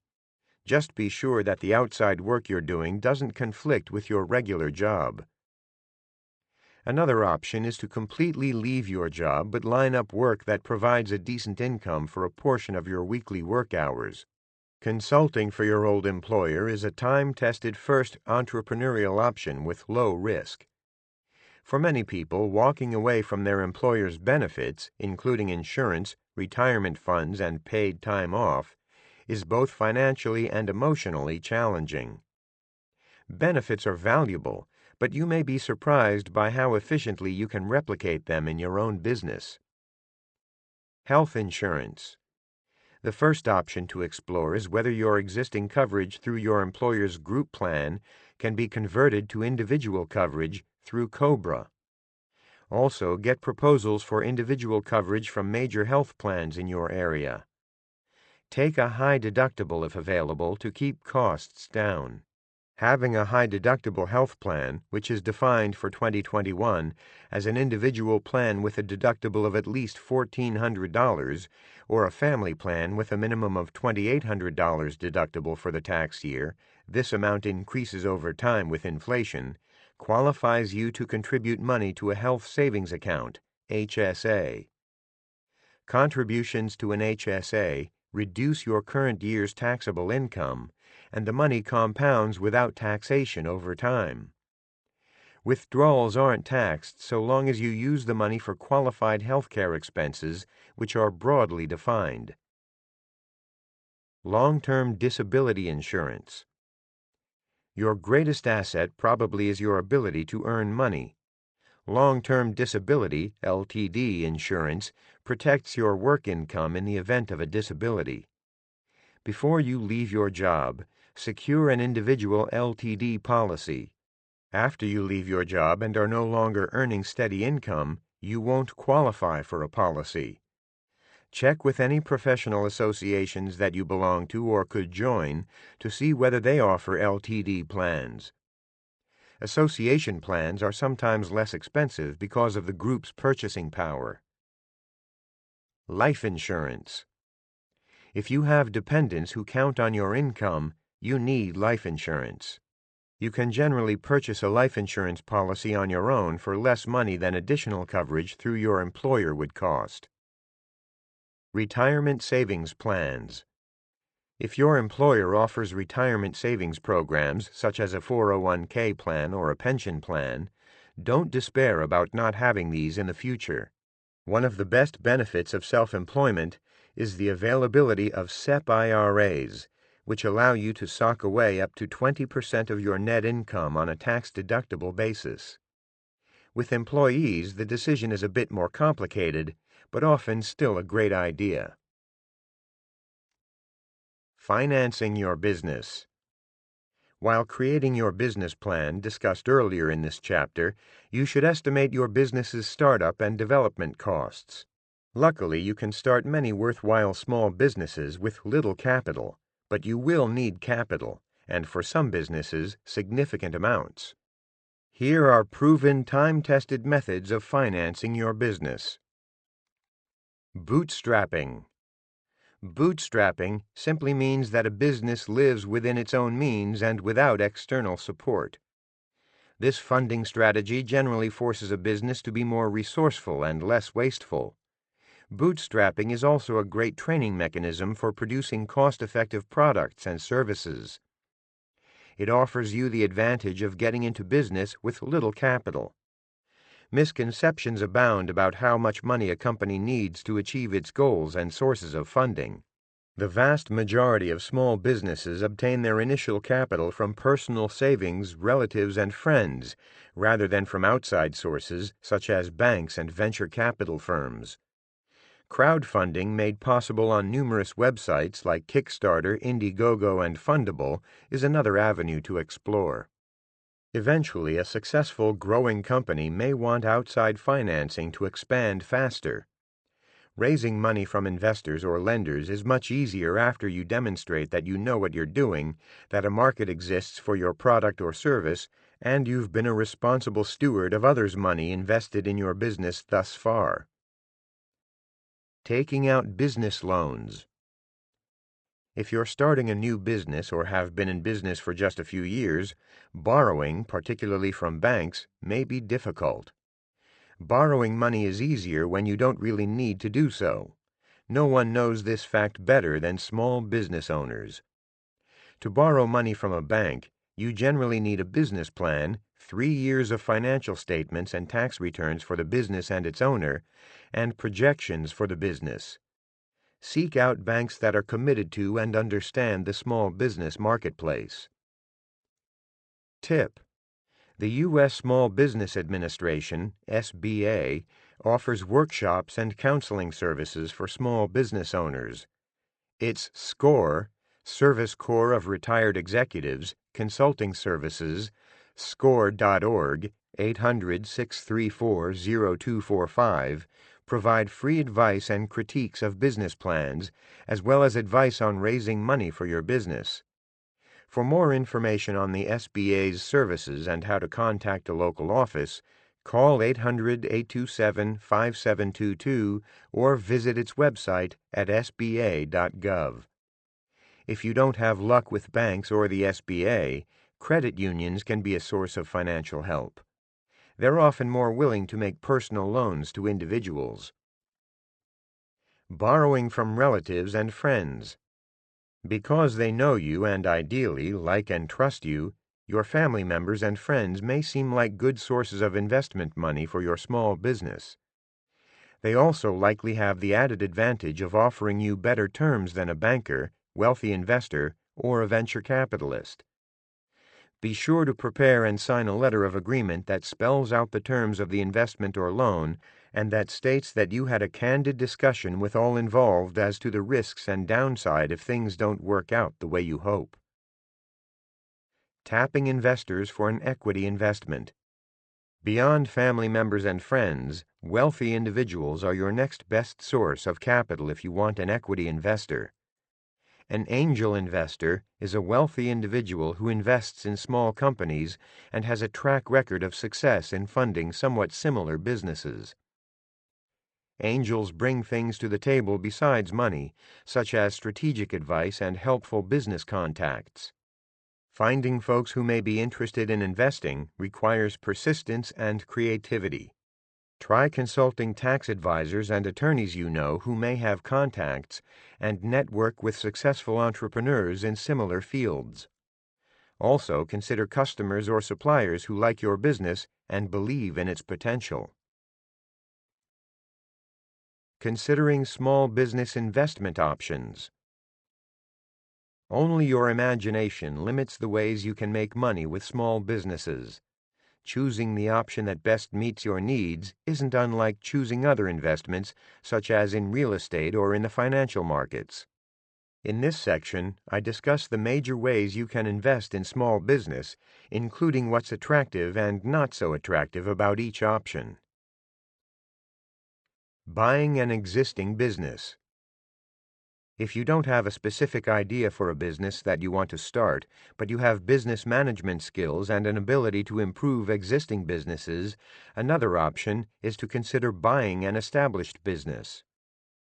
Warning: although you don't have to go through the riskier startup period if you take this route, you'll likely need more capital to buy a going enterprise. You also need to be able to deal with potentially sticky personnel and management issues. The history of the organization and the way things work predate your potential ownership of the business. If you don't like making hard decisions, firing people who don't fit with your plans, and persuading people to change the way they did things before you arrived on the scene, buying an existing business likely isn't for you. Also realize that some of the good employees may be loyal to the old owner and his style of running the business, so they may split when you arrive. Some people perceive that buying an existing business is safer than starting a new one, but buying someone else's business can actually be riskier. You have to put out far more money up front in the form of a down payment to buy a business. And if you don't have the ability to run the business and it does poorly, you may lose much more financially. Another risk is that the business may be for sale for a reason. Perhaps it's not very profitable, it's in decline, or it's generally a pain in the posterior to operate. Good businesses that are for sale don't come cheaply. If the business is a success, the current owner has removed the startup risk from the business, so the price of the business should include a premium to reflect this reduced risk. If you have the capital to buy an established business and the skills to run it, consider going this route. Investing in someone else's business. If you like the idea of profiting from successful small businesses, but don't want the day-to-day responsibility of managing the enterprise, you may want to invest in someone else's small business. Although this route may seem easier, fewer people are actually cut out to be investors in other people's businesses. Consider investing in someone else's business if the following points describe you. You have sufficient assets. You need enough assets so that what you invest in small, privately held companies is a small portion, 20% or less, of your total financial assets. You can afford to lose what you invest. Unlike with investing in a diversified stock fund, you may lose all of your investment when you invest in a small, privately held company. You're astute at evaluating financial statements and business strategies. Investing in a small, privately held company has much in common with investing in a publicly traded firm. A main difference is that private firms aren't required to produce comprehensive audited financial statements that adhere to certain accounting principles the way public companies are. Thus, you have a greater risk of not receiving sufficient or accurate information when you evaluate a small private firm. There are also liquidity differences in that with a small private company, you may not be able to sell out when you want and at a fair current price. Putting money into your own business or someone else's can be a high-risk but potentially high-return investment. The best options are those that you understand well. If you hear about a great business idea or company from someone you know and trust, do your research and use your best judgment. That company or idea may be a terrific investment. Investigate. Before investing, read and review the business plan. Thoroughly check out the people who are running the business. Talk to others who don't have a stake in the investment. You can benefit from their comments and concerns. Remember, though, that many a wise person has rained on the parade of what turned out to be a terrific business idea. Looking at franchises. Purchasing a good franchise can be your ticket into the world of small business ownership. Franchising makes up a huge part of the business world. Companies that franchise, such as Papa John's, Jiffy Lube, 7-Eleven stores, Gymboree, Century 21 Real Estate, Supercuts, Holiday Inn, Avis, Smoothie King, Chick-fil-A, Subway, Serve Pro, Remax, and Foot Locker, account for more than $1 trillion in sales annually. When you purchase a franchise, you buy the local rights to a specified geographic territory to sell the company's products or services under the company's name and use the company's system of operation. In addition to an upfront franchisee fee, franchisors also typically charge an ongoing royalty. Here are the primary advantages that come with a good franchise. Proven business. A company that has been in business for several years and has successful franchisees proves the demand for the company's products and services and shows that the company's system for providing those products and services works. As a franchise owner, you benefit from and share in the experience that the parent company has gained over the years. Name brand recognition. Some consumers recognize the company name of a larger successful franchise company and may be more inclined to purchase its products and services.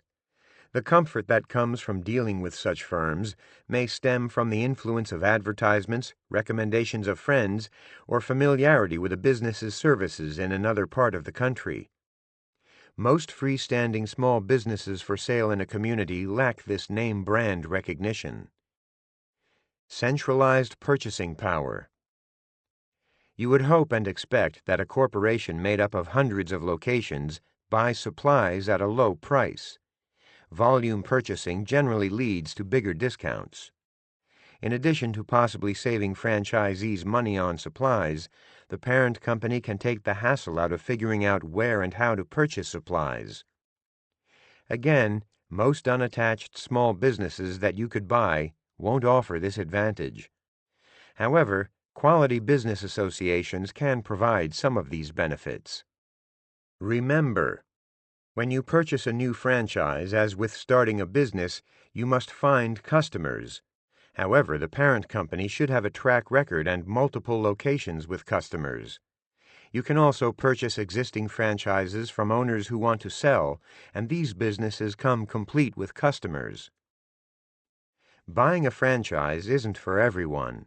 Here are some common problems that may cause you to reconsider buying a franchise. You're not the franchise type. When you buy a franchise, you buy into an established system.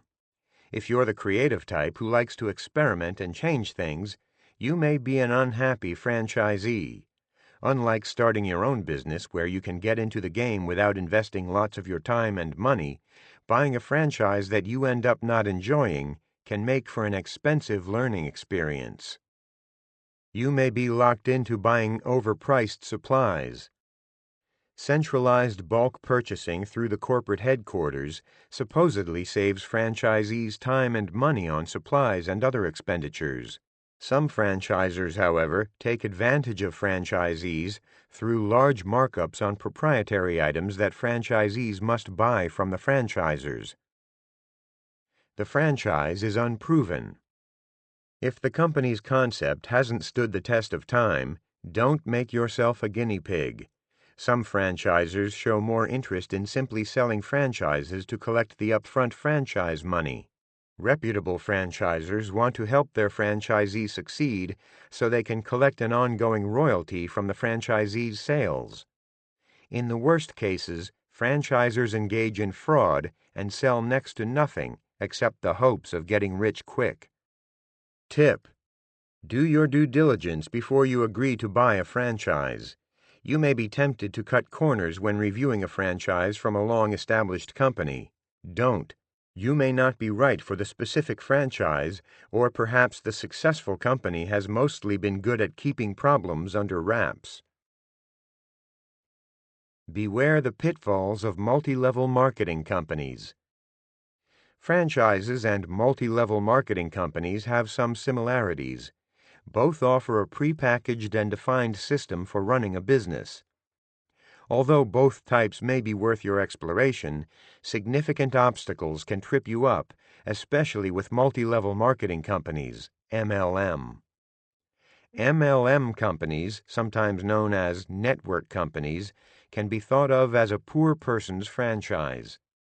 I know dozens of people, from clients I've worked with to students I've taught in my courses, who have been sorely disappointed with the money and time they've spent on MLM companies. In companies that use multi-level marketing, representatives who work as independent contractors recruit new representatives, known in the industry as your downline, as well as solicit customers. For those weary of traditional jobs, the appeal of multi-level marketing is obvious. You can work at home part-time if you want. You have no employees. You don't need any experience. Yet you're told you can still make big bucks. $10,000, $25,000, $50,000 or more per month. Warning: a big problem to watch out for when dealing with MLM companies is the business equivalent of the pyramid scheme. Businesses that exist to sign up other people. Beware of MLM companies that advocate the following: sell directly to those you have direct influence over. The system works great because you don't need to resell month after month. It's an opportunity for anybody. It's up to that person how much work he wants to put into it. Think twice before you sign up relatives, friends, and co-workers. A danger in doing business with those people you have influence over is that you put your reputation and integrity on the line. You could be putting your friendships and family relations on the line as well. Remember, the bottom line on any network marketing opportunity is to remember that it's a job. No company is going to pay you a lot of money for little work. As with any small business venture, if you hope to earn a decent income, multi-level marketing opportunities typically require at least 3 to 5 years of low income to build up your business. Most people who pay to buy into networks make little money, and many quit and move on. Investigate. Any MLM company examination should start with the company's product or service. How does its product or service stack up to the competition on price and quality? Remember that due diligence requires digging for facts and talking to people who don't have a bias or reason to sell you. Through the Better Business Bureau website, bbb.org, examine the MLM company's complaint record. Be skeptical of multi-level marketing systems unless the company has a long track record and many people who are happy. In other words, assume that an MLM company isn't worth pursuing until your extensive due diligence proves otherwise. Quality multi-level marketing companies are the exception and make sense for people who really believe in and want to sell a particular product or service and don't want or can't tie up a lot of money buying a franchise or other business. Just remember to check out the MLM company and realize that you won't get rich in a hurry, or probably ever. Chapter 15. Exploring other investment vehicles. In this chapter, checking out call options, digging into gold and other commodities, considering cryptocurrencies, surveying collectibles, exploring annuities and cash value life insurance. In the earlier chapters of this book, I present and discuss a pretty wide range of investments that are time-tested. You've probably already heard of and been pitched other or alternative investments. The vast majority of these alternative investments are flawed due to high fees, lousy performance, or worse. In this chapter, I discuss the most common of these alternative investments: options, gold and other commodities, currencies and cryptocurrencies, collectibles, and annuities and cash value life insurance. In each case, I explain each investment's redeeming qualities as well as its flaws. Calling on options.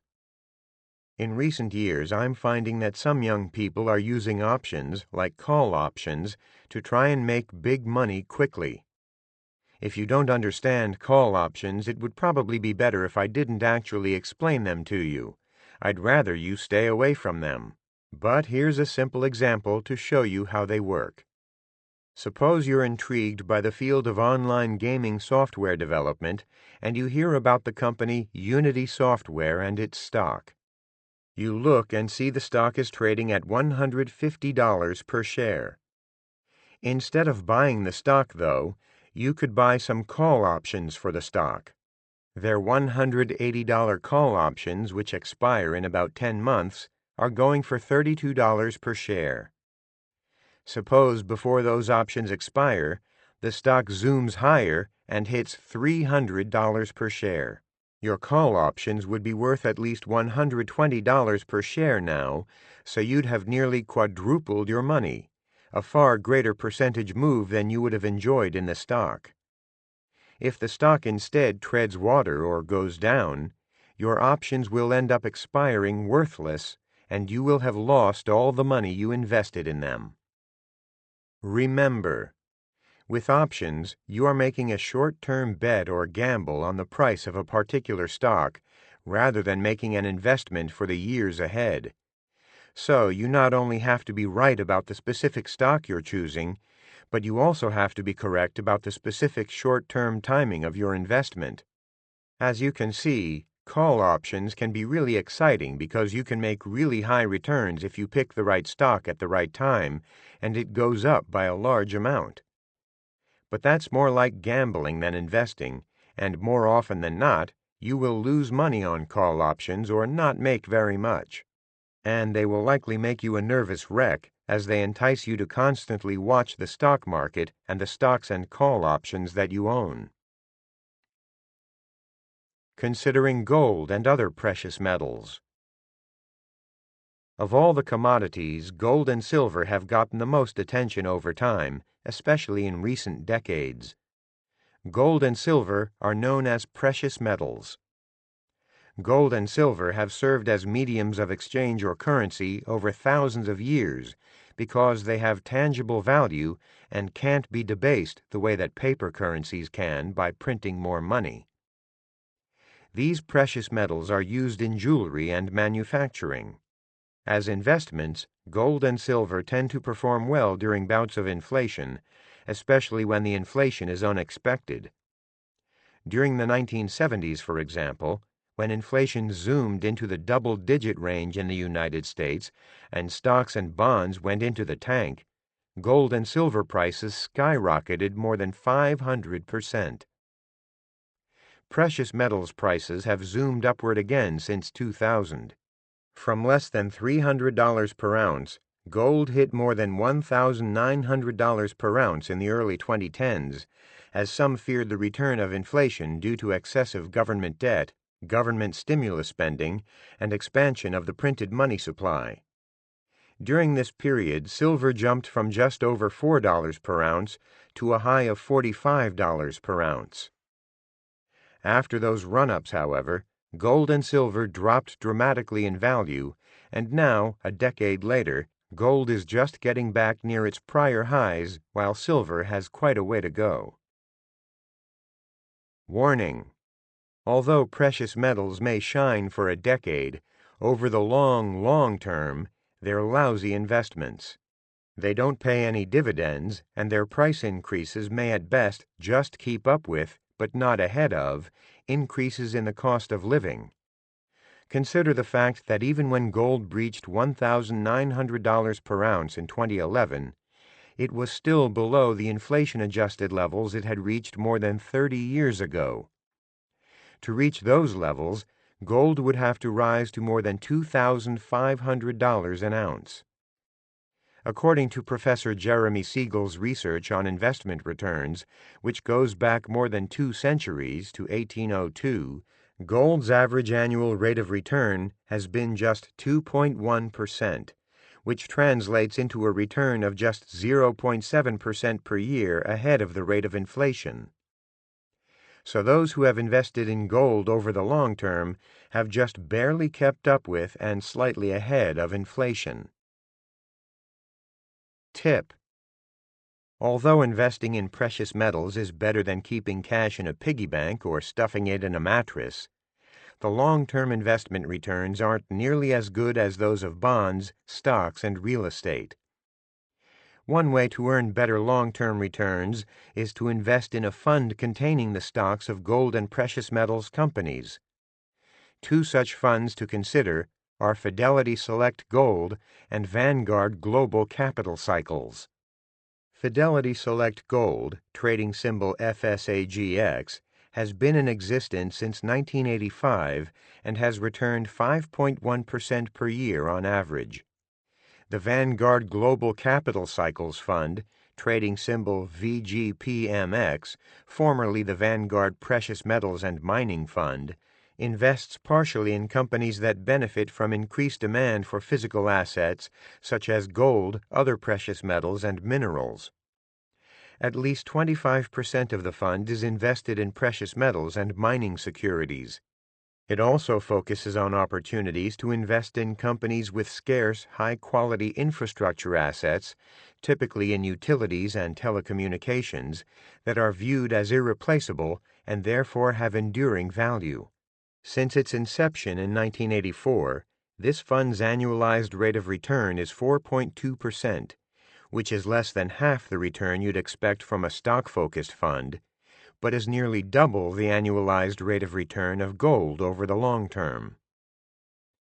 There are numerous other commodities that you can invest in, but the long-term data shows terrible returns. Sure, there can be short periods where a particular commodity's price zips higher, but you will do poorly generally with these over time. Gold and collectibles don't get favorable capital gains tax treatment. While gold and other precious metals have increased in value over the years, they've produced returns significantly below stocks and even bonds. And unbeknownst to most investors, the profits on precious metals aren't eligible for the low 20% tax rate cap on long-term capital gains for investments held more than 1 year.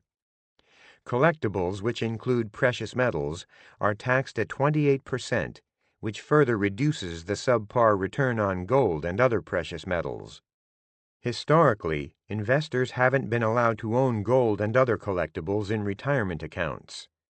However, investors in precious metals were happy to hear that in 2007, the IRS ruled that investors could own precious metal EFTs in retirement accounts, since EFTs are shares of ownership and not a direct stake in a precious metal. This ruling hinges on the ETFs being formed as a trust.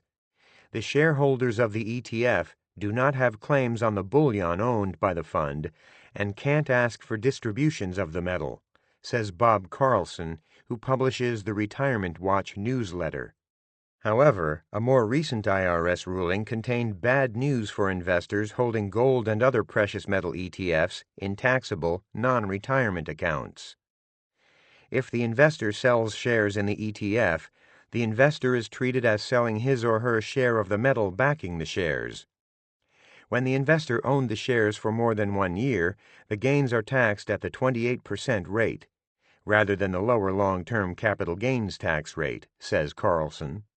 Of course, if you own the ETF in a retirement account, you lose all possible preferential capital gains tax treatment. Upon withdrawal from a retirement account, all profits are taxed as ordinary income. Should you invest in currencies and cryptocurrencies? Those who frequently predict doom and gloom and the demise of particular civilizations and governments like to highlight the fact that government-created currency, like the U.S. dollar, can be increased and expanded simply by creating more of it. Just look at the large government deficits that occurred during periods like the severe 2008 financial crisis and recession and the 2020 COVID-19 government-mandated economic shutdowns. Again, looking at historic data going back over 200-plus years, we see that the U.S. dollar has depreciated by a whopping 95% after adjusting for increases in the cost of living. That works out to losing about 1.4% per year on average. Other currencies generally show similar long-term patterns, so investing in currencies has been a long-term loser. When you invest in stocks, you're actually getting some exposure to and diversification with currencies around the world, which in theory reduces your overall stock market risk a bit. When you invest in U.S. companies, especially larger ones, they often do some business overseas. Foreign stock funds, of course, invest in overseas companies which do most, if not all, of their business in foreign countries and in foreign currencies. Now let's talk a bit about the newer currencies that are generating more interest among some younger adults: cryptocurrencies. Bitcoin, the most well-known and highly traded cryptocurrency, has been making headlines as its price climbs to ever-dizzying heights. It recently hit more than $61,000 per coin. But there are literally thousands, more than 9,100 at recent count, of other cryptocurrencies. So what exactly are these cryptocurrencies? For starters, none of them are actually a coin. That's a marketing gimmick used by many to make it sound like real currency. Bitcoin and other similar cryptocurrencies only exist in the online world. Bitcoin's creators say that they have limited the number of Bitcoins that can be mined and put into online circulation to about 21 million. As its promoters have talked up its usefulness and dizzying rise, many people who have Bitcoins and various other cryptocurrencies continue to hold on to them like shares of stock in the next Amazon, Apple, or Tesla, hoping for and expecting further steep price increases. People don't hoard real currencies with similar pie-in-the-sky hopes for large investment returns, and for good reason, because, as I just discussed, real currencies depreciate over the years, not appreciate. Outside of Bitcoin and Ethereum, the vast majority of other cryptocurrencies have depreciated in recent years. Many cryptocurrencies have crashed and burned, losing 90% or more of their value as the number of cryptocurrencies has mushroomed over recent years. Warning: online cryptocurrency transactions can be done anonymously, and they can't be contested, disputed, or reversed. So if you buy something using cryptocurrencies and have a problem with the item you bought, that's too bad. You have no recourse, unlike, for example, a purchase made on your credit card. The clandestine nature of many cryptocurrencies makes them attractive to folks trying to hide money or engage in illegal activities, criminals, drug dealers, and the like. And hackers create another real danger. Your cryptocurrency could be stolen, as has happened to numerous Bitcoin and other crypto holders. So what is a given cryptocurrency worth? Cryptocurrencies generally have no inherent value. There are a small number of so-called stable coins linked to or backed by another asset or traditional currency. Tether is an example of a stable/crypto coin which is linked to the U.S. dollar. Digic's gold token is an example of a crypto/stablecoin linked to gold, actually 1 gram of gold per token/coin. Contrast cryptocurrencies with no inherent value of linkage with that with gold. Not only has gold had a long history of being used by some as a medium of exchange, but gold also has commercial and industrial uses.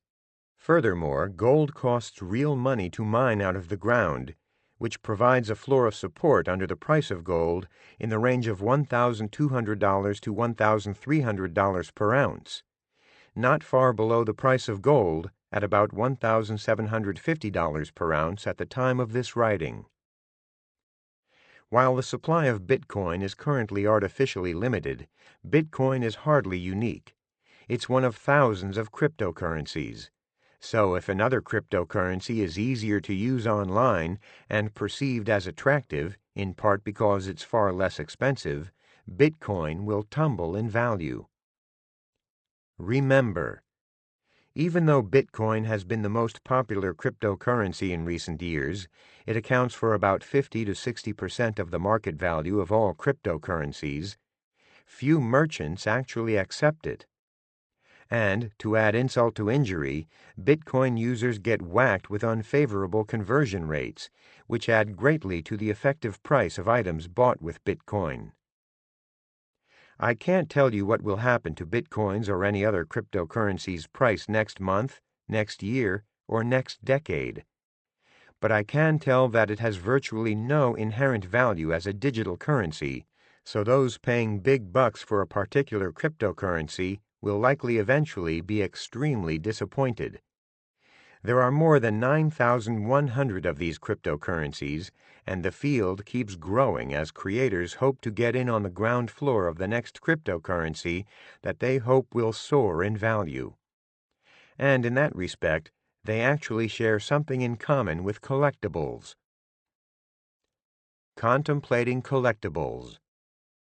The term collectibles is a catch-all category for antiques, art, autographs of famous folks, baseball cards, clocks, coins, comic books, diamonds, dolls, gems, photographs, rare books, rugs, stamps, vintage wine, writing utensils, and a whole host of other items. In this section I discuss the appeal and reality of investing in collectibles. Understanding the allure of collectibles. The best returns that collectibles investors reap come from the ability to identify years in advance items that will become popular. Do you think you can do that? You may be the smartest person in the world, but you should know that most dealers can't tell what's going to rocket to popularity in the coming decades. Dealers make their profits the same way other retailers do, from the spread or markup on the merchandise they sell. The public and collectors have fickle, quirky tastes that no one can predict. You can find out enough about a specific type of collectible to become a better investor than the average person, but you have to be among the best such collectors to have a shot at earning decent returns. To get to this level of expertise, you need to invest hundreds, if not thousands of hours reading, researching, and educating yourself about your specific type of collectible. Don't get me wrong, there's nothing wrong with spending money on collectibles. Just don't fool yourself into thinking that they're investments. More on their actual returns in the next section. You can sink lots of your money into these non-income producing poor return investments. At their best as investments, collectibles give the wealthy a way to buy quality stuff that doesn't depreciate. Seeing the realities of collectibles and their returns. Although connoisseurs of fine art, antiques, and vintage wine wouldn't like the comparison of their pastime with buying old playing cards, collectibles generally are objects with little intrinsic value. Wine is just a bunch of old mushed-up grapes. A painting is simply a canvas and some paint that at retail would set you back a few bucks. Stamps are small pieces of paper, usually less than an inch square. What about baseball cards? Heck, my childhood friends and I used to stick them between our bike spokes. The crummiest players' cards, of course. Remember. I'm not trying to diminish contributions that artists and others make to the world's culture. And I know that some people place a high value on some of these collectibles. But true investments that can make your money grow, such as stocks, real estate, or a small business, are assets that can produce income and profits. Because collectibles have little inherent value, they're fully exposed to the whims and speculations of buyers and sellers.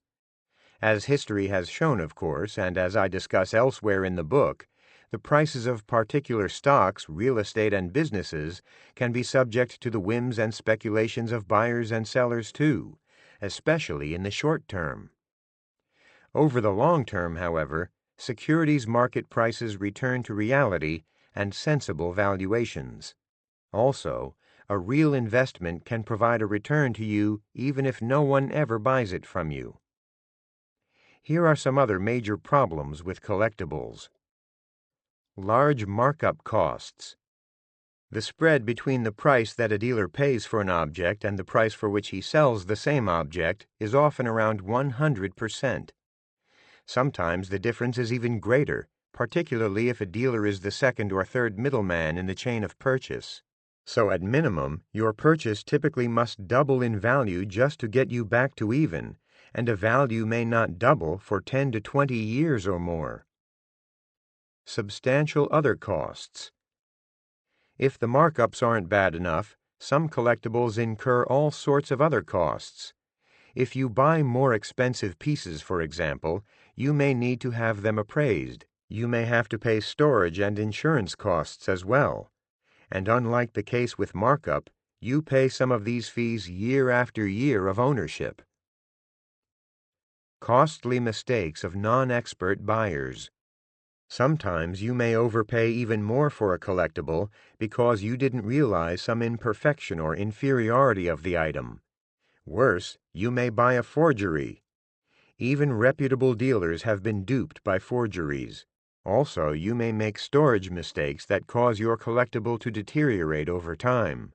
Damage from sunlight, humidity, temperatures that are too high or too low, and a whole host of vagaries can ruin the quality of your collectible. Insurance doesn't cover this type of damage or negligence on your part. Terrible returns. Even if you ignore the substantial costs of buying, holding, and selling, the average returns that investors earn from collectibles rarely keep ahead of inflation, and they're generally inferior to returns from stocks, real estate, and small business investing. Warning: objective return data on collectibles is hard to come by. Never ever trust so-called data that dealers or the many collectibles trade publications provide. Considering advice on buying collectibles. If you want to buy collectibles and can afford to do so, you have my blessing. Here are some tips to keep in mind to make the most of your efforts. Do your homework. Use a comprehensive resource to research, buy, sell, maintain, and improve your collectible, such as the books by Ralph and Terry Covell, or their website at covells.com. Collect for your love of the collectible, your desire to enjoy it, or your interest in finding out about or mastering a subject. In other words, don't collect these items because you expect high investment returns, because you probably won't get them. When you know what you want, buy direct and eliminate the middleman where possible. In some cases, you may be able to buy directly from the artist. Check collectibles that are comparable to the one you have your eye on, shop around, and don't be afraid to negotiate. An effective way to negotiate after you decide what you like is to make your offer to the dealer or artist by phone. Because the seller isn't standing right next to you, you don't feel pressure to decide immediately. Get a buyback guarantee. Ask the dealer, who thinks that the item is such a great investment, for a written guarantee to buy the item back from you within 5 years if you opt to sell it for at least the same price you paid for it. Keep quality items that you and your family have purchased and hope that someday they'll be worth something. Keeping these quality items is the simplest way to break into the collectibles business. The complete sets of baseball cards I gathered as a youngster are now, 30-plus years later, worth hundreds of dollars, and one is worth $1,000. Understanding annuities and cash value life insurance. Odds are that if you're looking to make investments, you'll be pitched various types of investment vehicles by folks who are licensed to sell insurance products. In this section, I discuss two of the most common vehicles: annuities and cash value life insurance. Availing yourself of annuities. Annuities are contracts that insurance companies back.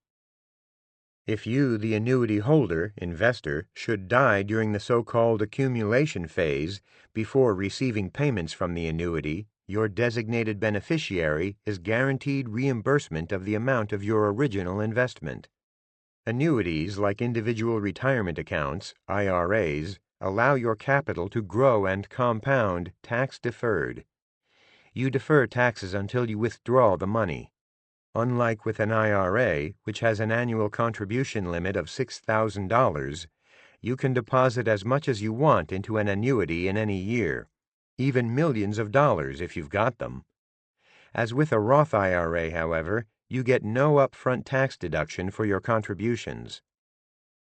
Warning: the problem with annuities is that insurance agents try to sell them to many folks who won't benefit from them, and the vast majority of folks won't be in a position to benefit from them. If you've contributed all you're allowed to contribute to your IRA and your employer's retirement accounts, and you still want to put more money into retirement accounts, you might consider annuities. Tip: don't consider contributing to an annuity until you've fully exhausted your other retirement account investing options, including all possible Roth accounts. The reason: annuity contributions aren't tax-deductible, and annuities carry higher annual operating fees to pay for the small amount of insurance that comes with them. Roth accounts are superior to an annuity because you don't pay income tax on your withdrawn investment earnings from Roth accounts. Because of their higher annual expenses, annuities generally make sense only if you have 15 or more years to wait until you need the money. Considering cash value life insurance. If you have dependents, you may need life insurance. The key question to ask yourself and your family is how they would fare if you died and they no longer had your employment income. You need life insurance if your family is dependent on your income from work and would be unable to maintain its current standard of living with your passing. Term life insurance is pure insurance protection and the best choice for the vast majority of people. The other major type of life insurance is cash value coverage, which includes a life insurance death benefit, as does a term policy, as well as a savings and investment feature. You generally can't combine insurance with investing when you buy an auto, disability, or homeowner's policy, so why can you with life insurance? You can thanks to an exemption in the tax code. Warning: insurance companies and agents who sell their products and earn commissions favor cash value life insurance. The reasons are pretty simple. Cash value life insurance costs much more and provides heftier profits for insurance companies and commissions to the agents who sell it. You should consider getting cash value life insurance only if your net worth is high enough that you anticipate having an estate planning problem.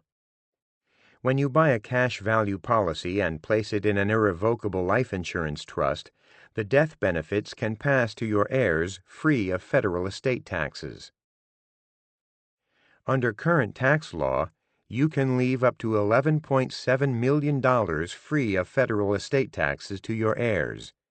If you're married, you can pass on double these amounts through the use of a bypass trust.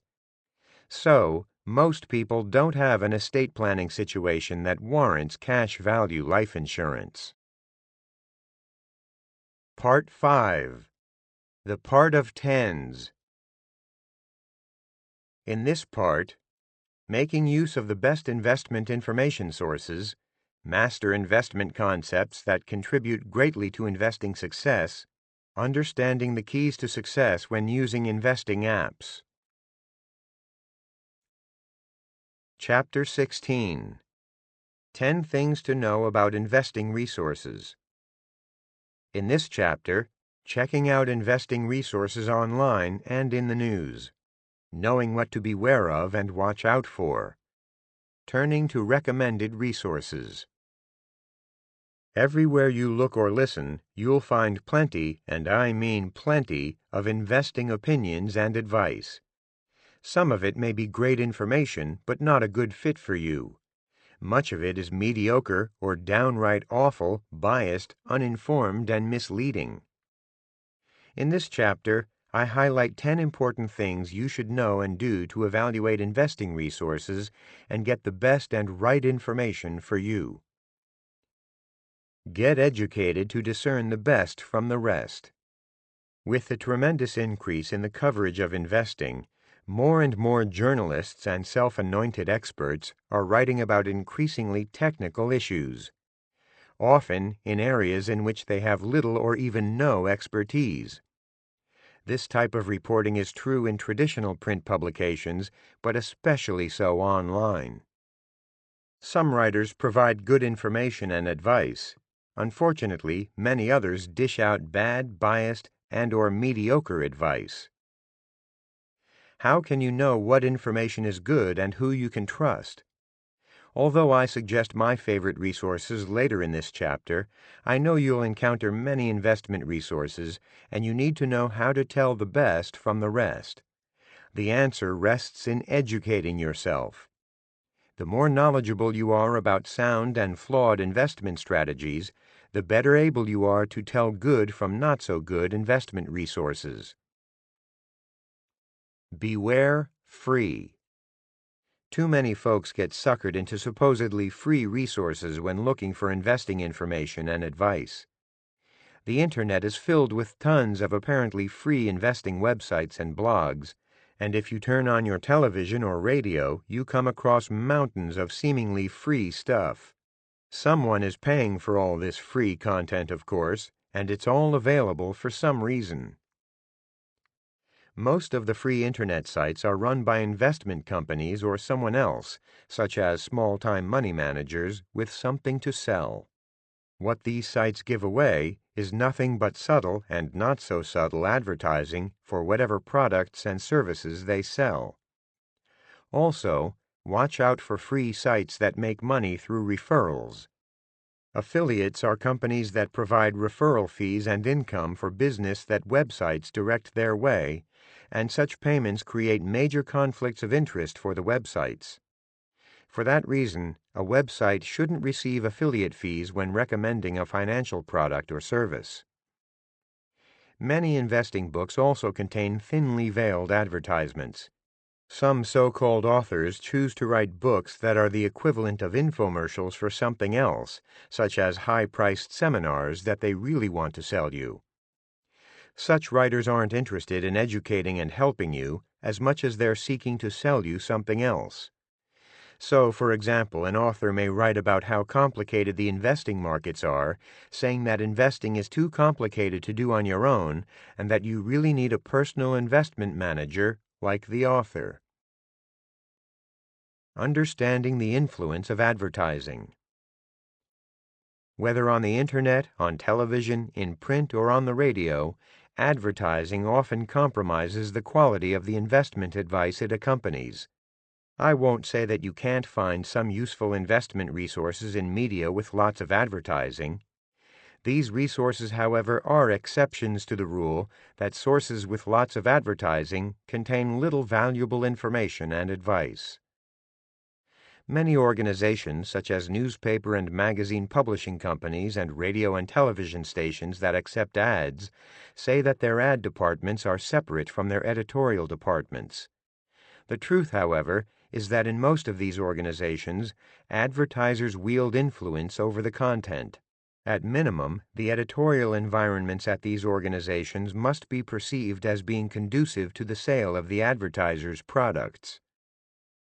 Another problem, especially prevalent online, is the merging of editorial and advertising content into advertorials, whereby a company or person pays a fee to a website to place provided content that's really an ad in disguise.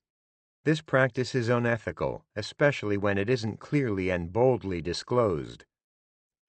Warning: the influence of advertisers prevents readers, viewers, and listeners from getting the truth and best advice. Specifically, some media organizations and publishers simply won't make derogatory comments about advertisers, and sometimes they highlight and praise investment companies that are big advertisers. Value quality over quantity. Talk about information overload. Blogs on the topic of investing continue to multiply. You can't peruse most publications or turn on the television or radio without bumping into articles, stories, segments, and entire programs devoted to investment issues. The Internet introduced a whole new medium. Now, at a relatively low cost, anyone can publish content online. The number of television channels has mushroomed as a result of cable television. Flip through your cable channels at any hour of the day, and you see infomercials that promise to make you a real estate tycoon or stock market millionaire in your spare time. These communications options are primarily structured around selling advertising rather than offering quality content. The accessibility of these communications media allows just about anyone with an animated personality or access to a computer to appear to be an expert. Much of the advice out there can easily steer you in the wrong direction. Because investment information and advice is so widespread and constantly growing, knowing how to sift through it is just as important as hearing what the best resources are today. When chosen wisely, the best investing resources can further your investment knowledge and enable you to make better decisions. Quality is more important than quantity. Later in this chapter, I name the best investment resources that I'm familiar with. Know how to check out a resource. The best thing to do when you encounter a financial website, blog, radio or television program or other resource for the first time is scrutinize it. All things being equal, you have a greater chance of finding quality content when subscriber fees account for the bulk of a company's revenue and advertising accounts for little or none of the revenue. This generalization, of course, is just that, a generalization. Some publications that derive a reasonable portion of their revenue from advertising have some good columns and content. Conversely, some relatively ad-free sources aren't very good. Deciphering a writer's philosophy and agenda is important in determining whether he provides quality information. Readers of my books, for example, can clearly understand my philosophies about investing. I advocate buying and holding, not trading and gambling. I explain how to build wealth through proven vehicles, including stocks, real estate, and small business ownership. Unfortunately, many venues and programs don't make it as easy for you to see or hear their operating beliefs. You have to do some homework. With a radio program, for example, you probably have to listen to at least portions of several shows to get a sense of the host's investment philosophies. Examine the backgrounds, including professional work experience and education credentials, of a resource's writers, hosts, or anchors. If such information isn't given or easily found, consider this omission to be a red flag. People who have something to hide or who lack solid credentials usually don't promote their backgrounds. Also, don't blindly accept presented qualifications as being honest or truthful. Warning: other red flags include publications and programs that make investing sound overly complicated and that imply, or say outright, that you won't succeed or do as well if you don't hire a financial advisor or follow your investments like a hawk. Beware hype and exaggeration. There's an old news media expression that says, "If it bleeds, it leads." Translation: jarring, violent, or blood and gore stories attract attention. Too often this is the case in financial reporting, too. If the stock market drops quickly or there's a disappointing economic report, you're sure to hear about it over and over again. Ditto for political scandals. I'm not suggesting that only good news be reported, but frequently negative events are blown out of proportion and hyped to garner more attention. Don't get carried away by the hype or be misled into believing that much of this short-term news should impact your important and longer-term investing decisions. Don't assume quoted experts know their stuff. Historically, one way that investment journalists have attempted to overcome technical gaps in their knowledge has been to interview and quote experts in the field.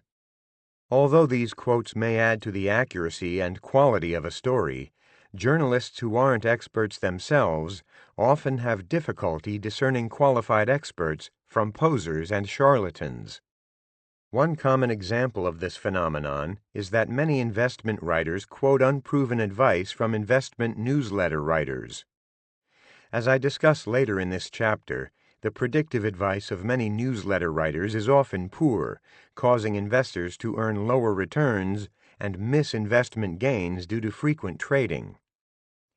Journalists who simply parrot this type of information and provide an endorsement that unqualified sources are experts do readers an immense disservice. Investigate gurus' claims. The tremendous growth in the number of people talking and writing about investing on websites, on cable television, and on radio means that more pundits are making claims about the value of their predictions. Unfortunately, many publications and media outlets that interview and give airtime to these pundits fail to independently investigate most such claims. You don't need predictions and soothsayers to make sound investing choices. If you choose to follow this expert advice and you're lucky, little harm will be done. But more often than not, you can lose lots of money by following a pundit's predictions. Warning: never accept a guru's performance claims as valid. These claims should always be verified through an independent source. Visit the Guru Watch section of my website, erictyson.com, for analysis of many of the popular gurus in the media today. Don't believe investment newsletter claims. Especially in the investment newsletter business, you'll see and hear lots of extraordinary performance claims. Private money managers, who aren't subject to the same scrutiny and auditing requirements as fund managers, can do the same. Be especially wary of any newsletters making claims of high returns. According to the Hulbert Financial Digest, over the many decades it was published, the worst investment newsletters underperformed the market averages by dozens of percentage points. Some would even have caused you to lose money during decades when the financial markets performed extraordinarily well, like the 1980s and 1990s. Also be aware that plenty of gurus and newsletters will tout many strategies, investments, and funds, and then continue to hype only the one or two that happen to do well. The strategy or back-tested model may in fact have a good track record over a given period, but it may be cherry-picked and unlikely to succeed in the future. Warning: don't believe a track record unless a reputable accounting firm with experience doing such audits has audited it. Stay far away from publications that purport to be able to tell what's going to happen next. No one has a crystal ball. Check out and keep up with my favorite resources. I've come across a lot of resources over the years. Some have stood the test of time and offer worthwhile perspectives and insights. Here are some of the best for you to consider. Corporate information. If you want to pick your own stocks, this site, at corporateinformation.com, has a treasure trove of information, but subscription fees aren't cheap. Morningstar. The premium content here, which is more moderately priced, covers all types of funds and most stocks. Go to morningstar.com.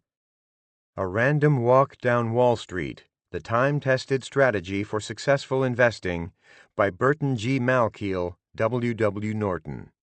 I first read this classic in a college economics course, and this book has gotten better over the years with its new additions. The SEC. The U.S. Securities and Exchange Commission, SEC.gov, provides free access to the regulatory required filings of investment funds and public companies. St. Louis Federal Reserve Economic Data. This site, at fred.stlouisfed.org, has lots of interesting economic research and tons of historic economic data. Stocks for the Long Run. The Definitive Guide to Financial Market Returns and Long-Term Investment Strategies by Jeremy J. Siegel, McGraw-Hill. This terrific book details investing in stocks around the globe over the long run. Value Line. Value Line has generations of experience providing concise summaries for the stocks of public companies. Most subscriptions run at least several $100s per year. Check out valueline.com. Vanguard. The leading no-load mutual fund company, Vanguard has plenty of user-friendly and readable information on its website at vanguard.com. Eric Tyson. I regularly digest the best financial information and advice and then post the latest on my website at erictyson.com. Some content is free and premium content is available at a relatively low cost. Chapter 17.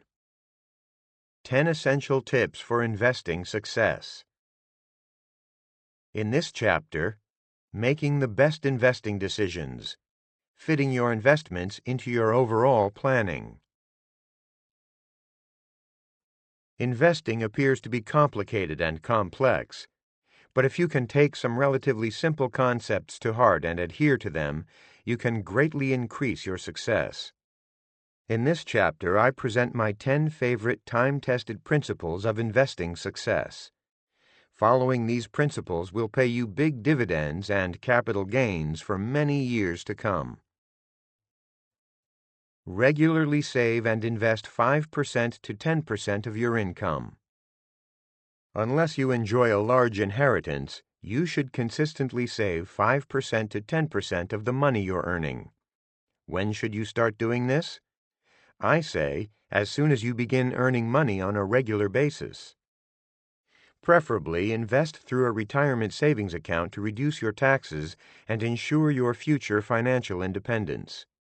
You can reduce both your current federal and state income tax on the contributions, as well as these ongoing taxes on the investment earnings. The exact portion of your income you should be saving is driven by your goals and by your current financial assets and liabilities. Take the time to crunch some numbers to determine how much you should be saving monthly. Understand and use your employee benefits. The larger the employer, the more likely it is to offer avenues for you to invest conveniently through payroll deduction and with possible tax benefits and discounts. Some companies enable you to buy company stock at a reduced price. Often, the most valuable benefit you have is a retirement savings plan, such as a 401k plan, that enables you to make contributions and save on your current income taxation. Also, after the money is in the account, it can compound and grow over the years and decades without taxation until you withdraw from it. Be sure to review and consider your employer's insurance benefits. Doing so is of value since insurance coverages, especially health insurance, are costly to buy solely on your own. In addition to helping pay for a portion of the cost, your employer may get better pricing on some types of policies, for example, disability insurance, than what you could get on your own. Tip: if you're self-employed, be sure to establish and use a retirement plan. See Chapter 2. Also, take time to learn about the best investment options available to you and use them.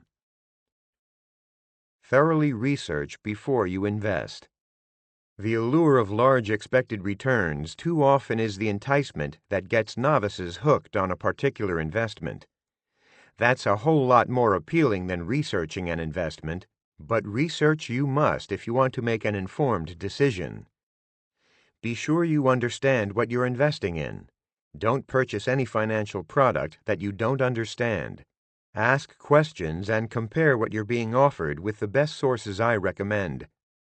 Beware of purchasing an investment on the basis of an advertisement or a salesperson's solicitation. Shun investments with high commissions and expenses. The cost of the investments you buy is an important variable you can control. All fees must be disclosed in a prospectus, which you should always review before making any investment. Warning: companies that sell their investment products through aggressive sales techniques generally have the worst financial products and the highest fees and commissions. Invest the majority of your long-term money in ownership investments. When you're young, you have plenty of time to let your investments compound and grow. Likewise, you have time to recover from setbacks. So with your long-term money, focus on investments that have appreciation potential, such as stocks, real estate, and your own business. When you invest in bonds or bank accounts, you're simply lending your money to others and will earn a return that probably won't keep you ahead of inflation and taxes. Avoid making emotionally based financial decisions.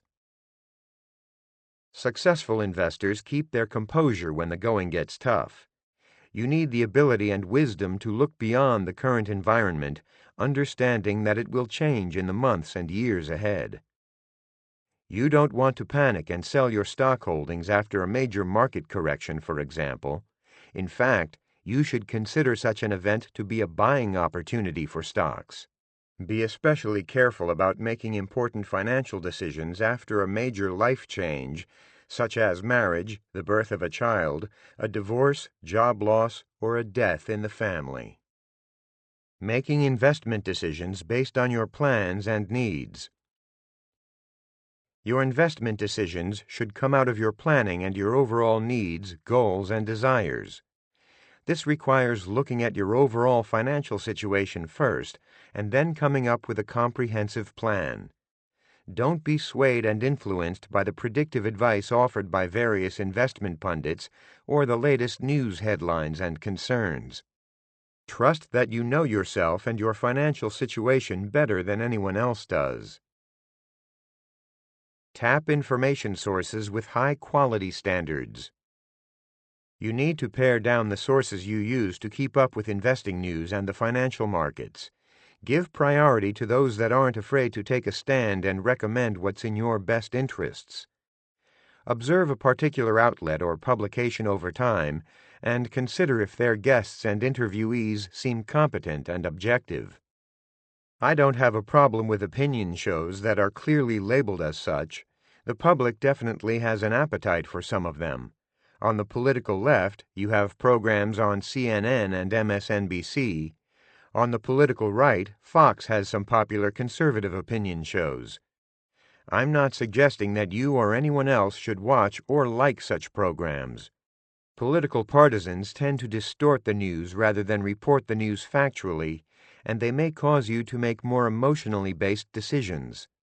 Political partisans overstate the impact that the president and others can have over our economy and financial markets. Remember, stay away from outlets that cater to advertisers or are driven by an ideological agenda. Trust yourself first. Look in the mirror. You'll see the best financial person you can hire and trust. What may be missing is enough education and confidence to make more and better decisions on your own, which this book can assist you with doing. If you need help making a major decision, hire conflict-free advisors who charge a fee for their time. Work in partnership with advisors. Never turn over or abdicate control. Invest in yourself and others. Don't get so wrapped up in making, saving, and investing money that you lose sight of what matters most to you. Invest in your education, your health, and your relationships with family members and friends. Having a lot of money isn't worth much if you don't have your health and people with whom to share your life. Give your time and money to causes that better our society and our world. Chapter 18. 10 Things to Know About Investing Apps. In this chapter, understanding the limitations, drawbacks, and strength of investing apps. Recommending the best apps. Most apps are offered by existing larger companies as another option for their customers to connect to and interact with what they offer. And of course, companies would love for you to use their apps so they can continue to promote themselves to you and ensure that you remain a loyal customer. The investment companies you do business with, Banks, mutual fund companies, brokerage firms, and so on are no exception. That said, you can also find some apps offered by smaller startup companies that solely exist online and perhaps even only as an app. I urge you to be skeptical and extremely careful with such enterprises for reasons I discuss later in this chapter. Over time, the best new firms emerge and help improve the overall financial landscape and your options. But I don't want you to be some small company's guinea pig. Given the choice between a startup and a longer-standing, proven, successful investment company with good customer service, I bet you can guess which one will get my investment dollars. With that as background, in this chapter I offer advice for how to make the most out of using investing-related apps and sidestep common app pitfalls and problems, as well as providing a short list of the best investment apps I've reviewed. Beware of the general dangers of putting apps on your cell phone. Computer viruses, malware, and ransomware attacks have garnered more attention, but similar problems occur with smartphone apps. The worst of the lot can end up tracking and spying on you. Some are a scam and/or some sort of virus or malware. Even if an app doesn't have these nefarious issues, you should also check out the background and agenda of any company offering an investment-related app and understand how such companies may be making money from the app. Most apps are nothing more than glorified advertising from the company behind the app. Sure, the product may dangle something seemingly helpful, such as free stock quotes, but ultimately, you need to uncover the provider's agenda, track record, and reputation. Investigate. Do your research on an app before downloading and beginning to use one. Check with more than one independent source and read independent reviews, especially those which are critical and less than flattering. Use apps only from proven companies with good reputations and longevity. Most of the companies I recommend in this chapter and book are companies with lengthy track records of success.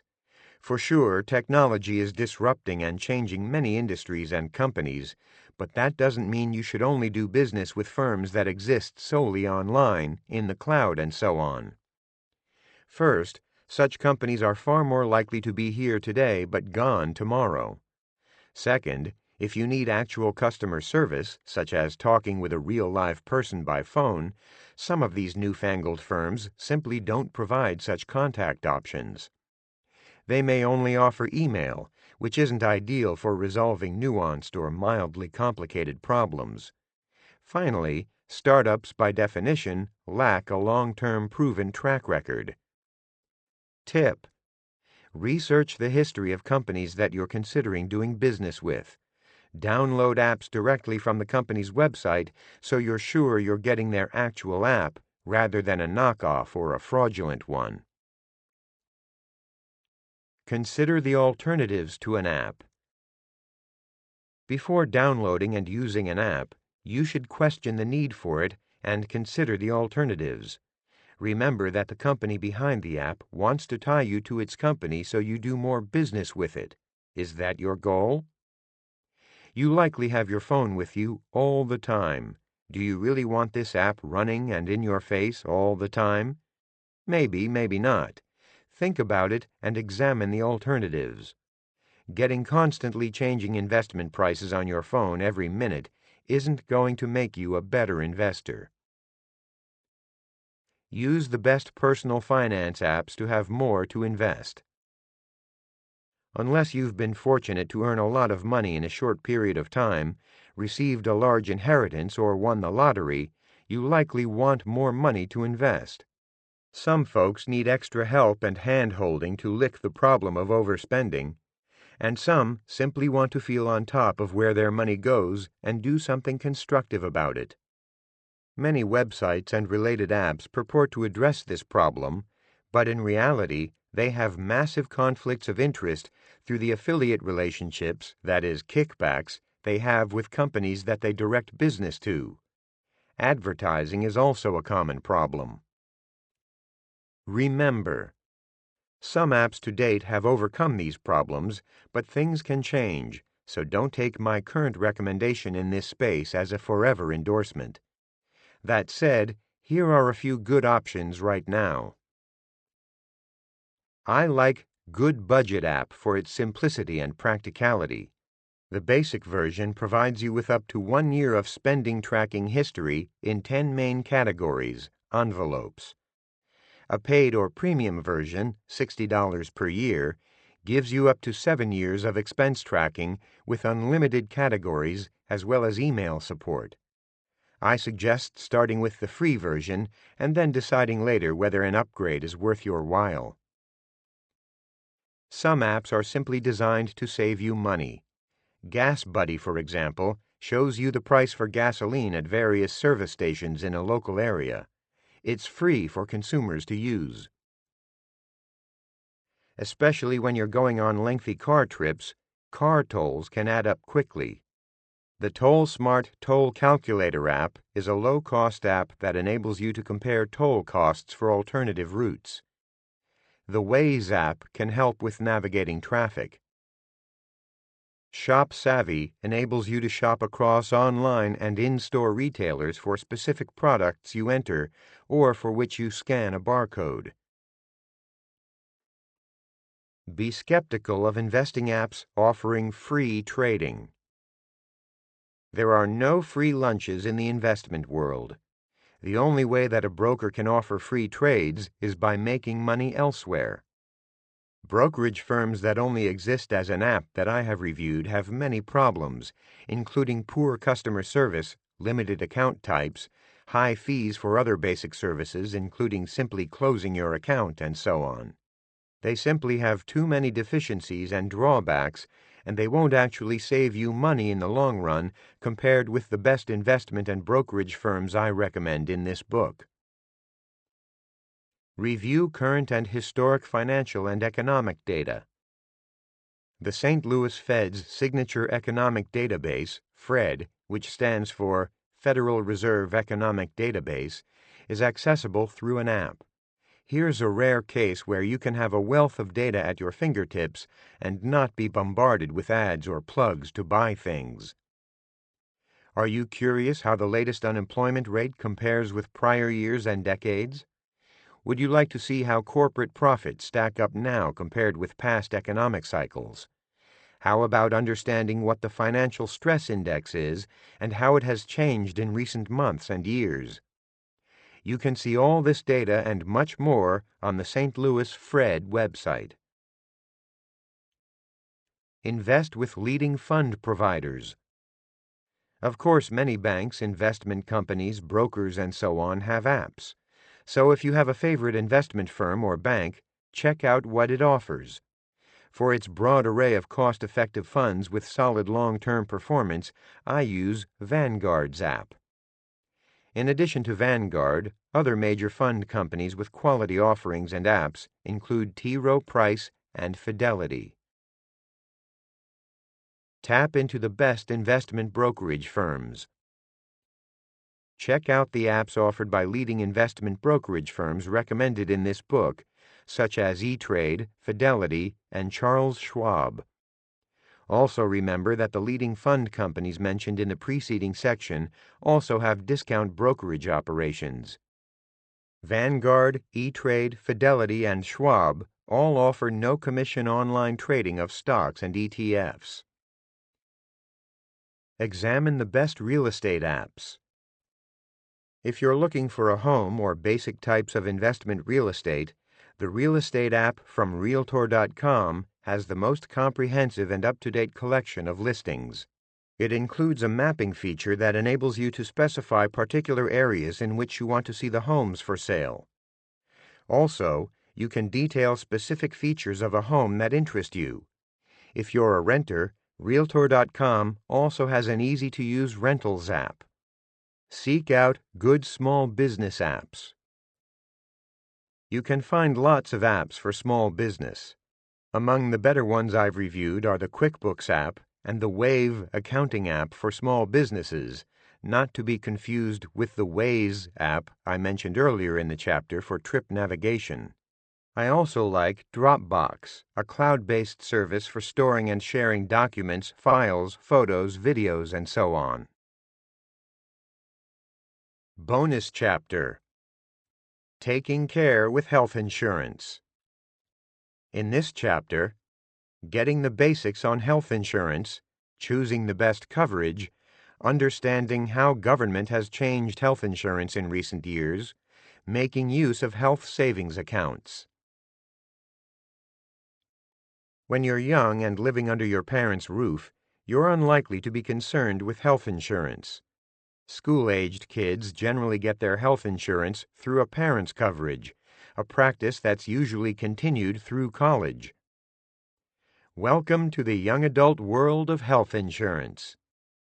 Health insurance was in the news soon after the election of President Barack Obama in 2008 because he promised during the campaign and then pushed for a national health insurance program, Obamacare passed in 2010, mandated by the federal government. Health insurance was front and center once again during the 2016 presidential election. Candidate Donald Trump promised over and over again that he would repeal and replace Obamacare with something so much better. Once elected, President Trump soon discovered that the U.S. healthcare and health insurance industries are much more complicated than he realized, as is getting members of Congress to agree on a specific repeal and replace plan. Now, I have to tell you, it's an unbelievably complex subject. Nobody knew healthcare could be so complicated, President Trump said in his second month in office. I could have told Mr. Trump that the healthcare industry and reforming it is complicated, but he didn't ask me. In fact, I've had involvement with and interest in the healthcare and insurance industry since my first professional job after college as a management consultant. Most young adults are fortunate to not be big consumers of healthcare. But because you never know what the future holds and people of all ages should get checkups and preventative care, this chapter discusses the best and most affordable ways to secure health insurance in your 20s and 30s. I also cover the ramifications of the health care bill, known as Obamacare, that was signed into law in 2010 and what possible changes may be coming in the future. Making sure you're covered. Having health insurance is essential for nearly everyone, no matter your age. Many people get health insurance through their employers. Numerous people don't have coverage because it is or seems costly. Historically, some people who can afford health coverage choose not to buy it because they believe they're healthy and they're not going to need it. Others who opt not to buy health insurance figure that if they ever really need health care, they'll get it even if they can't fully afford it. Warning: although you may think you're healthy and don't need health insurance, think again. People without health insurance are more prone to put off getting routine and preventative care, which can lead to small problems turning into big ones. Besides this being an unwise approach to optimizing your health, it often costs more because of advanced illness, emergency room visits, and so on. This section discusses transitioning from your parents' coverage to your own and how the healthcare laws help you get coverage. Transitioning your coverage. Each state once had its own laws as far as health insurance coverage went, so there was no one-size-fits-all approach. In the past, in most states, an adult child generally lost health insurance coverage under a parent's policy upon college graduation or when turning a particular age, for example, 25 or 26. Each state had a unique set of laws. Consider, for example, 3 state rules I pulled at random. Connecticut required that group comprehensive and health insurance policies extend coverage to unwed children under the age of 26, provided they remained residents of Connecticut or were full-time students. Florida allowed for dependent children up to age 25 who lived with a parent or were students, and those up to 30 who were also unmarried and had no dependent children of their own to remain on their parents' insurance. Wyoming allowed a child who was unmarried and a full-time student to remain on a parent's insurance up to age 23 if the parent was covered by a small group policy. Then the Affordable Care Act, also known as Obamacare, was passed in 2010, so states had to amend their approach to conform with Obamacare's requirements, detailed in the next section, Seeing How Obamacare Changed Your Coverage.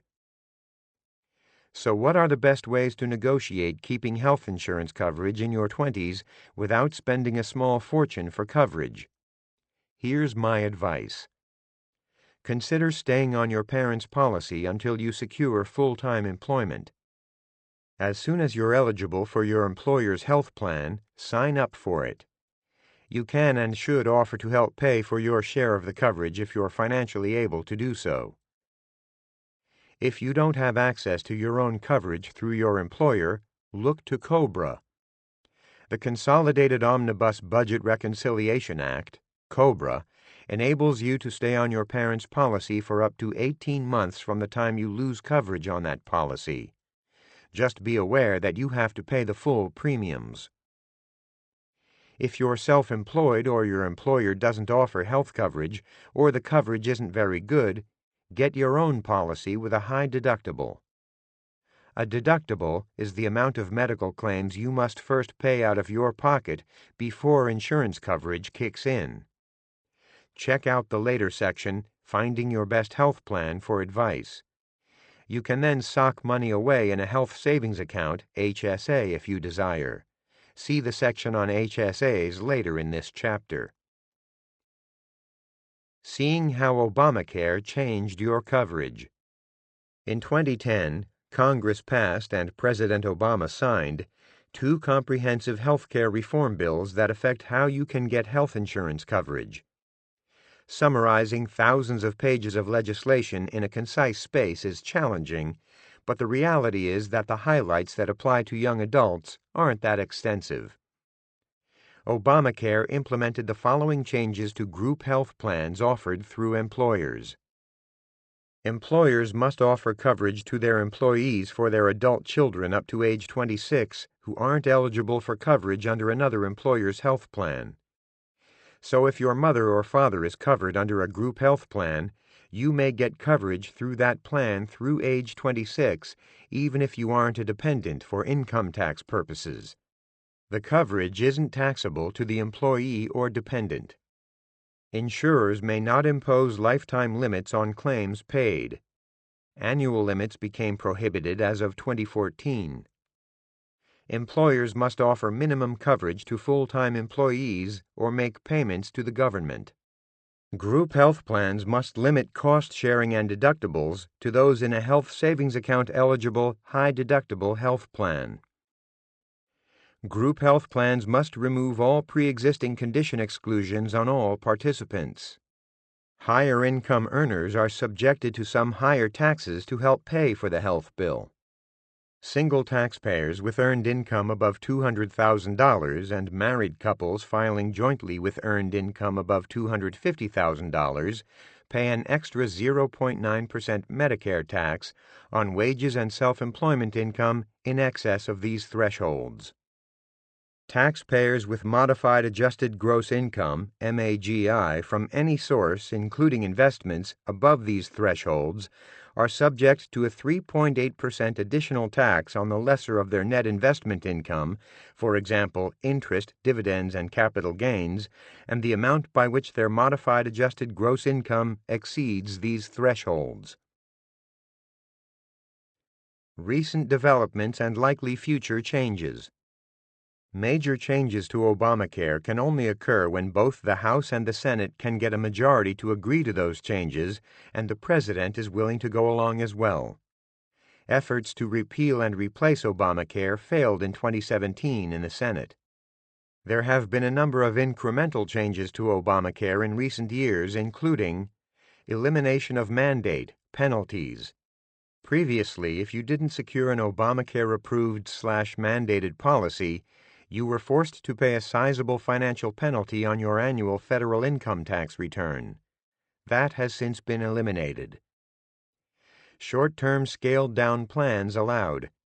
Health insurance plans that offer coverage for up to 1 year and renewability for a total of 3 years are allowed as short-term alternatives to Obamacare-compliant plans. Open enrollment time frame modified. The period each year when you can enroll in a new or different Obamacare health insurance plan has been changed to the 45-day period from November 1st through December 15th. Expansion of subsidies. The income levels at which Obamacare policies can be at least partially subsidized was expanded. See the subsidy calculator on the Kaiser Family Foundation website at kff.org/interactive/subsidy-calculator. States allowed to have work requirements for Medicaid coverage. Each individual state can choose to have work requirements for those who are able as a condition for being under the state's Medicaid program, health insurance program for lower-income people. President Biden's election and the fact that he was vice president at the time of Obamacare's passage and Congress is also under his party's control, the midterm elections in 2022 are likely to change that, may lead to changes to counteract some of the modifications that occurred under the prior administration's tenure. Finding your best health plan. Most working-age folks obtain health insurance through their employer. Employer-provided coverage eliminates the hassle of having to shop for coverage from scratch. Also, thanks to the purchasing power of a group, employer-provided coverage may provide a higher level of benefits given the cost than individually purchased coverage. If you're self-employed, out of work, or working for an employer that doesn't offer health coverage, you need to shop for and secure health insurance. And even if your employer does offer health policies, you may well have choices to make. In the following sections, I discuss the important issues to consider when selecting among available health insurance plans. Selection of doctors and hospitals. Open choice plans that allow you to use any doctor or hospital you want are less common and generally more expensive than restricted choice plans such as health maintenance organizations, HMOs, and preferred provider organizations, PPOs. These plans keep costs down because they negotiate low rates with selected providers. HMOs and PPOs are more similar than they are different. The main difference is that PPOs still pay the majority of your expenses if you use a provider outside their approved list. If you use a provider outside the approved list with an HMO, you typically aren't covered at all. Tip: if you want to use particular doctors or hospitals, find out which health insurance plans they accept as payment. Weigh whether the extra cost of an open choice plan is worth being able to use the services of particular medical providers if they're not part of a restricted choice plan. Also, be aware that some plans allow you to go outside their network of providers as long as you pay a bigger portion of the incurred medical costs. If you're interested in using alternative types of providers, such as acupuncturists, find out whether the plans you're considering cover these services. Plan benefits and features. Healthcare plans typically offer some important features. The following list identifies the key features to search for to ensure a quality plan at the most reasonable cost. Major medical coverage. This includes hospital care, physician visits, and ancillary charges such as X-rays and laboratory work. If you're a woman and you think you may want to have children, make sure your plan has maternity benefits. Deductibles and co-payments.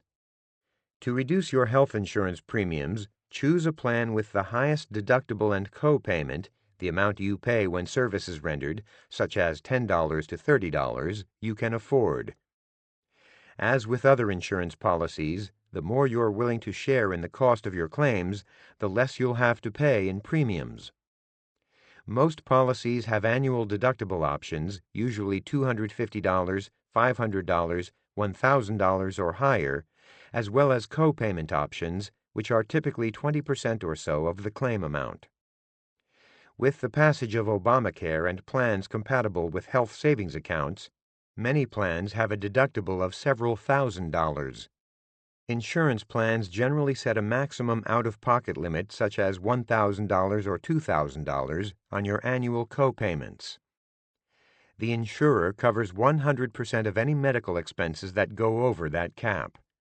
Many HMO plans don't have deductible and co-payment options. Tip: if you have existing health problems and you have a choice of group plans through your employer, consider plans with low out-of-pocket expenses. Because you're part of a group, the insurer won't increase your individual rates just because you file more claims. Lifetime maximum benefits. Health insurance plans specify the maximum total benefits they'll pay over the course of time you're insured by their plan. The National Health Insurance Bill, signed into law in 2010, prevents insurers from setting lifetime maximums. If you're ever examining a short-term or other plan that is outside of the government-mandated plan network, keep in mind that with the high cost of health care, you should choose a plan that has no maximum or that has a maximum of at least $5 million. See the section, Seeing How Obamacare Changed Your Coverage, earlier in this chapter. Shopping for health insurance. Yes, health insurance is among the more complicated things to shop for, but like other products and services, there's a marketplace of providers competing for your business. This section explains how to unearth your best options and what to do in case you're ever denied coverage in the future. Uncovering the best policies. When shopping for health insurance, you basically have two options. You can buy a health plan through an agent, or you can buy directly from an insurer. When particular health insurance plans are sold both ways, buying through an agent usually doesn't cost more. Obamacare, which includes a federal marketplace, provided a new way in some states to buy health insurance, through state-based exchanges. If you're self-employed or you work for a smaller employer that doesn't offer health insurance as a benefit, get proposals from the larger and older health insurers in your area. Larger plans can negotiate better rates from providers, and older plans are more likely to be here tomorrow. Nationally, Blue Cross Blue Shield, Kaiser Permanente, Aetna, United Health, Cigna, Assurant, and Anthem are among the older and bigger health insurers. Many insurers operate in a bunch of different insurance businesses. You want an insurer that's one of the biggest in the health insurance arena and is committed to, understands, and has more experience in that business. If your coverage is canceled, you may have to search for new coverage. Also check with professional or other associations that you belong to, as such plans sometimes offer decent benefits at a competitive price because of the purchasing clout they possess. A competent independent insurance agent who specializes in health insurance can help you find insurers who are willing to offer you coverage. Warning: health insurance agents have a conflict of interest that's common to all financial salespeople who work on commission. The higher the premium plan they sell you, the bigger the commission they earn. So an agent may try to steer you into higher-cost plans and avoid suggesting some of the cost-reducing strategies that I discuss in this chapter, such as opting for a higher deductible. Dealing with Obamacare's high health insurance prices. When millions of health insurance policyholders had their plans canceled during the years when Obamacare, also known as the Affordable Care Act, was implemented, many of them faced big rate hikes when shopping for a replacement policy. That's because of the essential health benefits that, by law, must be included in health insurance policies. These benefits include maternity and newborn care, mental health and substance use disorder services, prescription drugs and pediatric services, including dental and vision care, to give a partial list. In the past, you were able to pick and choose from plans that excluded some of these services and thus were less expensive. Plus, Obamacare includes consumer protection provisions that have elevated prices. For example, it prohibits health insurance companies from limiting or excluding coverage related to pre-existing health conditions. In order to absorb this cost and costs related to other provisions, insurance companies have raised rates substantially. While many people faced much higher-priced policies due to Obamacare, some folks qualify for government subsidies that help reduce the effective price of said policies. Of course, this money doesn't come out of thin air. It comes from the federal government and, therefore, taxpayers. Qualifying for a subsidy depends on your family income and how many children you have. Subsidies are available to qualified individuals and families whose income falls in the range of 138% to 400% of the poverty line, assuming they buy a policy on a government exchange. At the top of the spectrum for 2021, an individual making under $51,040 will be eligible for a subsidy, as would a family of four earning less than $104,800. In recent decades, health insurance prices have consistently increased faster than the overall rate of inflation. That has continued under Obamacare. Here are a few tips for health insurance shoppers to make the most of their spending. If your plan is/was canceled, don't just go with the plan mentioned in the cancellation letter. Shop around. Contact an agent who focuses on health insurance plans and ask to see a side-by-side comparison of various plans. Check out other companies. If you're eligible for a subsidy, check out the exchanges. Chances are you'll find something more reasonable if you're willing to make trade-offs in the area of deductibles and out-of-pocket expenses. Be patient and do your homework.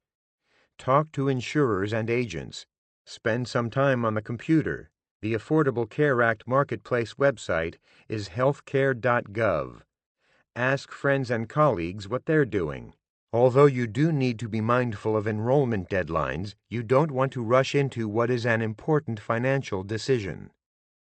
If you go with a bronze plan, consider one that is compatible with a health savings account, HSA. A bronze plan may be best for people who are generally healthy. These have the lowest premiums. Of course, they also have the highest deductibles, which means that in the event you do get sick, you'll have to cover more of your costs out of pocket. And that's why it's important to select a bronze plan that's compatible with an HSA. Not all of them are. I have always recommended HSAs as a great tax-saving strategy, and now that deductibles are so high, they make more sense than ever. After all, if you have to have a high deductible anyway, at least getting the tax break on the out-of-pocket expenses you have to pay makes sense. See the section Health Savings Accounts, Tax Reduction for Healthcare Costs later in this chapter. Do what you can to get and stay healthy. Chances are you'll now be paying more out-of-pocket for non-preventative care, so good health should be your top priority. Of course, health insurance is needed because some conditions are unpreventable, but you can affect plenty of others with lifestyle improvements. Obviously, if you smoke, stop now. Smoking is the only pre-existing condition health insurance companies are allowed to charge you more for. But it's also important to eat healthfully, exercise, and lose weight if you need to. The healthier you are, the less you'll need to seek medical care, and the less you'll have to pay out of pocket for your care. Handling insurance rejection. Before the passage and implementation of Obamacare, those with so-called pre-existing conditions sometimes got turned down when applying for health insurance or had to pay substantially higher premiums. A similar phenomenon happens with other types of insurance when you're deemed too great a risk. For example, you may have problems with getting life or disability insurance or have to pay a much greater price if you're not in the best of health. When you try to enroll in a particular life or disability insurance plan, discussed in Chapter 15, you may be turned down because of current or previous health problems. That may happen, but isn't likely to, in the future with health insurance, depending on what happens with Congress and President Biden. If your current health causes you to be charged a high premium for life or disability insurance, or be denied such coverage outright, try these strategies to find out why and get approved. Ask the insurer why you were denied. If you're denied coverage because of a medical condition, find out what information the company has and determine whether it's accurate. Perhaps the company made a mistake or misinterpreted some information that you provided in your application. Tip: request a copy of your medical information file. Just as you have a credit report file that details your use and misuse of credit, you also have a medical information report. Once per year, you can request a free copy of your medical information file, which typically highlights only the more significant problems over the past 7 years, not your entire medical history, by calling 866-692-6901 or visiting MIB.com. Click on Request Your MIB Consumer File. If you find a mistake on your report, you have the right to request that it be fixed. However, the burden is on you to prove that the information in your file is incorrect. Proving that your file contains errors can be a major hassle. You may even need to contact physicians you saw in the past because their medical records may be the source of the incorrect information. Investigate. Shop around. Just because one company denies you coverage doesn't mean that all insurance companies will deny you. Some insurers better understand certain medical conditions and are more comfortable accepting applicants with those conditions. Although most insurers charge higher rates to people with blemished medical histories than people with perfect health records, some companies penalize them less than others. An agent who sells policies for multiple insurers, called an independent agent, can be helpful because she can shop among a number of different companies. Find a job with an employer whose insurer doesn't require a medical exam. Of course, this shouldn't be your only reason for seeking new employment, but it can be an important factor. If you're married, you may also be able to get into an employer group plan through your spouse's plan. Health savings accounts. Tax reduction for health care costs. Health savings accounts, HSAs, are terrific for reducing your taxes while saving money for health care expenses. They especially make sense if you're self-employed or an employee of a smaller company with no health plan or a high-deductible health plan. An HSA is fairly simple. You put money earmarked for medical expenses into an investment account that offers tax-deductible contributions and tax-deferred compounding, just like a retirement account. Withdrawals aren't taxed so long as the money is used for qualified health care expenses. For tax year 2021, you can sock away up to $3,600 for an individual account and $7,200 for a family account. To qualify for an HSA, you must have a high-deductible health insurance policy, at least $1,400 for individuals and $2,800 for families. You don't have to deplete the HSA by the end of the year. Money can compound tax-deferred inside the HSA for years. If you qualify, you can begin to investigate an HSA through insurers offering health plans you're interested in or with the company you currently have coverage through. Also, see my website, erictyson.com, for the latest information on the best HSAs. You may also be able to save on taxes if you have a substantial amount of health care expenditures in a year relative to your income. You can deduct medical and dental expenses as an itemized deduction on Schedule A to the extent that they exceed 10% of your adjusted gross income. Tip: if you expect to have out-of-pocket medical expenses and can't qualify for an HSA because of your employer's plans, find out whether your employer offers a flexible spending or health care reimbursement account. These accounts enable you to pay for uncovered medical expenses with pre-tax dollars. If, for example, you're in a combined 35% federal and state income tax bracket, these accounts allow you to pay for necessary health care at a 35% discount. These accounts can also be used to pay for vision and dental care.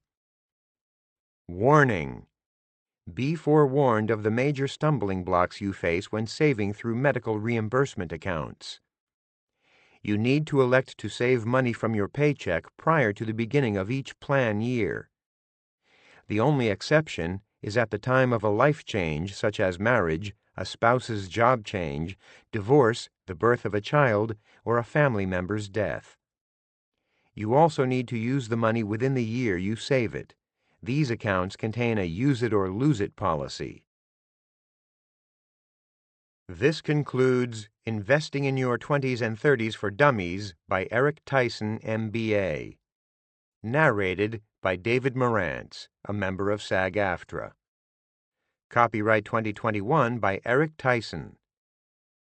This unabridged audiobook is published by arrangement with John Wiley & Sons, Incorporated, and was produced in the year 2021 by Tantor Media, Incorporated, a division of Recorded Books, which holds the copyright thereto. Please visit Tantor.com for more information on our growing library of unabridged audiobooks.